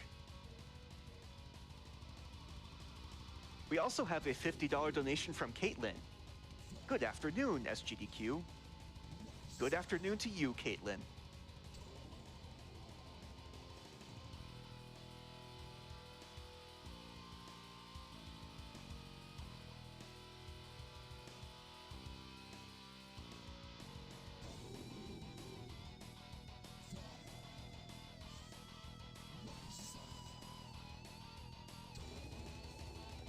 We have $25 from Tamberlane Comic. My first GDQ. I just got into speedruns. Glitch harder, my dudes. Thank you for that awesome haiku. And with that, we are ready to go on setup. So let's head over to Ocarina of Time Randomizer. Howdy, howdy, everybody. Hello. Howdy. First thing I'm going to need is a file name. Yeah. We got the file name incentives. Now's the time to cut it off. We need the top 2. The top 2 file names were Lonk and Zelda. All right. Which one are you taking, Rye? I am taking Lonk. If I can find the letters for it. Yeah, I wasn't even waiting for him to say. I knew which one it was. So I already was typing in Let's Zelda. take a peek here. Oh, we're starting with a Shadow Medallion. Yeah. So you want to explain that, Barrel? Good start. The starting medallion? Yeah, sure. Yeah. So in the base game, when you go adult, you get the light medallion for free. Well, there's no dungeon for that to be attached to, so the randomizer just gives you a random medallion or stone to start with. And that's what this is. That's why we got the shadow one. It's good. Means maybe we only got to do 5 dungeons today. Maybe. Mm-hmm. We'll see. Yeah. Sent rolled the seed, I just want to say. So. Yeah, he did. So you never know. He told me it's a fun one. That's all I know. Anyone wondering about the cowboy hat? A friend of mine wanted this, so you're welcome. But are you y'all. good to start, Barrel? Yeah, I'm good to start. You? Are you right? Yeah, I'm good to start. Spike, are you ready? Yeah, sure. Let's do this. Legend of Zelda Ocarina of Time Randomizer. I'll count you boys down. All right, sounds good to me. 5, 4, 3, 2, 1, go. All right, right out the gate. Both of us have the same seed, and we need to find everything we need throughout the world. We've got a few settings on there are a little weird, and they're going to just hit right out the gate. So first off, I'm going to the shop because there are 4 items in there that may or may not be an item or an ice trap. And I'm going over to the Kokiri sword chest, which is just one item. It's not as grand as his shop escapade he's going on. Man, can you believe this guy? He's a shopper. What I'm are going you back doing in there? that shop. Oh, There's a something little there. shield. There's a Deku shield in here. Oh, all right. I might So be you know what stopping I'm all doing? over. The Deku tree. I'm gonna go and do the other thing first, and then I'm gonna go Deku Tree. So this is already a divergence from my usual route. I'm the player that usually goes to adult first because the door of time is open. Get in the hole. Get in the hole. And Beryl will say child. Yeah, But I'll be child for a now while. we have a Deku Shield. I'm actually the one going to be doing the Deku Tree first. You sure That'll be are. fun. Yeah, to explain to anybody watching, they are doing a cooperative seed. So they're each playing the exact same seed, but they'll be sharing info. There's actually a tournament going on in Legend of Zelda Ocarina of Time randomizer for this. And both of these players are in the top 8 right now, their team. I think King Zorgo Burr. So. Captain Tuna Spice. Right, my 1 and 2 for Mido's house, hammer and stick capacity upgrade. All right. And grab my 4. So, something you all donated for is Ice Trap Mayhem. You're welcome. Thank you for that. It is a fun setting for sure. Oh, so, yeah. I didn't explain this when I went in the shop. Some of you might have seen a Zora scale on the left side, and I completely ignored it for 2 reasons. A, it's 225 rupees. I don't have the money for that. I don't have any wallets. And B, it was spelled wrong. That's an Ice Trap. Which, if you're some players who play with us, can't spell the names of the things. Don't try to throw the words strength upgrade at some people. They don't know how to spell it. But yeah. All right. Mido's house, y'all finding the Megaton hammer in there and the Deku This stick is for you, upgrade. Cubs. No, That A To friend note, of I am ours- keeping track of the ice traps on my end because someone said they might donate $1 or 2 for every ice trap that they find. All So right. we'll see. Also, Ice Cavern of Sun Song, I forgot to tell you that. Cool. So, Pierre's dead. Top nice. the fire With temple. these hint stones we're reading, the gossip stones, we're actually looking for very specific information out of them. There are 5 Way of the Heroes, which will contain things that we need to beat the seed for sure. We'll find 5 of those different hints. You know, they're all duplicated. And we'll also find 3 barons, which means there's nothing in that area at all. So we're currently just hint hunting right now. Yeah, hint hunting, doing a little bit of opening routes. Right now, as you see, I'm back walking across Hyrule a lot. It's a long walk, but that open grotto is an easy early check. And I like to go to Gerudo Valley here, get 2 more items, read a hint stone, and then I usually piece on into Lake Hylia for a whole bunch of other stuff. While it's not the current meta route, we're Zooter Boomers. Yeah, we're Zooter Boomers. Yeah, a Hear lot that, of Zooter the Zoomers? early game routing is based around your time of day, trying to make sure that you're not going to have to just stand outside waiting for it to turn to day or turn to night for different sequences. So they're trying to do specific checks to knock them out while hopefully also manipulating the time to what they need. All right, let's see what's here in Deku Tree. So here we are, Turn my right nose in up the to that. first of the main dungeons. Within take the an Ocarina money. of Time randomizer, the goal of the players is to get all 6 of the medallions. Once they find all 6 of those, which they already started with one, they'll be able to create the Rainbow Bridge and get into Ganon's castle. And then as long as they have the bow, magic, and light arrows to defeat Ganondorf, then they can finish the seed. So they Hey, don't Rye. either of them know currently what dungeons they have to beat. Go ahead, boys. Bottom of the well might be Way of the Hero. Oh. Ow, and my hat's falling off. I am. Hey, if it falls off, it falls off. Nah, I But gotta I keep am it. wondering where that Song of Storms is.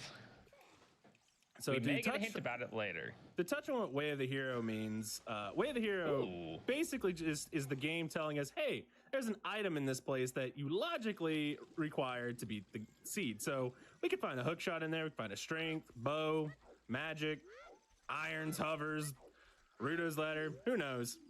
Bunch of different progressive items. I found the Goron tunic in the slingshot chest. Ooh, That is a might good find, actually actually. get that, yeah. So the reason why that's actually a really good find, some players might skip that actually, is in co-op. Since we're picking up all the things that we can in our own separate paths, we're not going to always run into all the health that we need. So we may stay on 3 hearts, we may go to 5, we may go to 10. We don't know. But your fire timers are based off of your current health. Yep, So yep. River having chest. that tunic is amazing. River chest and water is dead, by the way, and Kokiri's way the hero. So that hammer we found in Mido's house could probably lead to something, or is just we need it to beat Fire Temple to beat the seed. Yeah, again, at this point, they still don't really know. You can find out which dungeons have the medallions and which ones have the 3 spiritual stones when you go to the Temple of Time. So you can see them continuing to read these hint stones. Normally, these gossip stones are what give you just like some lore stuff with the Mask of Truth. In the randomizer, they're what give us the hints to overall cut down on the length of the seed and to be able to play some strategy off of it. Raikaru also picked up a gold Skulltula right there. It's a rarity for me. I'm proud of my boy. I know. That's why I pointed it out, because you never kill him. He never picks those things up. I have a very specific mindset in that skulls take time to pick up. If I skip them, I can save time. If I don't need them, that is. It is frustrating how often he gets away with it, too. I'll get away with 0, 1, 9, you name it. Now, I do want to mark over here on Raikaru's side. So he's here in the basement of the Deku Tree. He does not have a slingshot, but I promise you he will not be leaving this place without killing Queen Goma. Also, really quick, that is called flame storage. As long as that torch is loaded in the area, when I pull out my stick again, it's going to be on fire. I did that actually earlier in the Deku Tree and forgot to explain it. But that'll let me get through the web a little faster. I'm actually going to try and go for this version of this is the B1 sexy skip. one. Thank you. The Tsundere version. Yep. Oh, that is No, it's not a the input I Bluetooth. told you, Okay. Link. Ooh, that's Also, the right, frame. so far, only thing for you to take note Nice. of is the open grotto, because it's an ice trap. If I find my way down there. Yeah. So that was Tsundere skip. It's really nice because you don't have to mess with C up at all, which doesn't matter for me. I am on an EverDrive, so my input and my dead zones are perfect. So I didn't need to do it. I just like doing it. You know, I should have probably went and learned that. Because my really dead quick- zones are not perfect. I just jump slashed against the wall, and because I hit the wall twice with the stick in the same attack, it breaks the stick, and now I can use it forever. So something y'all are seeing me check right here is the scrubs. Normally, I messed that up hard. in most normal settings, all the scrubs are not randomized. There's only like 3 main ones. We're playing with scrub sanity turned on just to add in a bunch more checks in areas to make routing a little bit more fun and just better for us in general. It keeps us split up. Yeah. We need to keep our distance from each other. Sure do. We got a social distance. We gotta remain 6 feet apart at all times. All right, I didn't 3-cycle Goma. That's all I'm asking for. That's all Because that matters. I came out of the wrong angle of the Goma. I should have stepped back, redone it. You saw Beryl with his time of day just getting into Castle Town before nighttime. Castle Down. It's gonna work. Castle Down. It's a new strategy we're calling it. All right, magic meter for 195, lens of truth for 95, I and then want a that. mega toon hammer for wanted it. 225. I didn't So, want it, Rye, but then I wanted it. Right, if you want a second hammer, Bazaar Shop. Oh, 100%. I'd love to dual wield hammers. I'm down. Yo, By it's the way, Dark pick Souls up 2. Goma's Let's item. go. Hey, Spike. Ooh, Spike. vanilla. Spike. Yeah, I see it. I see it. Spike, look at that I know, mirror I shield. see it. Oh, eat it's, it, Spike. It's pretty common for Beryl. There's a mindset in Ocarina of Time Randomizer whether you should buy an adult shield or not. Beryl has the mentality never, ever, ever buy an adult shield. And there's some fairness to it because it never locks anything, a Hylian To shield correct anyways. that, it's a Hylian shield to note. The mirror Yeah, shield and Deku a should mirror not shield count that. does, yes. But it's a mouthful to say never buy a Hylian shield. So Sure it's just is. never buy a shield for us. So he bought a We've shield. lived by that for years. Bought a mirror shield. All right, so where's that mirror shield and how much, Barrel? Potion shop, $60. Oh, that's nice and cheap. Yeah, our I got magic's 99. locked behind Adult's wallet though in the bazaar. That's fine. Do make sure when you go to Deku Tree, if we're doing all dungeons, to pick up Goma's item. Okay. Haha. Yeah, because I guess we kind of glazed over it. Rye, what did you get from defeating Gomut? So, I'll be clear here. There's two things. You get an item for beating the boss, and then you get a dungeon reward for stepping in the blue warp. The item looked like a blue rupee. It was an ice trap. I didn't mean to pick it up at all. I had a full wallet. But for stepping in the blue warp, I get a dungeon reward. I got the Kokiri Emerald, nice and vanilla. And if you collect 3 of those stones, you get access to the song from the Ocarina of Time. We don't know what that is yet. I'm going to take a hot guess. It's Song of Storms. Oh, man, for the bottom of the well, Way of the Hero. I love it. Well, I haven't read the Temple of Time hints yet, so... Yeah, Prelude is Temple of Time. Final Frog's dead. Hyrule Castle, Way of the Hero. Goron City, Castle. Way of the Hero. Goron City, Hyrule Castle, Way of the Hero, along the bottom well. All right. That's 3 of our 5 Way of the Heroes that we have. We could get duplicates of an area Way of the Hero, so we'll get 4 of that instead of 2. But we'll see. Our boy Going Bird does not have an item done this day. Oh, big that's gonna be rip. part of our plan. As for King Mweep, he will stay frozen on this day. Forever may he burn. Forever may he burn. All God right, so bless. Barrel is still child. You're going the to the ZL check, correct? Zelda's Lullaby. Yeah, I'm pulling a box right now. I'm going adult. I need to space myself from him. Let him get into the 3-song route a little bit better. I gotta check out Adult CAC. There's actually a load of items there. Restream. I hope y'all have my audio up right now, because oh man, this Read Dead stream is great. Oh boy. I'll imagine that right now.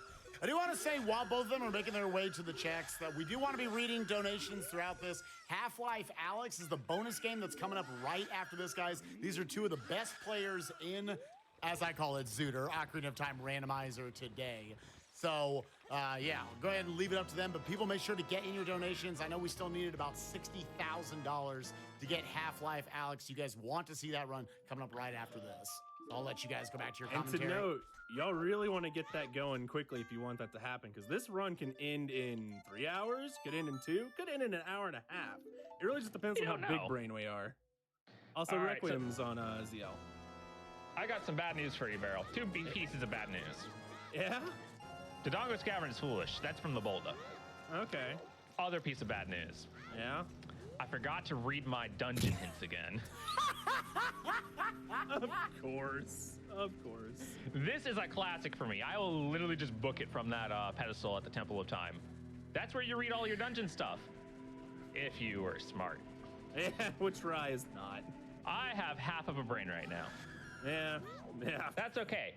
I'll come back to it later. Yeah, and I have the other half. It's a wonder that we function. I mean, how are you why in we top 8? How are you in top 8? Because we shot the sun, Spike. Yeah, we shot the sun. God. All right, GDQ's just hearing our dirty laundry right now, talking crap to each other. But right now, Rye and Barrel both have the Megaton Hammer. The Megaton Hammer, I don't know about you boys, I consider the best early item. I love finding that thing. Instant bombs. You'll see them just break a lot of things that you thought were bomb locked. No, you can break them open with hammer as well. This thing go all over the place. No. All right, Hat. Okay. Iron Boots for 75 in the Bazaar Barrel. I can't afford it, but that's okay. I can come back for that. Yeah, I'm just fixing. Oh, this is gonna be nice trap, isn't it? There we go. Ah! Oh, he wants me to be the world's best There's cowboy. a Zora scale for 70. I don't think I've ever read Talon's stuff. He's talked about the world's best cowboy as I was smushing my hat back onto my head. Aww. All right, so we have a Zora scale and potion shop. Zora scale and potion shop? Yeah. All right. How cheap is it? Or expensive? One of the 2? Bomb bag on Man on Roof. Okay, cool. And Dodongo's is Baron. How dare you guys? How dare you? Again, Scent rolled this seed. Bomb bag also, obviously, just to hammer it home, DC is Baron. And there's my Malin? money. All right, well, Malin's vanilla. Just teaching the Oh, good nice. old opponents. Oh, what was on Zelda's Lullaby? I might have like tuned you out. Requiem. Okay, Blair is good. also vanilla denote. Yeah, I saw that. I never read it out. I knew that at some point we were going to read it out again. Yeah. It's okay. This is how we communicate. Figure it out. Oh, I want that. I want that. I'm going to show off a cool setup here. Oh, nice. Yeah, I was like, you want those bomb shoes, dude. Please be real. Please be real. Oh. Oh, right, that's yeah, true. the dongos. Nope. I'm walking out of this He's windmill doing it again. You might wonder, chat, why does he want those bomb shoes? They're another form of explosive. You can make them move across the floor and everything. He's already got bombs, got a hammer. Why would you want bomb shoes? Well, you'll see coming up here in a little bit. Another cool set right here. Getting up here without the need of Song of Time, Boomerang, even a hook shot. Yo, the real choose. I am so happy about that. All right, Minuet is here. I like that too, actually. So They're also all a meteor rolling right into the there. wall and pressing C up. Oh, nice. I don't think we explained this. You take it You might be back. wondering, if everything's shuffled, why are we finding songs in song locations? They're shuffled among each other. Yep. There is a setting, however, that you can play called Song Sandy, where songs can be anywhere and everywhere. It makes the seeds really long. Yeah. I like it sometimes, Yeah, sometimes it's all right. especially in entrance rando. Oh, 4 hearts. Oh, Hope you're keeping ice track, trap. Spike. All right. Yep, Yeah, I'm writing yep. them down. I'm writing them down. All right, All right. put on another one. All right. Fun fact. There's another ice trap. All right. They're just full of them today. That little trick that I did to get into this cow house here, that is actually legal in the rule set that we're using because it's not a clip, that's one-way collision. We haven't explained the rule set though, so we're talking backwards here. Spike, you want to explain the rule set? Sure. They are playing, I believe it's called standard now, correct? Yep. Yeah. We used to call it the accessible rule set, but the standard rule set is effectively a glitchless rule set. And you might think like, oh, Ocarina of Time is this super busted game. Why don't they allow for anything? One, I think they want it to be more accessible for players to get into. There's actually over 40,000 people. That's 40,000 people in the Ocarina of Time randomizer Discord.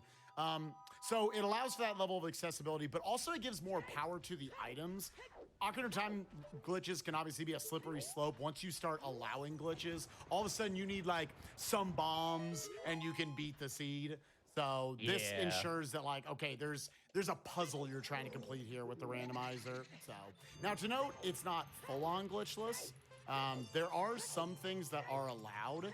I'll point them out whenever we get to them, whenever you see them. But effectively, if there is a glitched method that is easier than a glitchless method to do something, then they allow it to allow more accessibility into the randomizer. By the way, shout outs to Test Runner and everybody, all the devs of Ocarina of Time Randomizer who have put this all together. Very, very cool stuff. All the different settings. They talked about song sanity, different things you can do. Also, one setting is you only have to race Dompe once, which is great because Rai is getting absolutely destroyed by him right now. I am upset with Dompe. I need to be paying him more. I need to give him a raise. Not only is he good at sniping me, I'm not paying him enough to throw. Like, Yo, right. You want to go play some Skull Kids, their song. Might get some hover boots from that. yeah? Yeah, and then actually, nice there's to know the what hover that boots and song Ocarina is. minigame. I Oh, said some Skull Kids, plural. I heard as in some two. Skull Kid. Yeah, well, you know. My bad. Hey. All right. Well, Dompe's race is dead, just like him. Okay, cool. I mean, wait, what? Wait, what? I have More? 5 hearts now. It's fine. We'll fix it. We'll go back in time. It's fine. Can I interrupt for a quick announcement? Absolutely. Yeah, go for it. So as of right now, we have raised over $41,000 for our Half-Life Alyx incentive. We are almost halfway there. Hell yeah, keep it Keep up. that up, people. Yeah, while Rai is making his way up to a Baron Dodongo's cavern, Barrel's making his way to other checks. Let's actually read off like 2 quick donations, Daredevil. All right. We have $50 from Sai. I love these randomizer runs. You know what I'd love more? VR speedrun. Alex Hype. Hype. We also have $200 from Cubs Rule 21. Yo, Cubs Rule. Good luck, Howdy, Ryan Cubs. Barrow. Great to see Ocarina of Time Rando finally in a GDQ. I'll donate an additional $1 every time either of you get frozen. Chat, who's with me? And put those donations towards Half-Life Alex.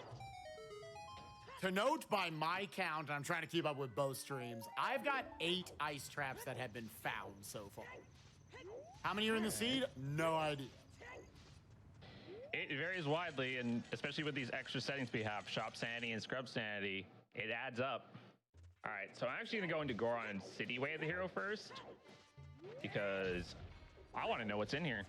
Lost Woods is Way of the Hero. Also, Nocturne is on Saria's, and Saria's song is out in the Wasteland. I think I just read that, said, I was not looking. I read it and completely looked away. I think that one said 30 Skulls is dead. I did not pay attention. I'm assuming you guys are playing with 40 and 50 on today. Yes, sir. Yeah. Or So off, it's worth off, pointing out off. that within Ocarina of Time Randomizer, there are the Skulltula rewards that you normally get in the game. Oh, that's another ice trap. I'm racking it up. That normally in the game you get. Oh, that's another one. Rack it up. Back to back. Normally you. I'm gonna finish the sentence up while I gotta keep track of the ice traps. But normally you get rewards from 10, 20, 30, 40, 50, and 100 gold Skulltulas. 10, 20, 30, 40, and 50 in the vanilla settings, the standard rule set, the weeklies. They will have. They'll each Songs have are a hard. reward for them. And they can read hints on those for 30, 40, and 50. Could possibly read a 20. They're definitely not going to find one for 10. And no, 100 gold Skulltulas is not a randomized item. People have asked Test Runner to make that an option for a long time, and every time Test Runner has looked them in the face and said, "No, you're stupid." So thank you, Test Runner, for not doing that. Thank you very much. All right, Hi, I might be stupid. I wouldn't mind doing it, actually. Listen, we already have 100 gold Skulltula bridge for you. Spike, I also did 4 seeds, 1 controller, so I think that was one of the coolest things I've ever seen in Soul Xenoblade. Rewards is All right, we've got kind of another in there shop for me. here. All right, Dinspire is 170. That's Walt Luck. Oh, that is absolutely a hurt container. And I am absolutely going to buy that hurt container. Hurt? Oh, and did it hurt him indeed? Oh, it hurt me, but it's also going to hurt Cubs. All right. I'm about to do chickens for my boy Money Matt to donate $50 All right. for. Chickens is a check both of us neither do. Like, neither of us ever do it. Takes 2 minutes to do it. It's slow. It's for one thing. But this is for charity, so we doing it. The only other way that you're going to route in chickens is to route it in with Skull Mask. And at that point, if you're in a race and you have to do that, forfeit. That is my motto. It's generally, so we refer to different checks in this game, which are, a check is a location where you could find an item. So like chickens is a check. And then we have a way to say like what sphere they are. Basically, if we say like something sphere 0, that means you can go straight there from the beginning of the seed. You need nothing to get to it. Something like chickens that Beryl is doing right now, you could first thing in the seed walk over and do these chickens. But it's Sure like a can. 2-minute check. There's not much else with it. So generally, it is a play people will make to be thorough, not necessarily an aggressive play to pick these up, or if you're just trying to, milk donations, which we are trying to do here because this is a charity event here at Summer Games Done Quick. Remind your Money I will Matt take the to put double that D. towards Half-Life. Put the 50 towards Half-Life, brother. Yeah, Let's if you do don't it. know what to put your donation to, put it towards Half-Life, people. All right, well, Double D is in the Crater Grotto. With Alright. Left Scrub, I think it was. Left scrub, okay. I have to point this out. So different items are given different misspellings. It messes around with like some of the syllables in it. I think still the all-time funniest one for me, instead of a Megaton Hammer, we saw a Megatan Hummer. That one was pretty good. That one there is are pretty other ones good. that I can't say on stream, but that one's pretty good. Yeah. Oh, Yeah. hook shot on the top of the crater. I am glad I came up here and did this. Yeah, all right. Because now I can access a song. Quick announcement. We are past the halfway point for Half-Life Alex. Let's go. $47,000. Let's go. We got another $43,000 to raise, and that could take maybe another hour before the seed's done, or another 3. Wow. We don't know, so get those donations in. Y'all are on an unknown timer. You got to get it in quick and fast. Unlike so with these Rai chickens. finding that hook shot, I love looking over, seeing Rai has done like 7 checks in the time Barrel's I still know. collecting chickens. I'm still picking these darn Yeah. things up. Look, it just reminds me whenever my chickens at home get out and I gotta go actually chasing them around. So, God be an ice trap. Please, God be an ice trap. so Goron Yes! City is. I was hoping it'd be like an item so I could yell at Rye to go do it too. Yeah.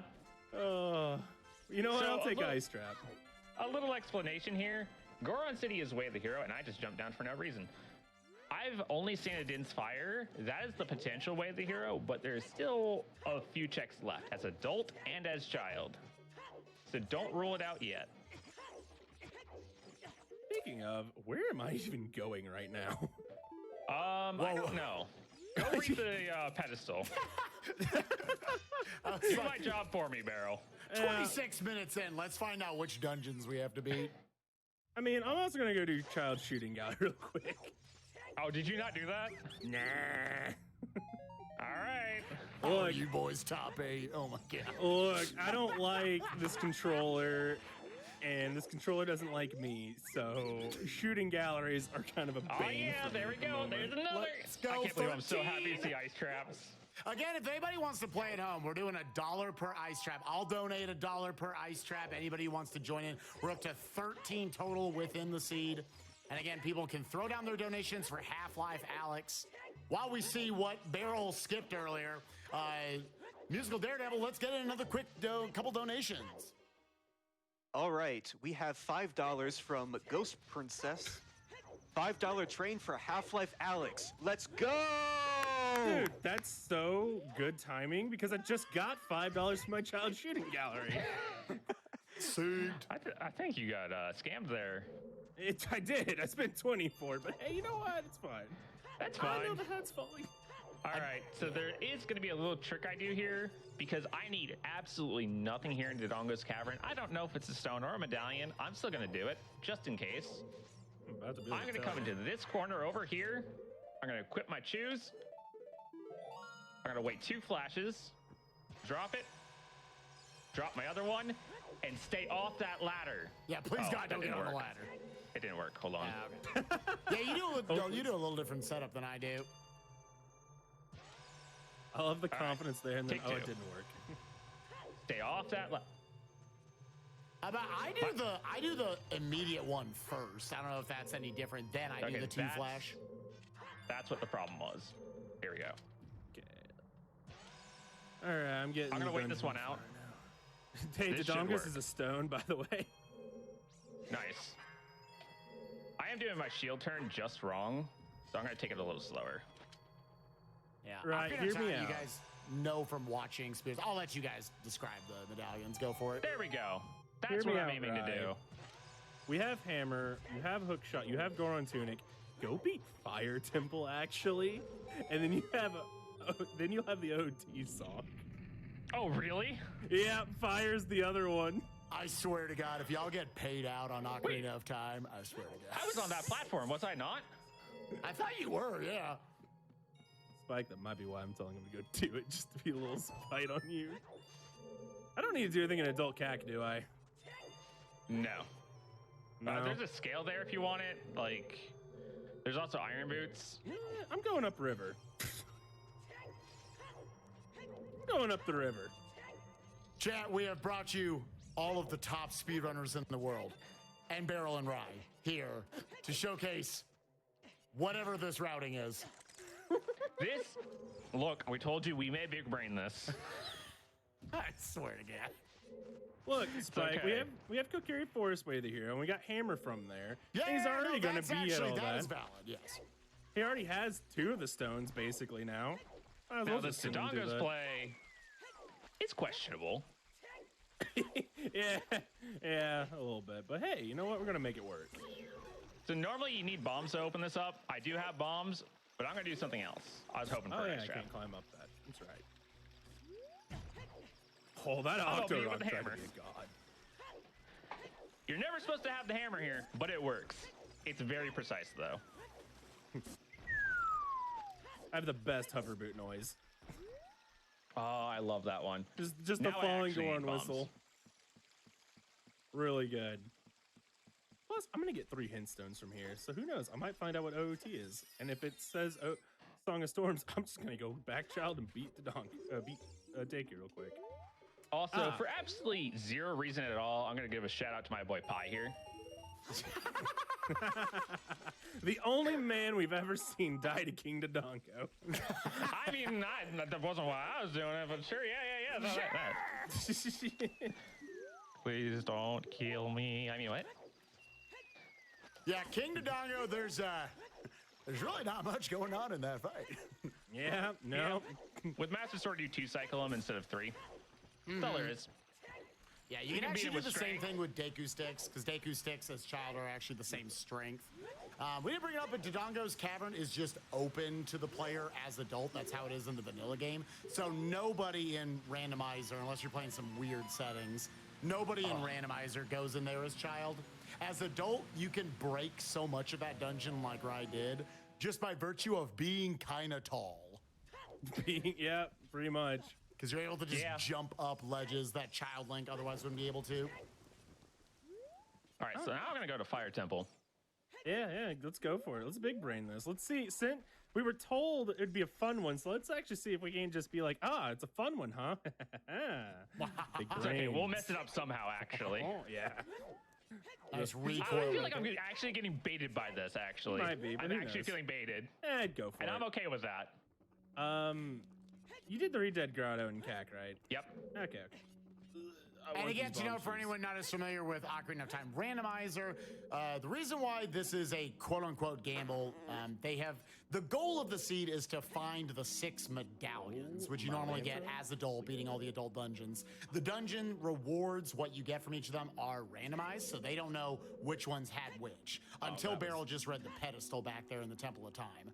So Dude, Spike, I'm having a fun time in the windmill right now. Yeah, How I'm am I watching. top Yeah, I'm How are seeing we it. top 8? How are you? I don't guys know. top 8? How are you top 8? Okay, so I like to blame my controller that I'm not 100% used to right now on this stick. Watch me play on a PS4 controller any other He's day of the rolling. week, and it's fine. I'm just stalling to find out if Rai tells me that beats Fire Temple. I'm just gonna chill here in the windmill for the entire time. It's fine. Neat little trick here with this Fire Dancer. Don't use a big Goron sword on it unless you absolutely have to. You can use the Master Sword Jump Slash, and 1 hit will take it in a 1 cycle. Like, it's 3 cycles guaranteed. I don't know why I'm holding up 4 fingers. I noticed that. This is But you so can get the it done in energy 3 I wanted cycles. for the Zuner GDQ run. You may be wondering. You may be wondering. I said jump slash, not crouch stab. Crouch stabs take the last attack you did and its properties, and it'll ditch that out.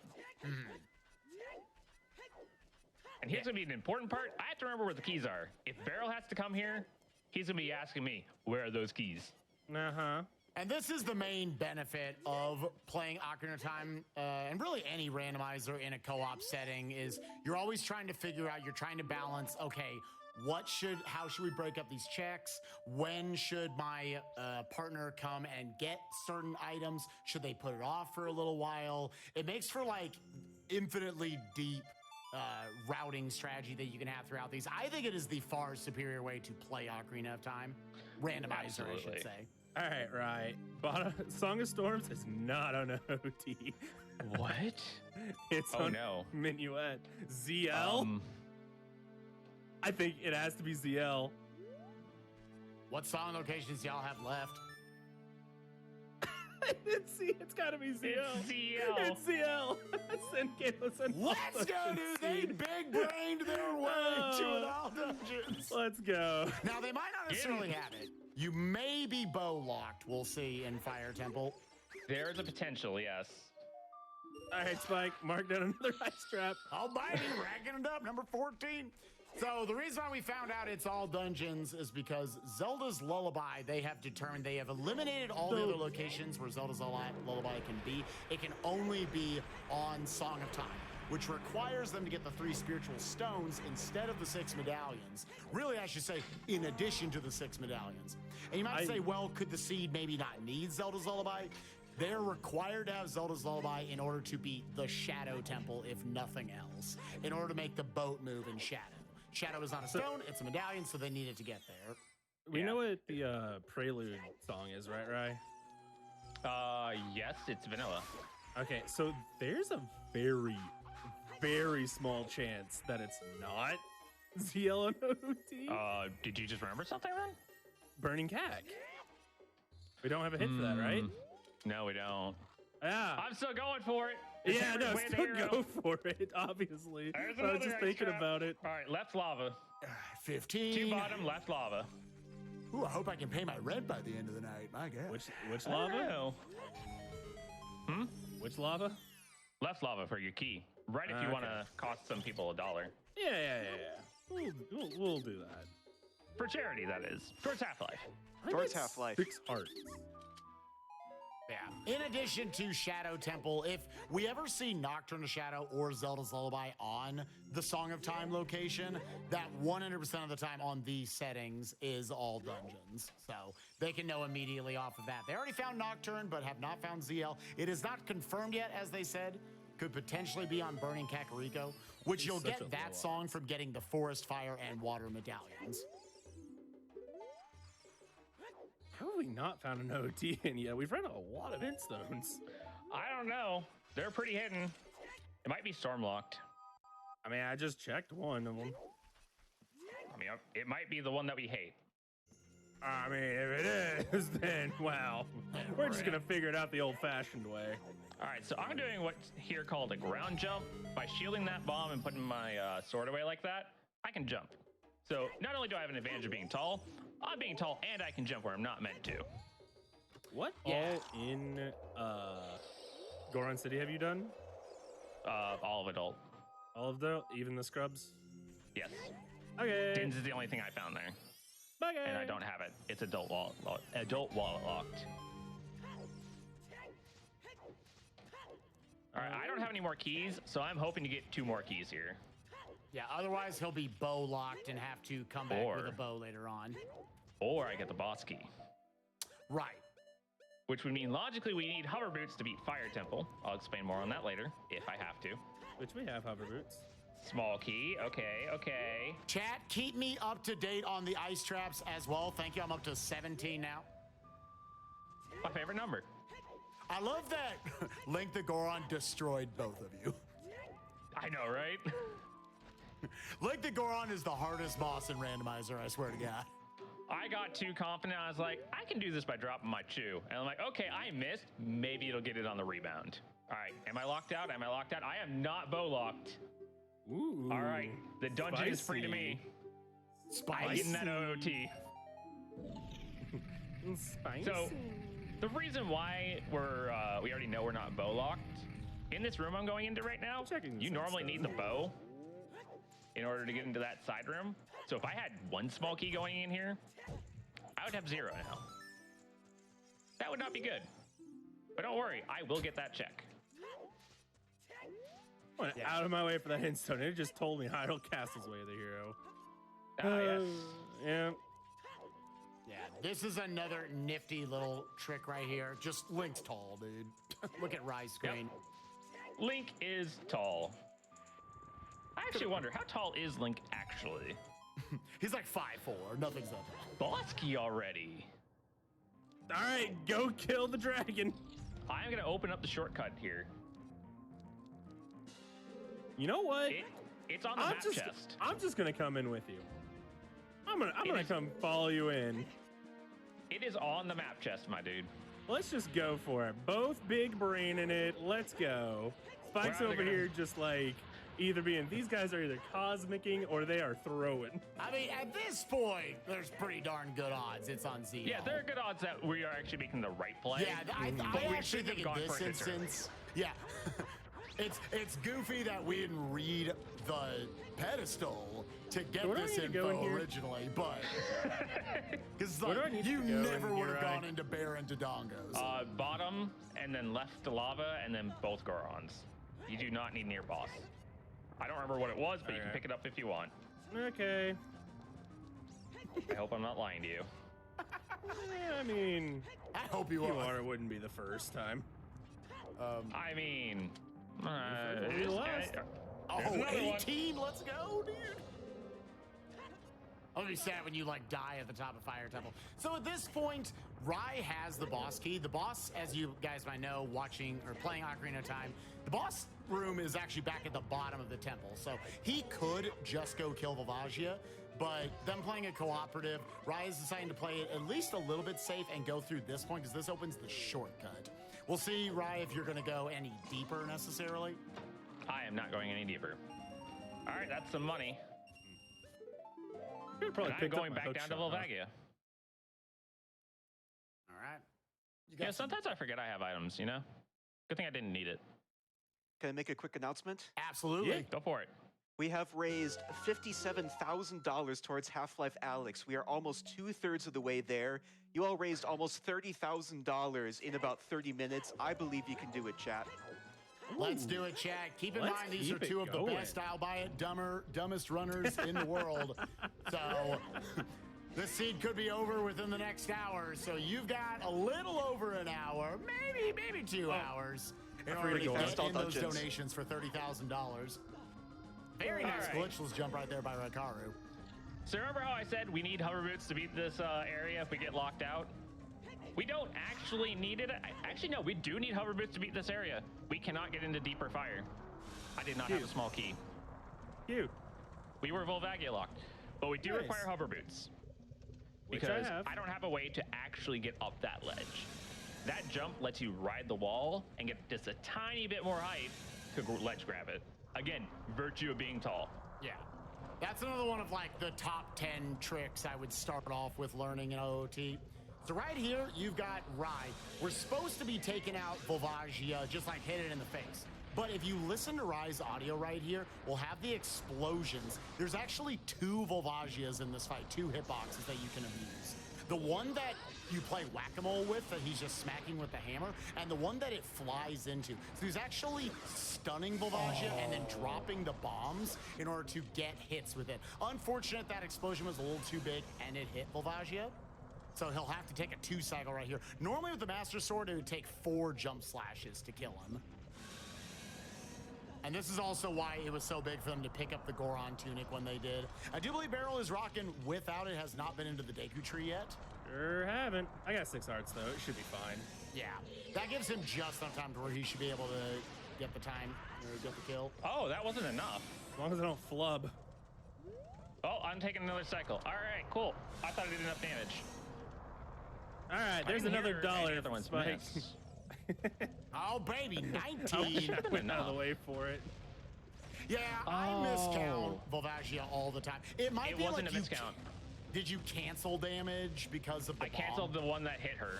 Yeah. That makes sense. That's exactly what happened. Whoops. All right, well, now we got boulders falling on my head. This is fine. This is fine. Oh, you're all the way over there. Volvagia, ooh, that was like a few frames before she was going to claw you. She was about to swipe me. I don't know if I would have lived. She does I a don't lot think of I'm damage. gonna live. I think I'm about to burn to death. Yeah, you might have to push the block and then save. It'll be 6, fine. 5, 4, you're dead. I needed like 2 more seconds. Yeah. So this is an interesting dynamic of playing cooperative randomizer. If you play a regular randomizer, it's very common. You have like 11 plus hearts, you're picking up health all over the place.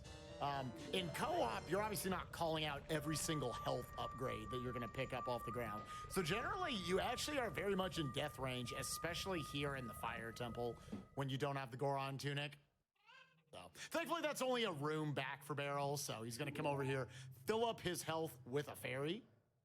You don't have a... Yeah. I sure don't have a bottle. I would have just bottled it and left. That's good. Quick grab Ignore of that scarecrow over there. Like, he's not important. Don't worry about him. Yeah.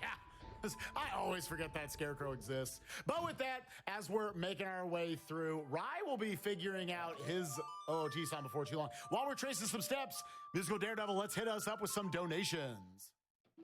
All right. We have $200 from Sean Gillespie. Woo! Shout out to Nice. all of the runners and staff that make my favorite event happen twice a year, even in a global pandemic. Let's get that Half-Life Alyx run. We also have $80 from Exit Doctor. I'm not a poet, so I can't write a haiku. Barrel, go buy a field. No. I got one already. You're a little too late on that one, buddy.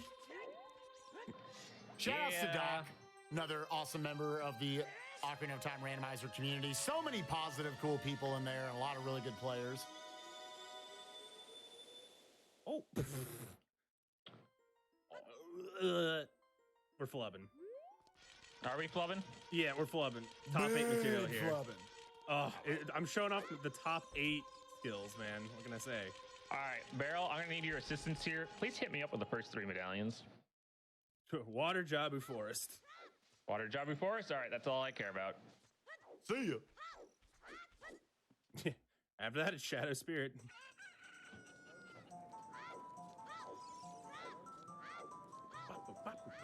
We got time for another donation? Go for it. Yeah, read one more real quick before we see what the OOT song is. Okay, we have $250 from Blue Eyes Spice Dragon, donating to try and get that Half-Life Alyx speedrun.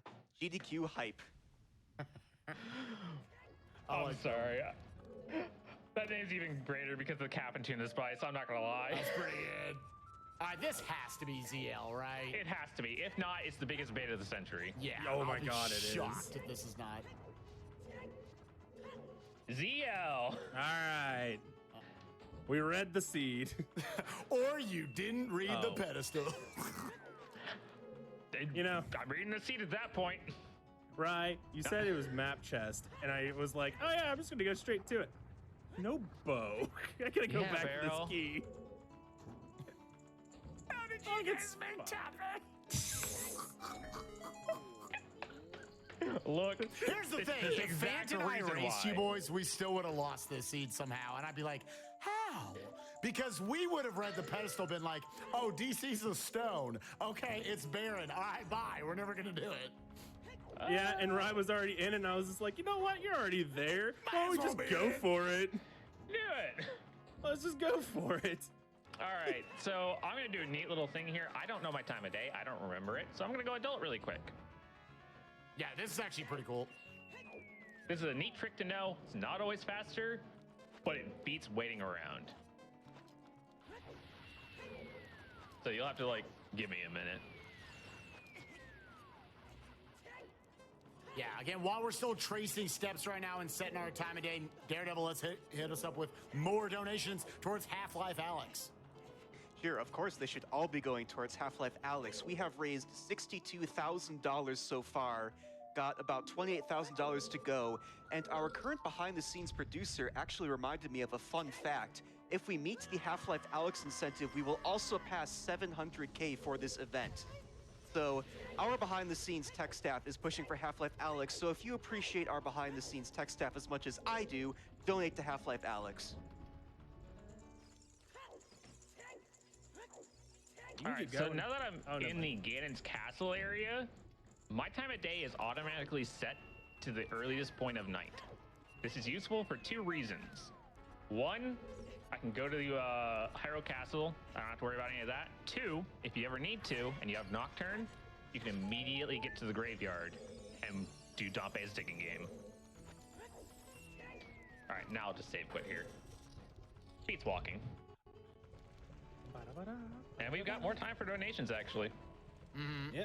I'm just killing Barrel the will dragon. be going for hopefully a 1 cycle here on Volvagia. It's very difficult to get the 1 cycle with As Master long Sword. as I don't get troll hold, it should be fine. It should be. Like, mine was kind of a fluke. By both the Grace and the Curse of the Bombs having a huge hitbox, I got messed up there pretty badly. Let's give, actually, before we read donations, let's just give Barrel a little bit of serious time. Let's see. Dropping bomb number 1. He's going to go up. He's going to stun Volvagia so that he'll stay in place. Now set up for the second bomb. Get the next one ready so you don't have to wait for it to explode as long. He also has to listen for the audio cues to make sure it's actually damaging Volvagia. shield dropping each of these. I was almost too far away there. Oh, man. Setting up for the one cycle. Let's go. Very nice, Barrel. And Nice. he needed that considering Nice. he doesn't have the Goron tunic right now. So, Yeah, if I miss any of those, so I had a little bit of a backup there I could have done if I had have missed a bomb with chews and nuts. You can shield drop a chew and instant explode it with the nut to get a quick hit in if I needed it. But thankfully, didn't need it. Just did what I was used to. Beautiful stuff right there by Barrel. We are now full on tracing each other's steps. Daredevil, give me like 5 fat donations. 5 fat donations. Those Here's fat one. ones. $1,000 from Cemix. Oh, that's straight thick. Let's go. All right. That's thick That's a with big like boy. 5 C's. I've been part of the OOT randomizer community for 2 years now, and it is honestly one of the best communities I've ever been a part of. I agree. It's amazing seeing randomizer being ran in GDQ now. Good luck to Raikaru and Barrel. Spike, you're amazing. And of course, let's put this towards Half-Life Alex. Heck yeah, brother.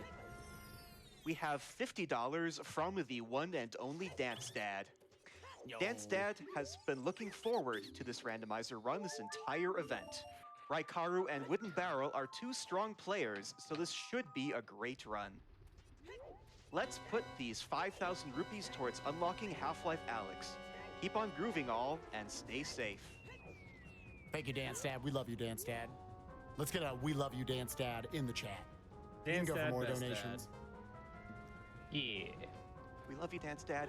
We have $100 from MoneyMat1. Here's $50 for checking chickens and $50 more for being an ice trap. There's There's $100 more on the table if I hear some mooing. I'll donate $1 per ice trap. Donate towards Alex. Ooh, donate to Mooing. Alex. I got the mooing is my low heart sound. I'll get that. Don't worry. I just picked up double defenses. That's gonna be even harder. But don't worry, I'll figure It's something okay. out. We'll figure it out, Barrel. It's okay. I can just let an iron knuckle hit me. Exactly. That'll Alright, do was it. there anything in Lon Lon I needed? No. No? There's 2 ice Alright. traps in the grotto if you want, in the scrubs if you want that. I mean, it's $2 that people gotta It's $2. gotta play with there. I'll go for it. Why not? Yeah. It's only like 30 seconds out of my way. Right. I was like, And we just big brains, so maybe we'll buy a little of that time back. Do we know what Big Goron is? Nope. I just got the claim check. Go hit it up. Yeah. What all of DMT have we done? Doing everything but the storms and the which I just did the storms and the fountain. Yeah, the fountain's the only thing left then. Cool. yeah, to note, they do know there's a certain set of checks that always have to be hinted, and there's a copy of each of those, but that doesn't necessarily mean our players are going to find them. There are some hint stones that are just in absolutely awful locations that you're never going to go pick up. So they're talking about, say, the Big Goron Sword hint. They'll know what they get from doing the Big Goron Sword trade quest, and they don't know what that is at this point. So, fun fact, we may never read a hint about that. If it's set to claim check, you may never get a hint for it. Barrel setting up for the bomb shoe strat to ignite the eyes, going deeper into Dodongo's cavern. That just skips the entirety of the dungeon. That's Yep. a really, really good strat to know. Obviously, we have Bear in Dodongos, but it's a really good strat to know for cooperative play. Because if there's nothing in the dungeon after the first player dips through it, the second player can beat the dungeon in 2 minutes. No. My Navi is screaming loud. With that, we're going to up it to 20 ice traps. Let's read more donations towards Half-Life Alex. All right. We have $50 from True Geek. Half-Life Alex speedrun is a bonus game? Yes, please. It took me 20 plus hours to finish my first playthrough. Very interested to see how this game could be beaten 40 minutes. Let's go! And checking in on that, we have $66,000 towards that Half-Life Alex incentive. That gives us, I can math, $2,400 or $24,000 to go. Let's go. Where was Staria's song? Desert Colossus. Cool, I'm going there. Did you do Child Goron City at all? Nope, I didn't have explosives. Well, guess what? I'm gonna go to Colossus, I'm gonna come back, and then I'm gonna go to Child Goron City. Okay.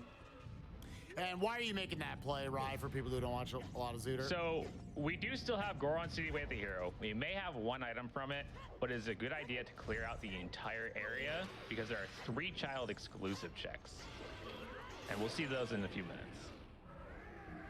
I need Zelda's Lullaby, Staria's Song, and some way to get an explosive to the Goron and the pot.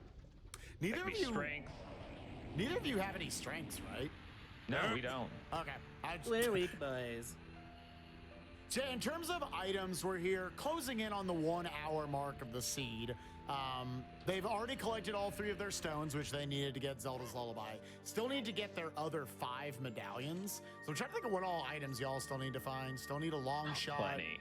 Iron boots, which you've located the iron boots. Yeah, we know where the iron boots are. We actually know where a scale is in case we need it. There's not really anything we need it for anymore, now that I think about it. Mm-hmm. It's Just a nice to convenience have. for routing towards, say, like Jabu or something. Yeah. Which shop had that scale? The Potion. potion shop. Well, if I can't afford it. I know. That was my problem. I couldn't afford either item. Whatever. Leaving it behind. See ya. Going child. Gonna go beat my dicky tree. Yeah, you guys need long shot, 2 strengths. You know where your iron boots are. You need a bow. You need magic and light arrows. You need the Holy Trinity to defeat Ganondorf. Just kind of marking everything here on my tracker. Right. Yeah. You wouldn't have happened to have gone over to Minuet and grabbed your storms, would you? I did. Why? Okay, cool. Because the well's way here, remember? It is. Yeah. I was going to go Child Goron City and then pop down there. All right, cool. Just making sure. And again, everyone, the hint stones that they have read throughout the seed off of the gossip stones, the way of the hero means that involves something that they are at least logically required to beat the seed. So they might find a bow, a strength there. To note, it could put something like the tunic there, because logically the seed needs to give you a tunic in order You to said I say needed like beat Ocarina the Song, Fire right? Temple. Ocarina minigame, yeah. Yeah. Yeah, it's got your hovers. Your banana shoes, so you can go walking around, squish, squish, squish. Squish, squish, squish. Any Game Grumps fans out there? Squish, squish, squish, squish, squish, squish. So yeah, we still need we need a good like 7 items coming up on the 1 hour mark here. We're playing the not Ocarina bad. memory game. Musical Daredevil, hit me up with 2 more donations. 2 more donations. We have $25 from Dan Casey. Excuse me, princess. Good luck to the runners and thank you to everyone for an amazing event. I couldn't let the behind-the-scenes staff down. This goes towards Half-Life Alex. We have $250 from Terry Master. Half-Life Alex is incredible, and I can't wait to see it run fast. Hit me with another one. 3 more, actually. Let's roll deep. Another one. We have $1,500 Woo! from Shy Guy That was a big 32. one. I'm glad we extended to that one. Okay. Big one from Shy Guy 32. Donating for the amount of ice traps I assume you'll run into. Man, you went above and beyond on that one by a lot. Yeah, you did. Woo. But hey, it's much appreciated. Oh yeah, big appreciated. All right, so now I'm popping into Child Goron City here. This door was open as adult because I hit the kid with a bomb. It's not open as a child. I need ZL. So. And unfortunately, Barrel, what is you know what? I don't know, Spike. I can't not let this happen. Paid attention to you. That's not what I wanted. I'm gonna do this just as a fun little thing. Oh, nice. Because you don't get to see it when you play Staria's song for him. Oh, making him dance. I got you. I got you. Got a little dance out of him. He's not feeling it. He's not vibing with that ZL. Sorry, though. Here's the vibe. Oh, that's the stuff. Darunia, what you got for us? Another scale. Ah. Oh, well, that's convenient. Hey, right. Don't go diving lab because Lake Hylia's barren. Oh, okay. I was gonna say I can do that again. Yeah, I know right where you were going with it. Yeah, But Textile Grotto, though. Lake Hylia being barren, again, that means there's nothing there that they're going to need to beat the seed. That's a really good one to find. Now let's watch over with Beryl. He's going to do a ground jump himself. That's trying to pick up the bomb and shield it on the same frame. And then he's going to hold back the inputs for a backflip. And it's going to make Link shoot straight up in the air instead. And now here he is at the end. That is a base one skill. Whoa, he's going for another one. Yeah, he's going to need a bomb refill soon. It was so nice. I had to show it twice. And I still forgot to go grab flame storage. It's like, you're doing my strat, what? Look, it's fine. We're having fun over here. Yeah. We're just killing time for that Half-Life incentive. That's what we're doing. Literally what we're doing right now. Get that donated for. And actually, a quick check-in on that Half-Life incentive. We have passed $71,000. We have less than 19,000 to go. Let's keep going, Jack. Keep into that easily. I Do not stop. I believe in the chat. All right. So Din's Fire is the way of the hero in Goron City. Okay. All right. Beryl here, about to fight Goma. Let's see if he can get the one cycle on Goma.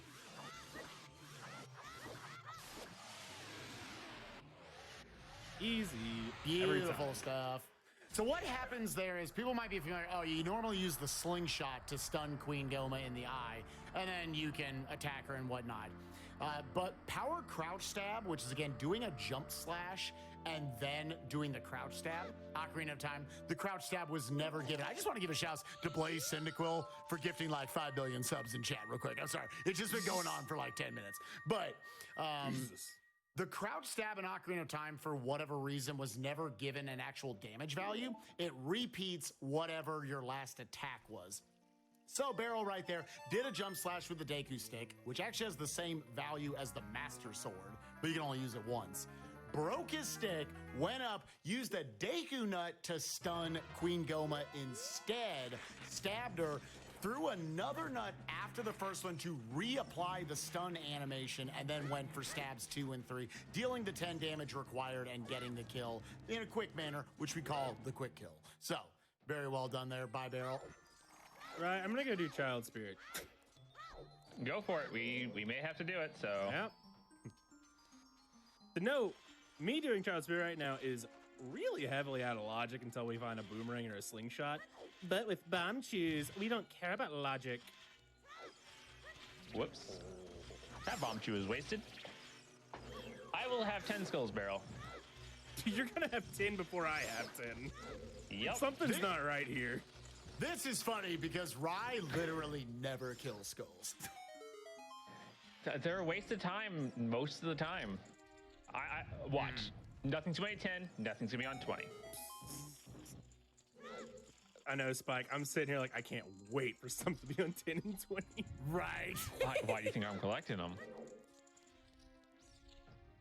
Because, hey, nothing looks better than me eating my own words. Like right here. It's an ice trap. All right. Woo! That's not a waste of time. That's another $1 from at least 5 of you. Let's go. What a Beryl with Stalfos was. Absolute destruction. All right, we ain't getting that again. Well, that's actually perfect because now I'm mooing. So Money Matt, there you go. Let's go, the proof.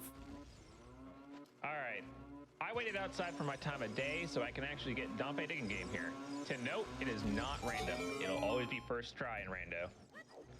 I was kind of sad when I heard that way back in the day, like 2 years ago, but thank you for that. Thank God. Shield, a Hylian shield. Hey, look, Spike. You super didn't have to buy a shield. Super didn't have to buy it. Now, technically, you did buy it. Shut up. I'm counting it. Dang it, I'm going to win something today. Oh, you're going to win nothing. Oh, No, there's one thing you'll win, Spike. We're gonna meet the Half-Life Alex. Let's go. Let's keep working towards it, chat. Super cool Do not strat by slow down Rye on right it. there, or by Barrel right there. I mean, I do cool strats too. Oh yeah, no, I'm just pointing out. You're playing the song. I don't care. I played it really cool. Yeah, it was quite the remix. I liked it. But now Barrel right there, running in and jumping across to kill that mimic, getting him to barely cross along the path of the fire right there. Also, Smallkey is on second child. Neat. We'll eventually that see if we worked need out. it. Yeah. Yeah. We eventually find strength. Here we are, Raikaro, into bottom of the well. This place is Way of the Hero. We still need like 400 items in order to beat the seed. Let's see if he can find anything. Also, be prepared for lag on my end, because I'm on EverDrive. It comes in buckets. All right, well, I like Choose. That's not Way of the Hero. Sure about that? I'm sure. How sure are you? Magic. We don't need to buy that one. Yeah. Oh, that could mean a couple of things. Could mean that our wallet is, you know, back behind this magic, or that's not Way of the Hero. So we keep going. Yeah, because the Way of the Hero is not referring to just one item. It very well could be saying there's like 7 things in the bottom of the well. So there's at least one thing you might need. Also, I want to give a shout out to the absolute best item in the game that got slept on as a child, Deku Nuts. Oh yeah. Deku Nuts are so powerful. They are. It's insane how many of us kids were like, I don't want this. It just stuns the enemy. Why would I want that? You want that. Yeah, you'll see it when they go to Forest Temple later. Strength. Oh my god, there's so much weight. Back bombable. Okay. Make sure you have explosives when you come in. Well, you know, I have one bomb and one chew. You ran through those. I am almost out. There are more chews in here, by the way. All right, you know what? That works. Works out. Invisible wall. First Cool. one. And I know I said invisible wall, but it's not actually invisible. It's very much visible. So I'm going to be doing a cool little strat with Flame Storage here to bring up my stick to have it lit right before I go through the door, so we don't got to do no tedious rupee collecting in this room. We just run in, light this torch, and lighting torches with the lit stick resets the timer for the stick before it'll burn. Also, what I did there in that coffin room, I abused my camera to look through that coffin and see it was a small key. We don't need that. Neighbor's love. Ah, so the one that I saw in the river was fake. I was going to say, that's funny, actually. I didn't know that. Yep. I Light arrows. All right. Those were not the Way of the Hero here, by the way. Light arrows cannot be hinted Way of the Hero anymore. Yeah, that's a recent change in the hint system. And the reason for that is while you do need the light arrows to beat any given seed in order to kill Ganondorf, he will actually give you a hint for it. And there's a lot of seeds where you'll get to him and you'll have to play towards him. The light arrows will be the last thing you're missing. Because the light arrows are an item that could be anywhere. There's nothing that's locked by having light arrows. Cool little setup right there from Rye. Yeah. This little setup gets you a broken stick every time. I don't know why I Z targeted there. That messed me up. I'm gonna have to big brain this. Nope. Yeah? Yeah, try. It's hard when he's close to one of the hands. Yeah, if he's close to a hand, you have to jump into the hand and then hope that you can get another jump off fast. You can see both of our players dueling broken sticks right now. That means they don't have to go through their stick resources. They can just use one, break it. And as long as you have at least one other stick in your inventory, then you can crouch stab with it and it'll be fine. But as soon as you go through a door, anything that involves Link having to like use his hands to like open a door. Long shot on Silver Gauntlets. Oh, that's a gross location. I'm just gonna keep that, I guess. Yeah, you keep that. I have shadow access. You have water access. Oh, we do with the scales. We have iron boots. Oh, we have a wallet? It's 75 rupees, Barrel. Oh. I mean, in his Shut up. defense, he has $19. Yeah, So I do have $19. if anybody in chat could Venmo Barrel a couple of dollars, you can do it over on the donate page below for Games Done Quick. Yo, Musical Daredevil, do we have any donations for Venmos towards Barrel? I don't see any. Do I need ZL Sorry. in the well, Rye? Dang. Well, do we have anything for Half-Life Alex? Oh boy, do we have things for Half-Life Sorry, Alex. real quick. Yeah, let me let them communicate before I send it over. What was that? I don't think you need it. I'm trying to remember. Because where was Magic was the bombable. Yeah, and there's choosing the front invisible. Yeah, back bombable is the strength. Yeah. Where were light arrows? Light arrows were underneath the water. Yeah, front chest. You do need it. Okay. All right, you're good now. Yeah, you're good now. Yeah, now we can go ahead and let's read some donations. All right, we have $25 from AC Bebop. This is not only my 3 daughters' first OOT randomizer, it's their first GDQ. Love what this community is all about, and here is $25, $5 for each of us to hop on that $5 train for Half-Life Alex. All right, Cubs, that ice trap was 2 for you. $2 for that one. Also, I real quick just want to say yes. No, forget the last thing I said. Cash App, people, Cash App is the way of the future. Let's definitely utilize that to get Barrel the rupees he needs. All right, moving on. I got really unfortunate there. That was an ice trap in the bottom. And, yeah, I got screamed at. I couldn't move. I couldn't mash. There was nothing I could do. Now, where were the iron boots at? Bizarre Shop, CAC. Gotcha. Perfect. I now have the money. Thanks for the Cash App. Whoop. I don't know where that shoe is going, but it is going. Do you know Composer Grave chest? Yep. All right, well, I'm going to get that with hot flame storage. I think I just... Okay, never mind. I thought I broke my stick for a second there because I got stuck just spinning on its own. I do have a backup controller if need be. Right, I like that in the same instance we had controller issues. I let go of my controller, and yeah. This is a very tight strat that Raya is going for right here. This flame storage. Had to put it away, pull it back out of his inventory right in time. And that allows him to actually light these torches without any magic, Din's fire, fire arrows whatsoever. So he can break getting to this chest, which... I'll take it. It's another bomb bag. Barrel, go get that. Oh, I am. Right, where are you at? I'm getting out of there? I'm getting out of there. Okay, I'll cool. move off to the side. Yeah, social distancing. We're going to show social distance. All right, I'm through. I'm going to Lake Hylia to go back to adult now. Because Serenade's down there. That is unironically a 30 bomb profit for Barrel right now. Oh, yeah, it is. That is amazing. What was this? Well, I'll find out what the song was in a second. It's Serenade. Oh, dope. That's Yeah. what, I was wanting it to be Serenade or Suns. One of the two. We know where Suns is. It's Ice Cavern. Oh, crap. That sucks. Yeah, it does.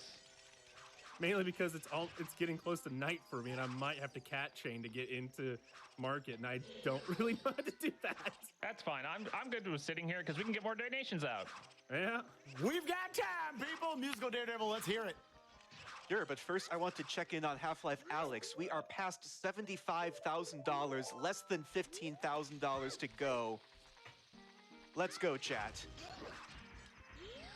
We have $20 from Mr. Game & Shout, who just so happens to be on mic after me. But Mr. Game & Shout says, there are cookies baking in my kitchen and I don't want to host yet. Donating to Half-Life Alex so Musical Daredevil has a longer shift. That sounds delicious, Mr. Game & Shout. Mm-hmm. We have $500 from Mo the Lion. Ooh. Love the event, as always. Half-Life Alex, let's go! We have $25 from Daedalus XR. The first Half-Life in roughly 200 years deserves to be run at a GDQ.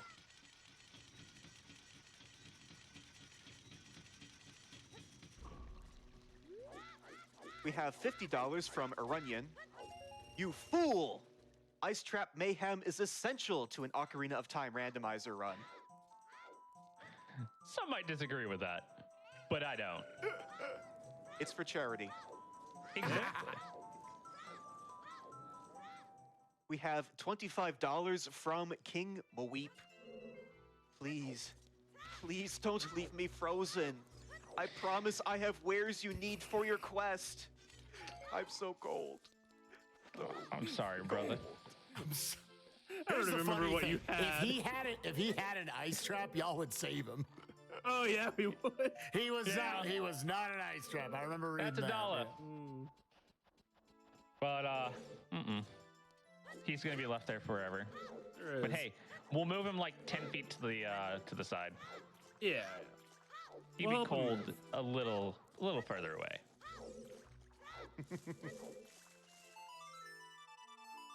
You can keep redonations. We're just tracing each other's steps right now. Yep. Picking up the items we've skipped over. Oh, I'm like Omega sad right now I don't know why. because I don't have fire arrows and I don't have a bow. Oh, yeah. I also don't have a wallet. I don't know why I thought I had access. Yeah, I was about to be like, and what would those give you? I might be a bit of an idiot. How did you guys make top 8? Anyways, we could read donations. It wasn't this one. Value. Yeah, value. I'm gonna go get my long shot. I'm getting really comfy with this guy. Anyway, we have $20 from Kona Rikan. Ah! Oh, sorry, I opened that donation comment but found an ice trap instead.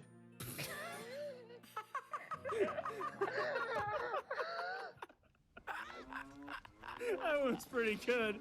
I was good. like, what? I was like, what happened there? I thought you just got like IRL punked or something. Bro, did you check Bombchu Bowling? Nope. Top 8, I went everyone. after my ZL.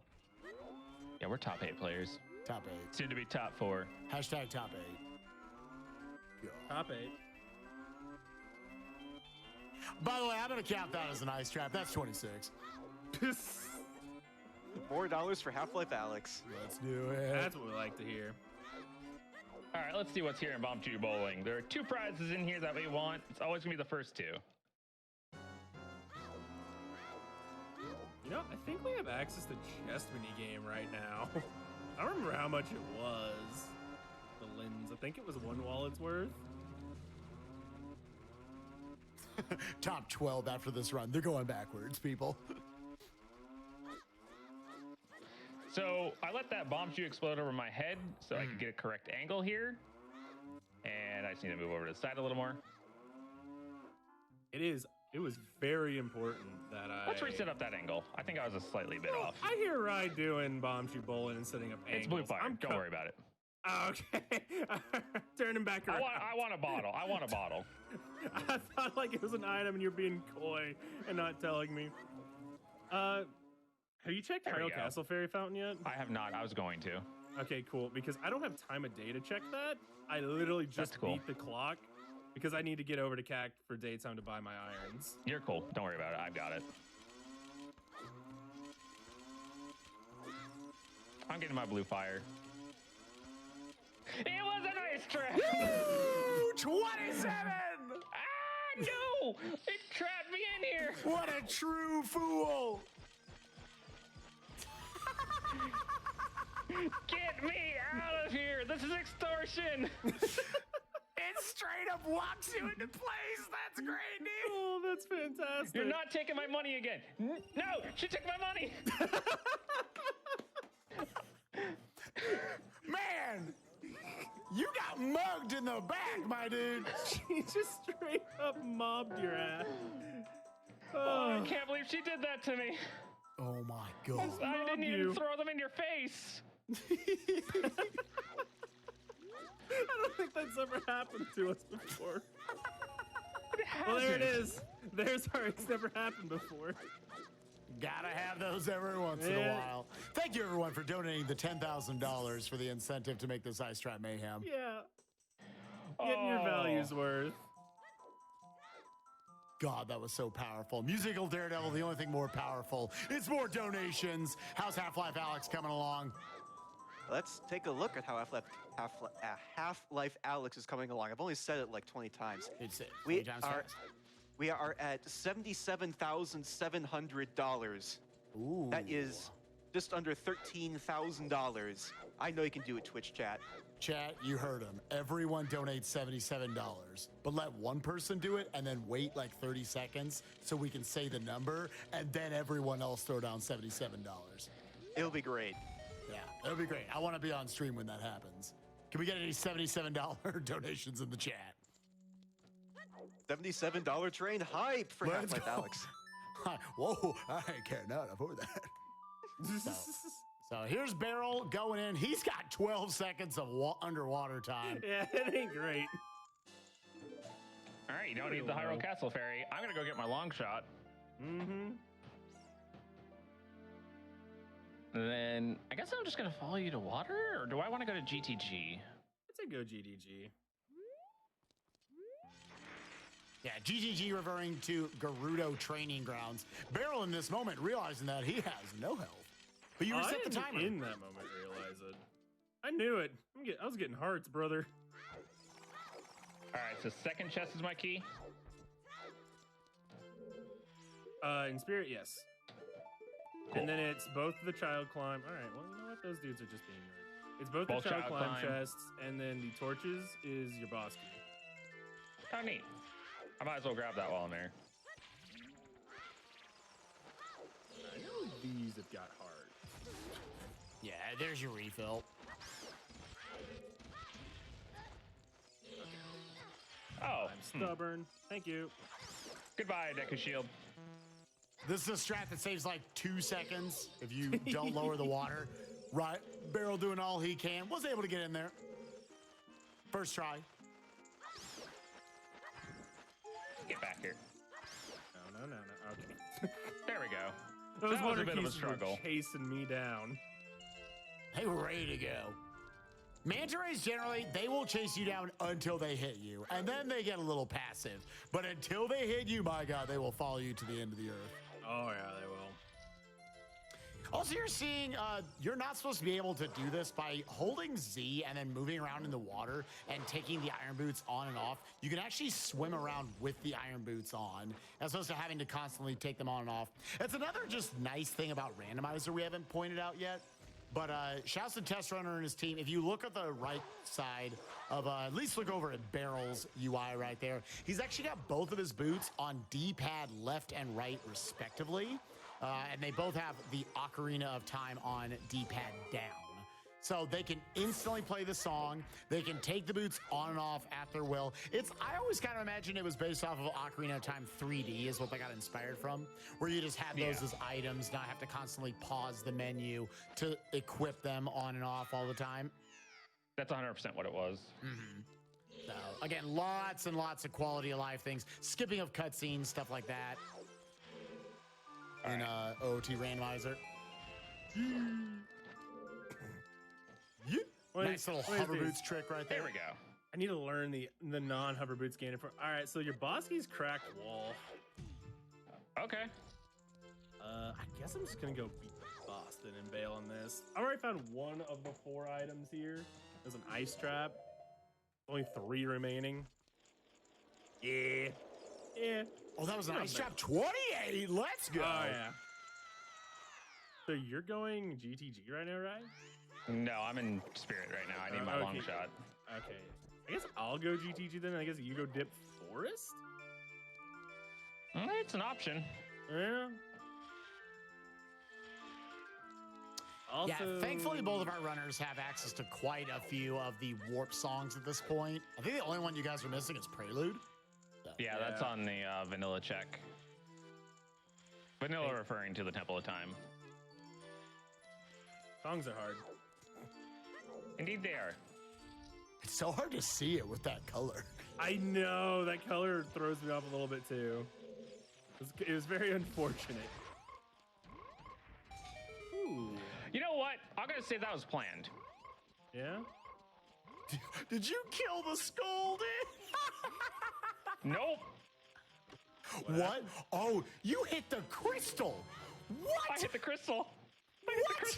What? I need an instant replay. What was that? What? That makes no sense. No sense whatsoever. That hit the crystal. Chat, y'all don't even realize that was the play of all time in GDQ history. How did that trick shot? That was a literal continent away, and he hit it. What? Well, rip the quick kill on Morpha.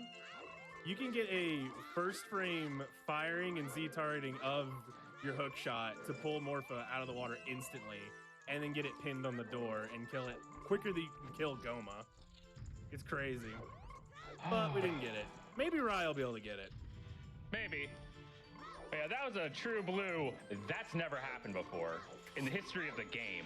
That was insane. I looked, I was like, oh, haha, he missed that bomb chew shot. Like, now people are gonna like start being like, okay, let's analyze that footage. Well, what do we gotta drop it? I think I had something similar happen during my 4 seeds thing. Oh, where really? I just missed, it was either during that or something else where I missed. I was like, all right, cool. I pull out another one, and then I'm turning around because I hit the switch with it, with a chew over my head. Were you up top though? I was on Child Climb. I'm saying, were you on the actual level with it though? I was down at the bottom. Oh no, I was not down at the bottom. Yeah, you don't realize he was in the water temple. That's where he shot the bomb chew from. And it got all the way to the crystal.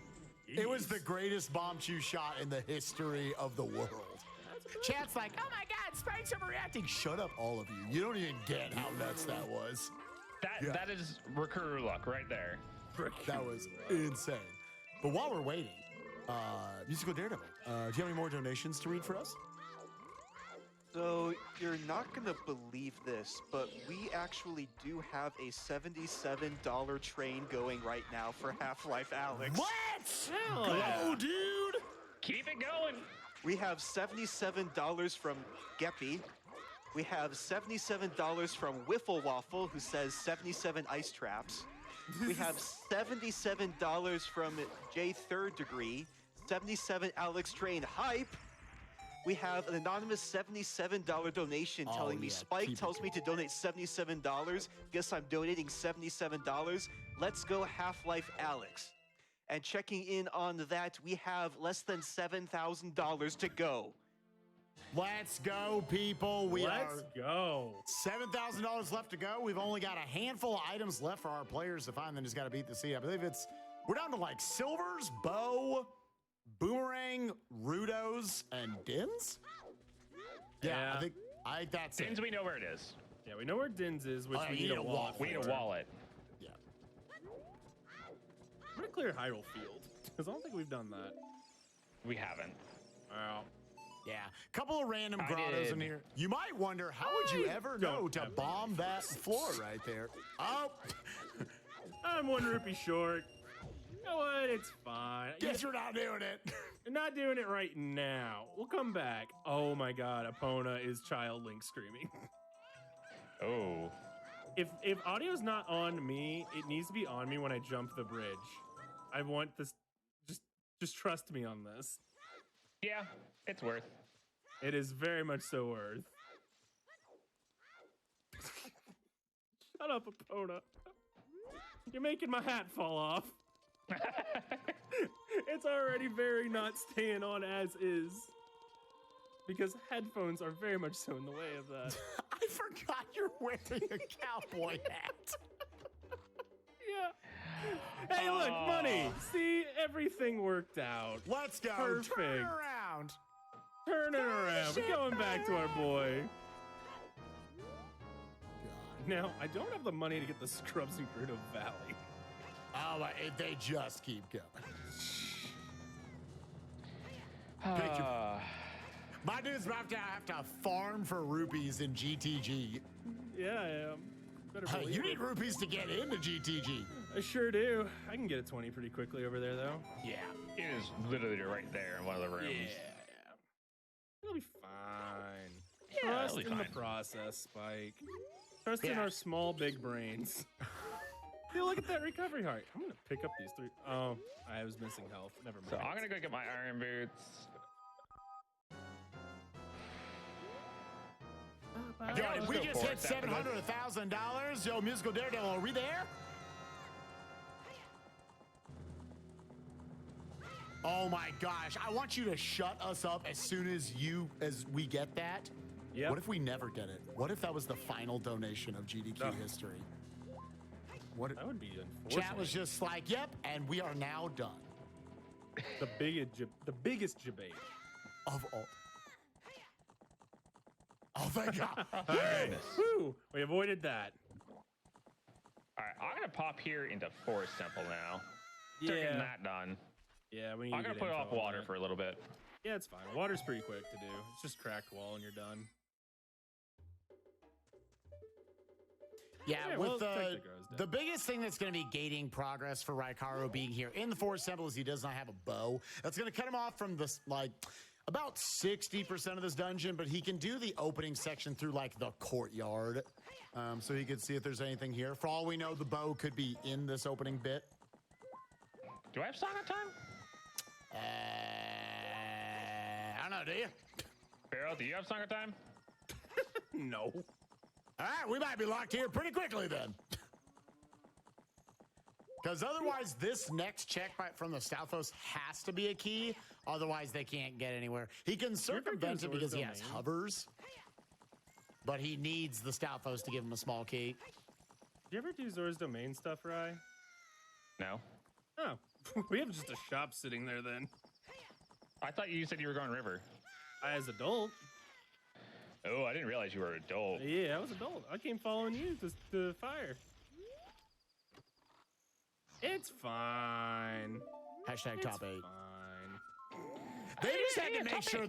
They just had to make sure they filled the 3-hour time slot. Let's face it. Yeah, exactly. Honestly, exactly. cooperatively, once you get to this level where you've played quite a bit, and you have good communication skills, a lot of seeds can be around 2 hours. So I didn't get a small key. All right. All right. Well, all right. We're gonna have a bow for it then, because Song of Time's on Burning Cack. When it says Burning Cack, talking about the Burning Kakariko song, which you normally would get Nocturne of Shadow from. That's, again, after obtaining the Forest, Fire, and Water medallions in the vanilla game. Then we can walk through Kakariko and get that song. Where is progression? Good question.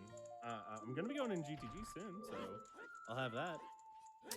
Yeah, we're definitely in a position where the players are pretty bottlenecked.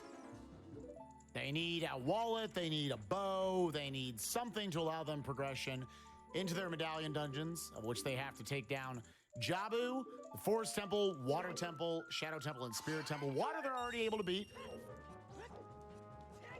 Barrow coming over here to snag some rupees so he can afford getting into the Gerudo Training Ground. Now, I always say this, Gerudo Training Ground coming up, a lot of people think this is DLC. Very consistently, no one knows this place exists, but you can go in here and there's an entire dungeon. It's crazy. Yeah, it's amazing how they patched in this wonderful DLC for us. You see Barrel doing some pretty cool tricks here to skip out on having to go through the Gerudo Fortress. This sets them up to be just far enough away to where you can utilize the long shot to get to this chest up here where you normally find a piece of heart. Bow on top of Fortress chest. I'm going Forest. Okay. Yeah, you go Forest. That is big for us. We needed something to break through. Huge find right there for our players. So I'm gonna just beat Water Temple, and then I'm gonna go get that bow. I think I'll stick around for GTG Yeah, do while you horseback clear out archery Forest. as well. Yeah. Fix my hat. my headphones are falling forwards and it's offsetting the hat balance. Oh, it's just not wanting to go back now. No. And There this we is go. what's cool about watching a Fixed it. cooperative seed right here is there's so much you might say, well, there were a ton of items left out at Gerudo Training Ground by Beryl. He's pushing the medallion dungeon progress because he knows that you have to take out this place no matter what in the seed. Raya is going to follow him out to Gerudo Training Ground. If Beryl finds something in Forest, Rai could continue to follow him. Otherwise, he might just clear Gerudo Training Ground to see if that is one of the if that has one of the items they still need. We are at this point down to needing our silver gauntlets in order to beat the Spirit Temple. We need Din's Fire to get into the Shadow Temple, of which we need a wallet for, but we know where to buy it. We also need the Boomerang and Rudo's Letter in order to get into and defeat Jabu. I feel weird being at 7 skulls and you've been at 10 for far longer than me. All right, I did not get the Z target I needed, so just gonna come to this corner. Yeah, the hitbox on both the hookshot and Morpha is very bizarre. But again, this is a strat, a tale as old as time, some may say. I think they literally made this strat in 1998. Pull Morpha in the corner. Turn it around. Hookshot it. Slash it once to push into the corner. Jump slash and then power crouch stab it to death. I actually think outside of the power crouch stab, that's an official strat. I don't know if you saw what I did there, Spike, but I spun killed to kill that Deku Baba to get its nuts, and then the nuts just went over the rail. That flew over, yeah, I saw that. The nuts were just like, I wanted those. $1,000 to go on Half-Life Alex. Ooh. Ooh, all right. Chat, make it happen. Make Let's Musical go, Daredevil chat. tell us shut up and let's go. Where are we on the 700,000 train? We need both those things. Yeah, we do. Do not disappoint us. We want this. Come on, chat. You want this. You Everybody are wants too this. powerful for this. Oh, ice trap. All right. Chat, also keep count of that. Chat, I'm asking so much of you, but I know you can do it. You know why? Because you're GDQ chat. You are There's like powerful. a ton of y'all. With y'all's collective powers combined, you can do anything. Yeah, you are like so many sets of Power Rangers. You're like the first 17 seasons of Power Rangers in Twitch chat form. Bless. Go, GDQ Rangers! Your only small key, by the way, is the map chest. Yeah, items early in Forest. That's kind of crazy. So what that means is Barrel's about to find like 4 small keys in a row. Sure am. Did you get Valley Scrubs? I assume no. No, I didn't have the money. I'll get it. I have 24 rupees. It's enough. Yay! See, this is the opponent, really please. great thing about co-op is stuff that like I couldn't do or skipped over. When he has to go back through it, he can just clean up my mess and vice versa. You do that a lot. So do you. I mean, I'm not denying it. Neither am I. Glad we came to this agreement. We also All love right. to bicker like an old married couple. Musical Daredevil, I want to hear it serenaded directly into my eardrums. Give me the donations, my friend. Directly into Spike's eardrums, we have $7.77 from Halo. I cannot do $77, but I can do $7.77 for Half-Life Alex. Let's get it, chat. Hey, Rabbit. We have $30 Good morning, from Rabbit. McTagger174. Here's to Spike's excellent commentary. Put this towards Half-Life Alex. Ooh. Are you into Riona patch? Can't say I am. I'm not either. Into what now? Okay, like as soon as Rabbit joined and the stream design, you know, Riona. I don't need it. I'm gonna send you this Riona artist guy's art. Watch this. No shield. Couldn't power crouch stab. It was terrifying. But I was still riding on that. Oh my god, this is a huge file. You didn't die. That's nice, right? Good. You did good. Alright, these scrubs are a bow! Are you kidding me? Here's the Riona artist. Pretty good. Yeah, no, I can see that being a Riona artist, honestly. Oh, surprise. No. What are you looking at, Pyro? No. Okay. Rabbit with fucking. Oh no. There you go. You want it too, Ella? Yeah, sure. Right now, if it helps. Oh my god. I'm curious. Enjoy that patch. It's time to shut up because we have Half-Life Alex. Oh no. Like, holy shit, dude. Holy fuck. And with that, we did indeed Jesus. pass $700,000 for Summer Games Done Quick 2020 online. Oh my god. GDQ chat, you are too powerful once again. I'm gonna delete this. I don't want to look at this every time I go into the game. Or the beetle. That would be truly powerful. That would be I've the seen, biggest powerful ever. I've heard them, chat. seen them. I've got a big burning question. Yeah, I'm not a Fiona guy. Yeah. What needs the help right now? Let me. But his art is so cute. That was impressive. Y'all I don't understand. Why does it have to be like this, man? So we have cutscene percent for Miami Vice. We have $1,800 raised out of $2,500. That will be happening later tonight. So if you want to see some amazing cutscenes for Miami Vice, Oh, with your donation there's some. There's some Rindo. Musical Daredevil. Oh no. Keep lining them up. We're gonna Oh, that's roll cute. them over. Let's go, chat. Yeah, he makes really cute art, but then like, We oh need no, what happened? $700. We need $700. I just feel like his art style just doesn't work with the kind of shit that he draws. It just comes off as weird. Oh, now you're putting the pressure on. I'm seeing you more of that same artist, Ella. Oh boy. Archery skills? It's cute. Oh, that's cute. Kill. Oh, that is, yeah. See, at least this guy has he has a separate account for his Fiona shit. Big brain. No, that's good. We have $25. I mean, I'm following both of them, but Cool. at least he thinks about it. 30. Also, an additional $1 Following for each both ice of trap. them. Well, actually, it's his alt is his non-Fiona. That's the thing. Hope the rest of the Oh. game is treating you right, guys. Hope you enjoy all those ice traps. Shout out from the rest of the squad. Yo, love you, Battlehawk. Love you, brother. We have Alright. 50. Sounds like Rise having some horse issues. She wouldn't let me get up. Yeah, Epona kind of sucks. Move on, Daredevil. Macaroni. Get more donations in while I fire at these targets. All right, we have $50 from Zimzal, giving love to the randomizer community. Yeah. I don't know if I want to play Monhan or Toho. Now here's a good artist. The Yeah, that's more choices. appropriate for right now, isn't it? Ooh, I even have the cowboy He's hat pretty on good. for it, so you know. I was about it to worked say. out.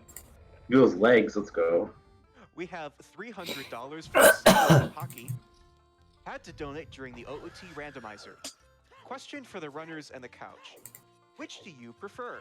An OOT all sanity randomizer or a 100 plus person multi-world randomizer? Oh. Was that the final bow? That was is the 1500. Send roll chat. There are 3 bows in this game because And there are they're 2 all- quivers and they're progressive. When you find the second bow, you get 40 arrows. All 3 bows are out here. You Guru is don't weird, come but I out here can't stop until looking. You have a bow. Is something wrong with me? Yeah, sometimes you're in that mood. Like maybe I don't know. Also, to answer the question from the Like donation, this guy's I'd rather good, do the 100 honestly, man multi-world but because that's fun. I don't know. I'm trying to like telling myself that I'm not into Guru. I'll get at you. For anyone who doesn't know what a multi-world is, so this is Ocarina of Time Randomizer. But then like I enjoy this guy's You can play art. multi-world with this, where let's say Beryl and Rye You gotta sift through the bullshit, I guess. Hours of magic Get and what the you internet. want. You can connect your games. So Raikaru could get this next check out of this chest right here. It might be for him. It might be Beryl's. I like this one. Instantly send him over A the little top out of of the season, magic but I and the like this internet one. and anime. It will send Oh, that guy's him good. that recovery heart that he just got, and then chat. together Makuwari. we try to find all I those opened Yeah. Chrome. items that Fuck. each of the players need in order to do it. And you can do it currently with up to, I believe, like 250 something players. The biggest we've done is 117 months ago. And boy, was that a doozy. Yeah, it was. And you can also send ice traps to people. When you have Shop Sandy on, you can. Because that buy an ice style trap is for so someone and it will strange, be but I like sent it to a them. lot. A certain Spike might have been like, I'm fighting Bongo Bongos. Don't send me any ice traps. Just still not sure if I like Guro or not. That was the Wakasagi Pandan one. Those legs, damn. Okay, I will say, when I first saw this set, I stared at it for like a good 5 minutes to make sure there's nothing wrong with it, and I was like, wait, it looks pretty normal. What the fuck? I don't see it or anything. It looks pretty normal. I didn't realize Pandan could do this. Wild. Actually insane. I was legit taken aback. I didn't realize it drew not hypercock, coarse cock, etc., etc. Crazy. Over this entire dungeon. Ideally, the hook shot, the bow, and the Deku Nuts, that's your last menuing in the Forest Temple. You just keep those 3 on the whole time and it's optimal. Pretty much. I need to point something out. I just gotta follow. That's a trick to being a good artist. You just have like a really fucked fetish. So you have to draw it yourself. Basically. Yeah, I do want you guys to definitely get follows to both these players. They do a lot of dumb stuff, including, and all of it's dumb. Yo, let's go, my lad Himo.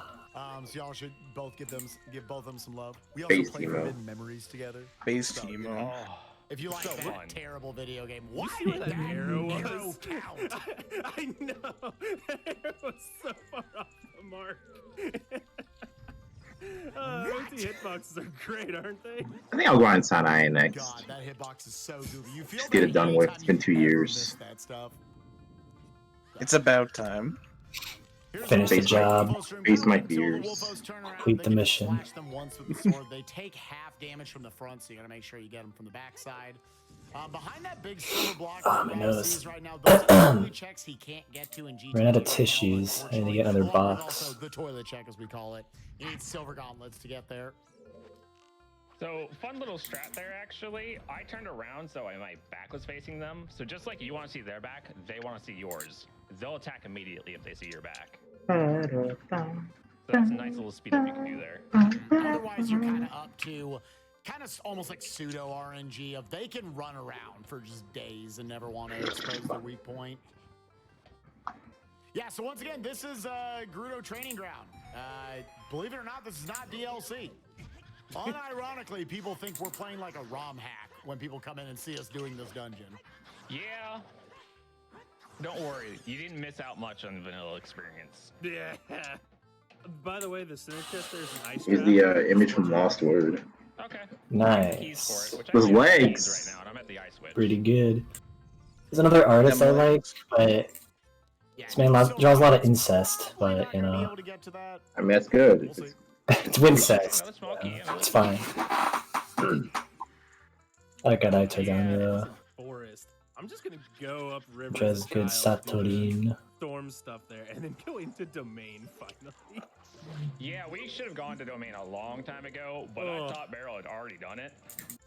I mean, Like I at said, this point, what really could be just like another strength or wallet? That's like the biggest thing. Rudo's letter too. And Bruno's letter would be hilarious. Yeah. But like, I think the biggest thing really is just that there's a wallet or strength there, really. Rekaru utilizing some iframes off rolling into that fire right there. Normally what you have to do is you have to use the hammer to knock out some of these blocks around the room or these totem poles. But he can bypass that just by utilizing the iframes. You see that a couple of times throughout Randomizer.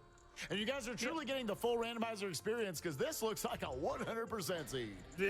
Yeah, it's looking like it. They wanted to make sure this filled the 3 hours. I've got 5 keys, so I can get everything in the maze outside of that 5. Ah! Fucking poison we got murder. Incentives to fill, so like we gotta stretch out time. Yeah. Yeah, we have any donations for the Miami Vice? Any of the cutscenes? Not seeing any yet, but I imagine those are coming in too. Pat, let's get on that. Let's get the Miami Vice incentive met. Let's get that Miami Vice incentive met. Let's get all the incentives met. Come on, let's Yeah, do that it. too. No incentives all left of after them. this run. Let's just That's right. annihilate all the incentives right here during this run. We're going to They'll have start to come up working with on new ones. AGDQ 2021 incentives during this run.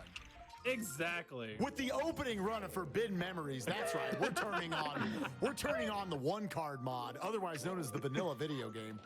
Another ice trap. Let's go, dude. GTG is all full. Shot out of here. Tomorrow is Funny Fish Friday. Yeah. Guess I'm Funny feeling Fish tired. Did you Friday, ever huh? play Stars for Skull Kid? No, I didn't. Okay. That's something. Oh no, Patch is posting Ghetto Comics. Absolutely nothing. It's a good one. I like this one. So let's go to the right side of the maze and see if I'm a bit foolish. Musical Daredevil, I'm just checking in. Have we crossed $1 million yet? We're still a little bit away, but we're close. I think we can do it. Let's go, Twitch chat. Let's go, Twitch chat. Come on. It would have unironically been the greatest power move of all can't time. read it. It would just been like, Okay. and it was just the Pet Kimchi. No pets. Trumpets. Oh. Oh, I get it. That's funny. Ha. Everyone started going down to $77. I knew Japanese, I would have laughed much more. I would have got it a lot quicker. We all don't have access to a ton of Is that why you learned Japanese? So you can just read Ghetto Comics? So like I had a bunch of Ghetto comics saved before I started learning. It was really nice going back to reading them. And like, holy shit, I know what these say now. I appreciate me in the past saving these fucking things. Oh my nose. I'm fine. Oh, I like this one a We don't lot. have the silvers to check that stuff, and we don't have, yeah. So I'm gonna go Forest. I need to catch up on do you with that. Words. This one's fucking stupid, but I like it. Map chest, eye switch. A lot of words. We expect me to read that? I'll read it for you, it's fine. Hontou ni Mitamon, Usotsuku na Doshita desu. Yuji-san no ga usotsuku desu. Totoro itamon, mitamon. Omae ni Totoro wa mienei yo. Totoro na meta. This reminds me of that doujin of Nue raping Rasa over and over again. With their Futa cop. It's pretty good. You can just like go wherever you want, do whatever you want. Anyway, Nue is convinced that she saw Totoro. You know, my neighbor Totoro. Oh yeah. Narasa's saying you're full of shit. And the whole punchline is like, you're lying, and she's like, what's wrong? And then Narasa's like, Nue's fucking lying, and then she says, you know, crying about it. I fucking saw Totoro. I saw him. You didn't see him. You didn't see shit. Don't lie about Totoro. Here, don't fall off for me, please. Poor Murasa.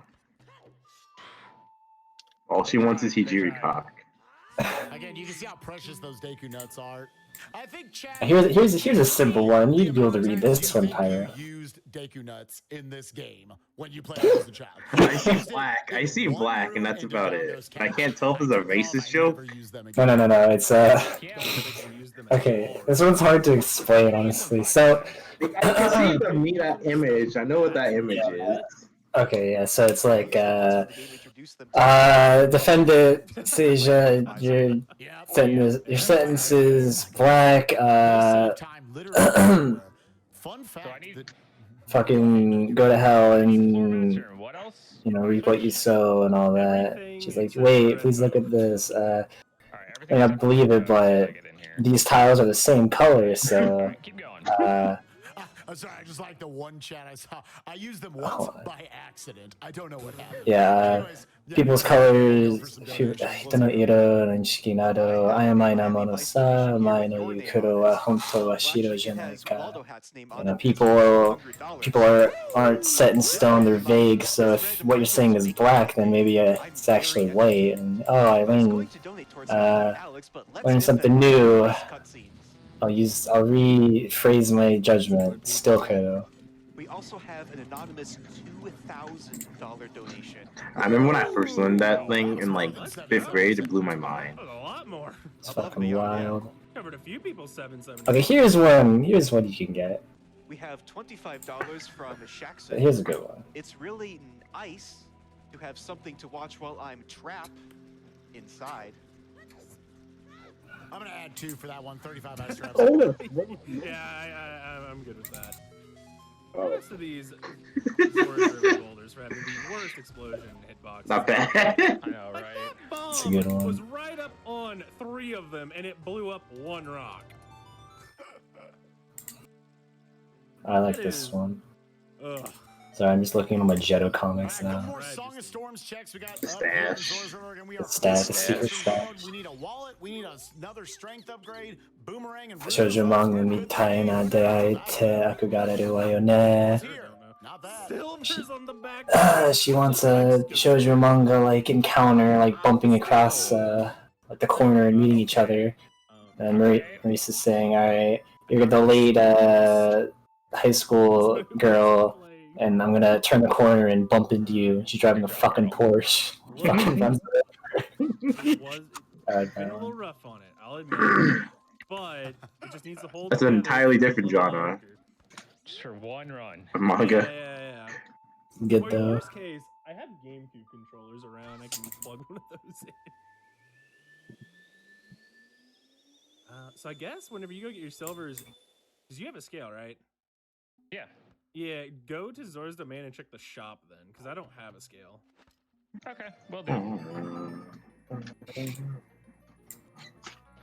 This one's good too. Dang, dude, where's that wallet? Yeah, no, go. I'll stop getting sidetracked reading. We're just gonna talk no matter what. Go for it. Actually, there's one more I'll send after this. 'Cause it's There's funny. nothing I can say about this. Barrel's done it. There's no way. This one's saying, jealous of you, Erin's wise and pretty, and I envy your reasons like, Yuka-sama is also cute, the grass is greener on the other side. She fucking takes a picture, compares both of their lawns, and realizes the grass is fucking greener over there too.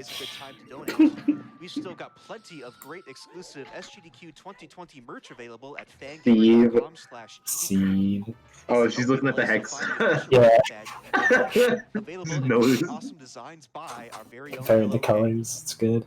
Our high-tier Giga Badge has a goal to reach. If 500 sell by the end of SGDQ, they'll get a shiny foil upgrade. The response so far has been phenomenal. More than 470 have been claimed. It's a great memento of SGDQ, and 100% of the profits from sales of badges and everything else in our SGDQ 2020 collection goes to support Médecins Sans Frontières. I might have to pick me one up for those things Yeah, later. same. I wanted to get rid of the hoodies. There's so many cool things from Fangamer for this event. Yeah, check out the hoodies, all the other stuff they've got, chat. If you have not this event. Oh, this is good. That stick All right. keeps falling To off. note, while Barrel said I don't need the red Poe, I do need to kill the red Poe. Yeah, you want that is what keeps this dungeon so linear. A lot of the other Ocarina of Time dungeons, you have ways to speed them up if you know you don't really need anything in them in cooperative play. In Okay, I like Forest this Temple, one. You always have to take out these 4 You did a couple of these when Hidden Star was announced and Cherno's fucking the main character. Cherno, congrats on being a main character. Cherno-chan, congrats on being a main character. Fucking slaps her hand back. Cherno-san. This shit. eyes glued to the television set, otherwise known as my computer monitor. I mean, close enough. Tomato, tomato. Yeah, you know, tomato. Yeah, potato, Yeah. potato. Yeah, no. Oh, no, now I want potatoes. All right, chat, I know, want to right? hear in chat and through your donations, what is the best way to eat a potato? Oh yeah, I'm down for this. Yes, I'm always please. down for potato talk. I'm not gonna lie. My favorite way is through bread. Potato bread is amazing. Oh yeah, it's so good. Another ice trap. Oh baby, You're 3 right. in a We row. were child locked in spirit, but if you want to make $2 more go up, grab the 2 adult ones anyways. No. I fucking died. He's fucking dead. Holy shit. I'm just saying. I have fallen behind here. Following the leader, the leader, the leader, following the leader. Because That is not the right door. Because I Barrel have and to Rye go. subscribe in Oh, Zooter that was short. to the following the leader strategy. where they let one person go and the other person. I can read that first thing. It says tan.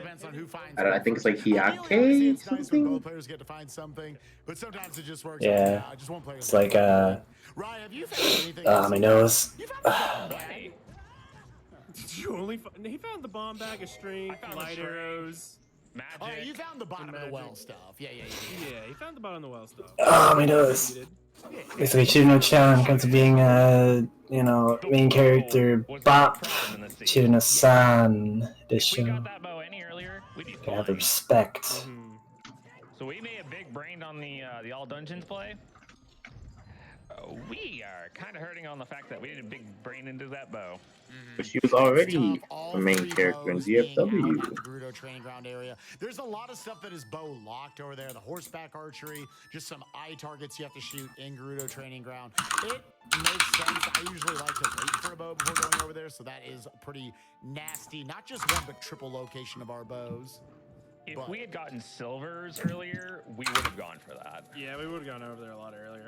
Right. Because it's basically the same amount of checks you're leaving if you don't have silvers or bow. If you have one or the other, it's the same, basically.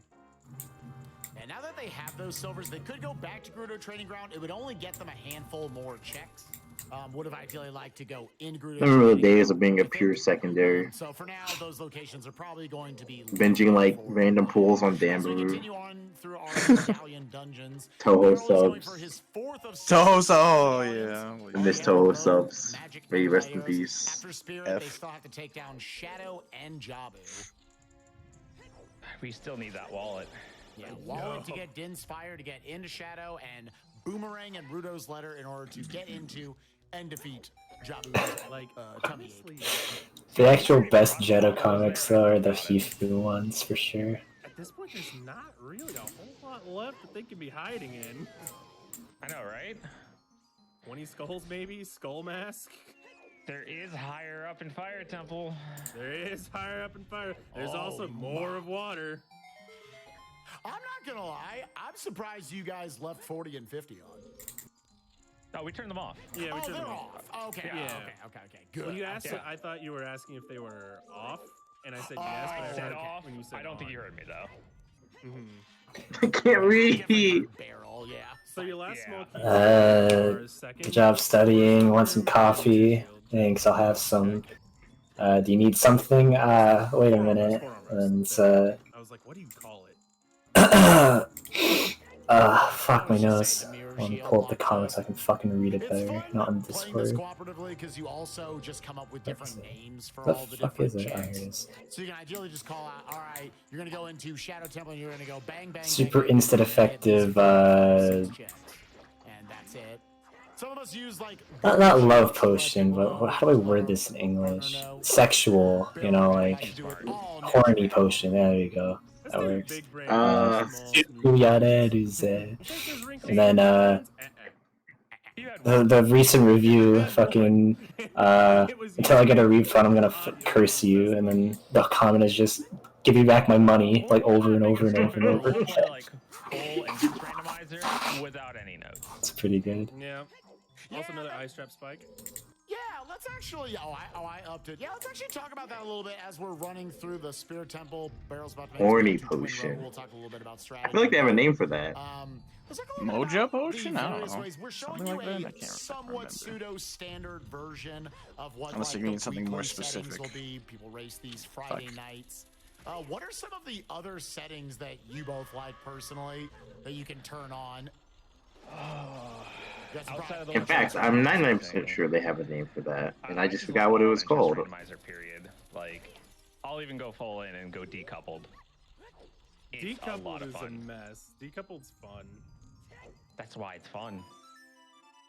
I think Because you'll spend like probably- 4 or 5 hours and you're like, I need that one entrance. Where is it? Where is it? Where is it? You'll run around, you'll go in circles, and you're like, oh, I just need to go like left here instead of right. Oops.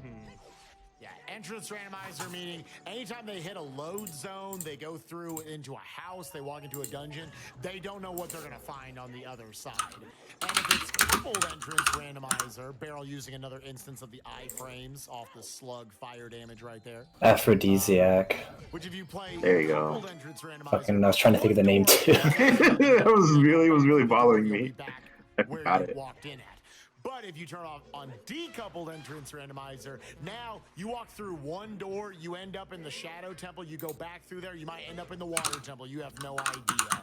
It's consistent, but it's very, very hard to keep track of. Another nice trap for you, Spike. We're up to 40, baby. It well over doubles the work you have to do. It is not for the faint of heart. I know our boy I Ate Your Pie, who loves Key Sanity, where it takes, currently, these settings, all the keys are placed inside of the dungeons. But you can play it to where they could be anywhere out in the world. So there's a lot more stuff you have to find. It makes some dungeons more powerful. Like the Water Temple that usually is super diluted with a bunch of small keys that you gotta find. Now the Water Temple has like 11 items in it. Content? Content? Still skip it. Content? Yeah, we still don't do it, yeah. Oh, let's go. Thankfully, I could actually still hear Phantom Ganon's horse because on Never actually seen this kanji before for what's used for an aphrodisiac, Byaku. The B bit, I actually didn't know, so now I know. Kobiru, flatter, curry favor, flirt with, make eye contact. Yeah. Alright, so no.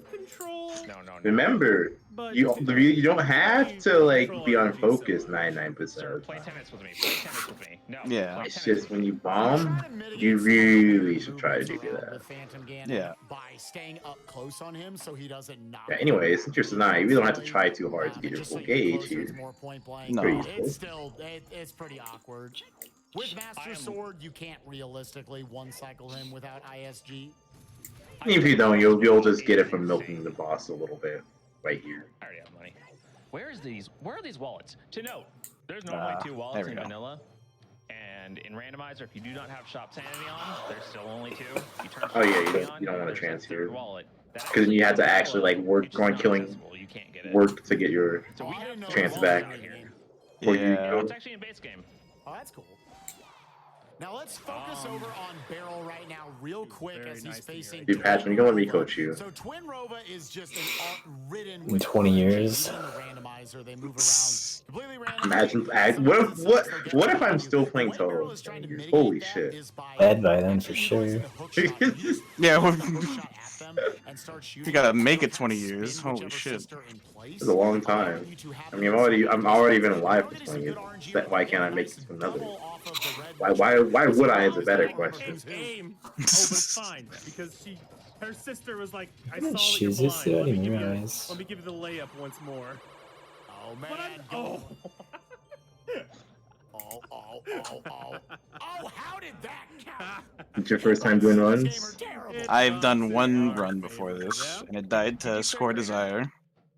I never went back to the fairy fountain. Mainly because I double death to Kyoko's mid-non for some reason. I don't know why I didn't reset there, I just got salty and went on anyways. These are really quick checks that we could have done forever ago. We got time for a donation? Yep. Yeah, real quick, let's see if Barrel can secure this one cycle. Gonna get right up on top of Twin Rova. Going for the one cycle, needs 6 power crouch stabs. That is 1, that is 2. You barely have enough time to get all of these in, but it is looking like, yes, that is a nice one cycle for Barrel right there on Twin Rova. And yes, now let's read donations. All right. We have $50 from Fant. Woo! Ooh, our boy Fant.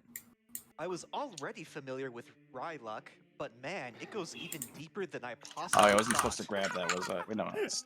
Yeah. Just so you guys know, I was already mad. I fucked 30 up. minutes into the seed. I think. Fant Did Pyro die again? Off of what Sen sent him, so you know he had the deets, and he was like, "Oh, okay, it'll be forever till they get all dungeons." Oh. Nope. Nope. We just went for it. Another ice trap. 41 ice traps. And Yeah, he died again. I was gonna say something. Now I can't remember. Did you go back to Zora's Domain after getting the strength or no? Or have you even made it to haven't that been child yet. You haven't been child yet? Okay. Wait, I'm gonna go through Zora's domain first because we need that shop info. Yeah, we need that 4 shop info items. now. It's to the point where if that's a wallet and we get it now, it's not gonna hurt us too much. Yeah. I'm trying to think, where do I go in conjunction right now? I guess I'll just go back over to GTG and just do the Silverlock stuff. Yeah, go get the Silverlock stuff. You don't need any keys, so it doesn't matter. Mm-hmm. And you've Plus already now- done the guard, so. I don't get to do reverse wasteland because I didn't open the gate. Nope. I just said At least that. you realized it now. I was like, he's gonna go all the way across, and I'm a little. I gotta get the stick back on because it popped You off. were going to again. mention reverse wasteland, and I was going to tell you, no, you are walking the other way. Or rather, you're riding a pony the other way. my sticks is just busted right now. I think I actually broke it. All right, chat. We need you to Cash App. Hey, I got it this time. We need you to Cash App Barrel some money for You the have a stick, and you spare, can do right? that by clicking on the donate button right below the stream right now. Get us to $1 million right now, and we can afford one N64 controller. I literally Oh no! Oh, the wallet. Oh, I thought that was the wallet, dude. I was going to cry. Man, where is the wallet? So thankfully, I have a GameCube controller just plugged up, ready to go. So not too painful here. Hey, look. Oh, Tian. It's Zelda's Lullaby. Who would have thunk it? We found it. Like at this point, the wallet's got to be like either in domain on the not shop checks. I also didn't do Frogs in the Rain. I got the silver, just immediately bailed. Daria's Welcome back. for Skull Kid, Yeah, I'm gonna or be doing shoot the cleanup. target. Target Lloyd. He's alive. It was Robot chicken. Oh my god. Oh, holy shit. I haven't watched that in a long time. It's again really quick if you want, but Okay, one more, and then I'm done, Pyro, because I like Are you this still one. simulating? Or at least get into Oh, my nose. I need to get up. and Where the fuck is it? go check. Why did you die, Elo? I panicked and died. Torch. So that way it would be loaded instead of the top one. Mate. Yeah, because as I long don't as know. the torch itself is still loaded on screen, and then you put your stick away and then pull it back out. If you missed the ferry, you bombed. I bombed for it, yeah. For whenever you pull the stick out. It's, Do we know what big pose are? I believe they're dead, yeah. I like that pose. If you want, you can check them, but... You know, I never also went and turned in a flame check. Can you do this, non? Let me guess, that was Storms and Deathman Trail? I don't like which way she went here. We're just gonna do this real slow, I guess. I may go check that in a little bit. Problem with this non is right here, this wave, yeah, Couple checks, just go out to the left, now you're gonna get squished. immediately. Squeeze. Oh! Squeeze. If you wanted a nice full seed. The idea is that you can kill it in 2 waves. Like if you know the strat, but it's kind of like cancer, so I'd recommend like low key bombing it, just to like chance the later one, because the later one's harder. Yeah, no, I'm doing whatever on the second one. That one's getting me. Mode territory for these players, if not well before that. So like with Sonai, you could probably spend 1 bomb and get full gauge, and then just trance the second, like right after the spell ends. Yeah. All right, we have an anonymous That's the thing, $50 that's- donation, which says. Actually, you have to if you didn't trance the ending section. Now, for those of you who paid attention, it just so happens the That'd first be letter ideal. of those words spells out ICETRA. There you go. You're using the bombs correctly. That's Oh, if you get this closer, you can. Oh, there you go. Okay, you got chance. I just don't want to get squished by her. She likes to move after that. You really.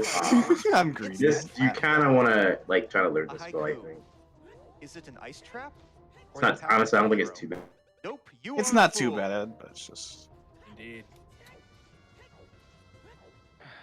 All right, well.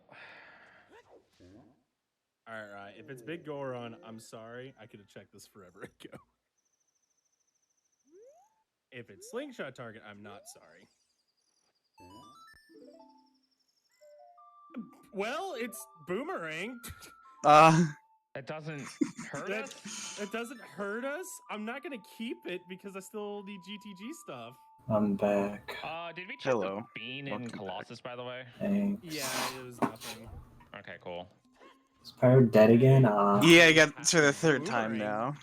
And did you check the scrubs in Colossus? Yes. One of them was an ice trap. I think it was the back one. But we need a... Where's the wallet? Keep in mind, chat, they're looking for a wallet. There are 3 wallets in the seed, and between the 2 of them, they've been playing for 2 hours and 15 minutes. They've checked almost everything in the game. 2 of them have to be in Ganon's castle. There's like, it has to be, which they don't have access to. At this point. There's actually 16 locations in Ganon's castle. 13 of those can be items. At this point, 2 of them have to be in there. 1 has to be outside. /1 cannot be in Shadow Temple. Those you didn't get Open Grotto, did you? Open Grotto where? River. Yeah, I got Open Grotto. All right, well then I'm just going to go adult. Yeah, just go get Spirit done. Yeah, I need to get that done, get caught up to you, and then... Could it be? You know what, hold on. Could it have been Skull Mask? Did Sid give us a Skull Mask seed? If it's Skull Mask, that's a bit mean. Again, to keep in mind, everyone, Skull Mask is a Sphere 0 check, as we call it. That means you can do it from the beginning of the seed. You don't need bombs, hook shot, you need nothing for it. You can literally just go straight over and do it. I'm not saying this to try to lead the players or anything. I don't know where they are either. Nice. But it is generally a very costly check time-wise. There's a lot of back and forths you have to do to get that Skull Mask check. It's the Skull Mask trade sequence. How many skulls do you have, Rye? I can't believe you're asking me that. 13. I think that's more than me. Is not good. Yeah, 20 would not. 20 is another location that's. Oh, my nose. Because technically that's not Sphere 0. You need something. My dad. 20 skulls. Oh no. Much. You need like bombs or a boomerang, a hook shot, and you can get to 20. So theoretically, it could be there.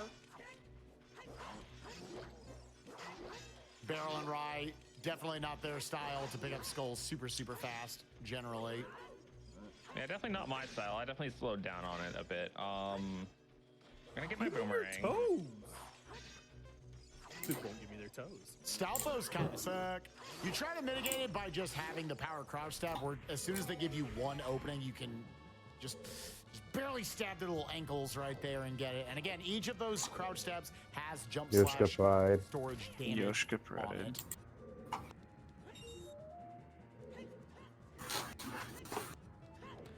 Again, to be clear to chat, 40 and 50 skulls are turned off.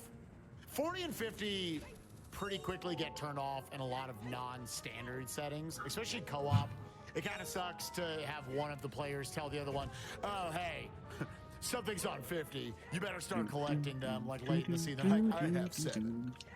Yeah. That's a big reason why it's off. So, and they did read a hint that told them 30 was only, I believe, an ice trap, which means I can't believe you guys aren't rushing it. I know, right? Yeah. No. Go get my boomerang. Oh no. I like this trap by Barrel right here, letting the Wolfos just kind of chase him and then quick spinning as they come in. They're being a little more annoying than they need to be. Yeah. Oh, whoa, dude. That was unintentional. So Spirit I'm is one going off to a need bomb to and I don't be have here for trans. I'm almost, gonna right? die to this Yeah. probably. That did not work. Okay, That was so too big if of you an do angle. die to this, oh wait, Go. God mode. All right, so Raikaru picking up the boomerang given to him by Barrel. They're only looking for 2 items. They need Rudo's letter Super? and a wallet to Actually, get super? Inspire. That is to get to their Alright. last 2 medallions. We need to find these quick barrels. Alright, don't get spawned on. Yeah, I'm just fucking Get bombing eaten this. by, I almost feel like if we find a wallet, it's just gonna be Rudo's in. Yeah, I'm feeling There that you as go. well. Yeah, just do that. You're not gonna get much, but Wallet die. GTG. Yeah. Spawned in bad. chest.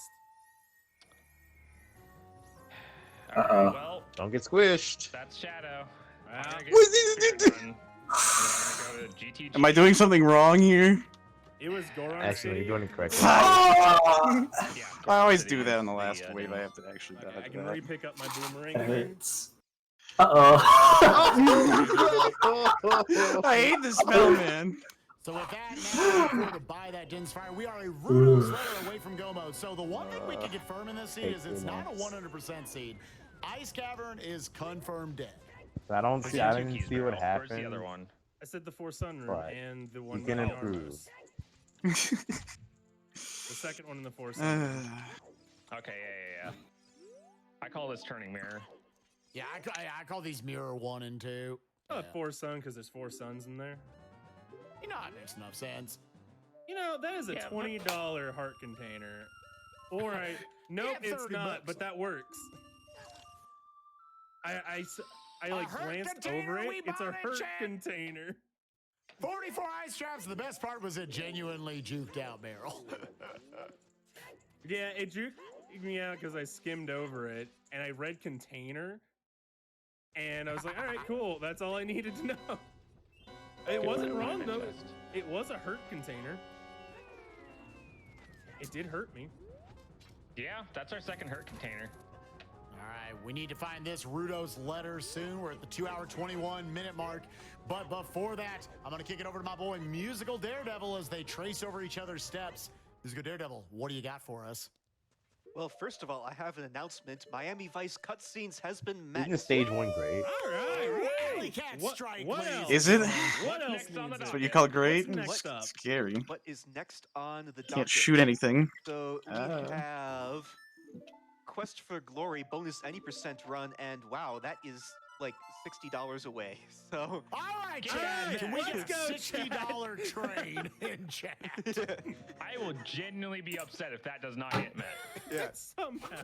And then after that, we have one that you might like, Spike. We have Kingdom Hearts 2 I Final want to see you Mix do the Level trick 1 because everyone super fails it. bosses. Oh, The trick baby, that I I'll be use. on commentary for that tomorrow. Chris, to me, one of the greatest Kingdom Hearts players. I in the forgot world. about it for Ready a to show you second. guys Lingering Will and So I did the Sephiroth backup both trick, fought at level kind 1 of. on top of the 13 other Didn't super work. bosses. He's going to defeat everything in the game at level 1. Dying. You want to see that, but first, I need a $60 hike. No, not this. Quest for No, Glory. no. Request for Well, Glory. goodbye, So, Life Beast. And we have also opened up Oh, a number well, of this other is fine. incentives for Horizon Zero This is Dawn, fine. as well as I'm not Pokemon even Fire looking at Red my and Leaf fees. Green. Not So gonna check matter. out our We'll make it Instagram up with if a you're trick. interested It's in donating fine. For any of those incentives.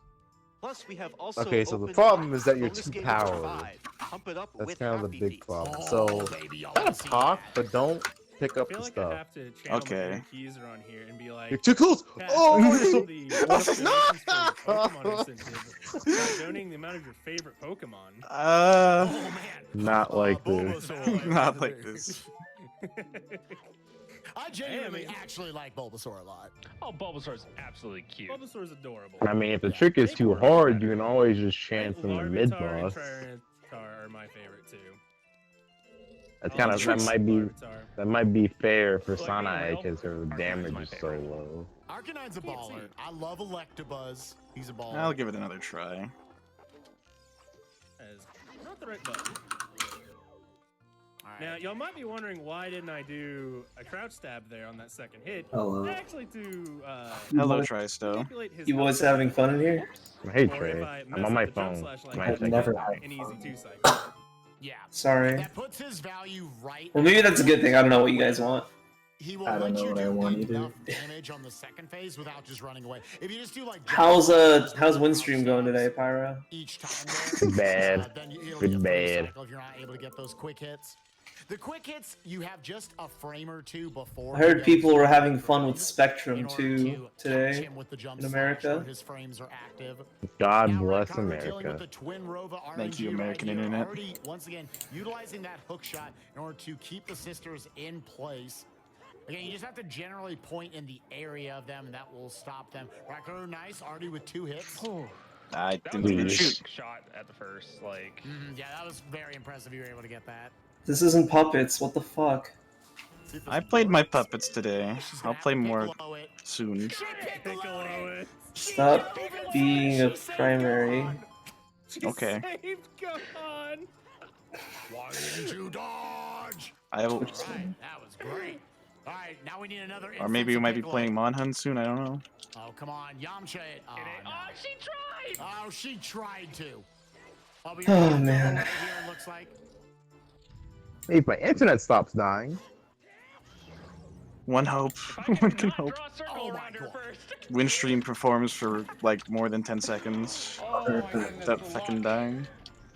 because that second hit, absolutely, I was just listening. Like, please hit. Please, yeah. That was great. Does this shot have anything to offer over, say, like Reimu? She's cuter. Well, her bomb is better, but that's about it. Mask. Yeah, like y'all have just about full cleared this seed. If y'all were looking for Just too low damage. time randomized, you're gonna get everything but like Ice Cavern. Because we do need Rudo's Her bomb is better, but it's probably worse if you include the shooting. Therefore, Rudo's letter cannot be behind him. I guess Not on this Soul one. Mask or chest minigame. Yeah, that didn't go by that lens. Yeah, chess mini game is a thing. I still don't even know where the lens is. Bazaar shop, child for 90 rupees. All right, well, expensive. I also want to give a shout out to my boy Patty. In this room, we have different names for all these chests. Oh, the 4 Armos room, Mirror 2, that and the other. We call that the Patty chest. And why do we call it the Patty chest? Because not once, but twice has Patty gotten all 5 silver rupees in that room Beryl just did in the Shadow Temple and then walked out the door without opening the chest. He was talking about it. I'm not gonna miss that chest. Yeah, He did it. Walks right What? away from it. Shouts to my boy Patty. Patty Yikes in chat. Also, so far, All right, I will remember. hand and go forwards. Just remember. This is where I'm remembering. for me on Barrel is Shadow Temple. The more I can skip, the faster. You don't I actually get have to him, go for a the faster posture. we You just can like find pick that up some Rudos. items as they fall. Oh, I think Okay, it's not yeah. Shadow Temple. It's either 20 skulls. The or hell do you Soul think you're Mask. doing? Or the chest. Your mom. No. Chat, I want to hear your guesses. We're going to start counting from He's here. working We're on gonna his do our final go around. Pick a number TLNB. between 1 and 20 in chat. There's at the most 20. Now, 1 now. and 20. Yeah, check Tektite. Okay, cool. Pick a number between 1 and 20 Should chat. be good. Where do you think Rudo's letter is going to be? Yeah, it should These be good. first 2 chests in here will be the first 2 in the numbers. Yep. What? No, it wasn't. What? It That literally wasn't? collected. Okay, game. Yeah, you should have 6. I'm pretty sure. Oh, it wasn't 1. Oh. Oh, if you guessed 1, I that's a I don't Patty know how to It do wasn't this. I just 2. kind of like. hope. I mean, that was most of the game's I fault. rolled D20, but You can blame I'm the a little game. scared with my luck. Okay, I'm blaming the game. Yeah, don't roll the 20. Have you tried using a shot that does more damage during trance so you would The one time more you don't wanna consistently roll get the those 20. resources? Yeah. So That's I said Beryl cheating. and I have to use the generally cutest a team that Toho doesn't play the skulls first. too much. Generally, Beryl, you That's why Marissa's do it. good. Sometimes you just I could never play walk Marissa. by skulls. The biggest thing is I just never. also ended really up on fun. Child CAC at Rainbow night sucks at this that thing so I too. just So never got my That's- booster pack. everyone, Right. yeah, her Child trance Cagrino's is a just good as one weak to as go to Sun if you want Eyes. Skulls, because that's just like there's 5 of them. Potentially more if you have a bottle. Boomerang. Boomerang was late. Bottle was honestly super late this seed. Squeeze. Boom. Ah. Yeah. So, Didn't realize that it could is what it happen. is. All right, we've got 3 more hot and spicy checks coming up. Where could Rudo's All right. letter be, everyone? Disco Sure. Daredevil, where could our donations be? Is it on 3? Nope. Oh, I get to hear this noise. Wonderful. Beautiful. Alright, so Music to hand- my ears. Anything else? Hey, look, it's the reason why I don't want to play Marissa in any fucking Zoomer game. It's Well, not like between- Quabak. between that, but yeah. Oh yeah, no. Between that, nope. You can skip that whole left side. That is great for me. Also, hey, look, it's LolK Marissa in a game that's not as retarded as LolK. Through the little falling spikes object right there. That was originally in Ocarina of Time Randomizer outlawed. Will it be 5?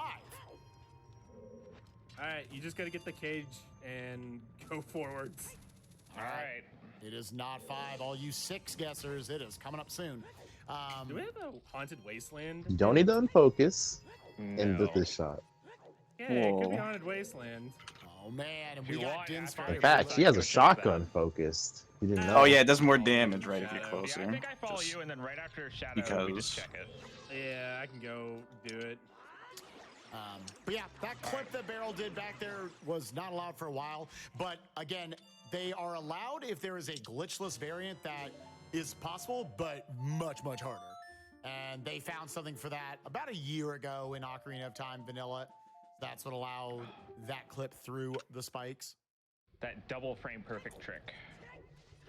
Is it double frame perfect? That's You great. need 2 frame perfect moments. I hope you get enough chance. I should, right? Bloody Biscuits, he's pulled it off. Maybe? Before we allow the backflip. It's very possible you don't, but Just Bloody Biscuits. Great Kingdom Hearts speedrunner. Plays Zero with us a lot. We'll see. Now he's on that Cage 2 Rando fix. Hashtag Cage 2 Rando. It's so dope. Anyways, yeah, this reef. there's only one refill you can actually get. That's from this Where spell. could the Rudo's letter Pretty be? sure. If you picked 7, your check is coming up. Something is But about to, you can wanna try see to Rudo's milk. letter You can try to like shotgun on her second spell while she's firing because she takes a long time. Yeah. I realize I don't have any shoes, so this was pointless from putting my shoes on. All right, remember how I was here like an hour into the seed? I am back at Shadow Temple with the right thing. Rudo's letters in the pot. All right. If you guessed 7, Chad, boo, you did it. You have now won an all-expense-paid trip to donating more to GDQ. Did we get $60? Focus. Okay, good. Musical Daredevil. We had to have. Come on. Guess what? We have $60 from Cyrusborg. Oh, $50 yeah. train. Wait, did I Whoops. meet the incentive? And with that, we have met the incentive for that bonus 90% run of Quest for Glory 1. You just do the backup, it's fine. Yeah, just like skip the final spell or I want something. AGDQ 2020. What incentives getting met tonight, people? What do we need for the Cage 2 level 1 boss fights? Yeah, let's work on that. That Or one is surely more than $60, Squeeze. right? Let me put my phone Yeah, on just a touch the more voice than activity $60. instead I'd say of push around to talk some more. 13,000-ish.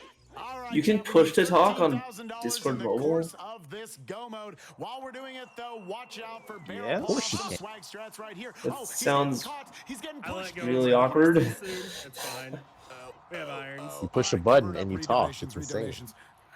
I mean, All right, we have 7 phones generally don't have push to talk for a reason. Hey Spike, I found the large wallet.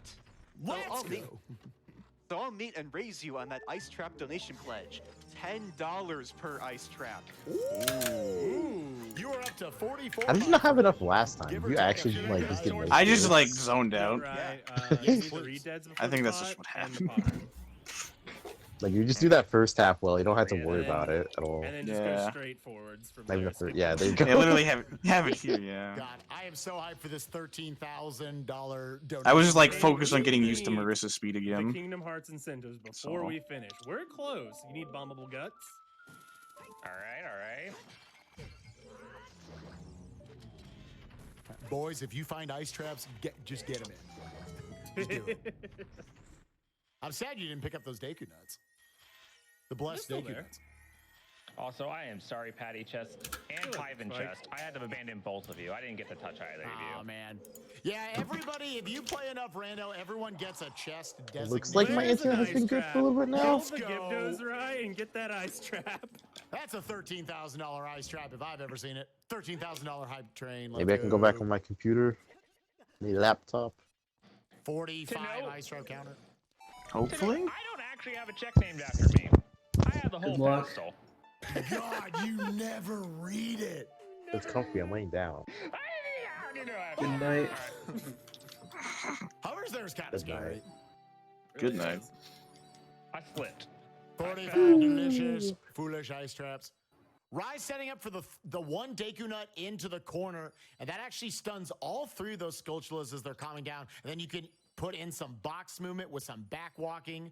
Have some really sexy movement right there. Good job, Rai. I like that. Do it again. Go back. So nice. I did it twice. Yeah. Just giving more time for that cage instead of I'm getting back. that during the rest Hello, of this run. Oh, So, welcome, trying to Black. think of where. Fun fact: Zelda's Lullaby, I'm pretty sure was needed for one total thing. Welcome to the TD stage what reset Because you guys stream. could have got the boss key from the cracked wall. It was needed for light arrows. I'll as well. be. That's the other thing. Yeah, I forgot about that. Don't go any closer. It really wasn't needed for anything else. But you can just go whenever. Yeah. That is sad. It is sad. Yeah, that's the thing. If Oh my Zelda's God, Lullaby yeah, or okay. Nocturne of Shadow, like I said earlier, I have either alcohol. one of them are on Congrats, me too. Song of Time. It's guaranteed all dungeons because you need Nocturne to get into Shadow and you need ZL to beat Shadow. So Shadow cannot. If Shadow is the stone, I hate the spell. then you need to beat all dungeons to get to those. So on and so forth. It's rough. It's rough. Or if it's a medallion, rather. All right, neat little. I should get a nice Toho glass at some point. Moves closer to me or to the right. That platform is right. I have several. Left. No, like I said, I don't use most of them most of the time because I'm worried I'm gonna break them. I'll be honest with you. Where the fire arrows are. I just got told in my earpiece where they are. Understandable. Oh no. Do you want to know? I want to know. I need to know. I ended up using mine yesterday, They're on the actually. wasteland check. Nice. Wasteland check. Yeah. I didn't want to ask for one when you were in Japan last Tresta because I don't trust my luck, so I feel like it would have probably broken during shipping. More like you don't trust me. Nah, it's not bad. It's just I don't trust my luck, is all. I didn't want to risk it. Well, I won't be going back there for another like 5 years. So. Haha. Don't remind me. Future is bleak. Say goodbye, life, please. That's yeah. Goodbye. Goodbye. I'm used to Sane. Dominoes. Love to see it. Yeah, the Z button on the GameCube controller does not shield flick like the right trigger spot does on my other controller. Don't worry, guys. 2022 will still happen. I feel it in my bones. Also, your last two things you need, Rai, are small chest behind Dins and Floor Master. I heard you could volunteer to test out the coronavirus vaccine or something. Get paid $5,000 or something. I'd fucking do that. It's a win-win. Either I get $5,000 or I get infected and die. That's probably why they have so many people registering for the fucking vaccine testing, to be honest with you, Patch. By needing Din's fire to get to them. It is a fire source locked check out in the wasteland, unfortunately. Everyone's fucking thinking the same thing. Look how Gonna be fucking dead to student loans anyway. We got Bongo coming up. We don't have a big Goron sword to support us this seed. Barrel is going to try to go for a one cycle with power crouch stabs. So he's going to hold down, get off the quick shots on the hands. Stage practice. I did boss practice. I didn't want to do stage practice. When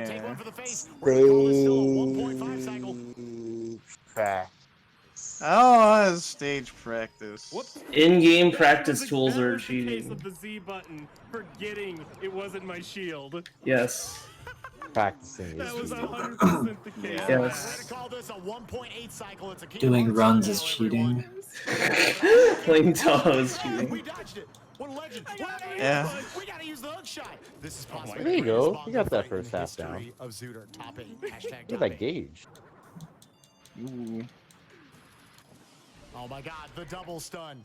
The quad stun. All right, we're shooting him with the hook shot. All right, will the Z button want to cooperate? All right, we're going for the 2.78 cycle special edition plus Kingdom Hearts 3, the story so far. Oh. RE colon. All right, we're going for the quick spin strats. Get some- Just backing it up. I'm getting out. Let's go. We're seeing through him. That's right. I want to clap. Can we get a $13,000 hype train in chat, a donation train for that amazing set of play from Barrel's Z button? My Z button. So the Z button on the GameCube controller is the down C button. That's what the Z button is bound to. The right trigger is the right clicky is the shield. But on the other controller that I was using, this was my shield. Oh, man. So Bah, bah, why does the bah. stick have to die? It's a tank, look out. Oh, okay. Yeah, I had you covered up with some of my notes right here for ice traps. Oh my God, it's gone forever. It is just busted. It's dead. Oh my God. That poor stick. Yeah. I'm gonna go buy a scale so that way I can get over to Chabu faster. I could get up before I Yeah, accidentally fall asleep on mic.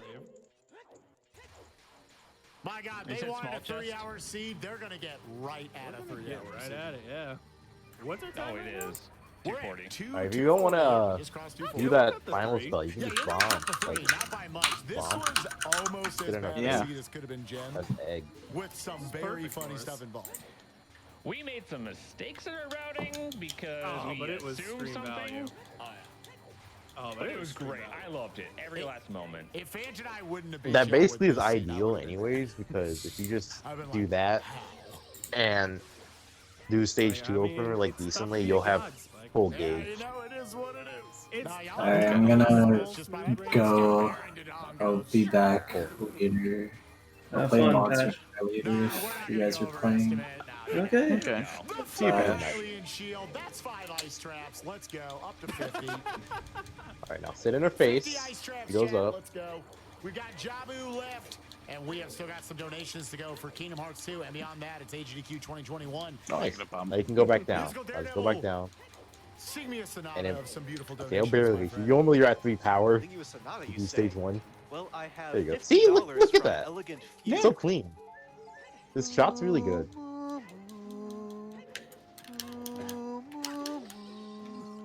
I picked an inopportune time to take a drink. Now, like, probably not even, you don't even have to do the full stage 2 open. You just have to do, like, maybe 2 rows, 2.5. So right. We have That was a beautiful. we have a $1,000 donation from Andrew107. Whoa. Hell yeah. Hell yeah. Loving the See, what run. you can Put do this is, towards Kingdom Hearts they're 2 not gonna, Super if you're sitting in their face, they're not gonna spawn And I on you. will Like, they're not gonna confess spawn that bullets I on you. did They math can't kill wrong you. for a second Oh. during this run. So, we are you can just sit currently on them $15,000 and instantly away, get so we're gonna everything. have to get a $15,000 hype train in Good chat. to know. I believe in you. Yeah, you should basically have full gauge. Yeah, there you go. See? I trust in chat's ability to get to that. 2 off. Rye was almost Don't able be to greedy, steal don't be one greedy. cycle right there. Oh. It's all right. You're still beating You them have by full 5 gauge. minutes on this boss. Look, it was all calculated. But score and or planned, something. So that way we finish closer. Get like 10 I knew I was pib, 2 off dude. there. It's not I worth missed it. the I'm gonna That's get all easy. that time back Oh, on yeah. his Ganon fight. Yeah, you are. Now, The curse don't of leave Everdrive. the spirits alone, basically. No dead zone Yeah. problems. No aiming Well, problems. you're it's very spooky. All the lag. It's okay. Fucking Genshin Night Festival updates out, boys. Wait, what? Oh, welcome back. Which What's going on? Tokyo Night Festival updates out, boys. It's 400 shit. megabytes. Stage 2 is out. Did you come back just to tell us that, Patch? Yeah, I did. I'm gonna go back. All right. Thank you for your service. Checks All needed. right. They might check a few here and there, though. you getting it now, Elo? See? I'm not opening anything. It's all starting to unravel. Damn it, do I have to turn my stream back on? Up to you if you want to play it now or tomorrow or Is the whenever. magical voice in your ear telling you that those are ice Like, go traps? back on. I genuinely don't know. No. I owe $50 right now, which is right at the money. Memo is hard. All right. Oh god, we got Yeah, time for go donation. for Oh it. yes, yes you do. We're just in straight go to the end mode right now. Yeah. Yep. We have $25 from Apasher173. Much love to Raikaru, Barrel, Spike, and the rest of the Oh, that's not what I meant to do. Oh, well, I used it. Yo, much love. Yo, shouts to Apache. Love Thank you to so much, everybody. man. We have $100 from Elagatua. Yo. Whoa. What is Barrel's favorite spicy caviar dish at Bongo Bongo's restaurant? The fiery tuna spice. The fiery roe entree. I get it. I get it. That's great. It just made Yeah. that pun made my cowboy hat just like slowly seep off of my head and is now just sitting behind me. Shouts to Elagatua, another awesome Zooter player as well. There are so many good Zooter players out there. Again, there's over 40,000 people in that Discord. So a lot of people play. I don't think 40,000 people play. I don't know. Some people are just lurking. I don't know, but Like, it's crazy. If you need to learn anything, there's resources, there's people to help you. Like, Oh yeah. Is your internet dying, Pyro? And there's so much Yeah. depth. Get No, into I it. don't It's so know. much fun. Your first seed's going to take like 15 hours, and then after that, they will slowly take less. And get Can't wait to finish this hunt and then play Gensokyo Night Festival. hot story. All right, I started out playing OT Randomizer, my first ever Is randomizer. that alive? I assume he's not alive right now, otherwise he would have reacted to that. Yeah, I think he's at school or something.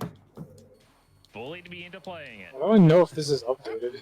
He forfeited. And how do I know where the fuck 12 to go? hours to finish. I still beat him though. Gensokyo Night Festival?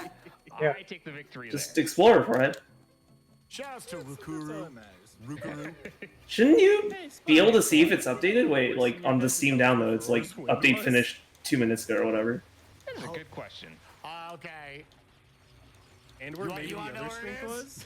Yeah. I want to know where it is. Night Festival update required. Oh, it isn't The even. lake in Zora's, There you go. Zora's fountain. They just let people launch it anyways. That is Yeah, you can do that on Steam. was their go mode Some games. What about Fuck. the third strength and the Oh, that's other good. wallets? Yeah, the other wallets I want to know. I thought that was a score item. Let's find out. I'm just gonna bring up the spoiler log here. Just give me a second. Oh my god. Did you check the scrub in here just for fun? No.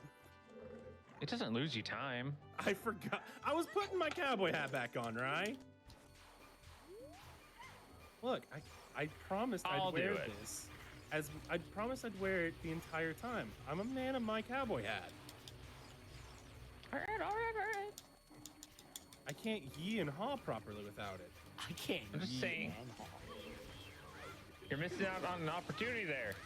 Look, if it's an ice strap, I'll just jump down, get it, and then save, quit back up. Promise? Promise. Alright, Ganon's Castle does have a wallet. It's on one of the scrubs. So it's got one of your bottles that had your last bomb bag. Let's see here. Well, you have GTG wallet. That's the one y'all found. Where's the other wallet? I think the other wallet got patched out. I hope not. Yeah, I would hope not. Yeah, Unless me too. Rai couldn't read. Oh, that's cute. Oh, it's just a piece of heart. Yeah, I'm just not even gonna say that one. Let's see. Grab Grotto. Zora's River Deku Scrubber. Yeah, that was that other strength you got. Yep. Yep. That was our second. There's a claim check, heart container, there's the battle. Oh god, yep. Ganon's Tower boss key chest, other wallet. Your other two wallets were nice. actually in Ganon's castle. I was like, at this point. Is there any- We called it. Yeah. They said they'd be there. Is there That's y'all needed unfortunate. one and two of them you were never gonna get. Do y'all wanna know anything else? The strength. Because the two we got was from the well and the Zora's River scrub.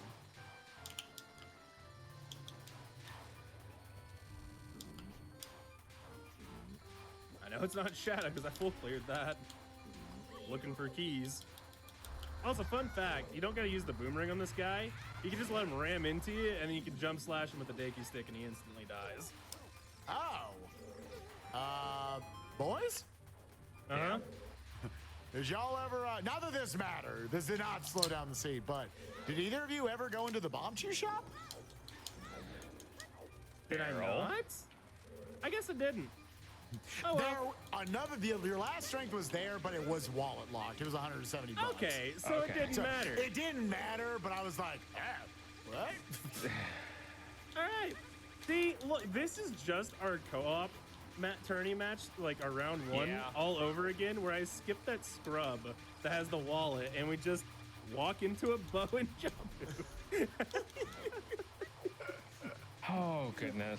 Yeah, it actually did not bait you into it. It would have only been one check. That gold gauntlets would have unlocked at that point, but.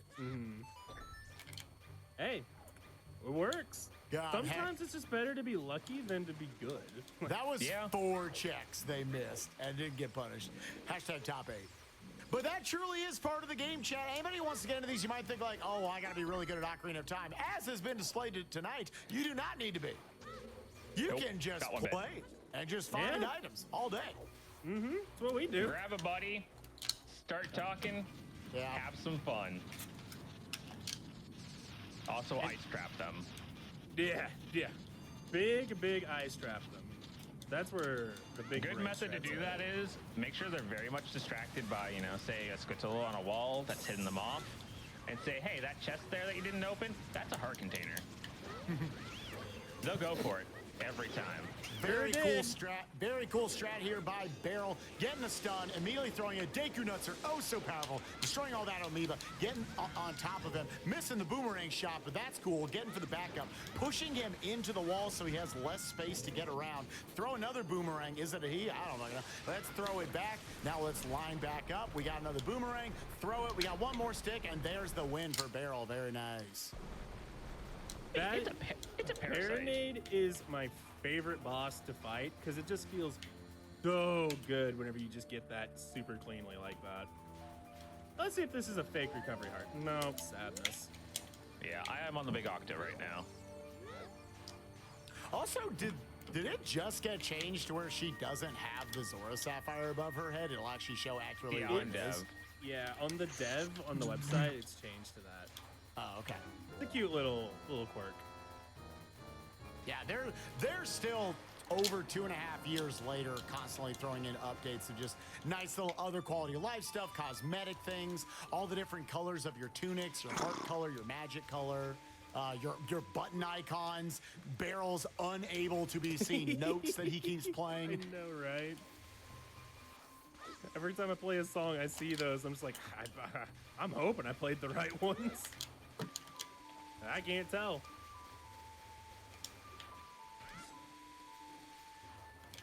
All right, Beryl will barely cut the 3. What do you mean, barely? What time is it? 2:52. 2:52? Probably cut the 3. I will not. As long as the iron knuckles don't body me. That's the big thing, really. And I remember to press the right button to shield and crouch stab with.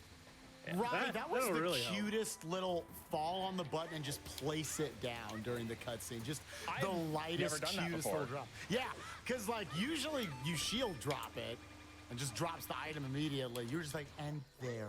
You'll go there, my little sweet one. I'll be gentle with you.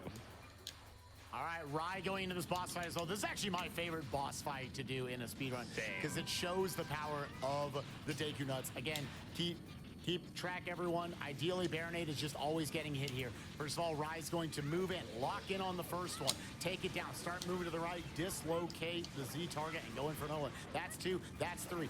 Look straight ahead, throw the boomerang, hit it, nut it, back up, hit it, nut it, side hop to the left, get out of the way, throw another boomerang, miss it like his teammate, just because they love each other, hit it with a stick, push it into the wall so he has less place to go, boomerang, stick it, roll into it for the iframes to get it to come back up more quickly, throw another boomerang for the win, throw a second boomerang for the win, and now for the final stick for the ultra win. Very nice. If that's not worth $15,000 for the Kingdom Hearts 2 incentive, I don't know what is. This is why I wanted Spike. It skirted away on me. I was like, you're going against the wall. No, you're not. Apparently. This is why I wanted you on here. I have I'll no do arrows. this for you, Spike. Thanks, baby. Oh, my strat. Yeah, where I wait to walk in until she's in place. And then you don't do this like super awkward turn. Now let's focus on Barrel as he is climbing up Ganon's tower. He's got 2 more short fights to go. He's going to jump slash, catching this Stalfos in the air. Go for another crouch stab. That sets him up for more power crouch stabs. And now the Stalfos, let's see how much airtime he wants. Oh, there's 2. And okay, he didn't want too much time. Now we got to validate our You back for good now, Pyro? No, probably not. Oh. Getting my Giants ball. Gotta have my $500, man. Yeah. That was good value. And now we're going up for the Iron Knuckles. How's one's going, hello? The Master Sword. I'm dying to Try go stupid for the good shit. strat. Oh, I always go for the good strat. Okay, Bad as so you we're gonna roll expect. through their legs and start poking at their ankles. He needs to have very specific position to hit both of them. Hit both of them. Chance. Go for 3, roll through. Oh, am I You supposed to have trance? Turnaround animation, get off on each of them. Stab. I don't know where to use the trance. That's the problem. That's why I'm here to yell at. Well, that's why I'm trying to be here to yell at you. There we go. That's They the paired me a CQ. couple times. Yeah, I know. I was like, I'm still talking. I'm still looking for it. I was like, all right, well, they pushed me back some. This is fine. You want to watch an You get epic that replay roll with me? through, You get those Actually, 2 yeah, crouch stab sure. hits on them at the start, and you just roll Let's through. see if I and can you're like that usually in this good from run. there. I didn't mean to Even press if that you don't button. break their armor at the same time, But I it'll be pressed fine, it. 'cause you can keep them locked out. Alright, I'm just gonna cap the spell. How about that? Rai making his way into the castle as well. So well routed by these players. Are going to end up finishing very close to one another. And now Ganon's like, yo, yo, yo. So this is where Ganondorf would actually tell you where the light arrows are. And going through the text pretty fast, but at the bottom he did say they are in the Gensokyo bottom Night left. You Festival. can't find them. Now you know. Let's go. Yeah, I forgot about the file name a little bit. Yeah, it's always this point you remember. Now Barrel's going to be setting up for the big strat right here. He's going to slash off. Stand right here like a boss. He's going to equip his Megaton Hummer, the light arrows, and the bottom. Wow, dude, I have a Toho Monopoly update. Oh, I'll remember that. Walks off, pulls himself up. Ganon, because you haven't moved, thinks that you're What just going is to that finish like? Good? Maybe. I mean, I have no idea. talking to his ear. Yeah. I've never actually watched anyone play it, For so. whatever reason, it felt like my inputs were What? delayed. The Toho board game. That's not Cannonball. Or Danmaku. Oh, even Sekai and Senkai River? So you Yeah. can Yeah. set that back up real quick. Let's see if Barrel can get the 2 cycle. Cleaned it up. Everyone says There's it's. a demo game on Hockey That was Bands. actually really I opened it and it wasn't in whenever English back when I got the opened the first demo, I auto guess. volley, because I didn't move. I didn't have time to move forwards at all. And But yeah, the more it's like Monopoly, the less I want to play it. So I'm hoping that that's just a forwards there, meme. once he starts charging that ball, he'll reflect back at you. Yeah. If you take a little bit of a step forward, but while he's charging the ball up and then volley it at him, he'll never reflect on you. He'll just always smack him right in the face. Also notice right there, Barrel actually did a jump slash before he went into the piggy fight right here. Because as it happens in the vanilla game, also Rai doing a great job with the Iron Knuckles. They were caught in a weird position. They Oh boy, the final hot spring quest is Azuros, Rathian, and Zenogre. Wow, that If sounds you lose good. your Master Sword, we now have to use the Megaton Hummer. No Rathalos? Rathian. No Rathalos? With the Hummer, Nope. that will actually still Damn. maintain Shame. that Master Sword jump slash. Damn shame. Oh, if it was Rathalos, it would still have like a third of the health, so that'd be good. Roll back through. Yeah, you're right. Aim up. Roll back through. Yo, you just took that slash like a boss. I really did. I just took it and was like, yeah, what up? Okay, fuck this game for now. It be what it be. Yeah. So the way Ganon's damage value works Nah, in, fuck. in both phases, the Master Sword jump slash does 40. Unfortunate. A regular slash of the Master Sword does 2 damage. Any other Madman. thing that can hit him, Madman. including Deku Nuts, will deal Okay, 1 sure. damage. Fine, I'll sit in this So corner if and you not have the cap. big Goron sword or Deku Nuts, they'll still do the same damage. So if you I mean, it's your run. have the hammer or the big Goron sword to hold the crouch stab, unironically, the easiest strategy. I actually forgot if I. It's been so long. I forgot since I played this. I forgot if I played this on keyboard controller. Time is coming up for me. Once I get the final hit on Ganon, that will be time.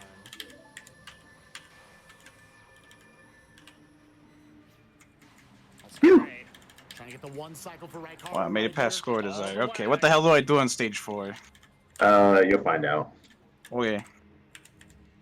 Stream. I'll stream. Alright, 1 cycle. Time for barrel and a 1 cycle for Pick up the stuff. hitting each of those tiny Alright. We'll gauge instantly. This stage is really good because you get to trance a lot. stabs right there. Great Oh, there's more stuff Be coming. very GG for careful. barrel, but we have 1 more piggy to take out. 1 more piggy to take down. I'm just pressing trance Hard when to I'm change your down. timing on that 1 cycle, by the way. Yeah, with all that. It's not even a bad place to trance, but you didn't do. Like, it's one of those parts where you Oh, kill you more said the fairies same. and more come out. 10 frames that I One can of visually those see. parts. Do I actually need to hit him on? But the better part of the trance here is because you get bomb pieces and life pieces. Like these drop bomb pieces, Oh, I didn't see that much. and then these drop life pieces. Months back at Speed Gaming Live. Hey. He was playing. Sega! He was playing on And now you really want to have like something, yeah, because this non's really hard. Yeah, I know this. I did this non. I've done boss things. I just haven't done. The thing is that the stages are kind of the bigger problem. in this Yeah, game. I don't know the stages. And I forget what I did for that spell. Watching the difference. So I'm just gonna die to spam here, right? That's what happens. Curse you, Zelda. Oh, you got this transition. Let's go. Oh, how you like this? You like this transition? Now, this is how committed I was to the. You What like- is this? Hey, I'm going. Okay. Still probably gonna die, by the way. Okay, yeah, I think I played this on controller because this feels too weird on keyboard. Alright, Beryl, did you And do then the it's one thing spam. at the end? Okay. Yeah. Alright, let's watch this replay together. Let me send that. Alright.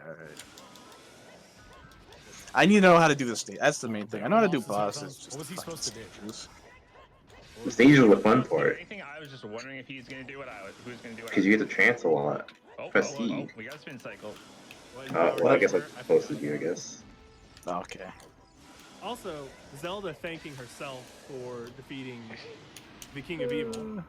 Thank you, Zelda. You're welcome, Zelda. This is one of my favorite things. I've done this with a broken giant's knife. It is hilarious. I used Rainbow for this run because more or less proving that if Rainbow can do something, then probably everyone can. Because he is the worst when it comes to the actual mechanic. They've had it since the start of the season. His auto collect meme, it's kind of not very good. My boy sent rolled a doozy for you boys. Oh, yes, He this- rolled the perfect seed for us to get right at that estimate, pretty much. Yep. Minecraft percent We really app data. could have So asked for a better seed to have been That was nuts. That was good. That was fun. All 3 bows there. That 2 shot in spirit. Oh my god. The greatest alternatively, you can go down to hard, maybe. I want to save it. Still pretty I fun. mean, I can do higher, but then I'm just gonna do lunatic anyways. Well, you can learn trance routes easier on hard, and like not like much changes, it's just more bullets. I guess. I'm gonna do lunatic anyways, he says. Man, I wish I thought like that. Well, no, I'm gonna. If I go clear hard, then I'm gonna go do lunatic anyways. in this marathon. That's what I meant. Unironically. Got a lot of incentives down during this one. Some big ones. Got that big boy Half-Life one. We got the Miami City one. Do Lunatic What's Impact. that looking on the Kingdom Hearts? No. What's that looking Yeah, like? what's an update? We've been talking too much. How's it doing? How's it doing? It does not look like a fun spell. Refresh here. The page actually refreshes. How did he survive? We are halfway Zoom. to meeting that Kingdom Hearts incentive. The madman. All right. A good 7.5 during that. I like it. There it Yeah, is. Keep it going. Keep it going. into the next run, guys. I believe in you, Twitch chat. Carry the Slap torch this forward replay in. for us. Yeah. And anybody who signed up for it, I believe the very accurate Okay. ice trap count is at 50. Sure, show me your There's stage no one. pumping of that artificially. Okay, this is Rainbow Privilege at its finest. This stage. The stage is so good with Rainbow. It's so comfy. Those level 1 super bosses. You want to see Sephiroth. Homing is nice. All that good That's stuff. my guess. You want to see lingering will. Barrel Rye, I'll leave it up to you guys. This was your run. I don't really got much else to say, honestly. Yeah, no. Thanks DDQ staff for. It's still scary to learn, but oh my god, she makes the stage so much cleaner. There's a lot of fun. Homing is good. A lot of laps. Good stream value was had on this day. She's still quite a good shot. Oh, you got your fucking thing before the mid boss. Yeah. Please give them some love again. They are in the top 8. We don't know how, but they're in the top 8. Destroy and then you get all this. Okay. Yeah, and I go down so I don't auto collect that shit because Reimu, I have to actually like avoid them. Yeah, suck towards you, yeah. Definitely was glad it got to be showcased this year. But with that, I think we're all going to sign off. Barrel Rye, thank you for having me on. Yep. That's where the meat begins. It was good. You were great. Look at all, there's no bullets. Okay, he fired, but Well, I certainly agree with Spike. That was a doozy of a base seed. Reimu. Granted, I'm not particularly good at Ocarina of Time randomizer, so every seed is rather interesting for me. And then you got your full gauge, okay. In the meantime, we are. You probably, like, that shit's kind of hard to learn though, so you probably don't even want to learn that. Yeah, you don't really get too much out of it, do you? Get 1 extra life piece. Ooh. Let's go. Not too much special going on here. If you want, you can just skip to the 3rd spell. 2nd spell, I mean. Got it. Yeah, there we go. So a trick you can do in this if you don't have a gauge is you can stop shooting and just wait until she starts firing those purple rings because they have a long wind up. Yeah.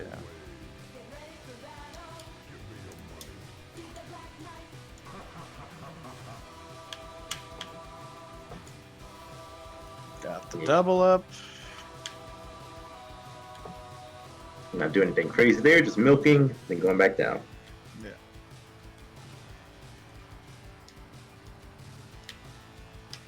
Because Marissa's bomb is so good that you can just kill this almost instantly. But with Rainbow, you literally have to drop 2 bombs. It's so bad.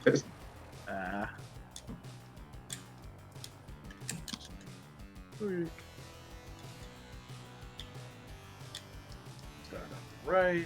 Yeah. Yeah, you can just shotgun this stuff. You can see they don't fire anything, and if you memorize the shit, you can just do this.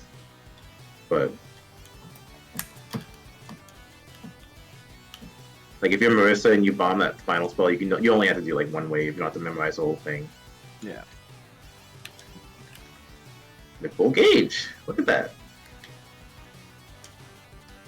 Haven't even bombed yet. Pretty sure. Nope. No bombs.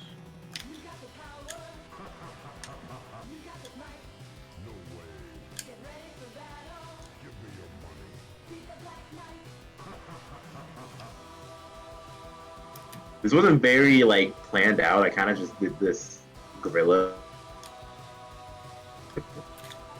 Oh wait, it's not dead. There we go. Wait, is it?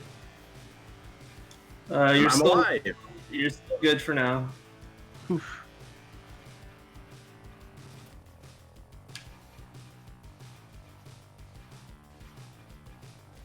Mad chaining. Games Done Quick 2020 online, powered by Twitch. I'm still Musical Daredevil. Yeah, I was saying before, my internet almost died. This one's not very well optimized. About our upcoming Doom Eternal run. Oh, you So bombed take it away, this, okay. Keys. This run is basically just like me trying to get as many resources, like trying to get the final extend. I was trying to vow for like max bombs too, but that's probably not doable for me. Very likely not doable. Like her chance and bombs is not good enough. Now, Doom is something that I've always loved as a kid. I played classic Doom a ton. I never really got into it in terms of speed running, but it was something I'd always play. I'd play a bunch of modded versions of it.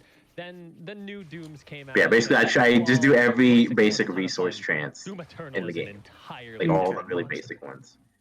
so you can just refer to it if you have like how awesome any it is, trans points that and you it's so don't really great know to be how able to go play. about So let's kind of talk about in the run, shall we? stages. So Anything there's past absolutely stage 3, I have no clue. no major glitches. So what kind of glitches should we expect if there is any? So That's probably what I there's refer no major to glitches, most. Like you said, and we usually say major glitches are glitches that would be very like overshadowing. Like we do it every level, every moment of every just second of the run. Sure. So instead, we do a lot of different movement Huh, tech. There's some of the obvious ones like bee hopping. Gotta go But quick. there's a few. Yeah, I was like contemplating what to do here because I wasn't really sure. And I decided to just bomb. Showed that the shotgun now has meat hook that lets you grapple onto enemies, and there's plenty of ways that we can Hey, abuse Nergish. that I think people are going to. Oh, why did I not do the? Oh, hey, Trish. Good morning, EU. Good morning, EU. Good morning, I guess. No, slick I can movement call. tech that we're I've gonna see finished in the run. Vesperia. Yeah, there's going to be Oh, a nice. lot of it. They Uh, do good Congrats. dashing, which in general just already Man, a little bit faster than 2016, that game but should have there's been. also a lot of Oh yeah, that was a panic bomb. I just straight up got fucked there. Yeah, My that's- I saw, yeah. Skip just a few That's some mean jelly beans. I don't know why I didn't do the sports strat there. So there's going to be Wait, there's going to be a lot that you guys are going to see. We're looking at a Now, replay. what's your history with the Doom series as a whole? Is it really that before bad? the interview, you were saying you didn't really do Wait, too what? much classic Doom, but It's I true. might have Is it really that bad? No, it wasn't that bad. It was played maybe within the my past 2 or 3 years. without saying anything on Steam about the story itself. Played it just casually. I should have waited on this trance. I'm pretty sure 'cause she's so weak. I Fucking want to skip this. the story takes fucking forever to get going. Thought about speedrunning that, but Didn't need that bomb. Forever. Yeah. Doom Eternal was actually my It first speed was game, and it just like that. kinda- It resonated with me in some. Like to the point where the so good and story got good, it was like a 4 out of 10 game. awesome I to was hear that your not first speed interested game at is actually all. gonna be the speed game that you represent. But at thankfully- DDT. That's a really cool thing to hear. Thankfully, Any like other mid and speed late game games is that a lot you take better. part in besides Doom Eternal, or is Doom Eternal? I don't so shoot much your here. baby? Yeah, you only killed the 2, right? Yeah, Yeah. my opinion of Vesperia Yig is like it's a good. It's like it's like They made me privateer. alright, fucking it's half 3 in the Fucking morning. homing. It's half 3 in the morning. I'm dying. It's a slow burn. Yeah. It's a slow burn up until about halfway-ish, and then it starts getting interesting. Yeah, thank you, Ramu. Good Ramu shit. Good shit, Ramu. Ask this. The slow burn up till about halfway, and then it gets interesting. Would you pick up Combat a Doom is Eternal run? it's very standard. Tails, spares, not very A lot of interesting. movement, I feel like I would actually be motion sick. That's fair. I think that'd be a little too much for me. Yeah, It would be the main problem it has is the story pacing is fucking terrible. Now with Doom Eternal, for anyone who hasn't really watched it too much, Yeah, even with Ramu, you Like- can like you can get a full gauge after this mid-non easily. Sorry, I meant about to you. there's actually platforming behind it. Yeah, the overall opinion is if you've played other Tales games and you're looking for more, then play Vesperia. But if you if it's like your first, if you've never played Tales before, like don't play Vesperia as your first but one. only because we skip all the platforming. Oh, that's fair. I would say.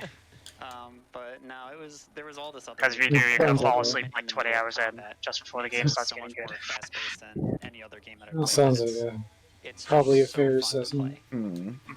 Now, if anyone Yeah, at you home can't. wants The timing on that is a bit weird, really. So I think I realized that the best way to go about it is just a bomb, but don't pick up the what you dropped and just wait. Modern Doom speedrun Discord. And then trans and pick everything up with the fairies. Okay. Yep. Either to the 2016. Oh yeah, you know what else? You'll get your bomb immediately back because she drops 2 bomb pieces and the 2 fairies that drop bomb pieces. That's 8. Okay. But yeah, don't go into the game expecting story with a good villain I either. would not be running this as much as I had. Like all the if the villains community are itself wasn't as good as it is. terrible. Well, you heard it here, folks. If you guys want to They're pick really up bad. Doom Eternal, Or like be sure to Saturday morning search the cartoon page, be sure to villains. go to the Yeah, Discord. they're really With bad. that, I was Keyzeron. Thanks very much, Bloodshot, for joining me on this Trying to interview. think what else. much good luck to your marathon Yosh, run. goodbye. There's a ton of side content, a ton of stuff which I didn't Thanks, do, everyone. but I Thank was In kind of general. I was kind of tired. I was bored of the game because of the fucking first half. I was just like, dude, We are still getting now set up for now the our game's getting good and you're Alex giving me all Rowe this side that we're gonna content to do. get Like, what? generously This makes no donated. Sorry, sense. tripping over my words there. 2C. What else? In the meantime, we've I'm got trying to think of what a else. bunch of your there You is. like capture this spell. You wait for I believe 3. I can't remember what I did. I think just on the third jelly bean wave, you'll go out and then you restream. Like it's pretty static. Check in quickly. Now you get my chance here. We have $17,000 raised out of $25,000. I'm riding Kisume. Let's go. I believe in She's you. being ridden. We also have $98. I'm on top of her. Out of the 3 Tales games I've played, which are Vesperia, Symphonia, and Destiny, Look how close PS1, it is. it's Symphonia, then Destiny PS1, then Vesperia, for sure. Oh, those are only 3 played. Yeah, that's the only 3 I've played. I think to this day, Fantasia is still near the top of my list. Fantasia's definitely one I want to play, like on PS1, that version. Oh, where'd she go? I'll probably... Bonus fail. Next Tales game for me will probably be either Abyss or Berseria, though. See, I do this, but you literally don't have to do this. Stage 4 gives you enough that you just don't have to do this. Yeah. Rosaria's been pretty good, I think. Yeah. This was also decent. Being I'm like told Abyss was quite good. this was decent for being the 3D Tales of after Symphonia. Yeah. So it kind of like tempered out some of the Clunkiness in Symphonia. Here's stage 4. Here's the best way to do it. With all shots. Symphonia is a bit clunky. Stream You vertically. do that? Okay, Pyro. Yeah, that's literally how you get the most spirits out of that part. You stream without bombing, of course. Yeah. Yeah.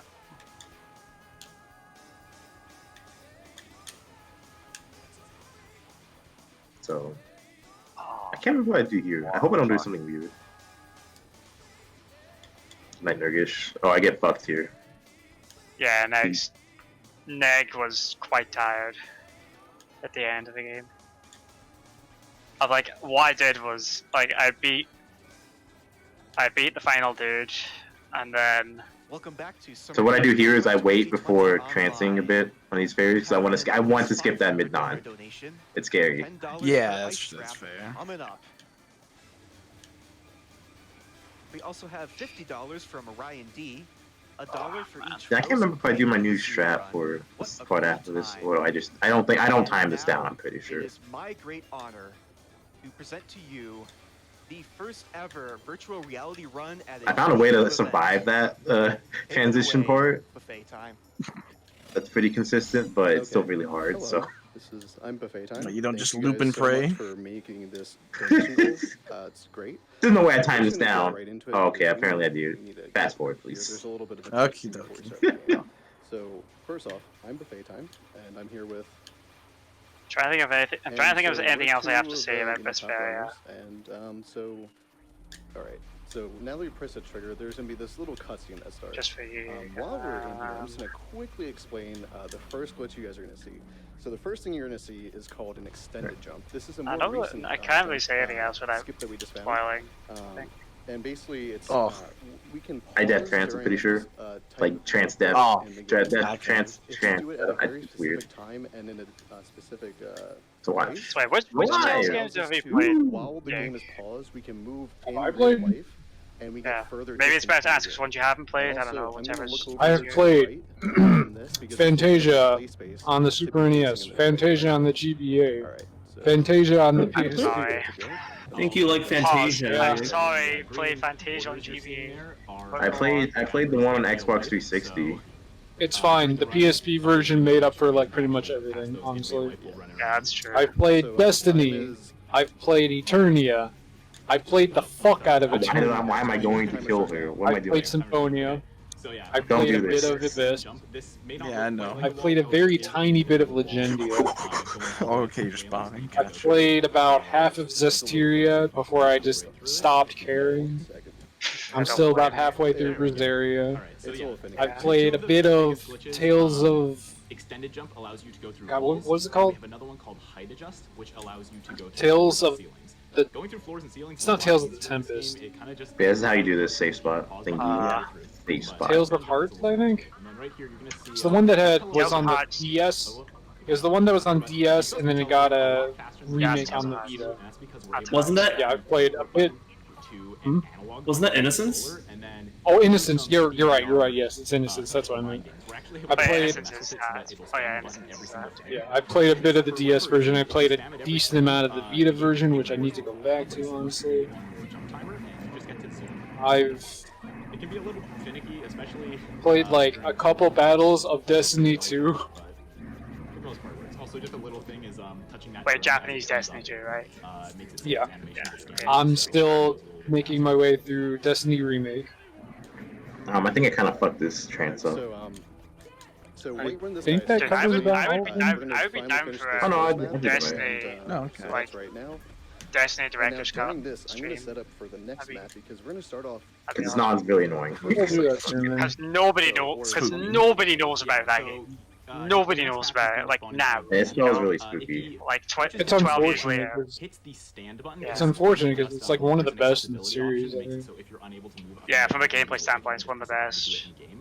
But since we are able For to sure. do it, It's obvious just by touching looking at it. Tell the game to make us stand, and then stand in real life to get double the height. In stage 5, Kino stage. Now to trigger the. I'm looking at it, there's a lot of all that holes. has to happen is this grenade exploding. Normally this happens. You played a lot, but you haven't played all of them. Literally just You know? go No, it up hasn't and all. So many spirits in this stage, it's so good. make it explode. Yeah, I It's noticed. in there. And since he was height adjusted, he was still. I want to outside ask the you about ground, I want to and ask you about he's Zesty now. though. Using height adjust to get back inbounds there. Wasn't Zesty like? Doesn't wanna Isn't wait for Zesty like a ladders, so more he's gonna go open up on the worldy fence, type height adjust game? up and get just enough height to No. go up on the ladder there. No. Okay. Okay, I got it Frame wrong. mood Man. I trance forget what I said. damage. Let's go. First and only real big waiting moment to the run is. It's open world in the sense that there's not really a world map. You walk everywhere. We're gonna go to You know, like the Oh Final yeah, that's Fantasy why. kind of Man. thing. Yeah. And this is how you do this More like part. that. So You get instant gauge. I need So to good. can't wrestle, because otherwise this cutscene won't start. So there we go. Now Yeah, I'm chance. gonna put Good. this right on the table here, because that will happen for something Yeah. later. I like. And also, I real like. quick, in my I opinion, mean, I like slash Vesperia, my but review, should have been a Black lot Lives better. It's Matter like a 6 and out of 10. Trans for me. rights are human rights. And now you guys can do donations while we wait. Quite mediocre overall. All right, we have $25 from Micro 500. Oh, I also played some of the Symphonia sequel. That fucking sucked. Oh yeah, that game fucking sucks. Yeah, I'm not- I've seen enough of that game to know. At least What the fuck were they thinking? At least That's in the my only Tales game I've actually played. Was that shit? I'm sorry. I Play that. Go play Symphonia 1. It's a lot better. Ah, it's on my Uh, face! Oh, that's right. Yeah, think about that. Narikiri Dungeon $20 from 2 and 3 mostly I played a bit of. Can't wait Oh for yeah, the that Half-Life was. Alyx The remake sequel. of 1 that comes with I've been a fan of Fantasia on the Half-Life PSP is since the fucking first great. game. How can you not be hyped for the first Half-Life game in 13 Um, years? Dude, I Nice just idea. rating Mythology. Mythology, the World Rating Mythology 1 I've played a bit of. We have enough time for like I think one more. Yeah, that's how you do this part. Because this part trips everyone out. This goes part. It Full may be spirit. called Half-Life, but there's no life missing from this GD. I think I did this trance really way too Ah. early. For overcoming a Yeah. Is there a Mission pan? Is there a? Is there a pan? Is there an so. English patch for the PSP version of Fantasia? You see right Nope. here. Normally you Nope. would have to wait. Oh well, we didn't get quite in time, Never but gonna get- the hitbox. Never gonna for get to play it, those, man. gloves is actually Just there start right as the door learning. opens, so you don't have to wait for the things to fall down. You played vicariously through me when I played. To go back to it. I guess, yeah. Probably do another XXP. playthrough Fantasia Cross as well. Because goddamn, I love that version. Still talking to you, and he will throw a gun out at you. As you can see, he just threw the gun before he actually threw it. Okay, I don't know what the fuck I'm doing now. You have to wait But for his animation to it's finish, good. but he'll I'm just throw the skipping gun this spell. at the proper That's time good. he's Yeah. supposed to. That spell is Animation scary. done. However, this ammo XXC. will not until his animation is at the right moment for it. So really, that So you just build up resources in XXC? Yeah. slow. Basically. Yeah, so the second we shoot open that lock, then we're finally able to go ahead. That's Damn, the we can trigger stop that it. allows this to go. Otherwise, we'd skip Yeah, I it. know, this Oh, I didn't Maybe realize one like day the in the stuff future we'll stopped be able to before go moving right, down. You know, through to here, and that would save a lot. Oh yeah, of that's what works. Yeah, that whole Russell scene.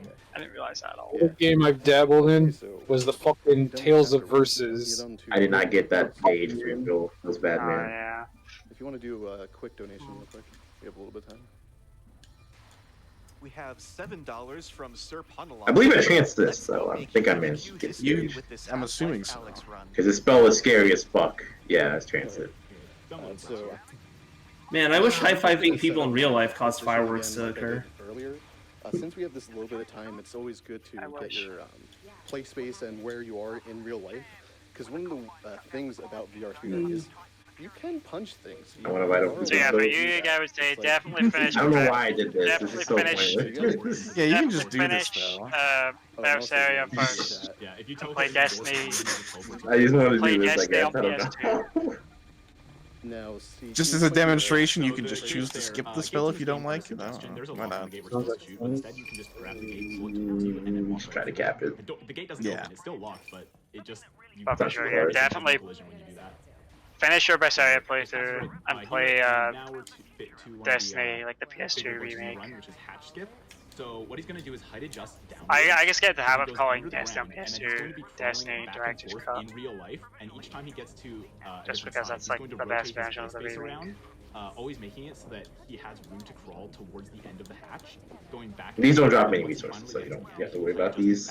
Yeah, it's the later ones that have the tail spirits with the items or whatever. Yeah. You care about.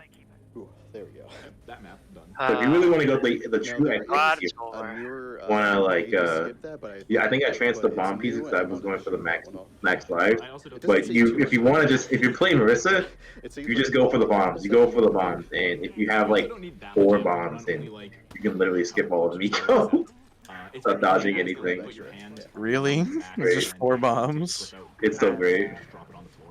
Just XXC, XXC, XXC. Elder Sphere Definitive Edition. Vita. Rating. 3 stars. Let's go for some bombs, yeah. When you finish the teleport and you're already all the way at the end, for some reason the barnacle will still pick you up and like zoom you all the way back to it.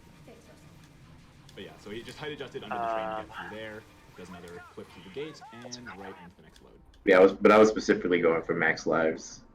Yeah. Yeah, so now this is one of the quicker loads. Some loads are actually longer than others. This game, you really want to run whatever the fastest drive you have. We're just going to do a quick height adjust because it's like a little bit faster than using that wheel right over there. And then... Oh, I just... Uh-oh. We're going to load okay, that was something called a zero zip, which we're going to learn in like 2 minutes. We'll get there. Whoops, that was excellent. So... Guys won't stop telling me to play it. I think I was gonna say like there's a puzzle coming up, but of course we already know the solution to the puzzle, and so. See, I got my gauge from that. See that? Fucking XXC, dude, the greatest. But I don't chance here because I'm going for lives, so I had to gap this. Teleport's being a little wonky right now, but Very hard attack. We don't need it. It's working in the places it needs to. Yeah. All right. So now there's a big cutscene here with the Vortigaunt, but. He takes a long time to talk, so we're just gonna height adjust under the wall, get to the other side. He won't start his talking. If he gets up on these crates. And the weird thing about Miko is that for some reason on her first spell, she has a bigger hitbox than normal. And you can actually unfocus shotgun with Marissa lasers on that. So at full power, every laser hits her. Huh. So currently, it's very strange. Yeah, what else about Vesperia, I should say? I'll just to temper your expectations. And there we go. Mediocre OST. It's like that's the first major skip. I feel. I was very surprised at how that's pretty hard to learn. Underwhelming it was. Fortunately, because how the spell works, Raimi's bomb is very bad at getting gauge. Yeah. That thing that we saw earlier, but now I'm going to actually explain it. If you have enough time to sit there and just wait. And then you just jiggle the thumbstick really, really fast. The game just decides, all right, I'm going to teleport you right to 000 on I need to get some water. We're back. Spooky, man. Very odd glitch. This is useful on some maps, not on others. On this map, it happens that 000. Yeah, I'm sorry I kind of crashed your pie. Bounds, but on top of geometry, so we're able to. Fine, I'm talking over you. I'm talking over you. End up skipping the shotgun and the flashlight, but we know exactly where we're going, so we don't need the flashlight, and we don't exactly do much combat, so we don't need. No stream tomorrow. Doesn't really matter. Anyways, clipping back and bounds 10 into the room hours here and into the load. It's nearly. And because do I cap this or do I trans it? I'm not sure. I'll probably trans. No, yeah, I know what I do. I know what I do. I can't remember if I failed though. Might have failed this. You need to practice this a lot if you ever try and run this game. So okay, this zip here is really funny. So we're gonna do a zip, and 0, 0, 0. Yeah, I tried something weird here. I tried a bomb, Fly by and hit the load zone on and then trance, but I missed the items despawn. I think. Instead of Actually, no, I think. Seems like we're what happened. still on our way to 0, 0, 0. The game just decides on the next. But map. unfortunately, maybe with Spawn trance, it's at just not 0, good. 0, 0. So you're gonna see that the area we spawn in does not look like this load room at all. And it just happens by absolute sheer luck that 0, 0, 0 on this map is There's my lives. which is Gotta get that 25 now. Let's go. this puzzle here. That's not possible, unfortunately. It is not possible. Yeah, so those are randomly generated, so sometimes they are a little bit complicated. Most of the time, they're pretty easy once you've done a few of them. Ooh, he's not. Why is he right there? Oh wait, yeah, I don't know, that didn't. What the heck? He did Hi, not spawn Fox. where he was supposed to. Well, that's That good. is- 'cause Oh, normally hi, he Fox. He spawns in a spot. We're just about to watch Tragedy Strike. Except he spawned way out of the way. Can't wait. Kinda weird. If we can figure that out, that'd be really nice. And also their rotations are a little bit random. And so, if you remember the 0 zip, it was right over there. Rainbow chance damage. Rainbow chance damage is really bad. Holding the red I do that sometimes too. Also, this is really cool, and one of the most I remember I had a bomb. I'm 99% had a bomb So, it's just there. And I didn't press eggs for some reason. So real quick, I'm going to switch over back to continuous. Max life mode. clear. I'm What going a to shame. reload my gun Where's my no miss? and Rip no miss. just look at all this. 25 life pieces, imagine. See, this is something you don't Imagine. get in pancake games. But Oh, my mic was off. is insane. It's okay though. My question got Pancake answered. Games are non-VR games. Yeah, I think I got what you meant. Yeah. Okay, another big skip. How many lives? That's the highest amount of lives. That's like 7? That's 8. Oh, 8. And move around. Oh, wait, where am I? Yeah, Oh, no, that was weird. didn't quite get out of bounds there. There we go. There we go. Now you can go down I mean, all the way technically the highest amount is and 9, skip the whole but... game and go right to the load room. There is a trick. If you hit the trigger, Yeah, I think that's a job best left to my good old friend Tass. no longer save because the game doesn't want you to save. I can't remember. I heard... No, that's not true. I'm pretty sure. I heard that, like, you actually just can't get... Like, even if you doubled every single piece, you couldn't get it. I haven't done the math for that yet. But I heard that. I'm not sure if that's true. This is the fastest map in the entire Actually, you probably can't even get it. That's an extra 25 pieces, man. Yeah, that might be true, So though. yeah, this subway they normally just give you a little view of the exit. Like, I heard, like, even if you doubled every piece, it's just not possible. Which may not even be possible on its own.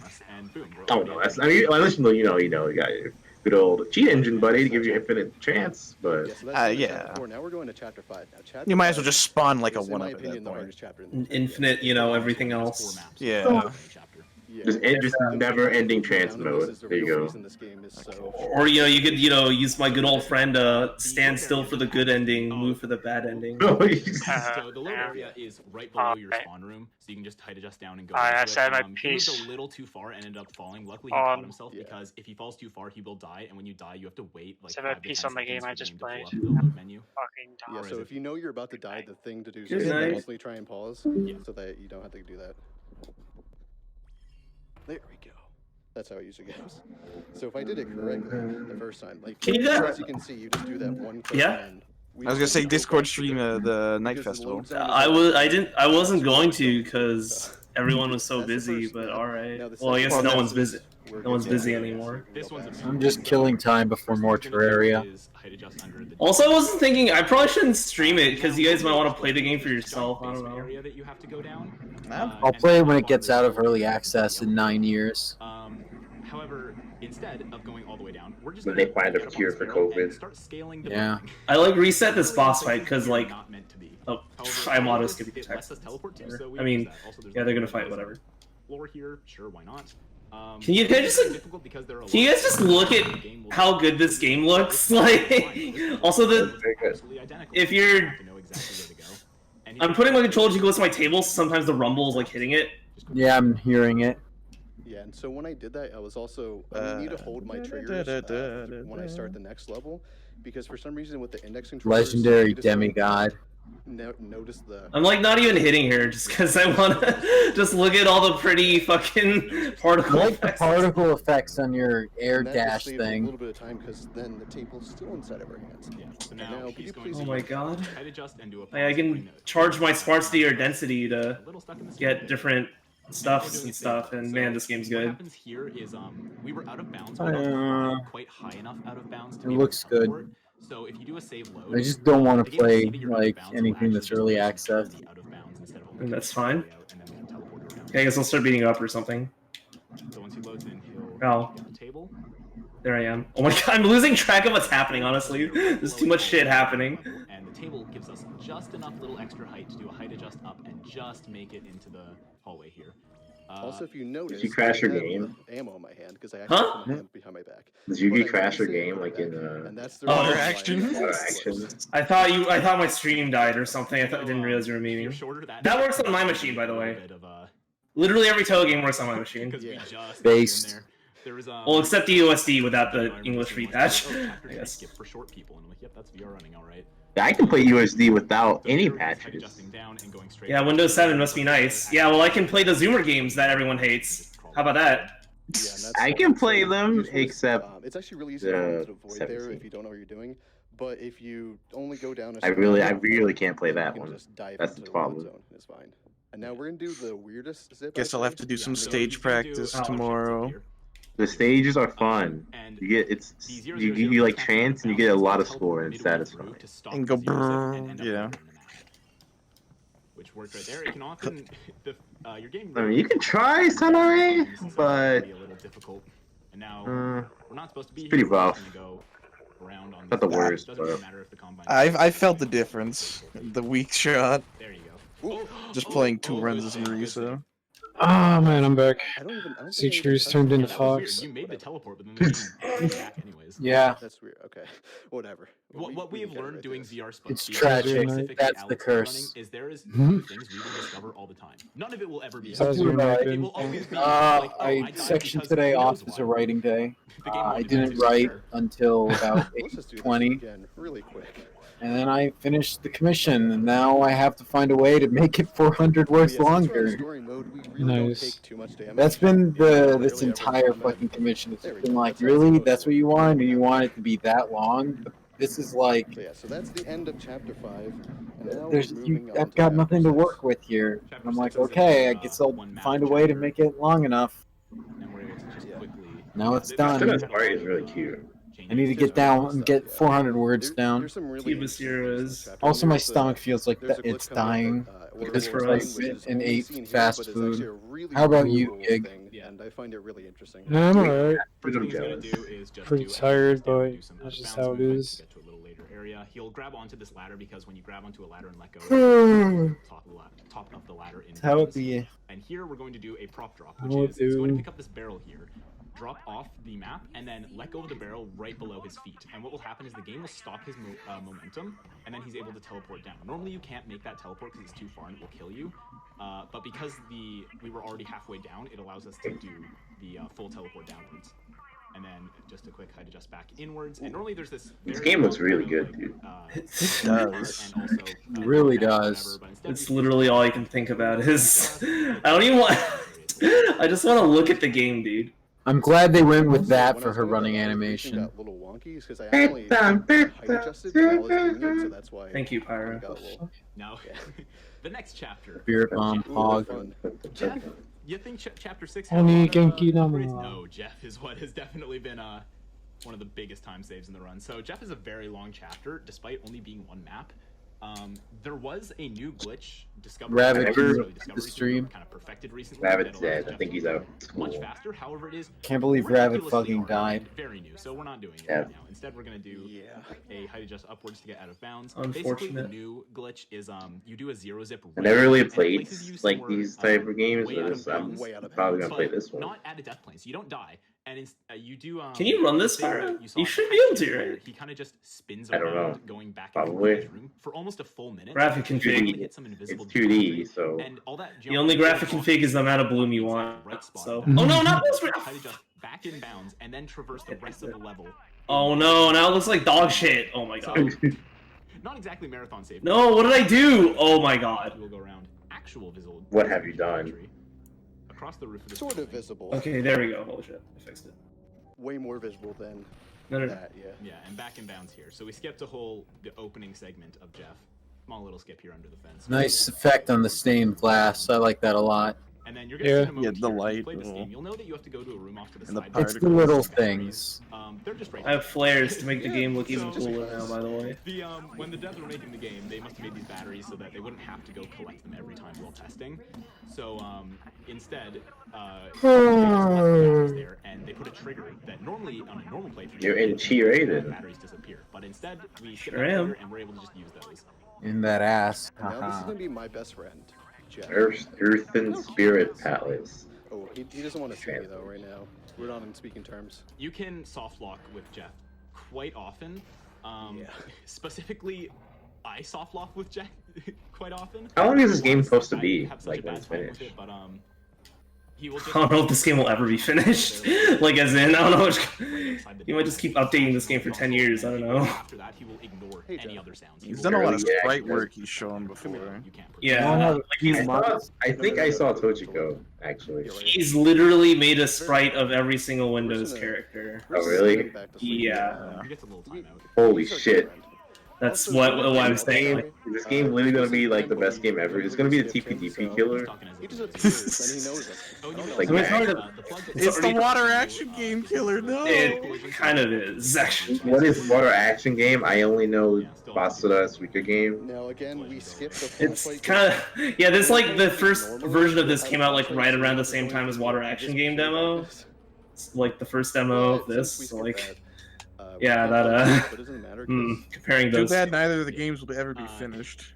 This next glitch isn't like the craziest. I mean, at least this guy's working on his game. So you know At those the rate games we're like going, the world's gonna end in a few months anyway, so they have like a time limit. Instead of having a physical lock, it has like an electronic lock, and you Can't believe the world's ending before a Water Action Game comes out. Feels bad. In a second, once he gets there, there we go.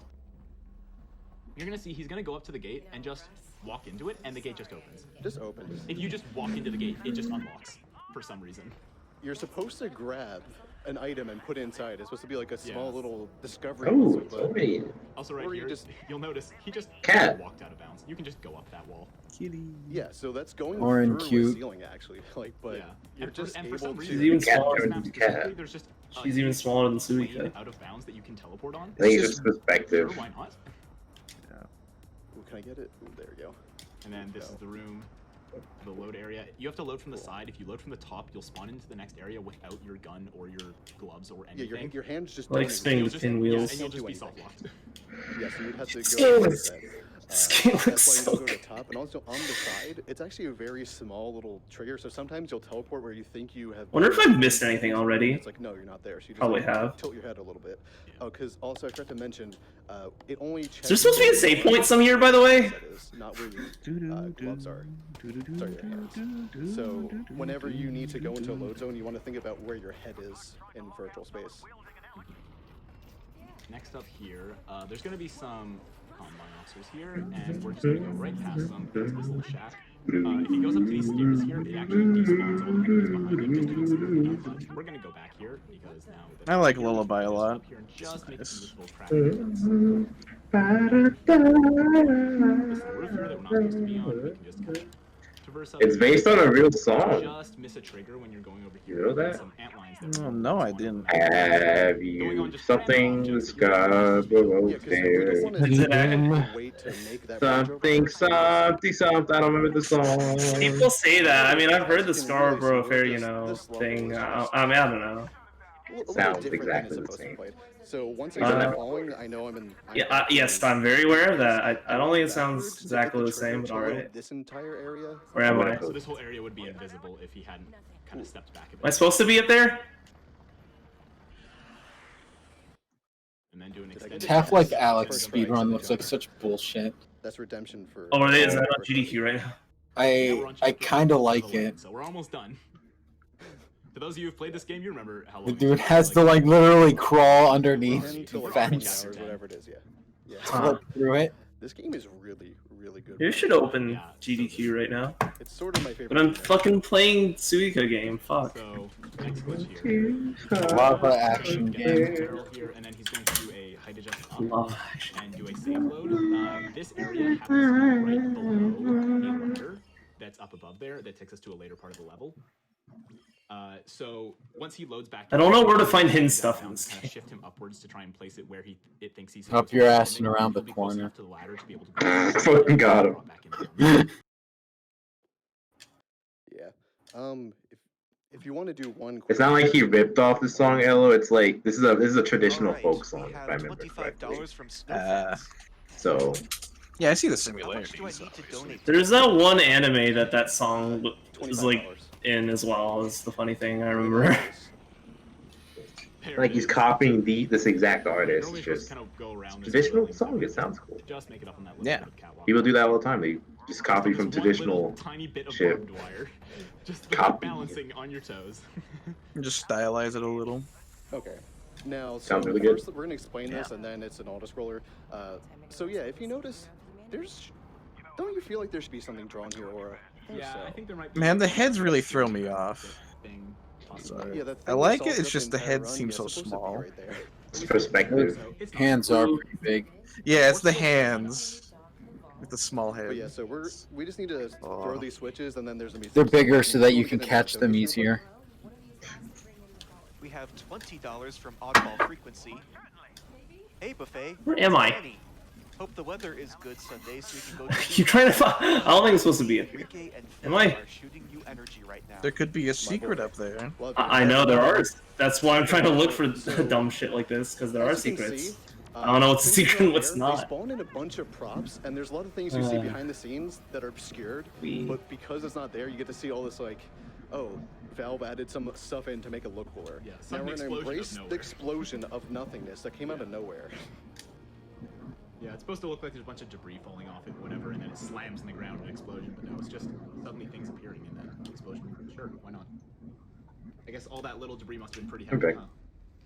Yeah. All right. Now, so after this load zone is going to be really interesting because we're going to do quite a lot of extended jumps. Yeah, this we're is going to probably- skip a lot of stuff. This is probably the newest skip, like big skip found. Yeah. We used to do another kind of height adjust down and spin in circles like done with hatch skip. But now since extended jumps exist, we can do that and we can do it much faster and also skip another part that we had to do anyways. So luckily, that little bit that we have to skip included this gun that you shoot a Strider with that I hate. It's so bad. It never works. Every single time you try Finally to a save for point. some reason, you'll pull back and then the game will just force you to let go of the lever on it and you just cannot shoot it. And I've literally died to it multiple times and lost runs. So my god, am I so glad that we skipped that it? now. Especially considering it's like the end of the game. Anyways, there we go. This is really difficult, and if you so like sometimes you'll get the extended jumps in every single time, and then other times you just keep messing them up. It's really annoying. They're really, really difficult. Yeah, so he basically just has to do like 5 or 6 of them in a row. Also, it definitely is dependent on the frame rate or like the speed at which it's drawing everything because. The thing I don't get is why do people get like, so sometimes it'll be mad working when fine if I doing have like certain apps open. references Since I have to stream this and also put it a on song Discord, like I think this? that might be the issue. I'm not Do sure, they? But we got I this. I've seen it. Like people just get That's the most triggered difficult one over it. for me, that Like, round. oh, Zoom copied Out this. there, Oh, I'm like, Dude, okay. look at the effect on like skip the entire when I put the flare over like these Ooh, crystals. that's really good. because if we, I mean, like, if a we lot of do people right, are we might fucking just dumb not and don't at the end of understand what this, references are. warp up. Yeah, the game doesn't like you exiting the beam, so it just kills you instantly. I've had it before. Remember when Mabinogi just straight up put, like, Once I got to the top, it just classical songs in their game? Get to the top, and then it will What play is that what is sound, Mommy and then it Nogi? will load the next area. Don't worry about it. It's Korean MMO that people played I'll in just middle T-pose school. until I'm done. It was like And now supposed to we're on be chapter the 1, and it's competitor to RuneScape. So So we're coming up on that end real quick. yeah. Wow, and I don't even know what it is. Immediately height adjust up and then swap. That's to It so was competitive. it was alright. It's no longer alright though. The 000 for this upcoming map is it happens to be It's like it was like fun right for a underneath while, the and then map, they how it decided, goes hey, in underneath the what if floors. we made it absolute Get a bit of garbage? extra room to make it, and now he's And just then they above did. the floor and Also, it's nothing like RuneScape, so and able to go right into the load room, which was right in front of him. Yeah, you should go the other way Also, first. that zip was really fast. So that means One it's of the fastest bad. ones I've ever gotten. Nice. Yeah. Also, same thing with zips. Like some days you'll be doing them perfectly every single time, and then the next day you're just like There's just so many like very minute things in this game that like you get a feel of, but yeah. Also, he had to teleport back there because the trigger. The song is so good. It is. Yeah, because we use zip to 0, which really is the way good. you'd walk across the bridge. So I think I have 2 versions of it on my phone. I need more though. And now this load happens, and Ooh, I'm gonna get one wait. donation in real quick. Like a really quick one. What is this? All right, Twitter. we have $333.33 from Ian Boswell because Gabe Newell can't count to it. Yeah, I mean, people get mad at Soon for like the dumbest End is coming up shit. soon. The end will be when the Is there nothing here? shatters Like and existing. explosion. Yeah, or like, And I will say so. like I've mentioned before, I met someone who was like, "Yeah, I don't play Toho anymore. I'm not interested in new games. There's just too many characters, so I'm not interested anymore." And I was just like, really? Hard. And that Like, what am I supposed to say to that? we're just gonna height adjust real quick. I mean, that's his Other opinion. than you have a Remelia profile picture, I'm not surprised you have this kind of take. No offense, Trues. I mean, there's a lot of people. I mean, there's a lot of people who, you know, believe that, I would say. Yeah, it's just a weird criticism, I guess. I mean, I I see don't where think they're coming from. because- I get it. Because I don't think I get the idea of I can't keep track of them anymore. I don't get the idea of it's bad now because it So, do you have anything to say? real got a quick? lot of content and they I just won't wanna say give thanks for us letting me come here, EOSD I've again. definitely been watching GDQ runs for quite a few Dude, years now. I never really thought I I'd be fucking love getting this into one series. myself. I never really thought I'd actually be high on a This leaderboard. guy's And so being here is Liz honestly Triangle Kasanibaki Yeah, and also, video. So please, good. if you guys have any. Though I do think the meme images that are funny, where it's like, I know there's that one meme image at least where it's like, Discord.gg/sourceruns. do you know what I'm talking about, Pyro? Maybe like the one is like, there's too many characters to keep track of in Toho, like that one. Oh where- yeah. like Idol Masters and Fake Go or whatever. And shit, like, you know, all the gacha games with 2,000 characters that everyone plays. Yeah. Yeah. Well, I mean, to be fair, in Fate, more than half of the characters are just one character with different names. Toho is bad, so it's So like, So Fate, it's easy to keep track of. Everyone is either Saber, an alternate version of Saber, someone else who looks like Saber, or is in That some really way- sounds stupid. I'm not gonna lie. It's fucking retarded. people also keep track of like the 10,000 different Pokemon that are nowadays too. By the way, just Yeah, fine. it's like. God. I mean, I think can't it was- have Pokemon. I don't it know. was- This It was same last shit. gen that I stopped being able to keep track of all the Pokemon. For a few hours, and I'm gonna send You know, there's too many dumb Pokemon. When even Worcester doesn't keep track of all of them anymore. Yeah, there's like 900 and change at this point, I think. Something dumb like that. It's fucking crazy. Oh, I just looped around. I think. Immortal Philosophy. God, those are so good videos. Yeah, I just remember hearing advice that's like, don't watch Fate Zero, it'll trick you into thinking Fate is good. And I wish I heard that, because I watched Fate, and I'm like, this is pretty alright. Let me check out the rest of this series. And it was bad. It was so bad. No. Fuck. I want to look at whatever else is there. What's your opinion on Alter Marisa? On what? God bless Lost Word. Oh, okay. I was thinking, are you guys talking about that? Thank you for confirming. Yo, fucking Toho Gotcha's hopping on that train too, dude. Now we're gonna have like 1,000 different Marissas, Fox. I'm out of the loop on this one. I don't really know what's up with it either. If it's an Alter Marissa and that it's Redhead Marissa, then that's based. Otherwise, it's. I mean, her clothing is red. Yeah. Dude, we already have like several Marissas. We even have SOEW Marissa too. Remember? Yeah, all those like fucking like copy those clone Marissas, like the Fox and the Tanuki. Why don't they? Yeah. Why don't they add Fox Marissa in? Just a fake Marissa. Awkwardly trying to pass off as the real thing.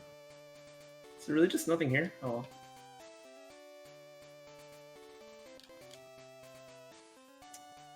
We got the Rainbow Marissa. Yeah, all of them. I'm waiting for Lost Sword to add Fortune Teller, to be honest. Same.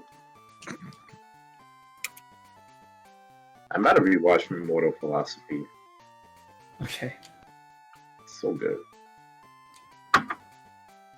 But yeah, like, I guess, going back to the one thing, I understand the thing where, like, oh, there's too many characters. It's just, it's really funny that oftentimes people who say that kind of thing play or, like, enjoy something else that also has, like, 10,000 different characters. What is going on, everybody? I just don't get why that would make you stop playing when it's like, you know, you can still enjoy the fucking game, right? Like, that's implying that if you kept the game exactly the same, but instead of, like, new characters, you just used old ones, you would play that.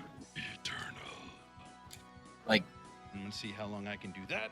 And still I mean, I do appreciate the fighting games in a sense, because you get to see old characters again. Yeah, I mean, yeah, I like that. I've got some donations, so let's go ahead and. And I mean, I admit, a lot of love like, if I here. saw a character come back, you get the fucking Danmaku battle them again. That'd be pretty, like, that could be pretty hype depending on the character. Controller? Well, let's go ahead and start with a $250 donation from the runner themselves, Buffet Time.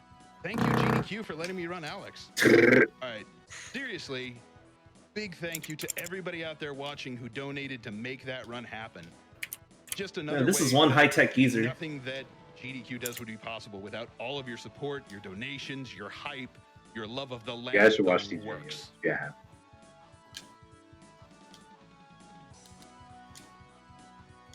Yeah. I've watched that at some point, I think.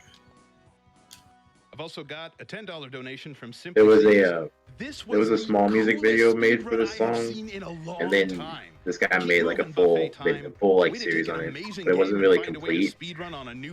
As in, like, there's a lot of rough sketches in it, but it's still really good. There's also $50 here from Sean. This Half-Life Alex run is phenomenal. Shut up and take my money. How do I do the down slam? There you go.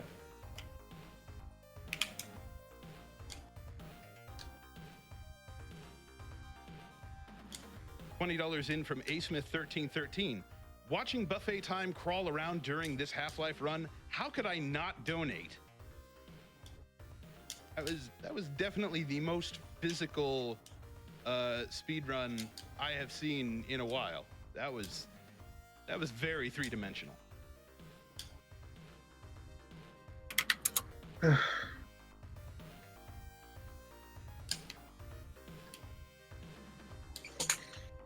guess I'll play some more.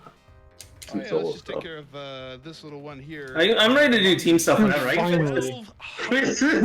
Have you been waiting all this time? You. Thank you so much for that. For the second half of the Mystified Feast. Glad to be able to give Oh, this okay. When I noticed that a VR game was on the schedule, I could not wait. Anyways, finally, for what? What's wrong with this being a long range? I just feel like I'm getting blue balled here, man. I mean, that's good. That means the drop hits harder. I've also got a $100 donation here from Metal Slime. Donating to Anyways, a game what were you I saying? can't watch. Half-Life You Alex. want to play Monster Hunter? Game yet. Oh. I am, Yeah, however, finally. very excited to see VR at GDQ. I'm hoping to see more of them in the future. I have blue sharp weapons, so good. Yeah, Para's a better weapon than me. Yeah, he's God got damn. a fucking weapon, man. Back with you before you even know it. I was talking about this, like, this is bullshit. Like, his fucking weapon, like, needs, like, stuff from actually that he can get right now. My fucking Rarity 5 stuff needs, like, Rarity 6, like higher rank shit than his. Like, I don't understand. Okay. Like, what the hell? How they get you? Also, I forgot how to do the Spirit Bomb. If my controller reconnected, I could remember. Okay. Dual Shock, by the way. Controller? Thank you. Oh my god, how do you do the Spirit Bomb? I actually forgot. This game has too many fucking inputs.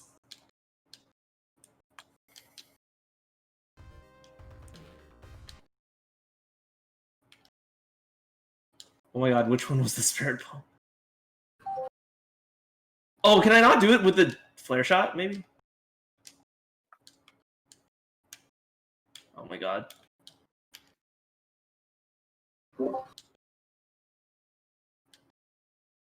It's not because...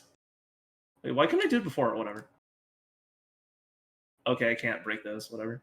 Great swords are so good. I like great swords. Weren't you just talking about how hard they were to use before?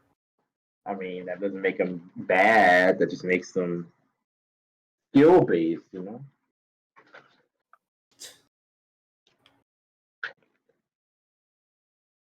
Also, they do a lot of damage. I like big number.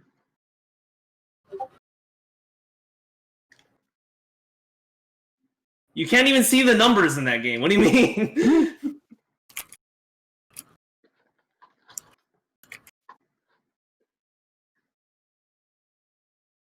Can't wait to see all the areas I fucking miss.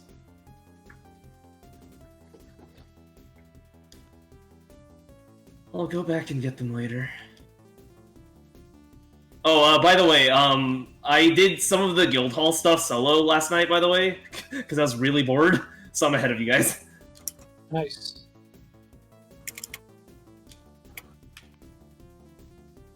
We're back. I can do Guildhall stuff solo as long as they don't involve Rathalos. It was dark, it was lonely. Oh, but you're all here. Thank goodness. Welcome back, everyone. Again, this is Summer Games Done Quick 2020 online. I just glanced over at the stream, saw how close we are to 750K. Holy cow. Whew. All right. Get back into the swing of things. Why does X skip the dialogue? Oh, whatever.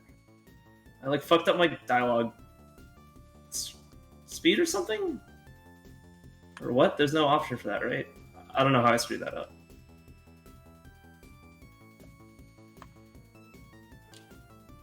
We've got $50 here from Tef, utterly in awe of the VR speed. Yay, power's back on. For real though, that was My favorite. incredible.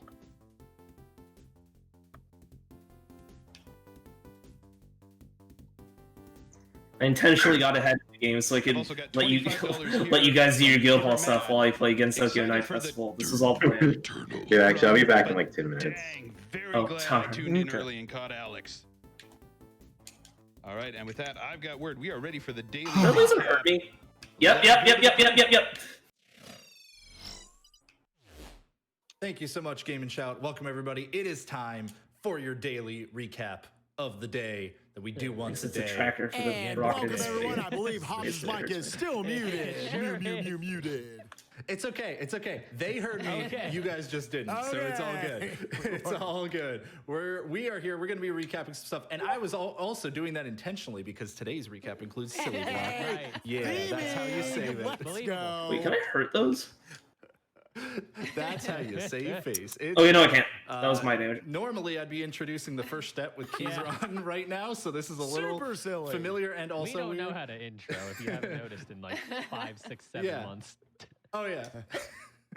Yeah, check out the GDQ Hotfix shows, everybody, in between events. But that's not what we're talking about right now. We're talking about SGDQ Thursday. This week ago. We want all of you out there to let us know as we show some clips and we talk about some runs running. that we don't have clips for, but we just wanted to mention as well. What for you was the highest energy clip out of what we're showing? Who had their wings on today, man? Like who is doing just such a great job? So vote with the GDQ Wings emote in chat, which is probably over. I have to do mental math to think of which way to point. I think it's that way. No. I hope you're completely wrong. Yes, this way, I think.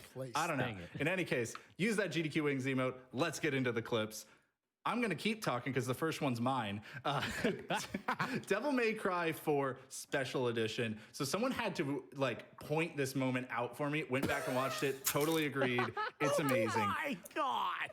This runner is like inches away from the boss being dead. Might as well have been a double KO. What happened on the GDQ stream? I saw Half-Life. I missed the last part of Half-Life Half-Life Showcase. Like this is just. It was so It's just unbelievable. like This is someone who seeing could use a the little shit more that energy, I they guess. did So to like a little bit of skip an parts, alternative like submission for me tonight. to get through some fences. watch it one more The time. person would have to drop to the floor, like lie flat in, and like kind of do some weird shit to try and like phase to the other side. Like something like what's happening right now, but yeah. I heard about the. We You could've mentioned the made fence thing. Silly block, the entire thing. The VR but we speedrunning just is a pick workout. one to keep it. Sounds like quite the meme, I guess. What do we got here? We got Asgan the Dragon Slayer, and I liked this clip because it was basically the silly block in one clip. He's not touching his controller right now. All of this, it's just happening. This is the game saying, "Hey, we're here." And as the clip progresses, you're gonna see he's gonna do some like pause buffering stuff, right? But that's not the biggest reason why I think this is a high flying clip. First and foremost, he's gonna do a huge dive, and if you want to be This is an old ass looking game. But so he's gonna fail the trick once, I believe. But he just They're doing like some recap thing right Here now comes the or boss. something. I wonder if this is yes. No, okay, so he had to redo it here. So he had to do the trick twice. So he does the face plant again. So wait, where am I It's going? just as funny the second time as the first. And as the boss loads in, this is never Controller? happened to Thank me you. before moment. Where's the boss? Just went through the floor. Literal silly block all in one clip. And so this is my moment. I skipped over the dialogue, so I have no idea where I'm going. For sure. I turn on the power. Maybe a door unlocked somewhere in the underground geyser center. It was amazing. That was a long one though. Let's roll into the next one. Spike, you're kind of Guess cheating they're on just this one, but what's explaining going on? how I was the gonna say, I literally speedrunner just got strats to do work or this. So something. Raikaru on the left side of the screen puts down a bomb shoe. He didn't mean to. I punish love it the first time, downtime. Or did he mean to Yay. do it? Hits the crystal from a literal continent away. I'm pretty sure it's a crystal in a different dungeon altogether. I guarantee you there are speedrunners for Ocarina of Time who are getting in the lab right now and saying, okay, what was the angle he took? Okay, what's the setup for it? My man did not need a setup tonight. Again, here it is again. He tries to set out a bomb shoot, accidentally turns around, sends it up. The amount, it is a small miracle that it hit that crystal.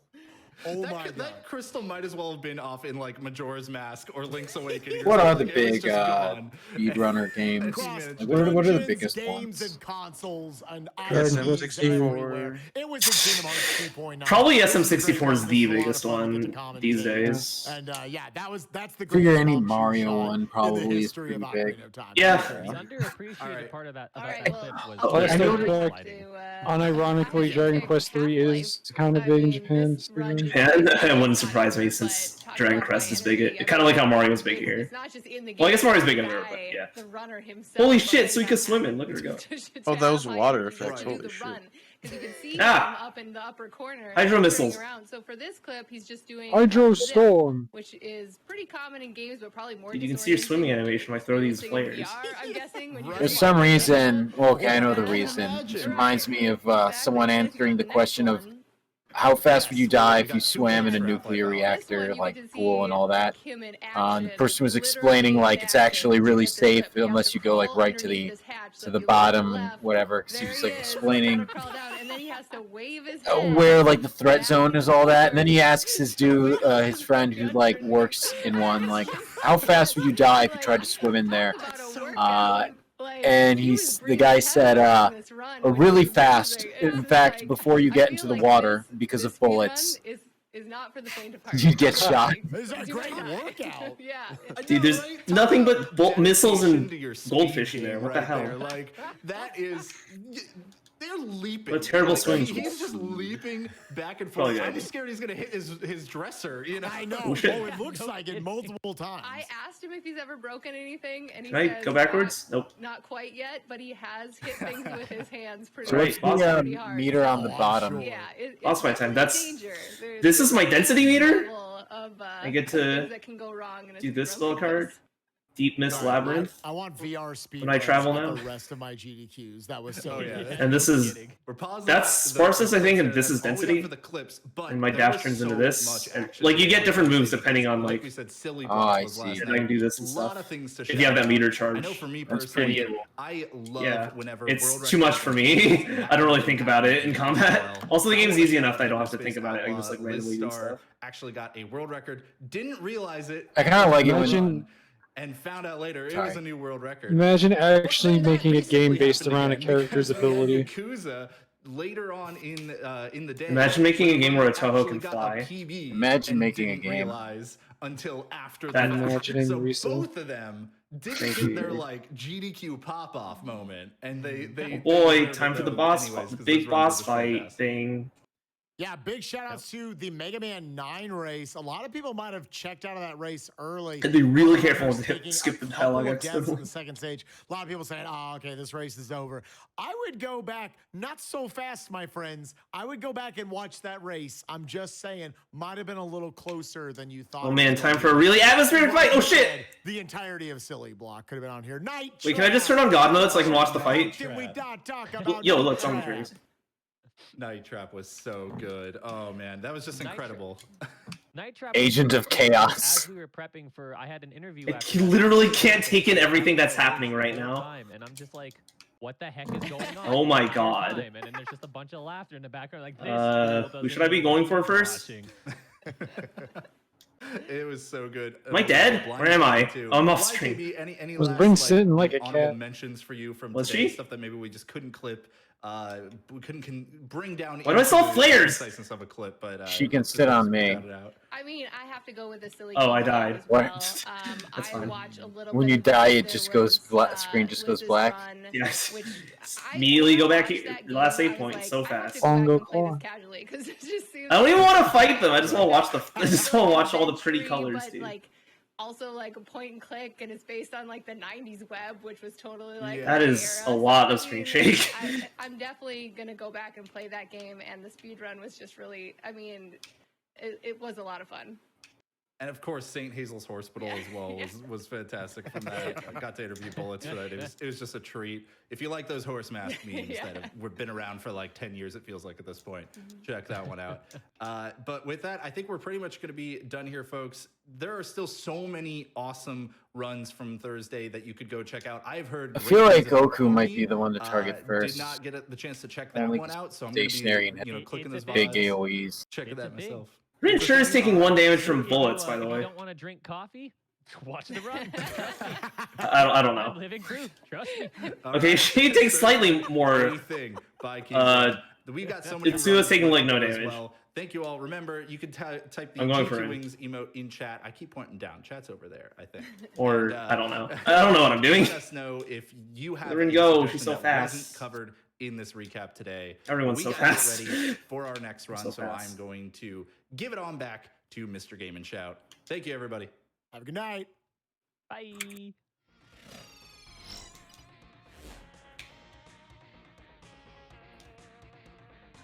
Awesome. Thanks, y'all. All right. As we get ready for this Doom Eternal run, and yes, I'm going to do that as long as I am capable, some more donations. Here's $100 that I've got in from Kindlejack. Maybe if I fly up, I won't get Here hit. we come. Love you, GDQ. We are really close on that 750. Wait, this might actually be hard if I'm like not, if I'm actually trying even. They're not taking a lot of damage. Y'all can do it. And hey, while you're sending in those donations, believe it or not, somehow we still have incentives that are yet to be met. It's the craziest thing. Let me see over here. Wonder when my friend's gonna Next finish playing Left 4 unlockable if you Dead wanna so I put can play towards adding Terraria. some more content. We've still got the level 1 Super Bosses incentive for Kingdom Hearts 2 Final Mix. That's sitting at about 21,000 out of 25,000. Or maybe you want to influence some of the things that are coming up in the runs themselves. For example, we still have a couple of bidding wars going on for this upcoming Doom Eternal run. We've got an incentive for the skin used by the Doom guy. The leading contender there is the Doomicorn. Oh, kind of want Doomicorn to win now. We've also got an incentive around the sound pack choice between Classic Sounds and Doom Eternal Sounds. It looks like Classic is in the lead by about $260. You've still got time to weigh in on those until the run begins, so if you're interested in influencing how things go, definitely jump in with those donations. I'm out of heals.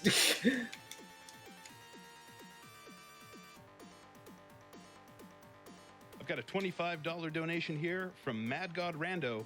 Huh. Game and Shout commentating Doom. Oh my. Doom.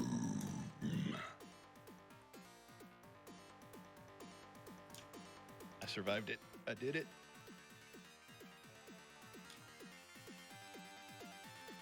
There's a $75 donation here. Amazing. VR on GDQ is a real milestone. Now, let's get ready for some Doom.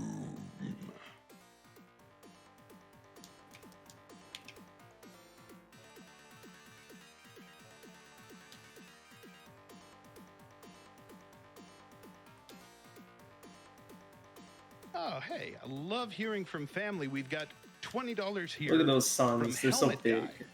Helmet Guy, aka Commander Keen here. Good luck to my grandson Doom Guy I'm gonna as he die. rips and tears That's his way fine. to hell and back. You better not get stuck knee deep in the dead or the universe is toast. Okay.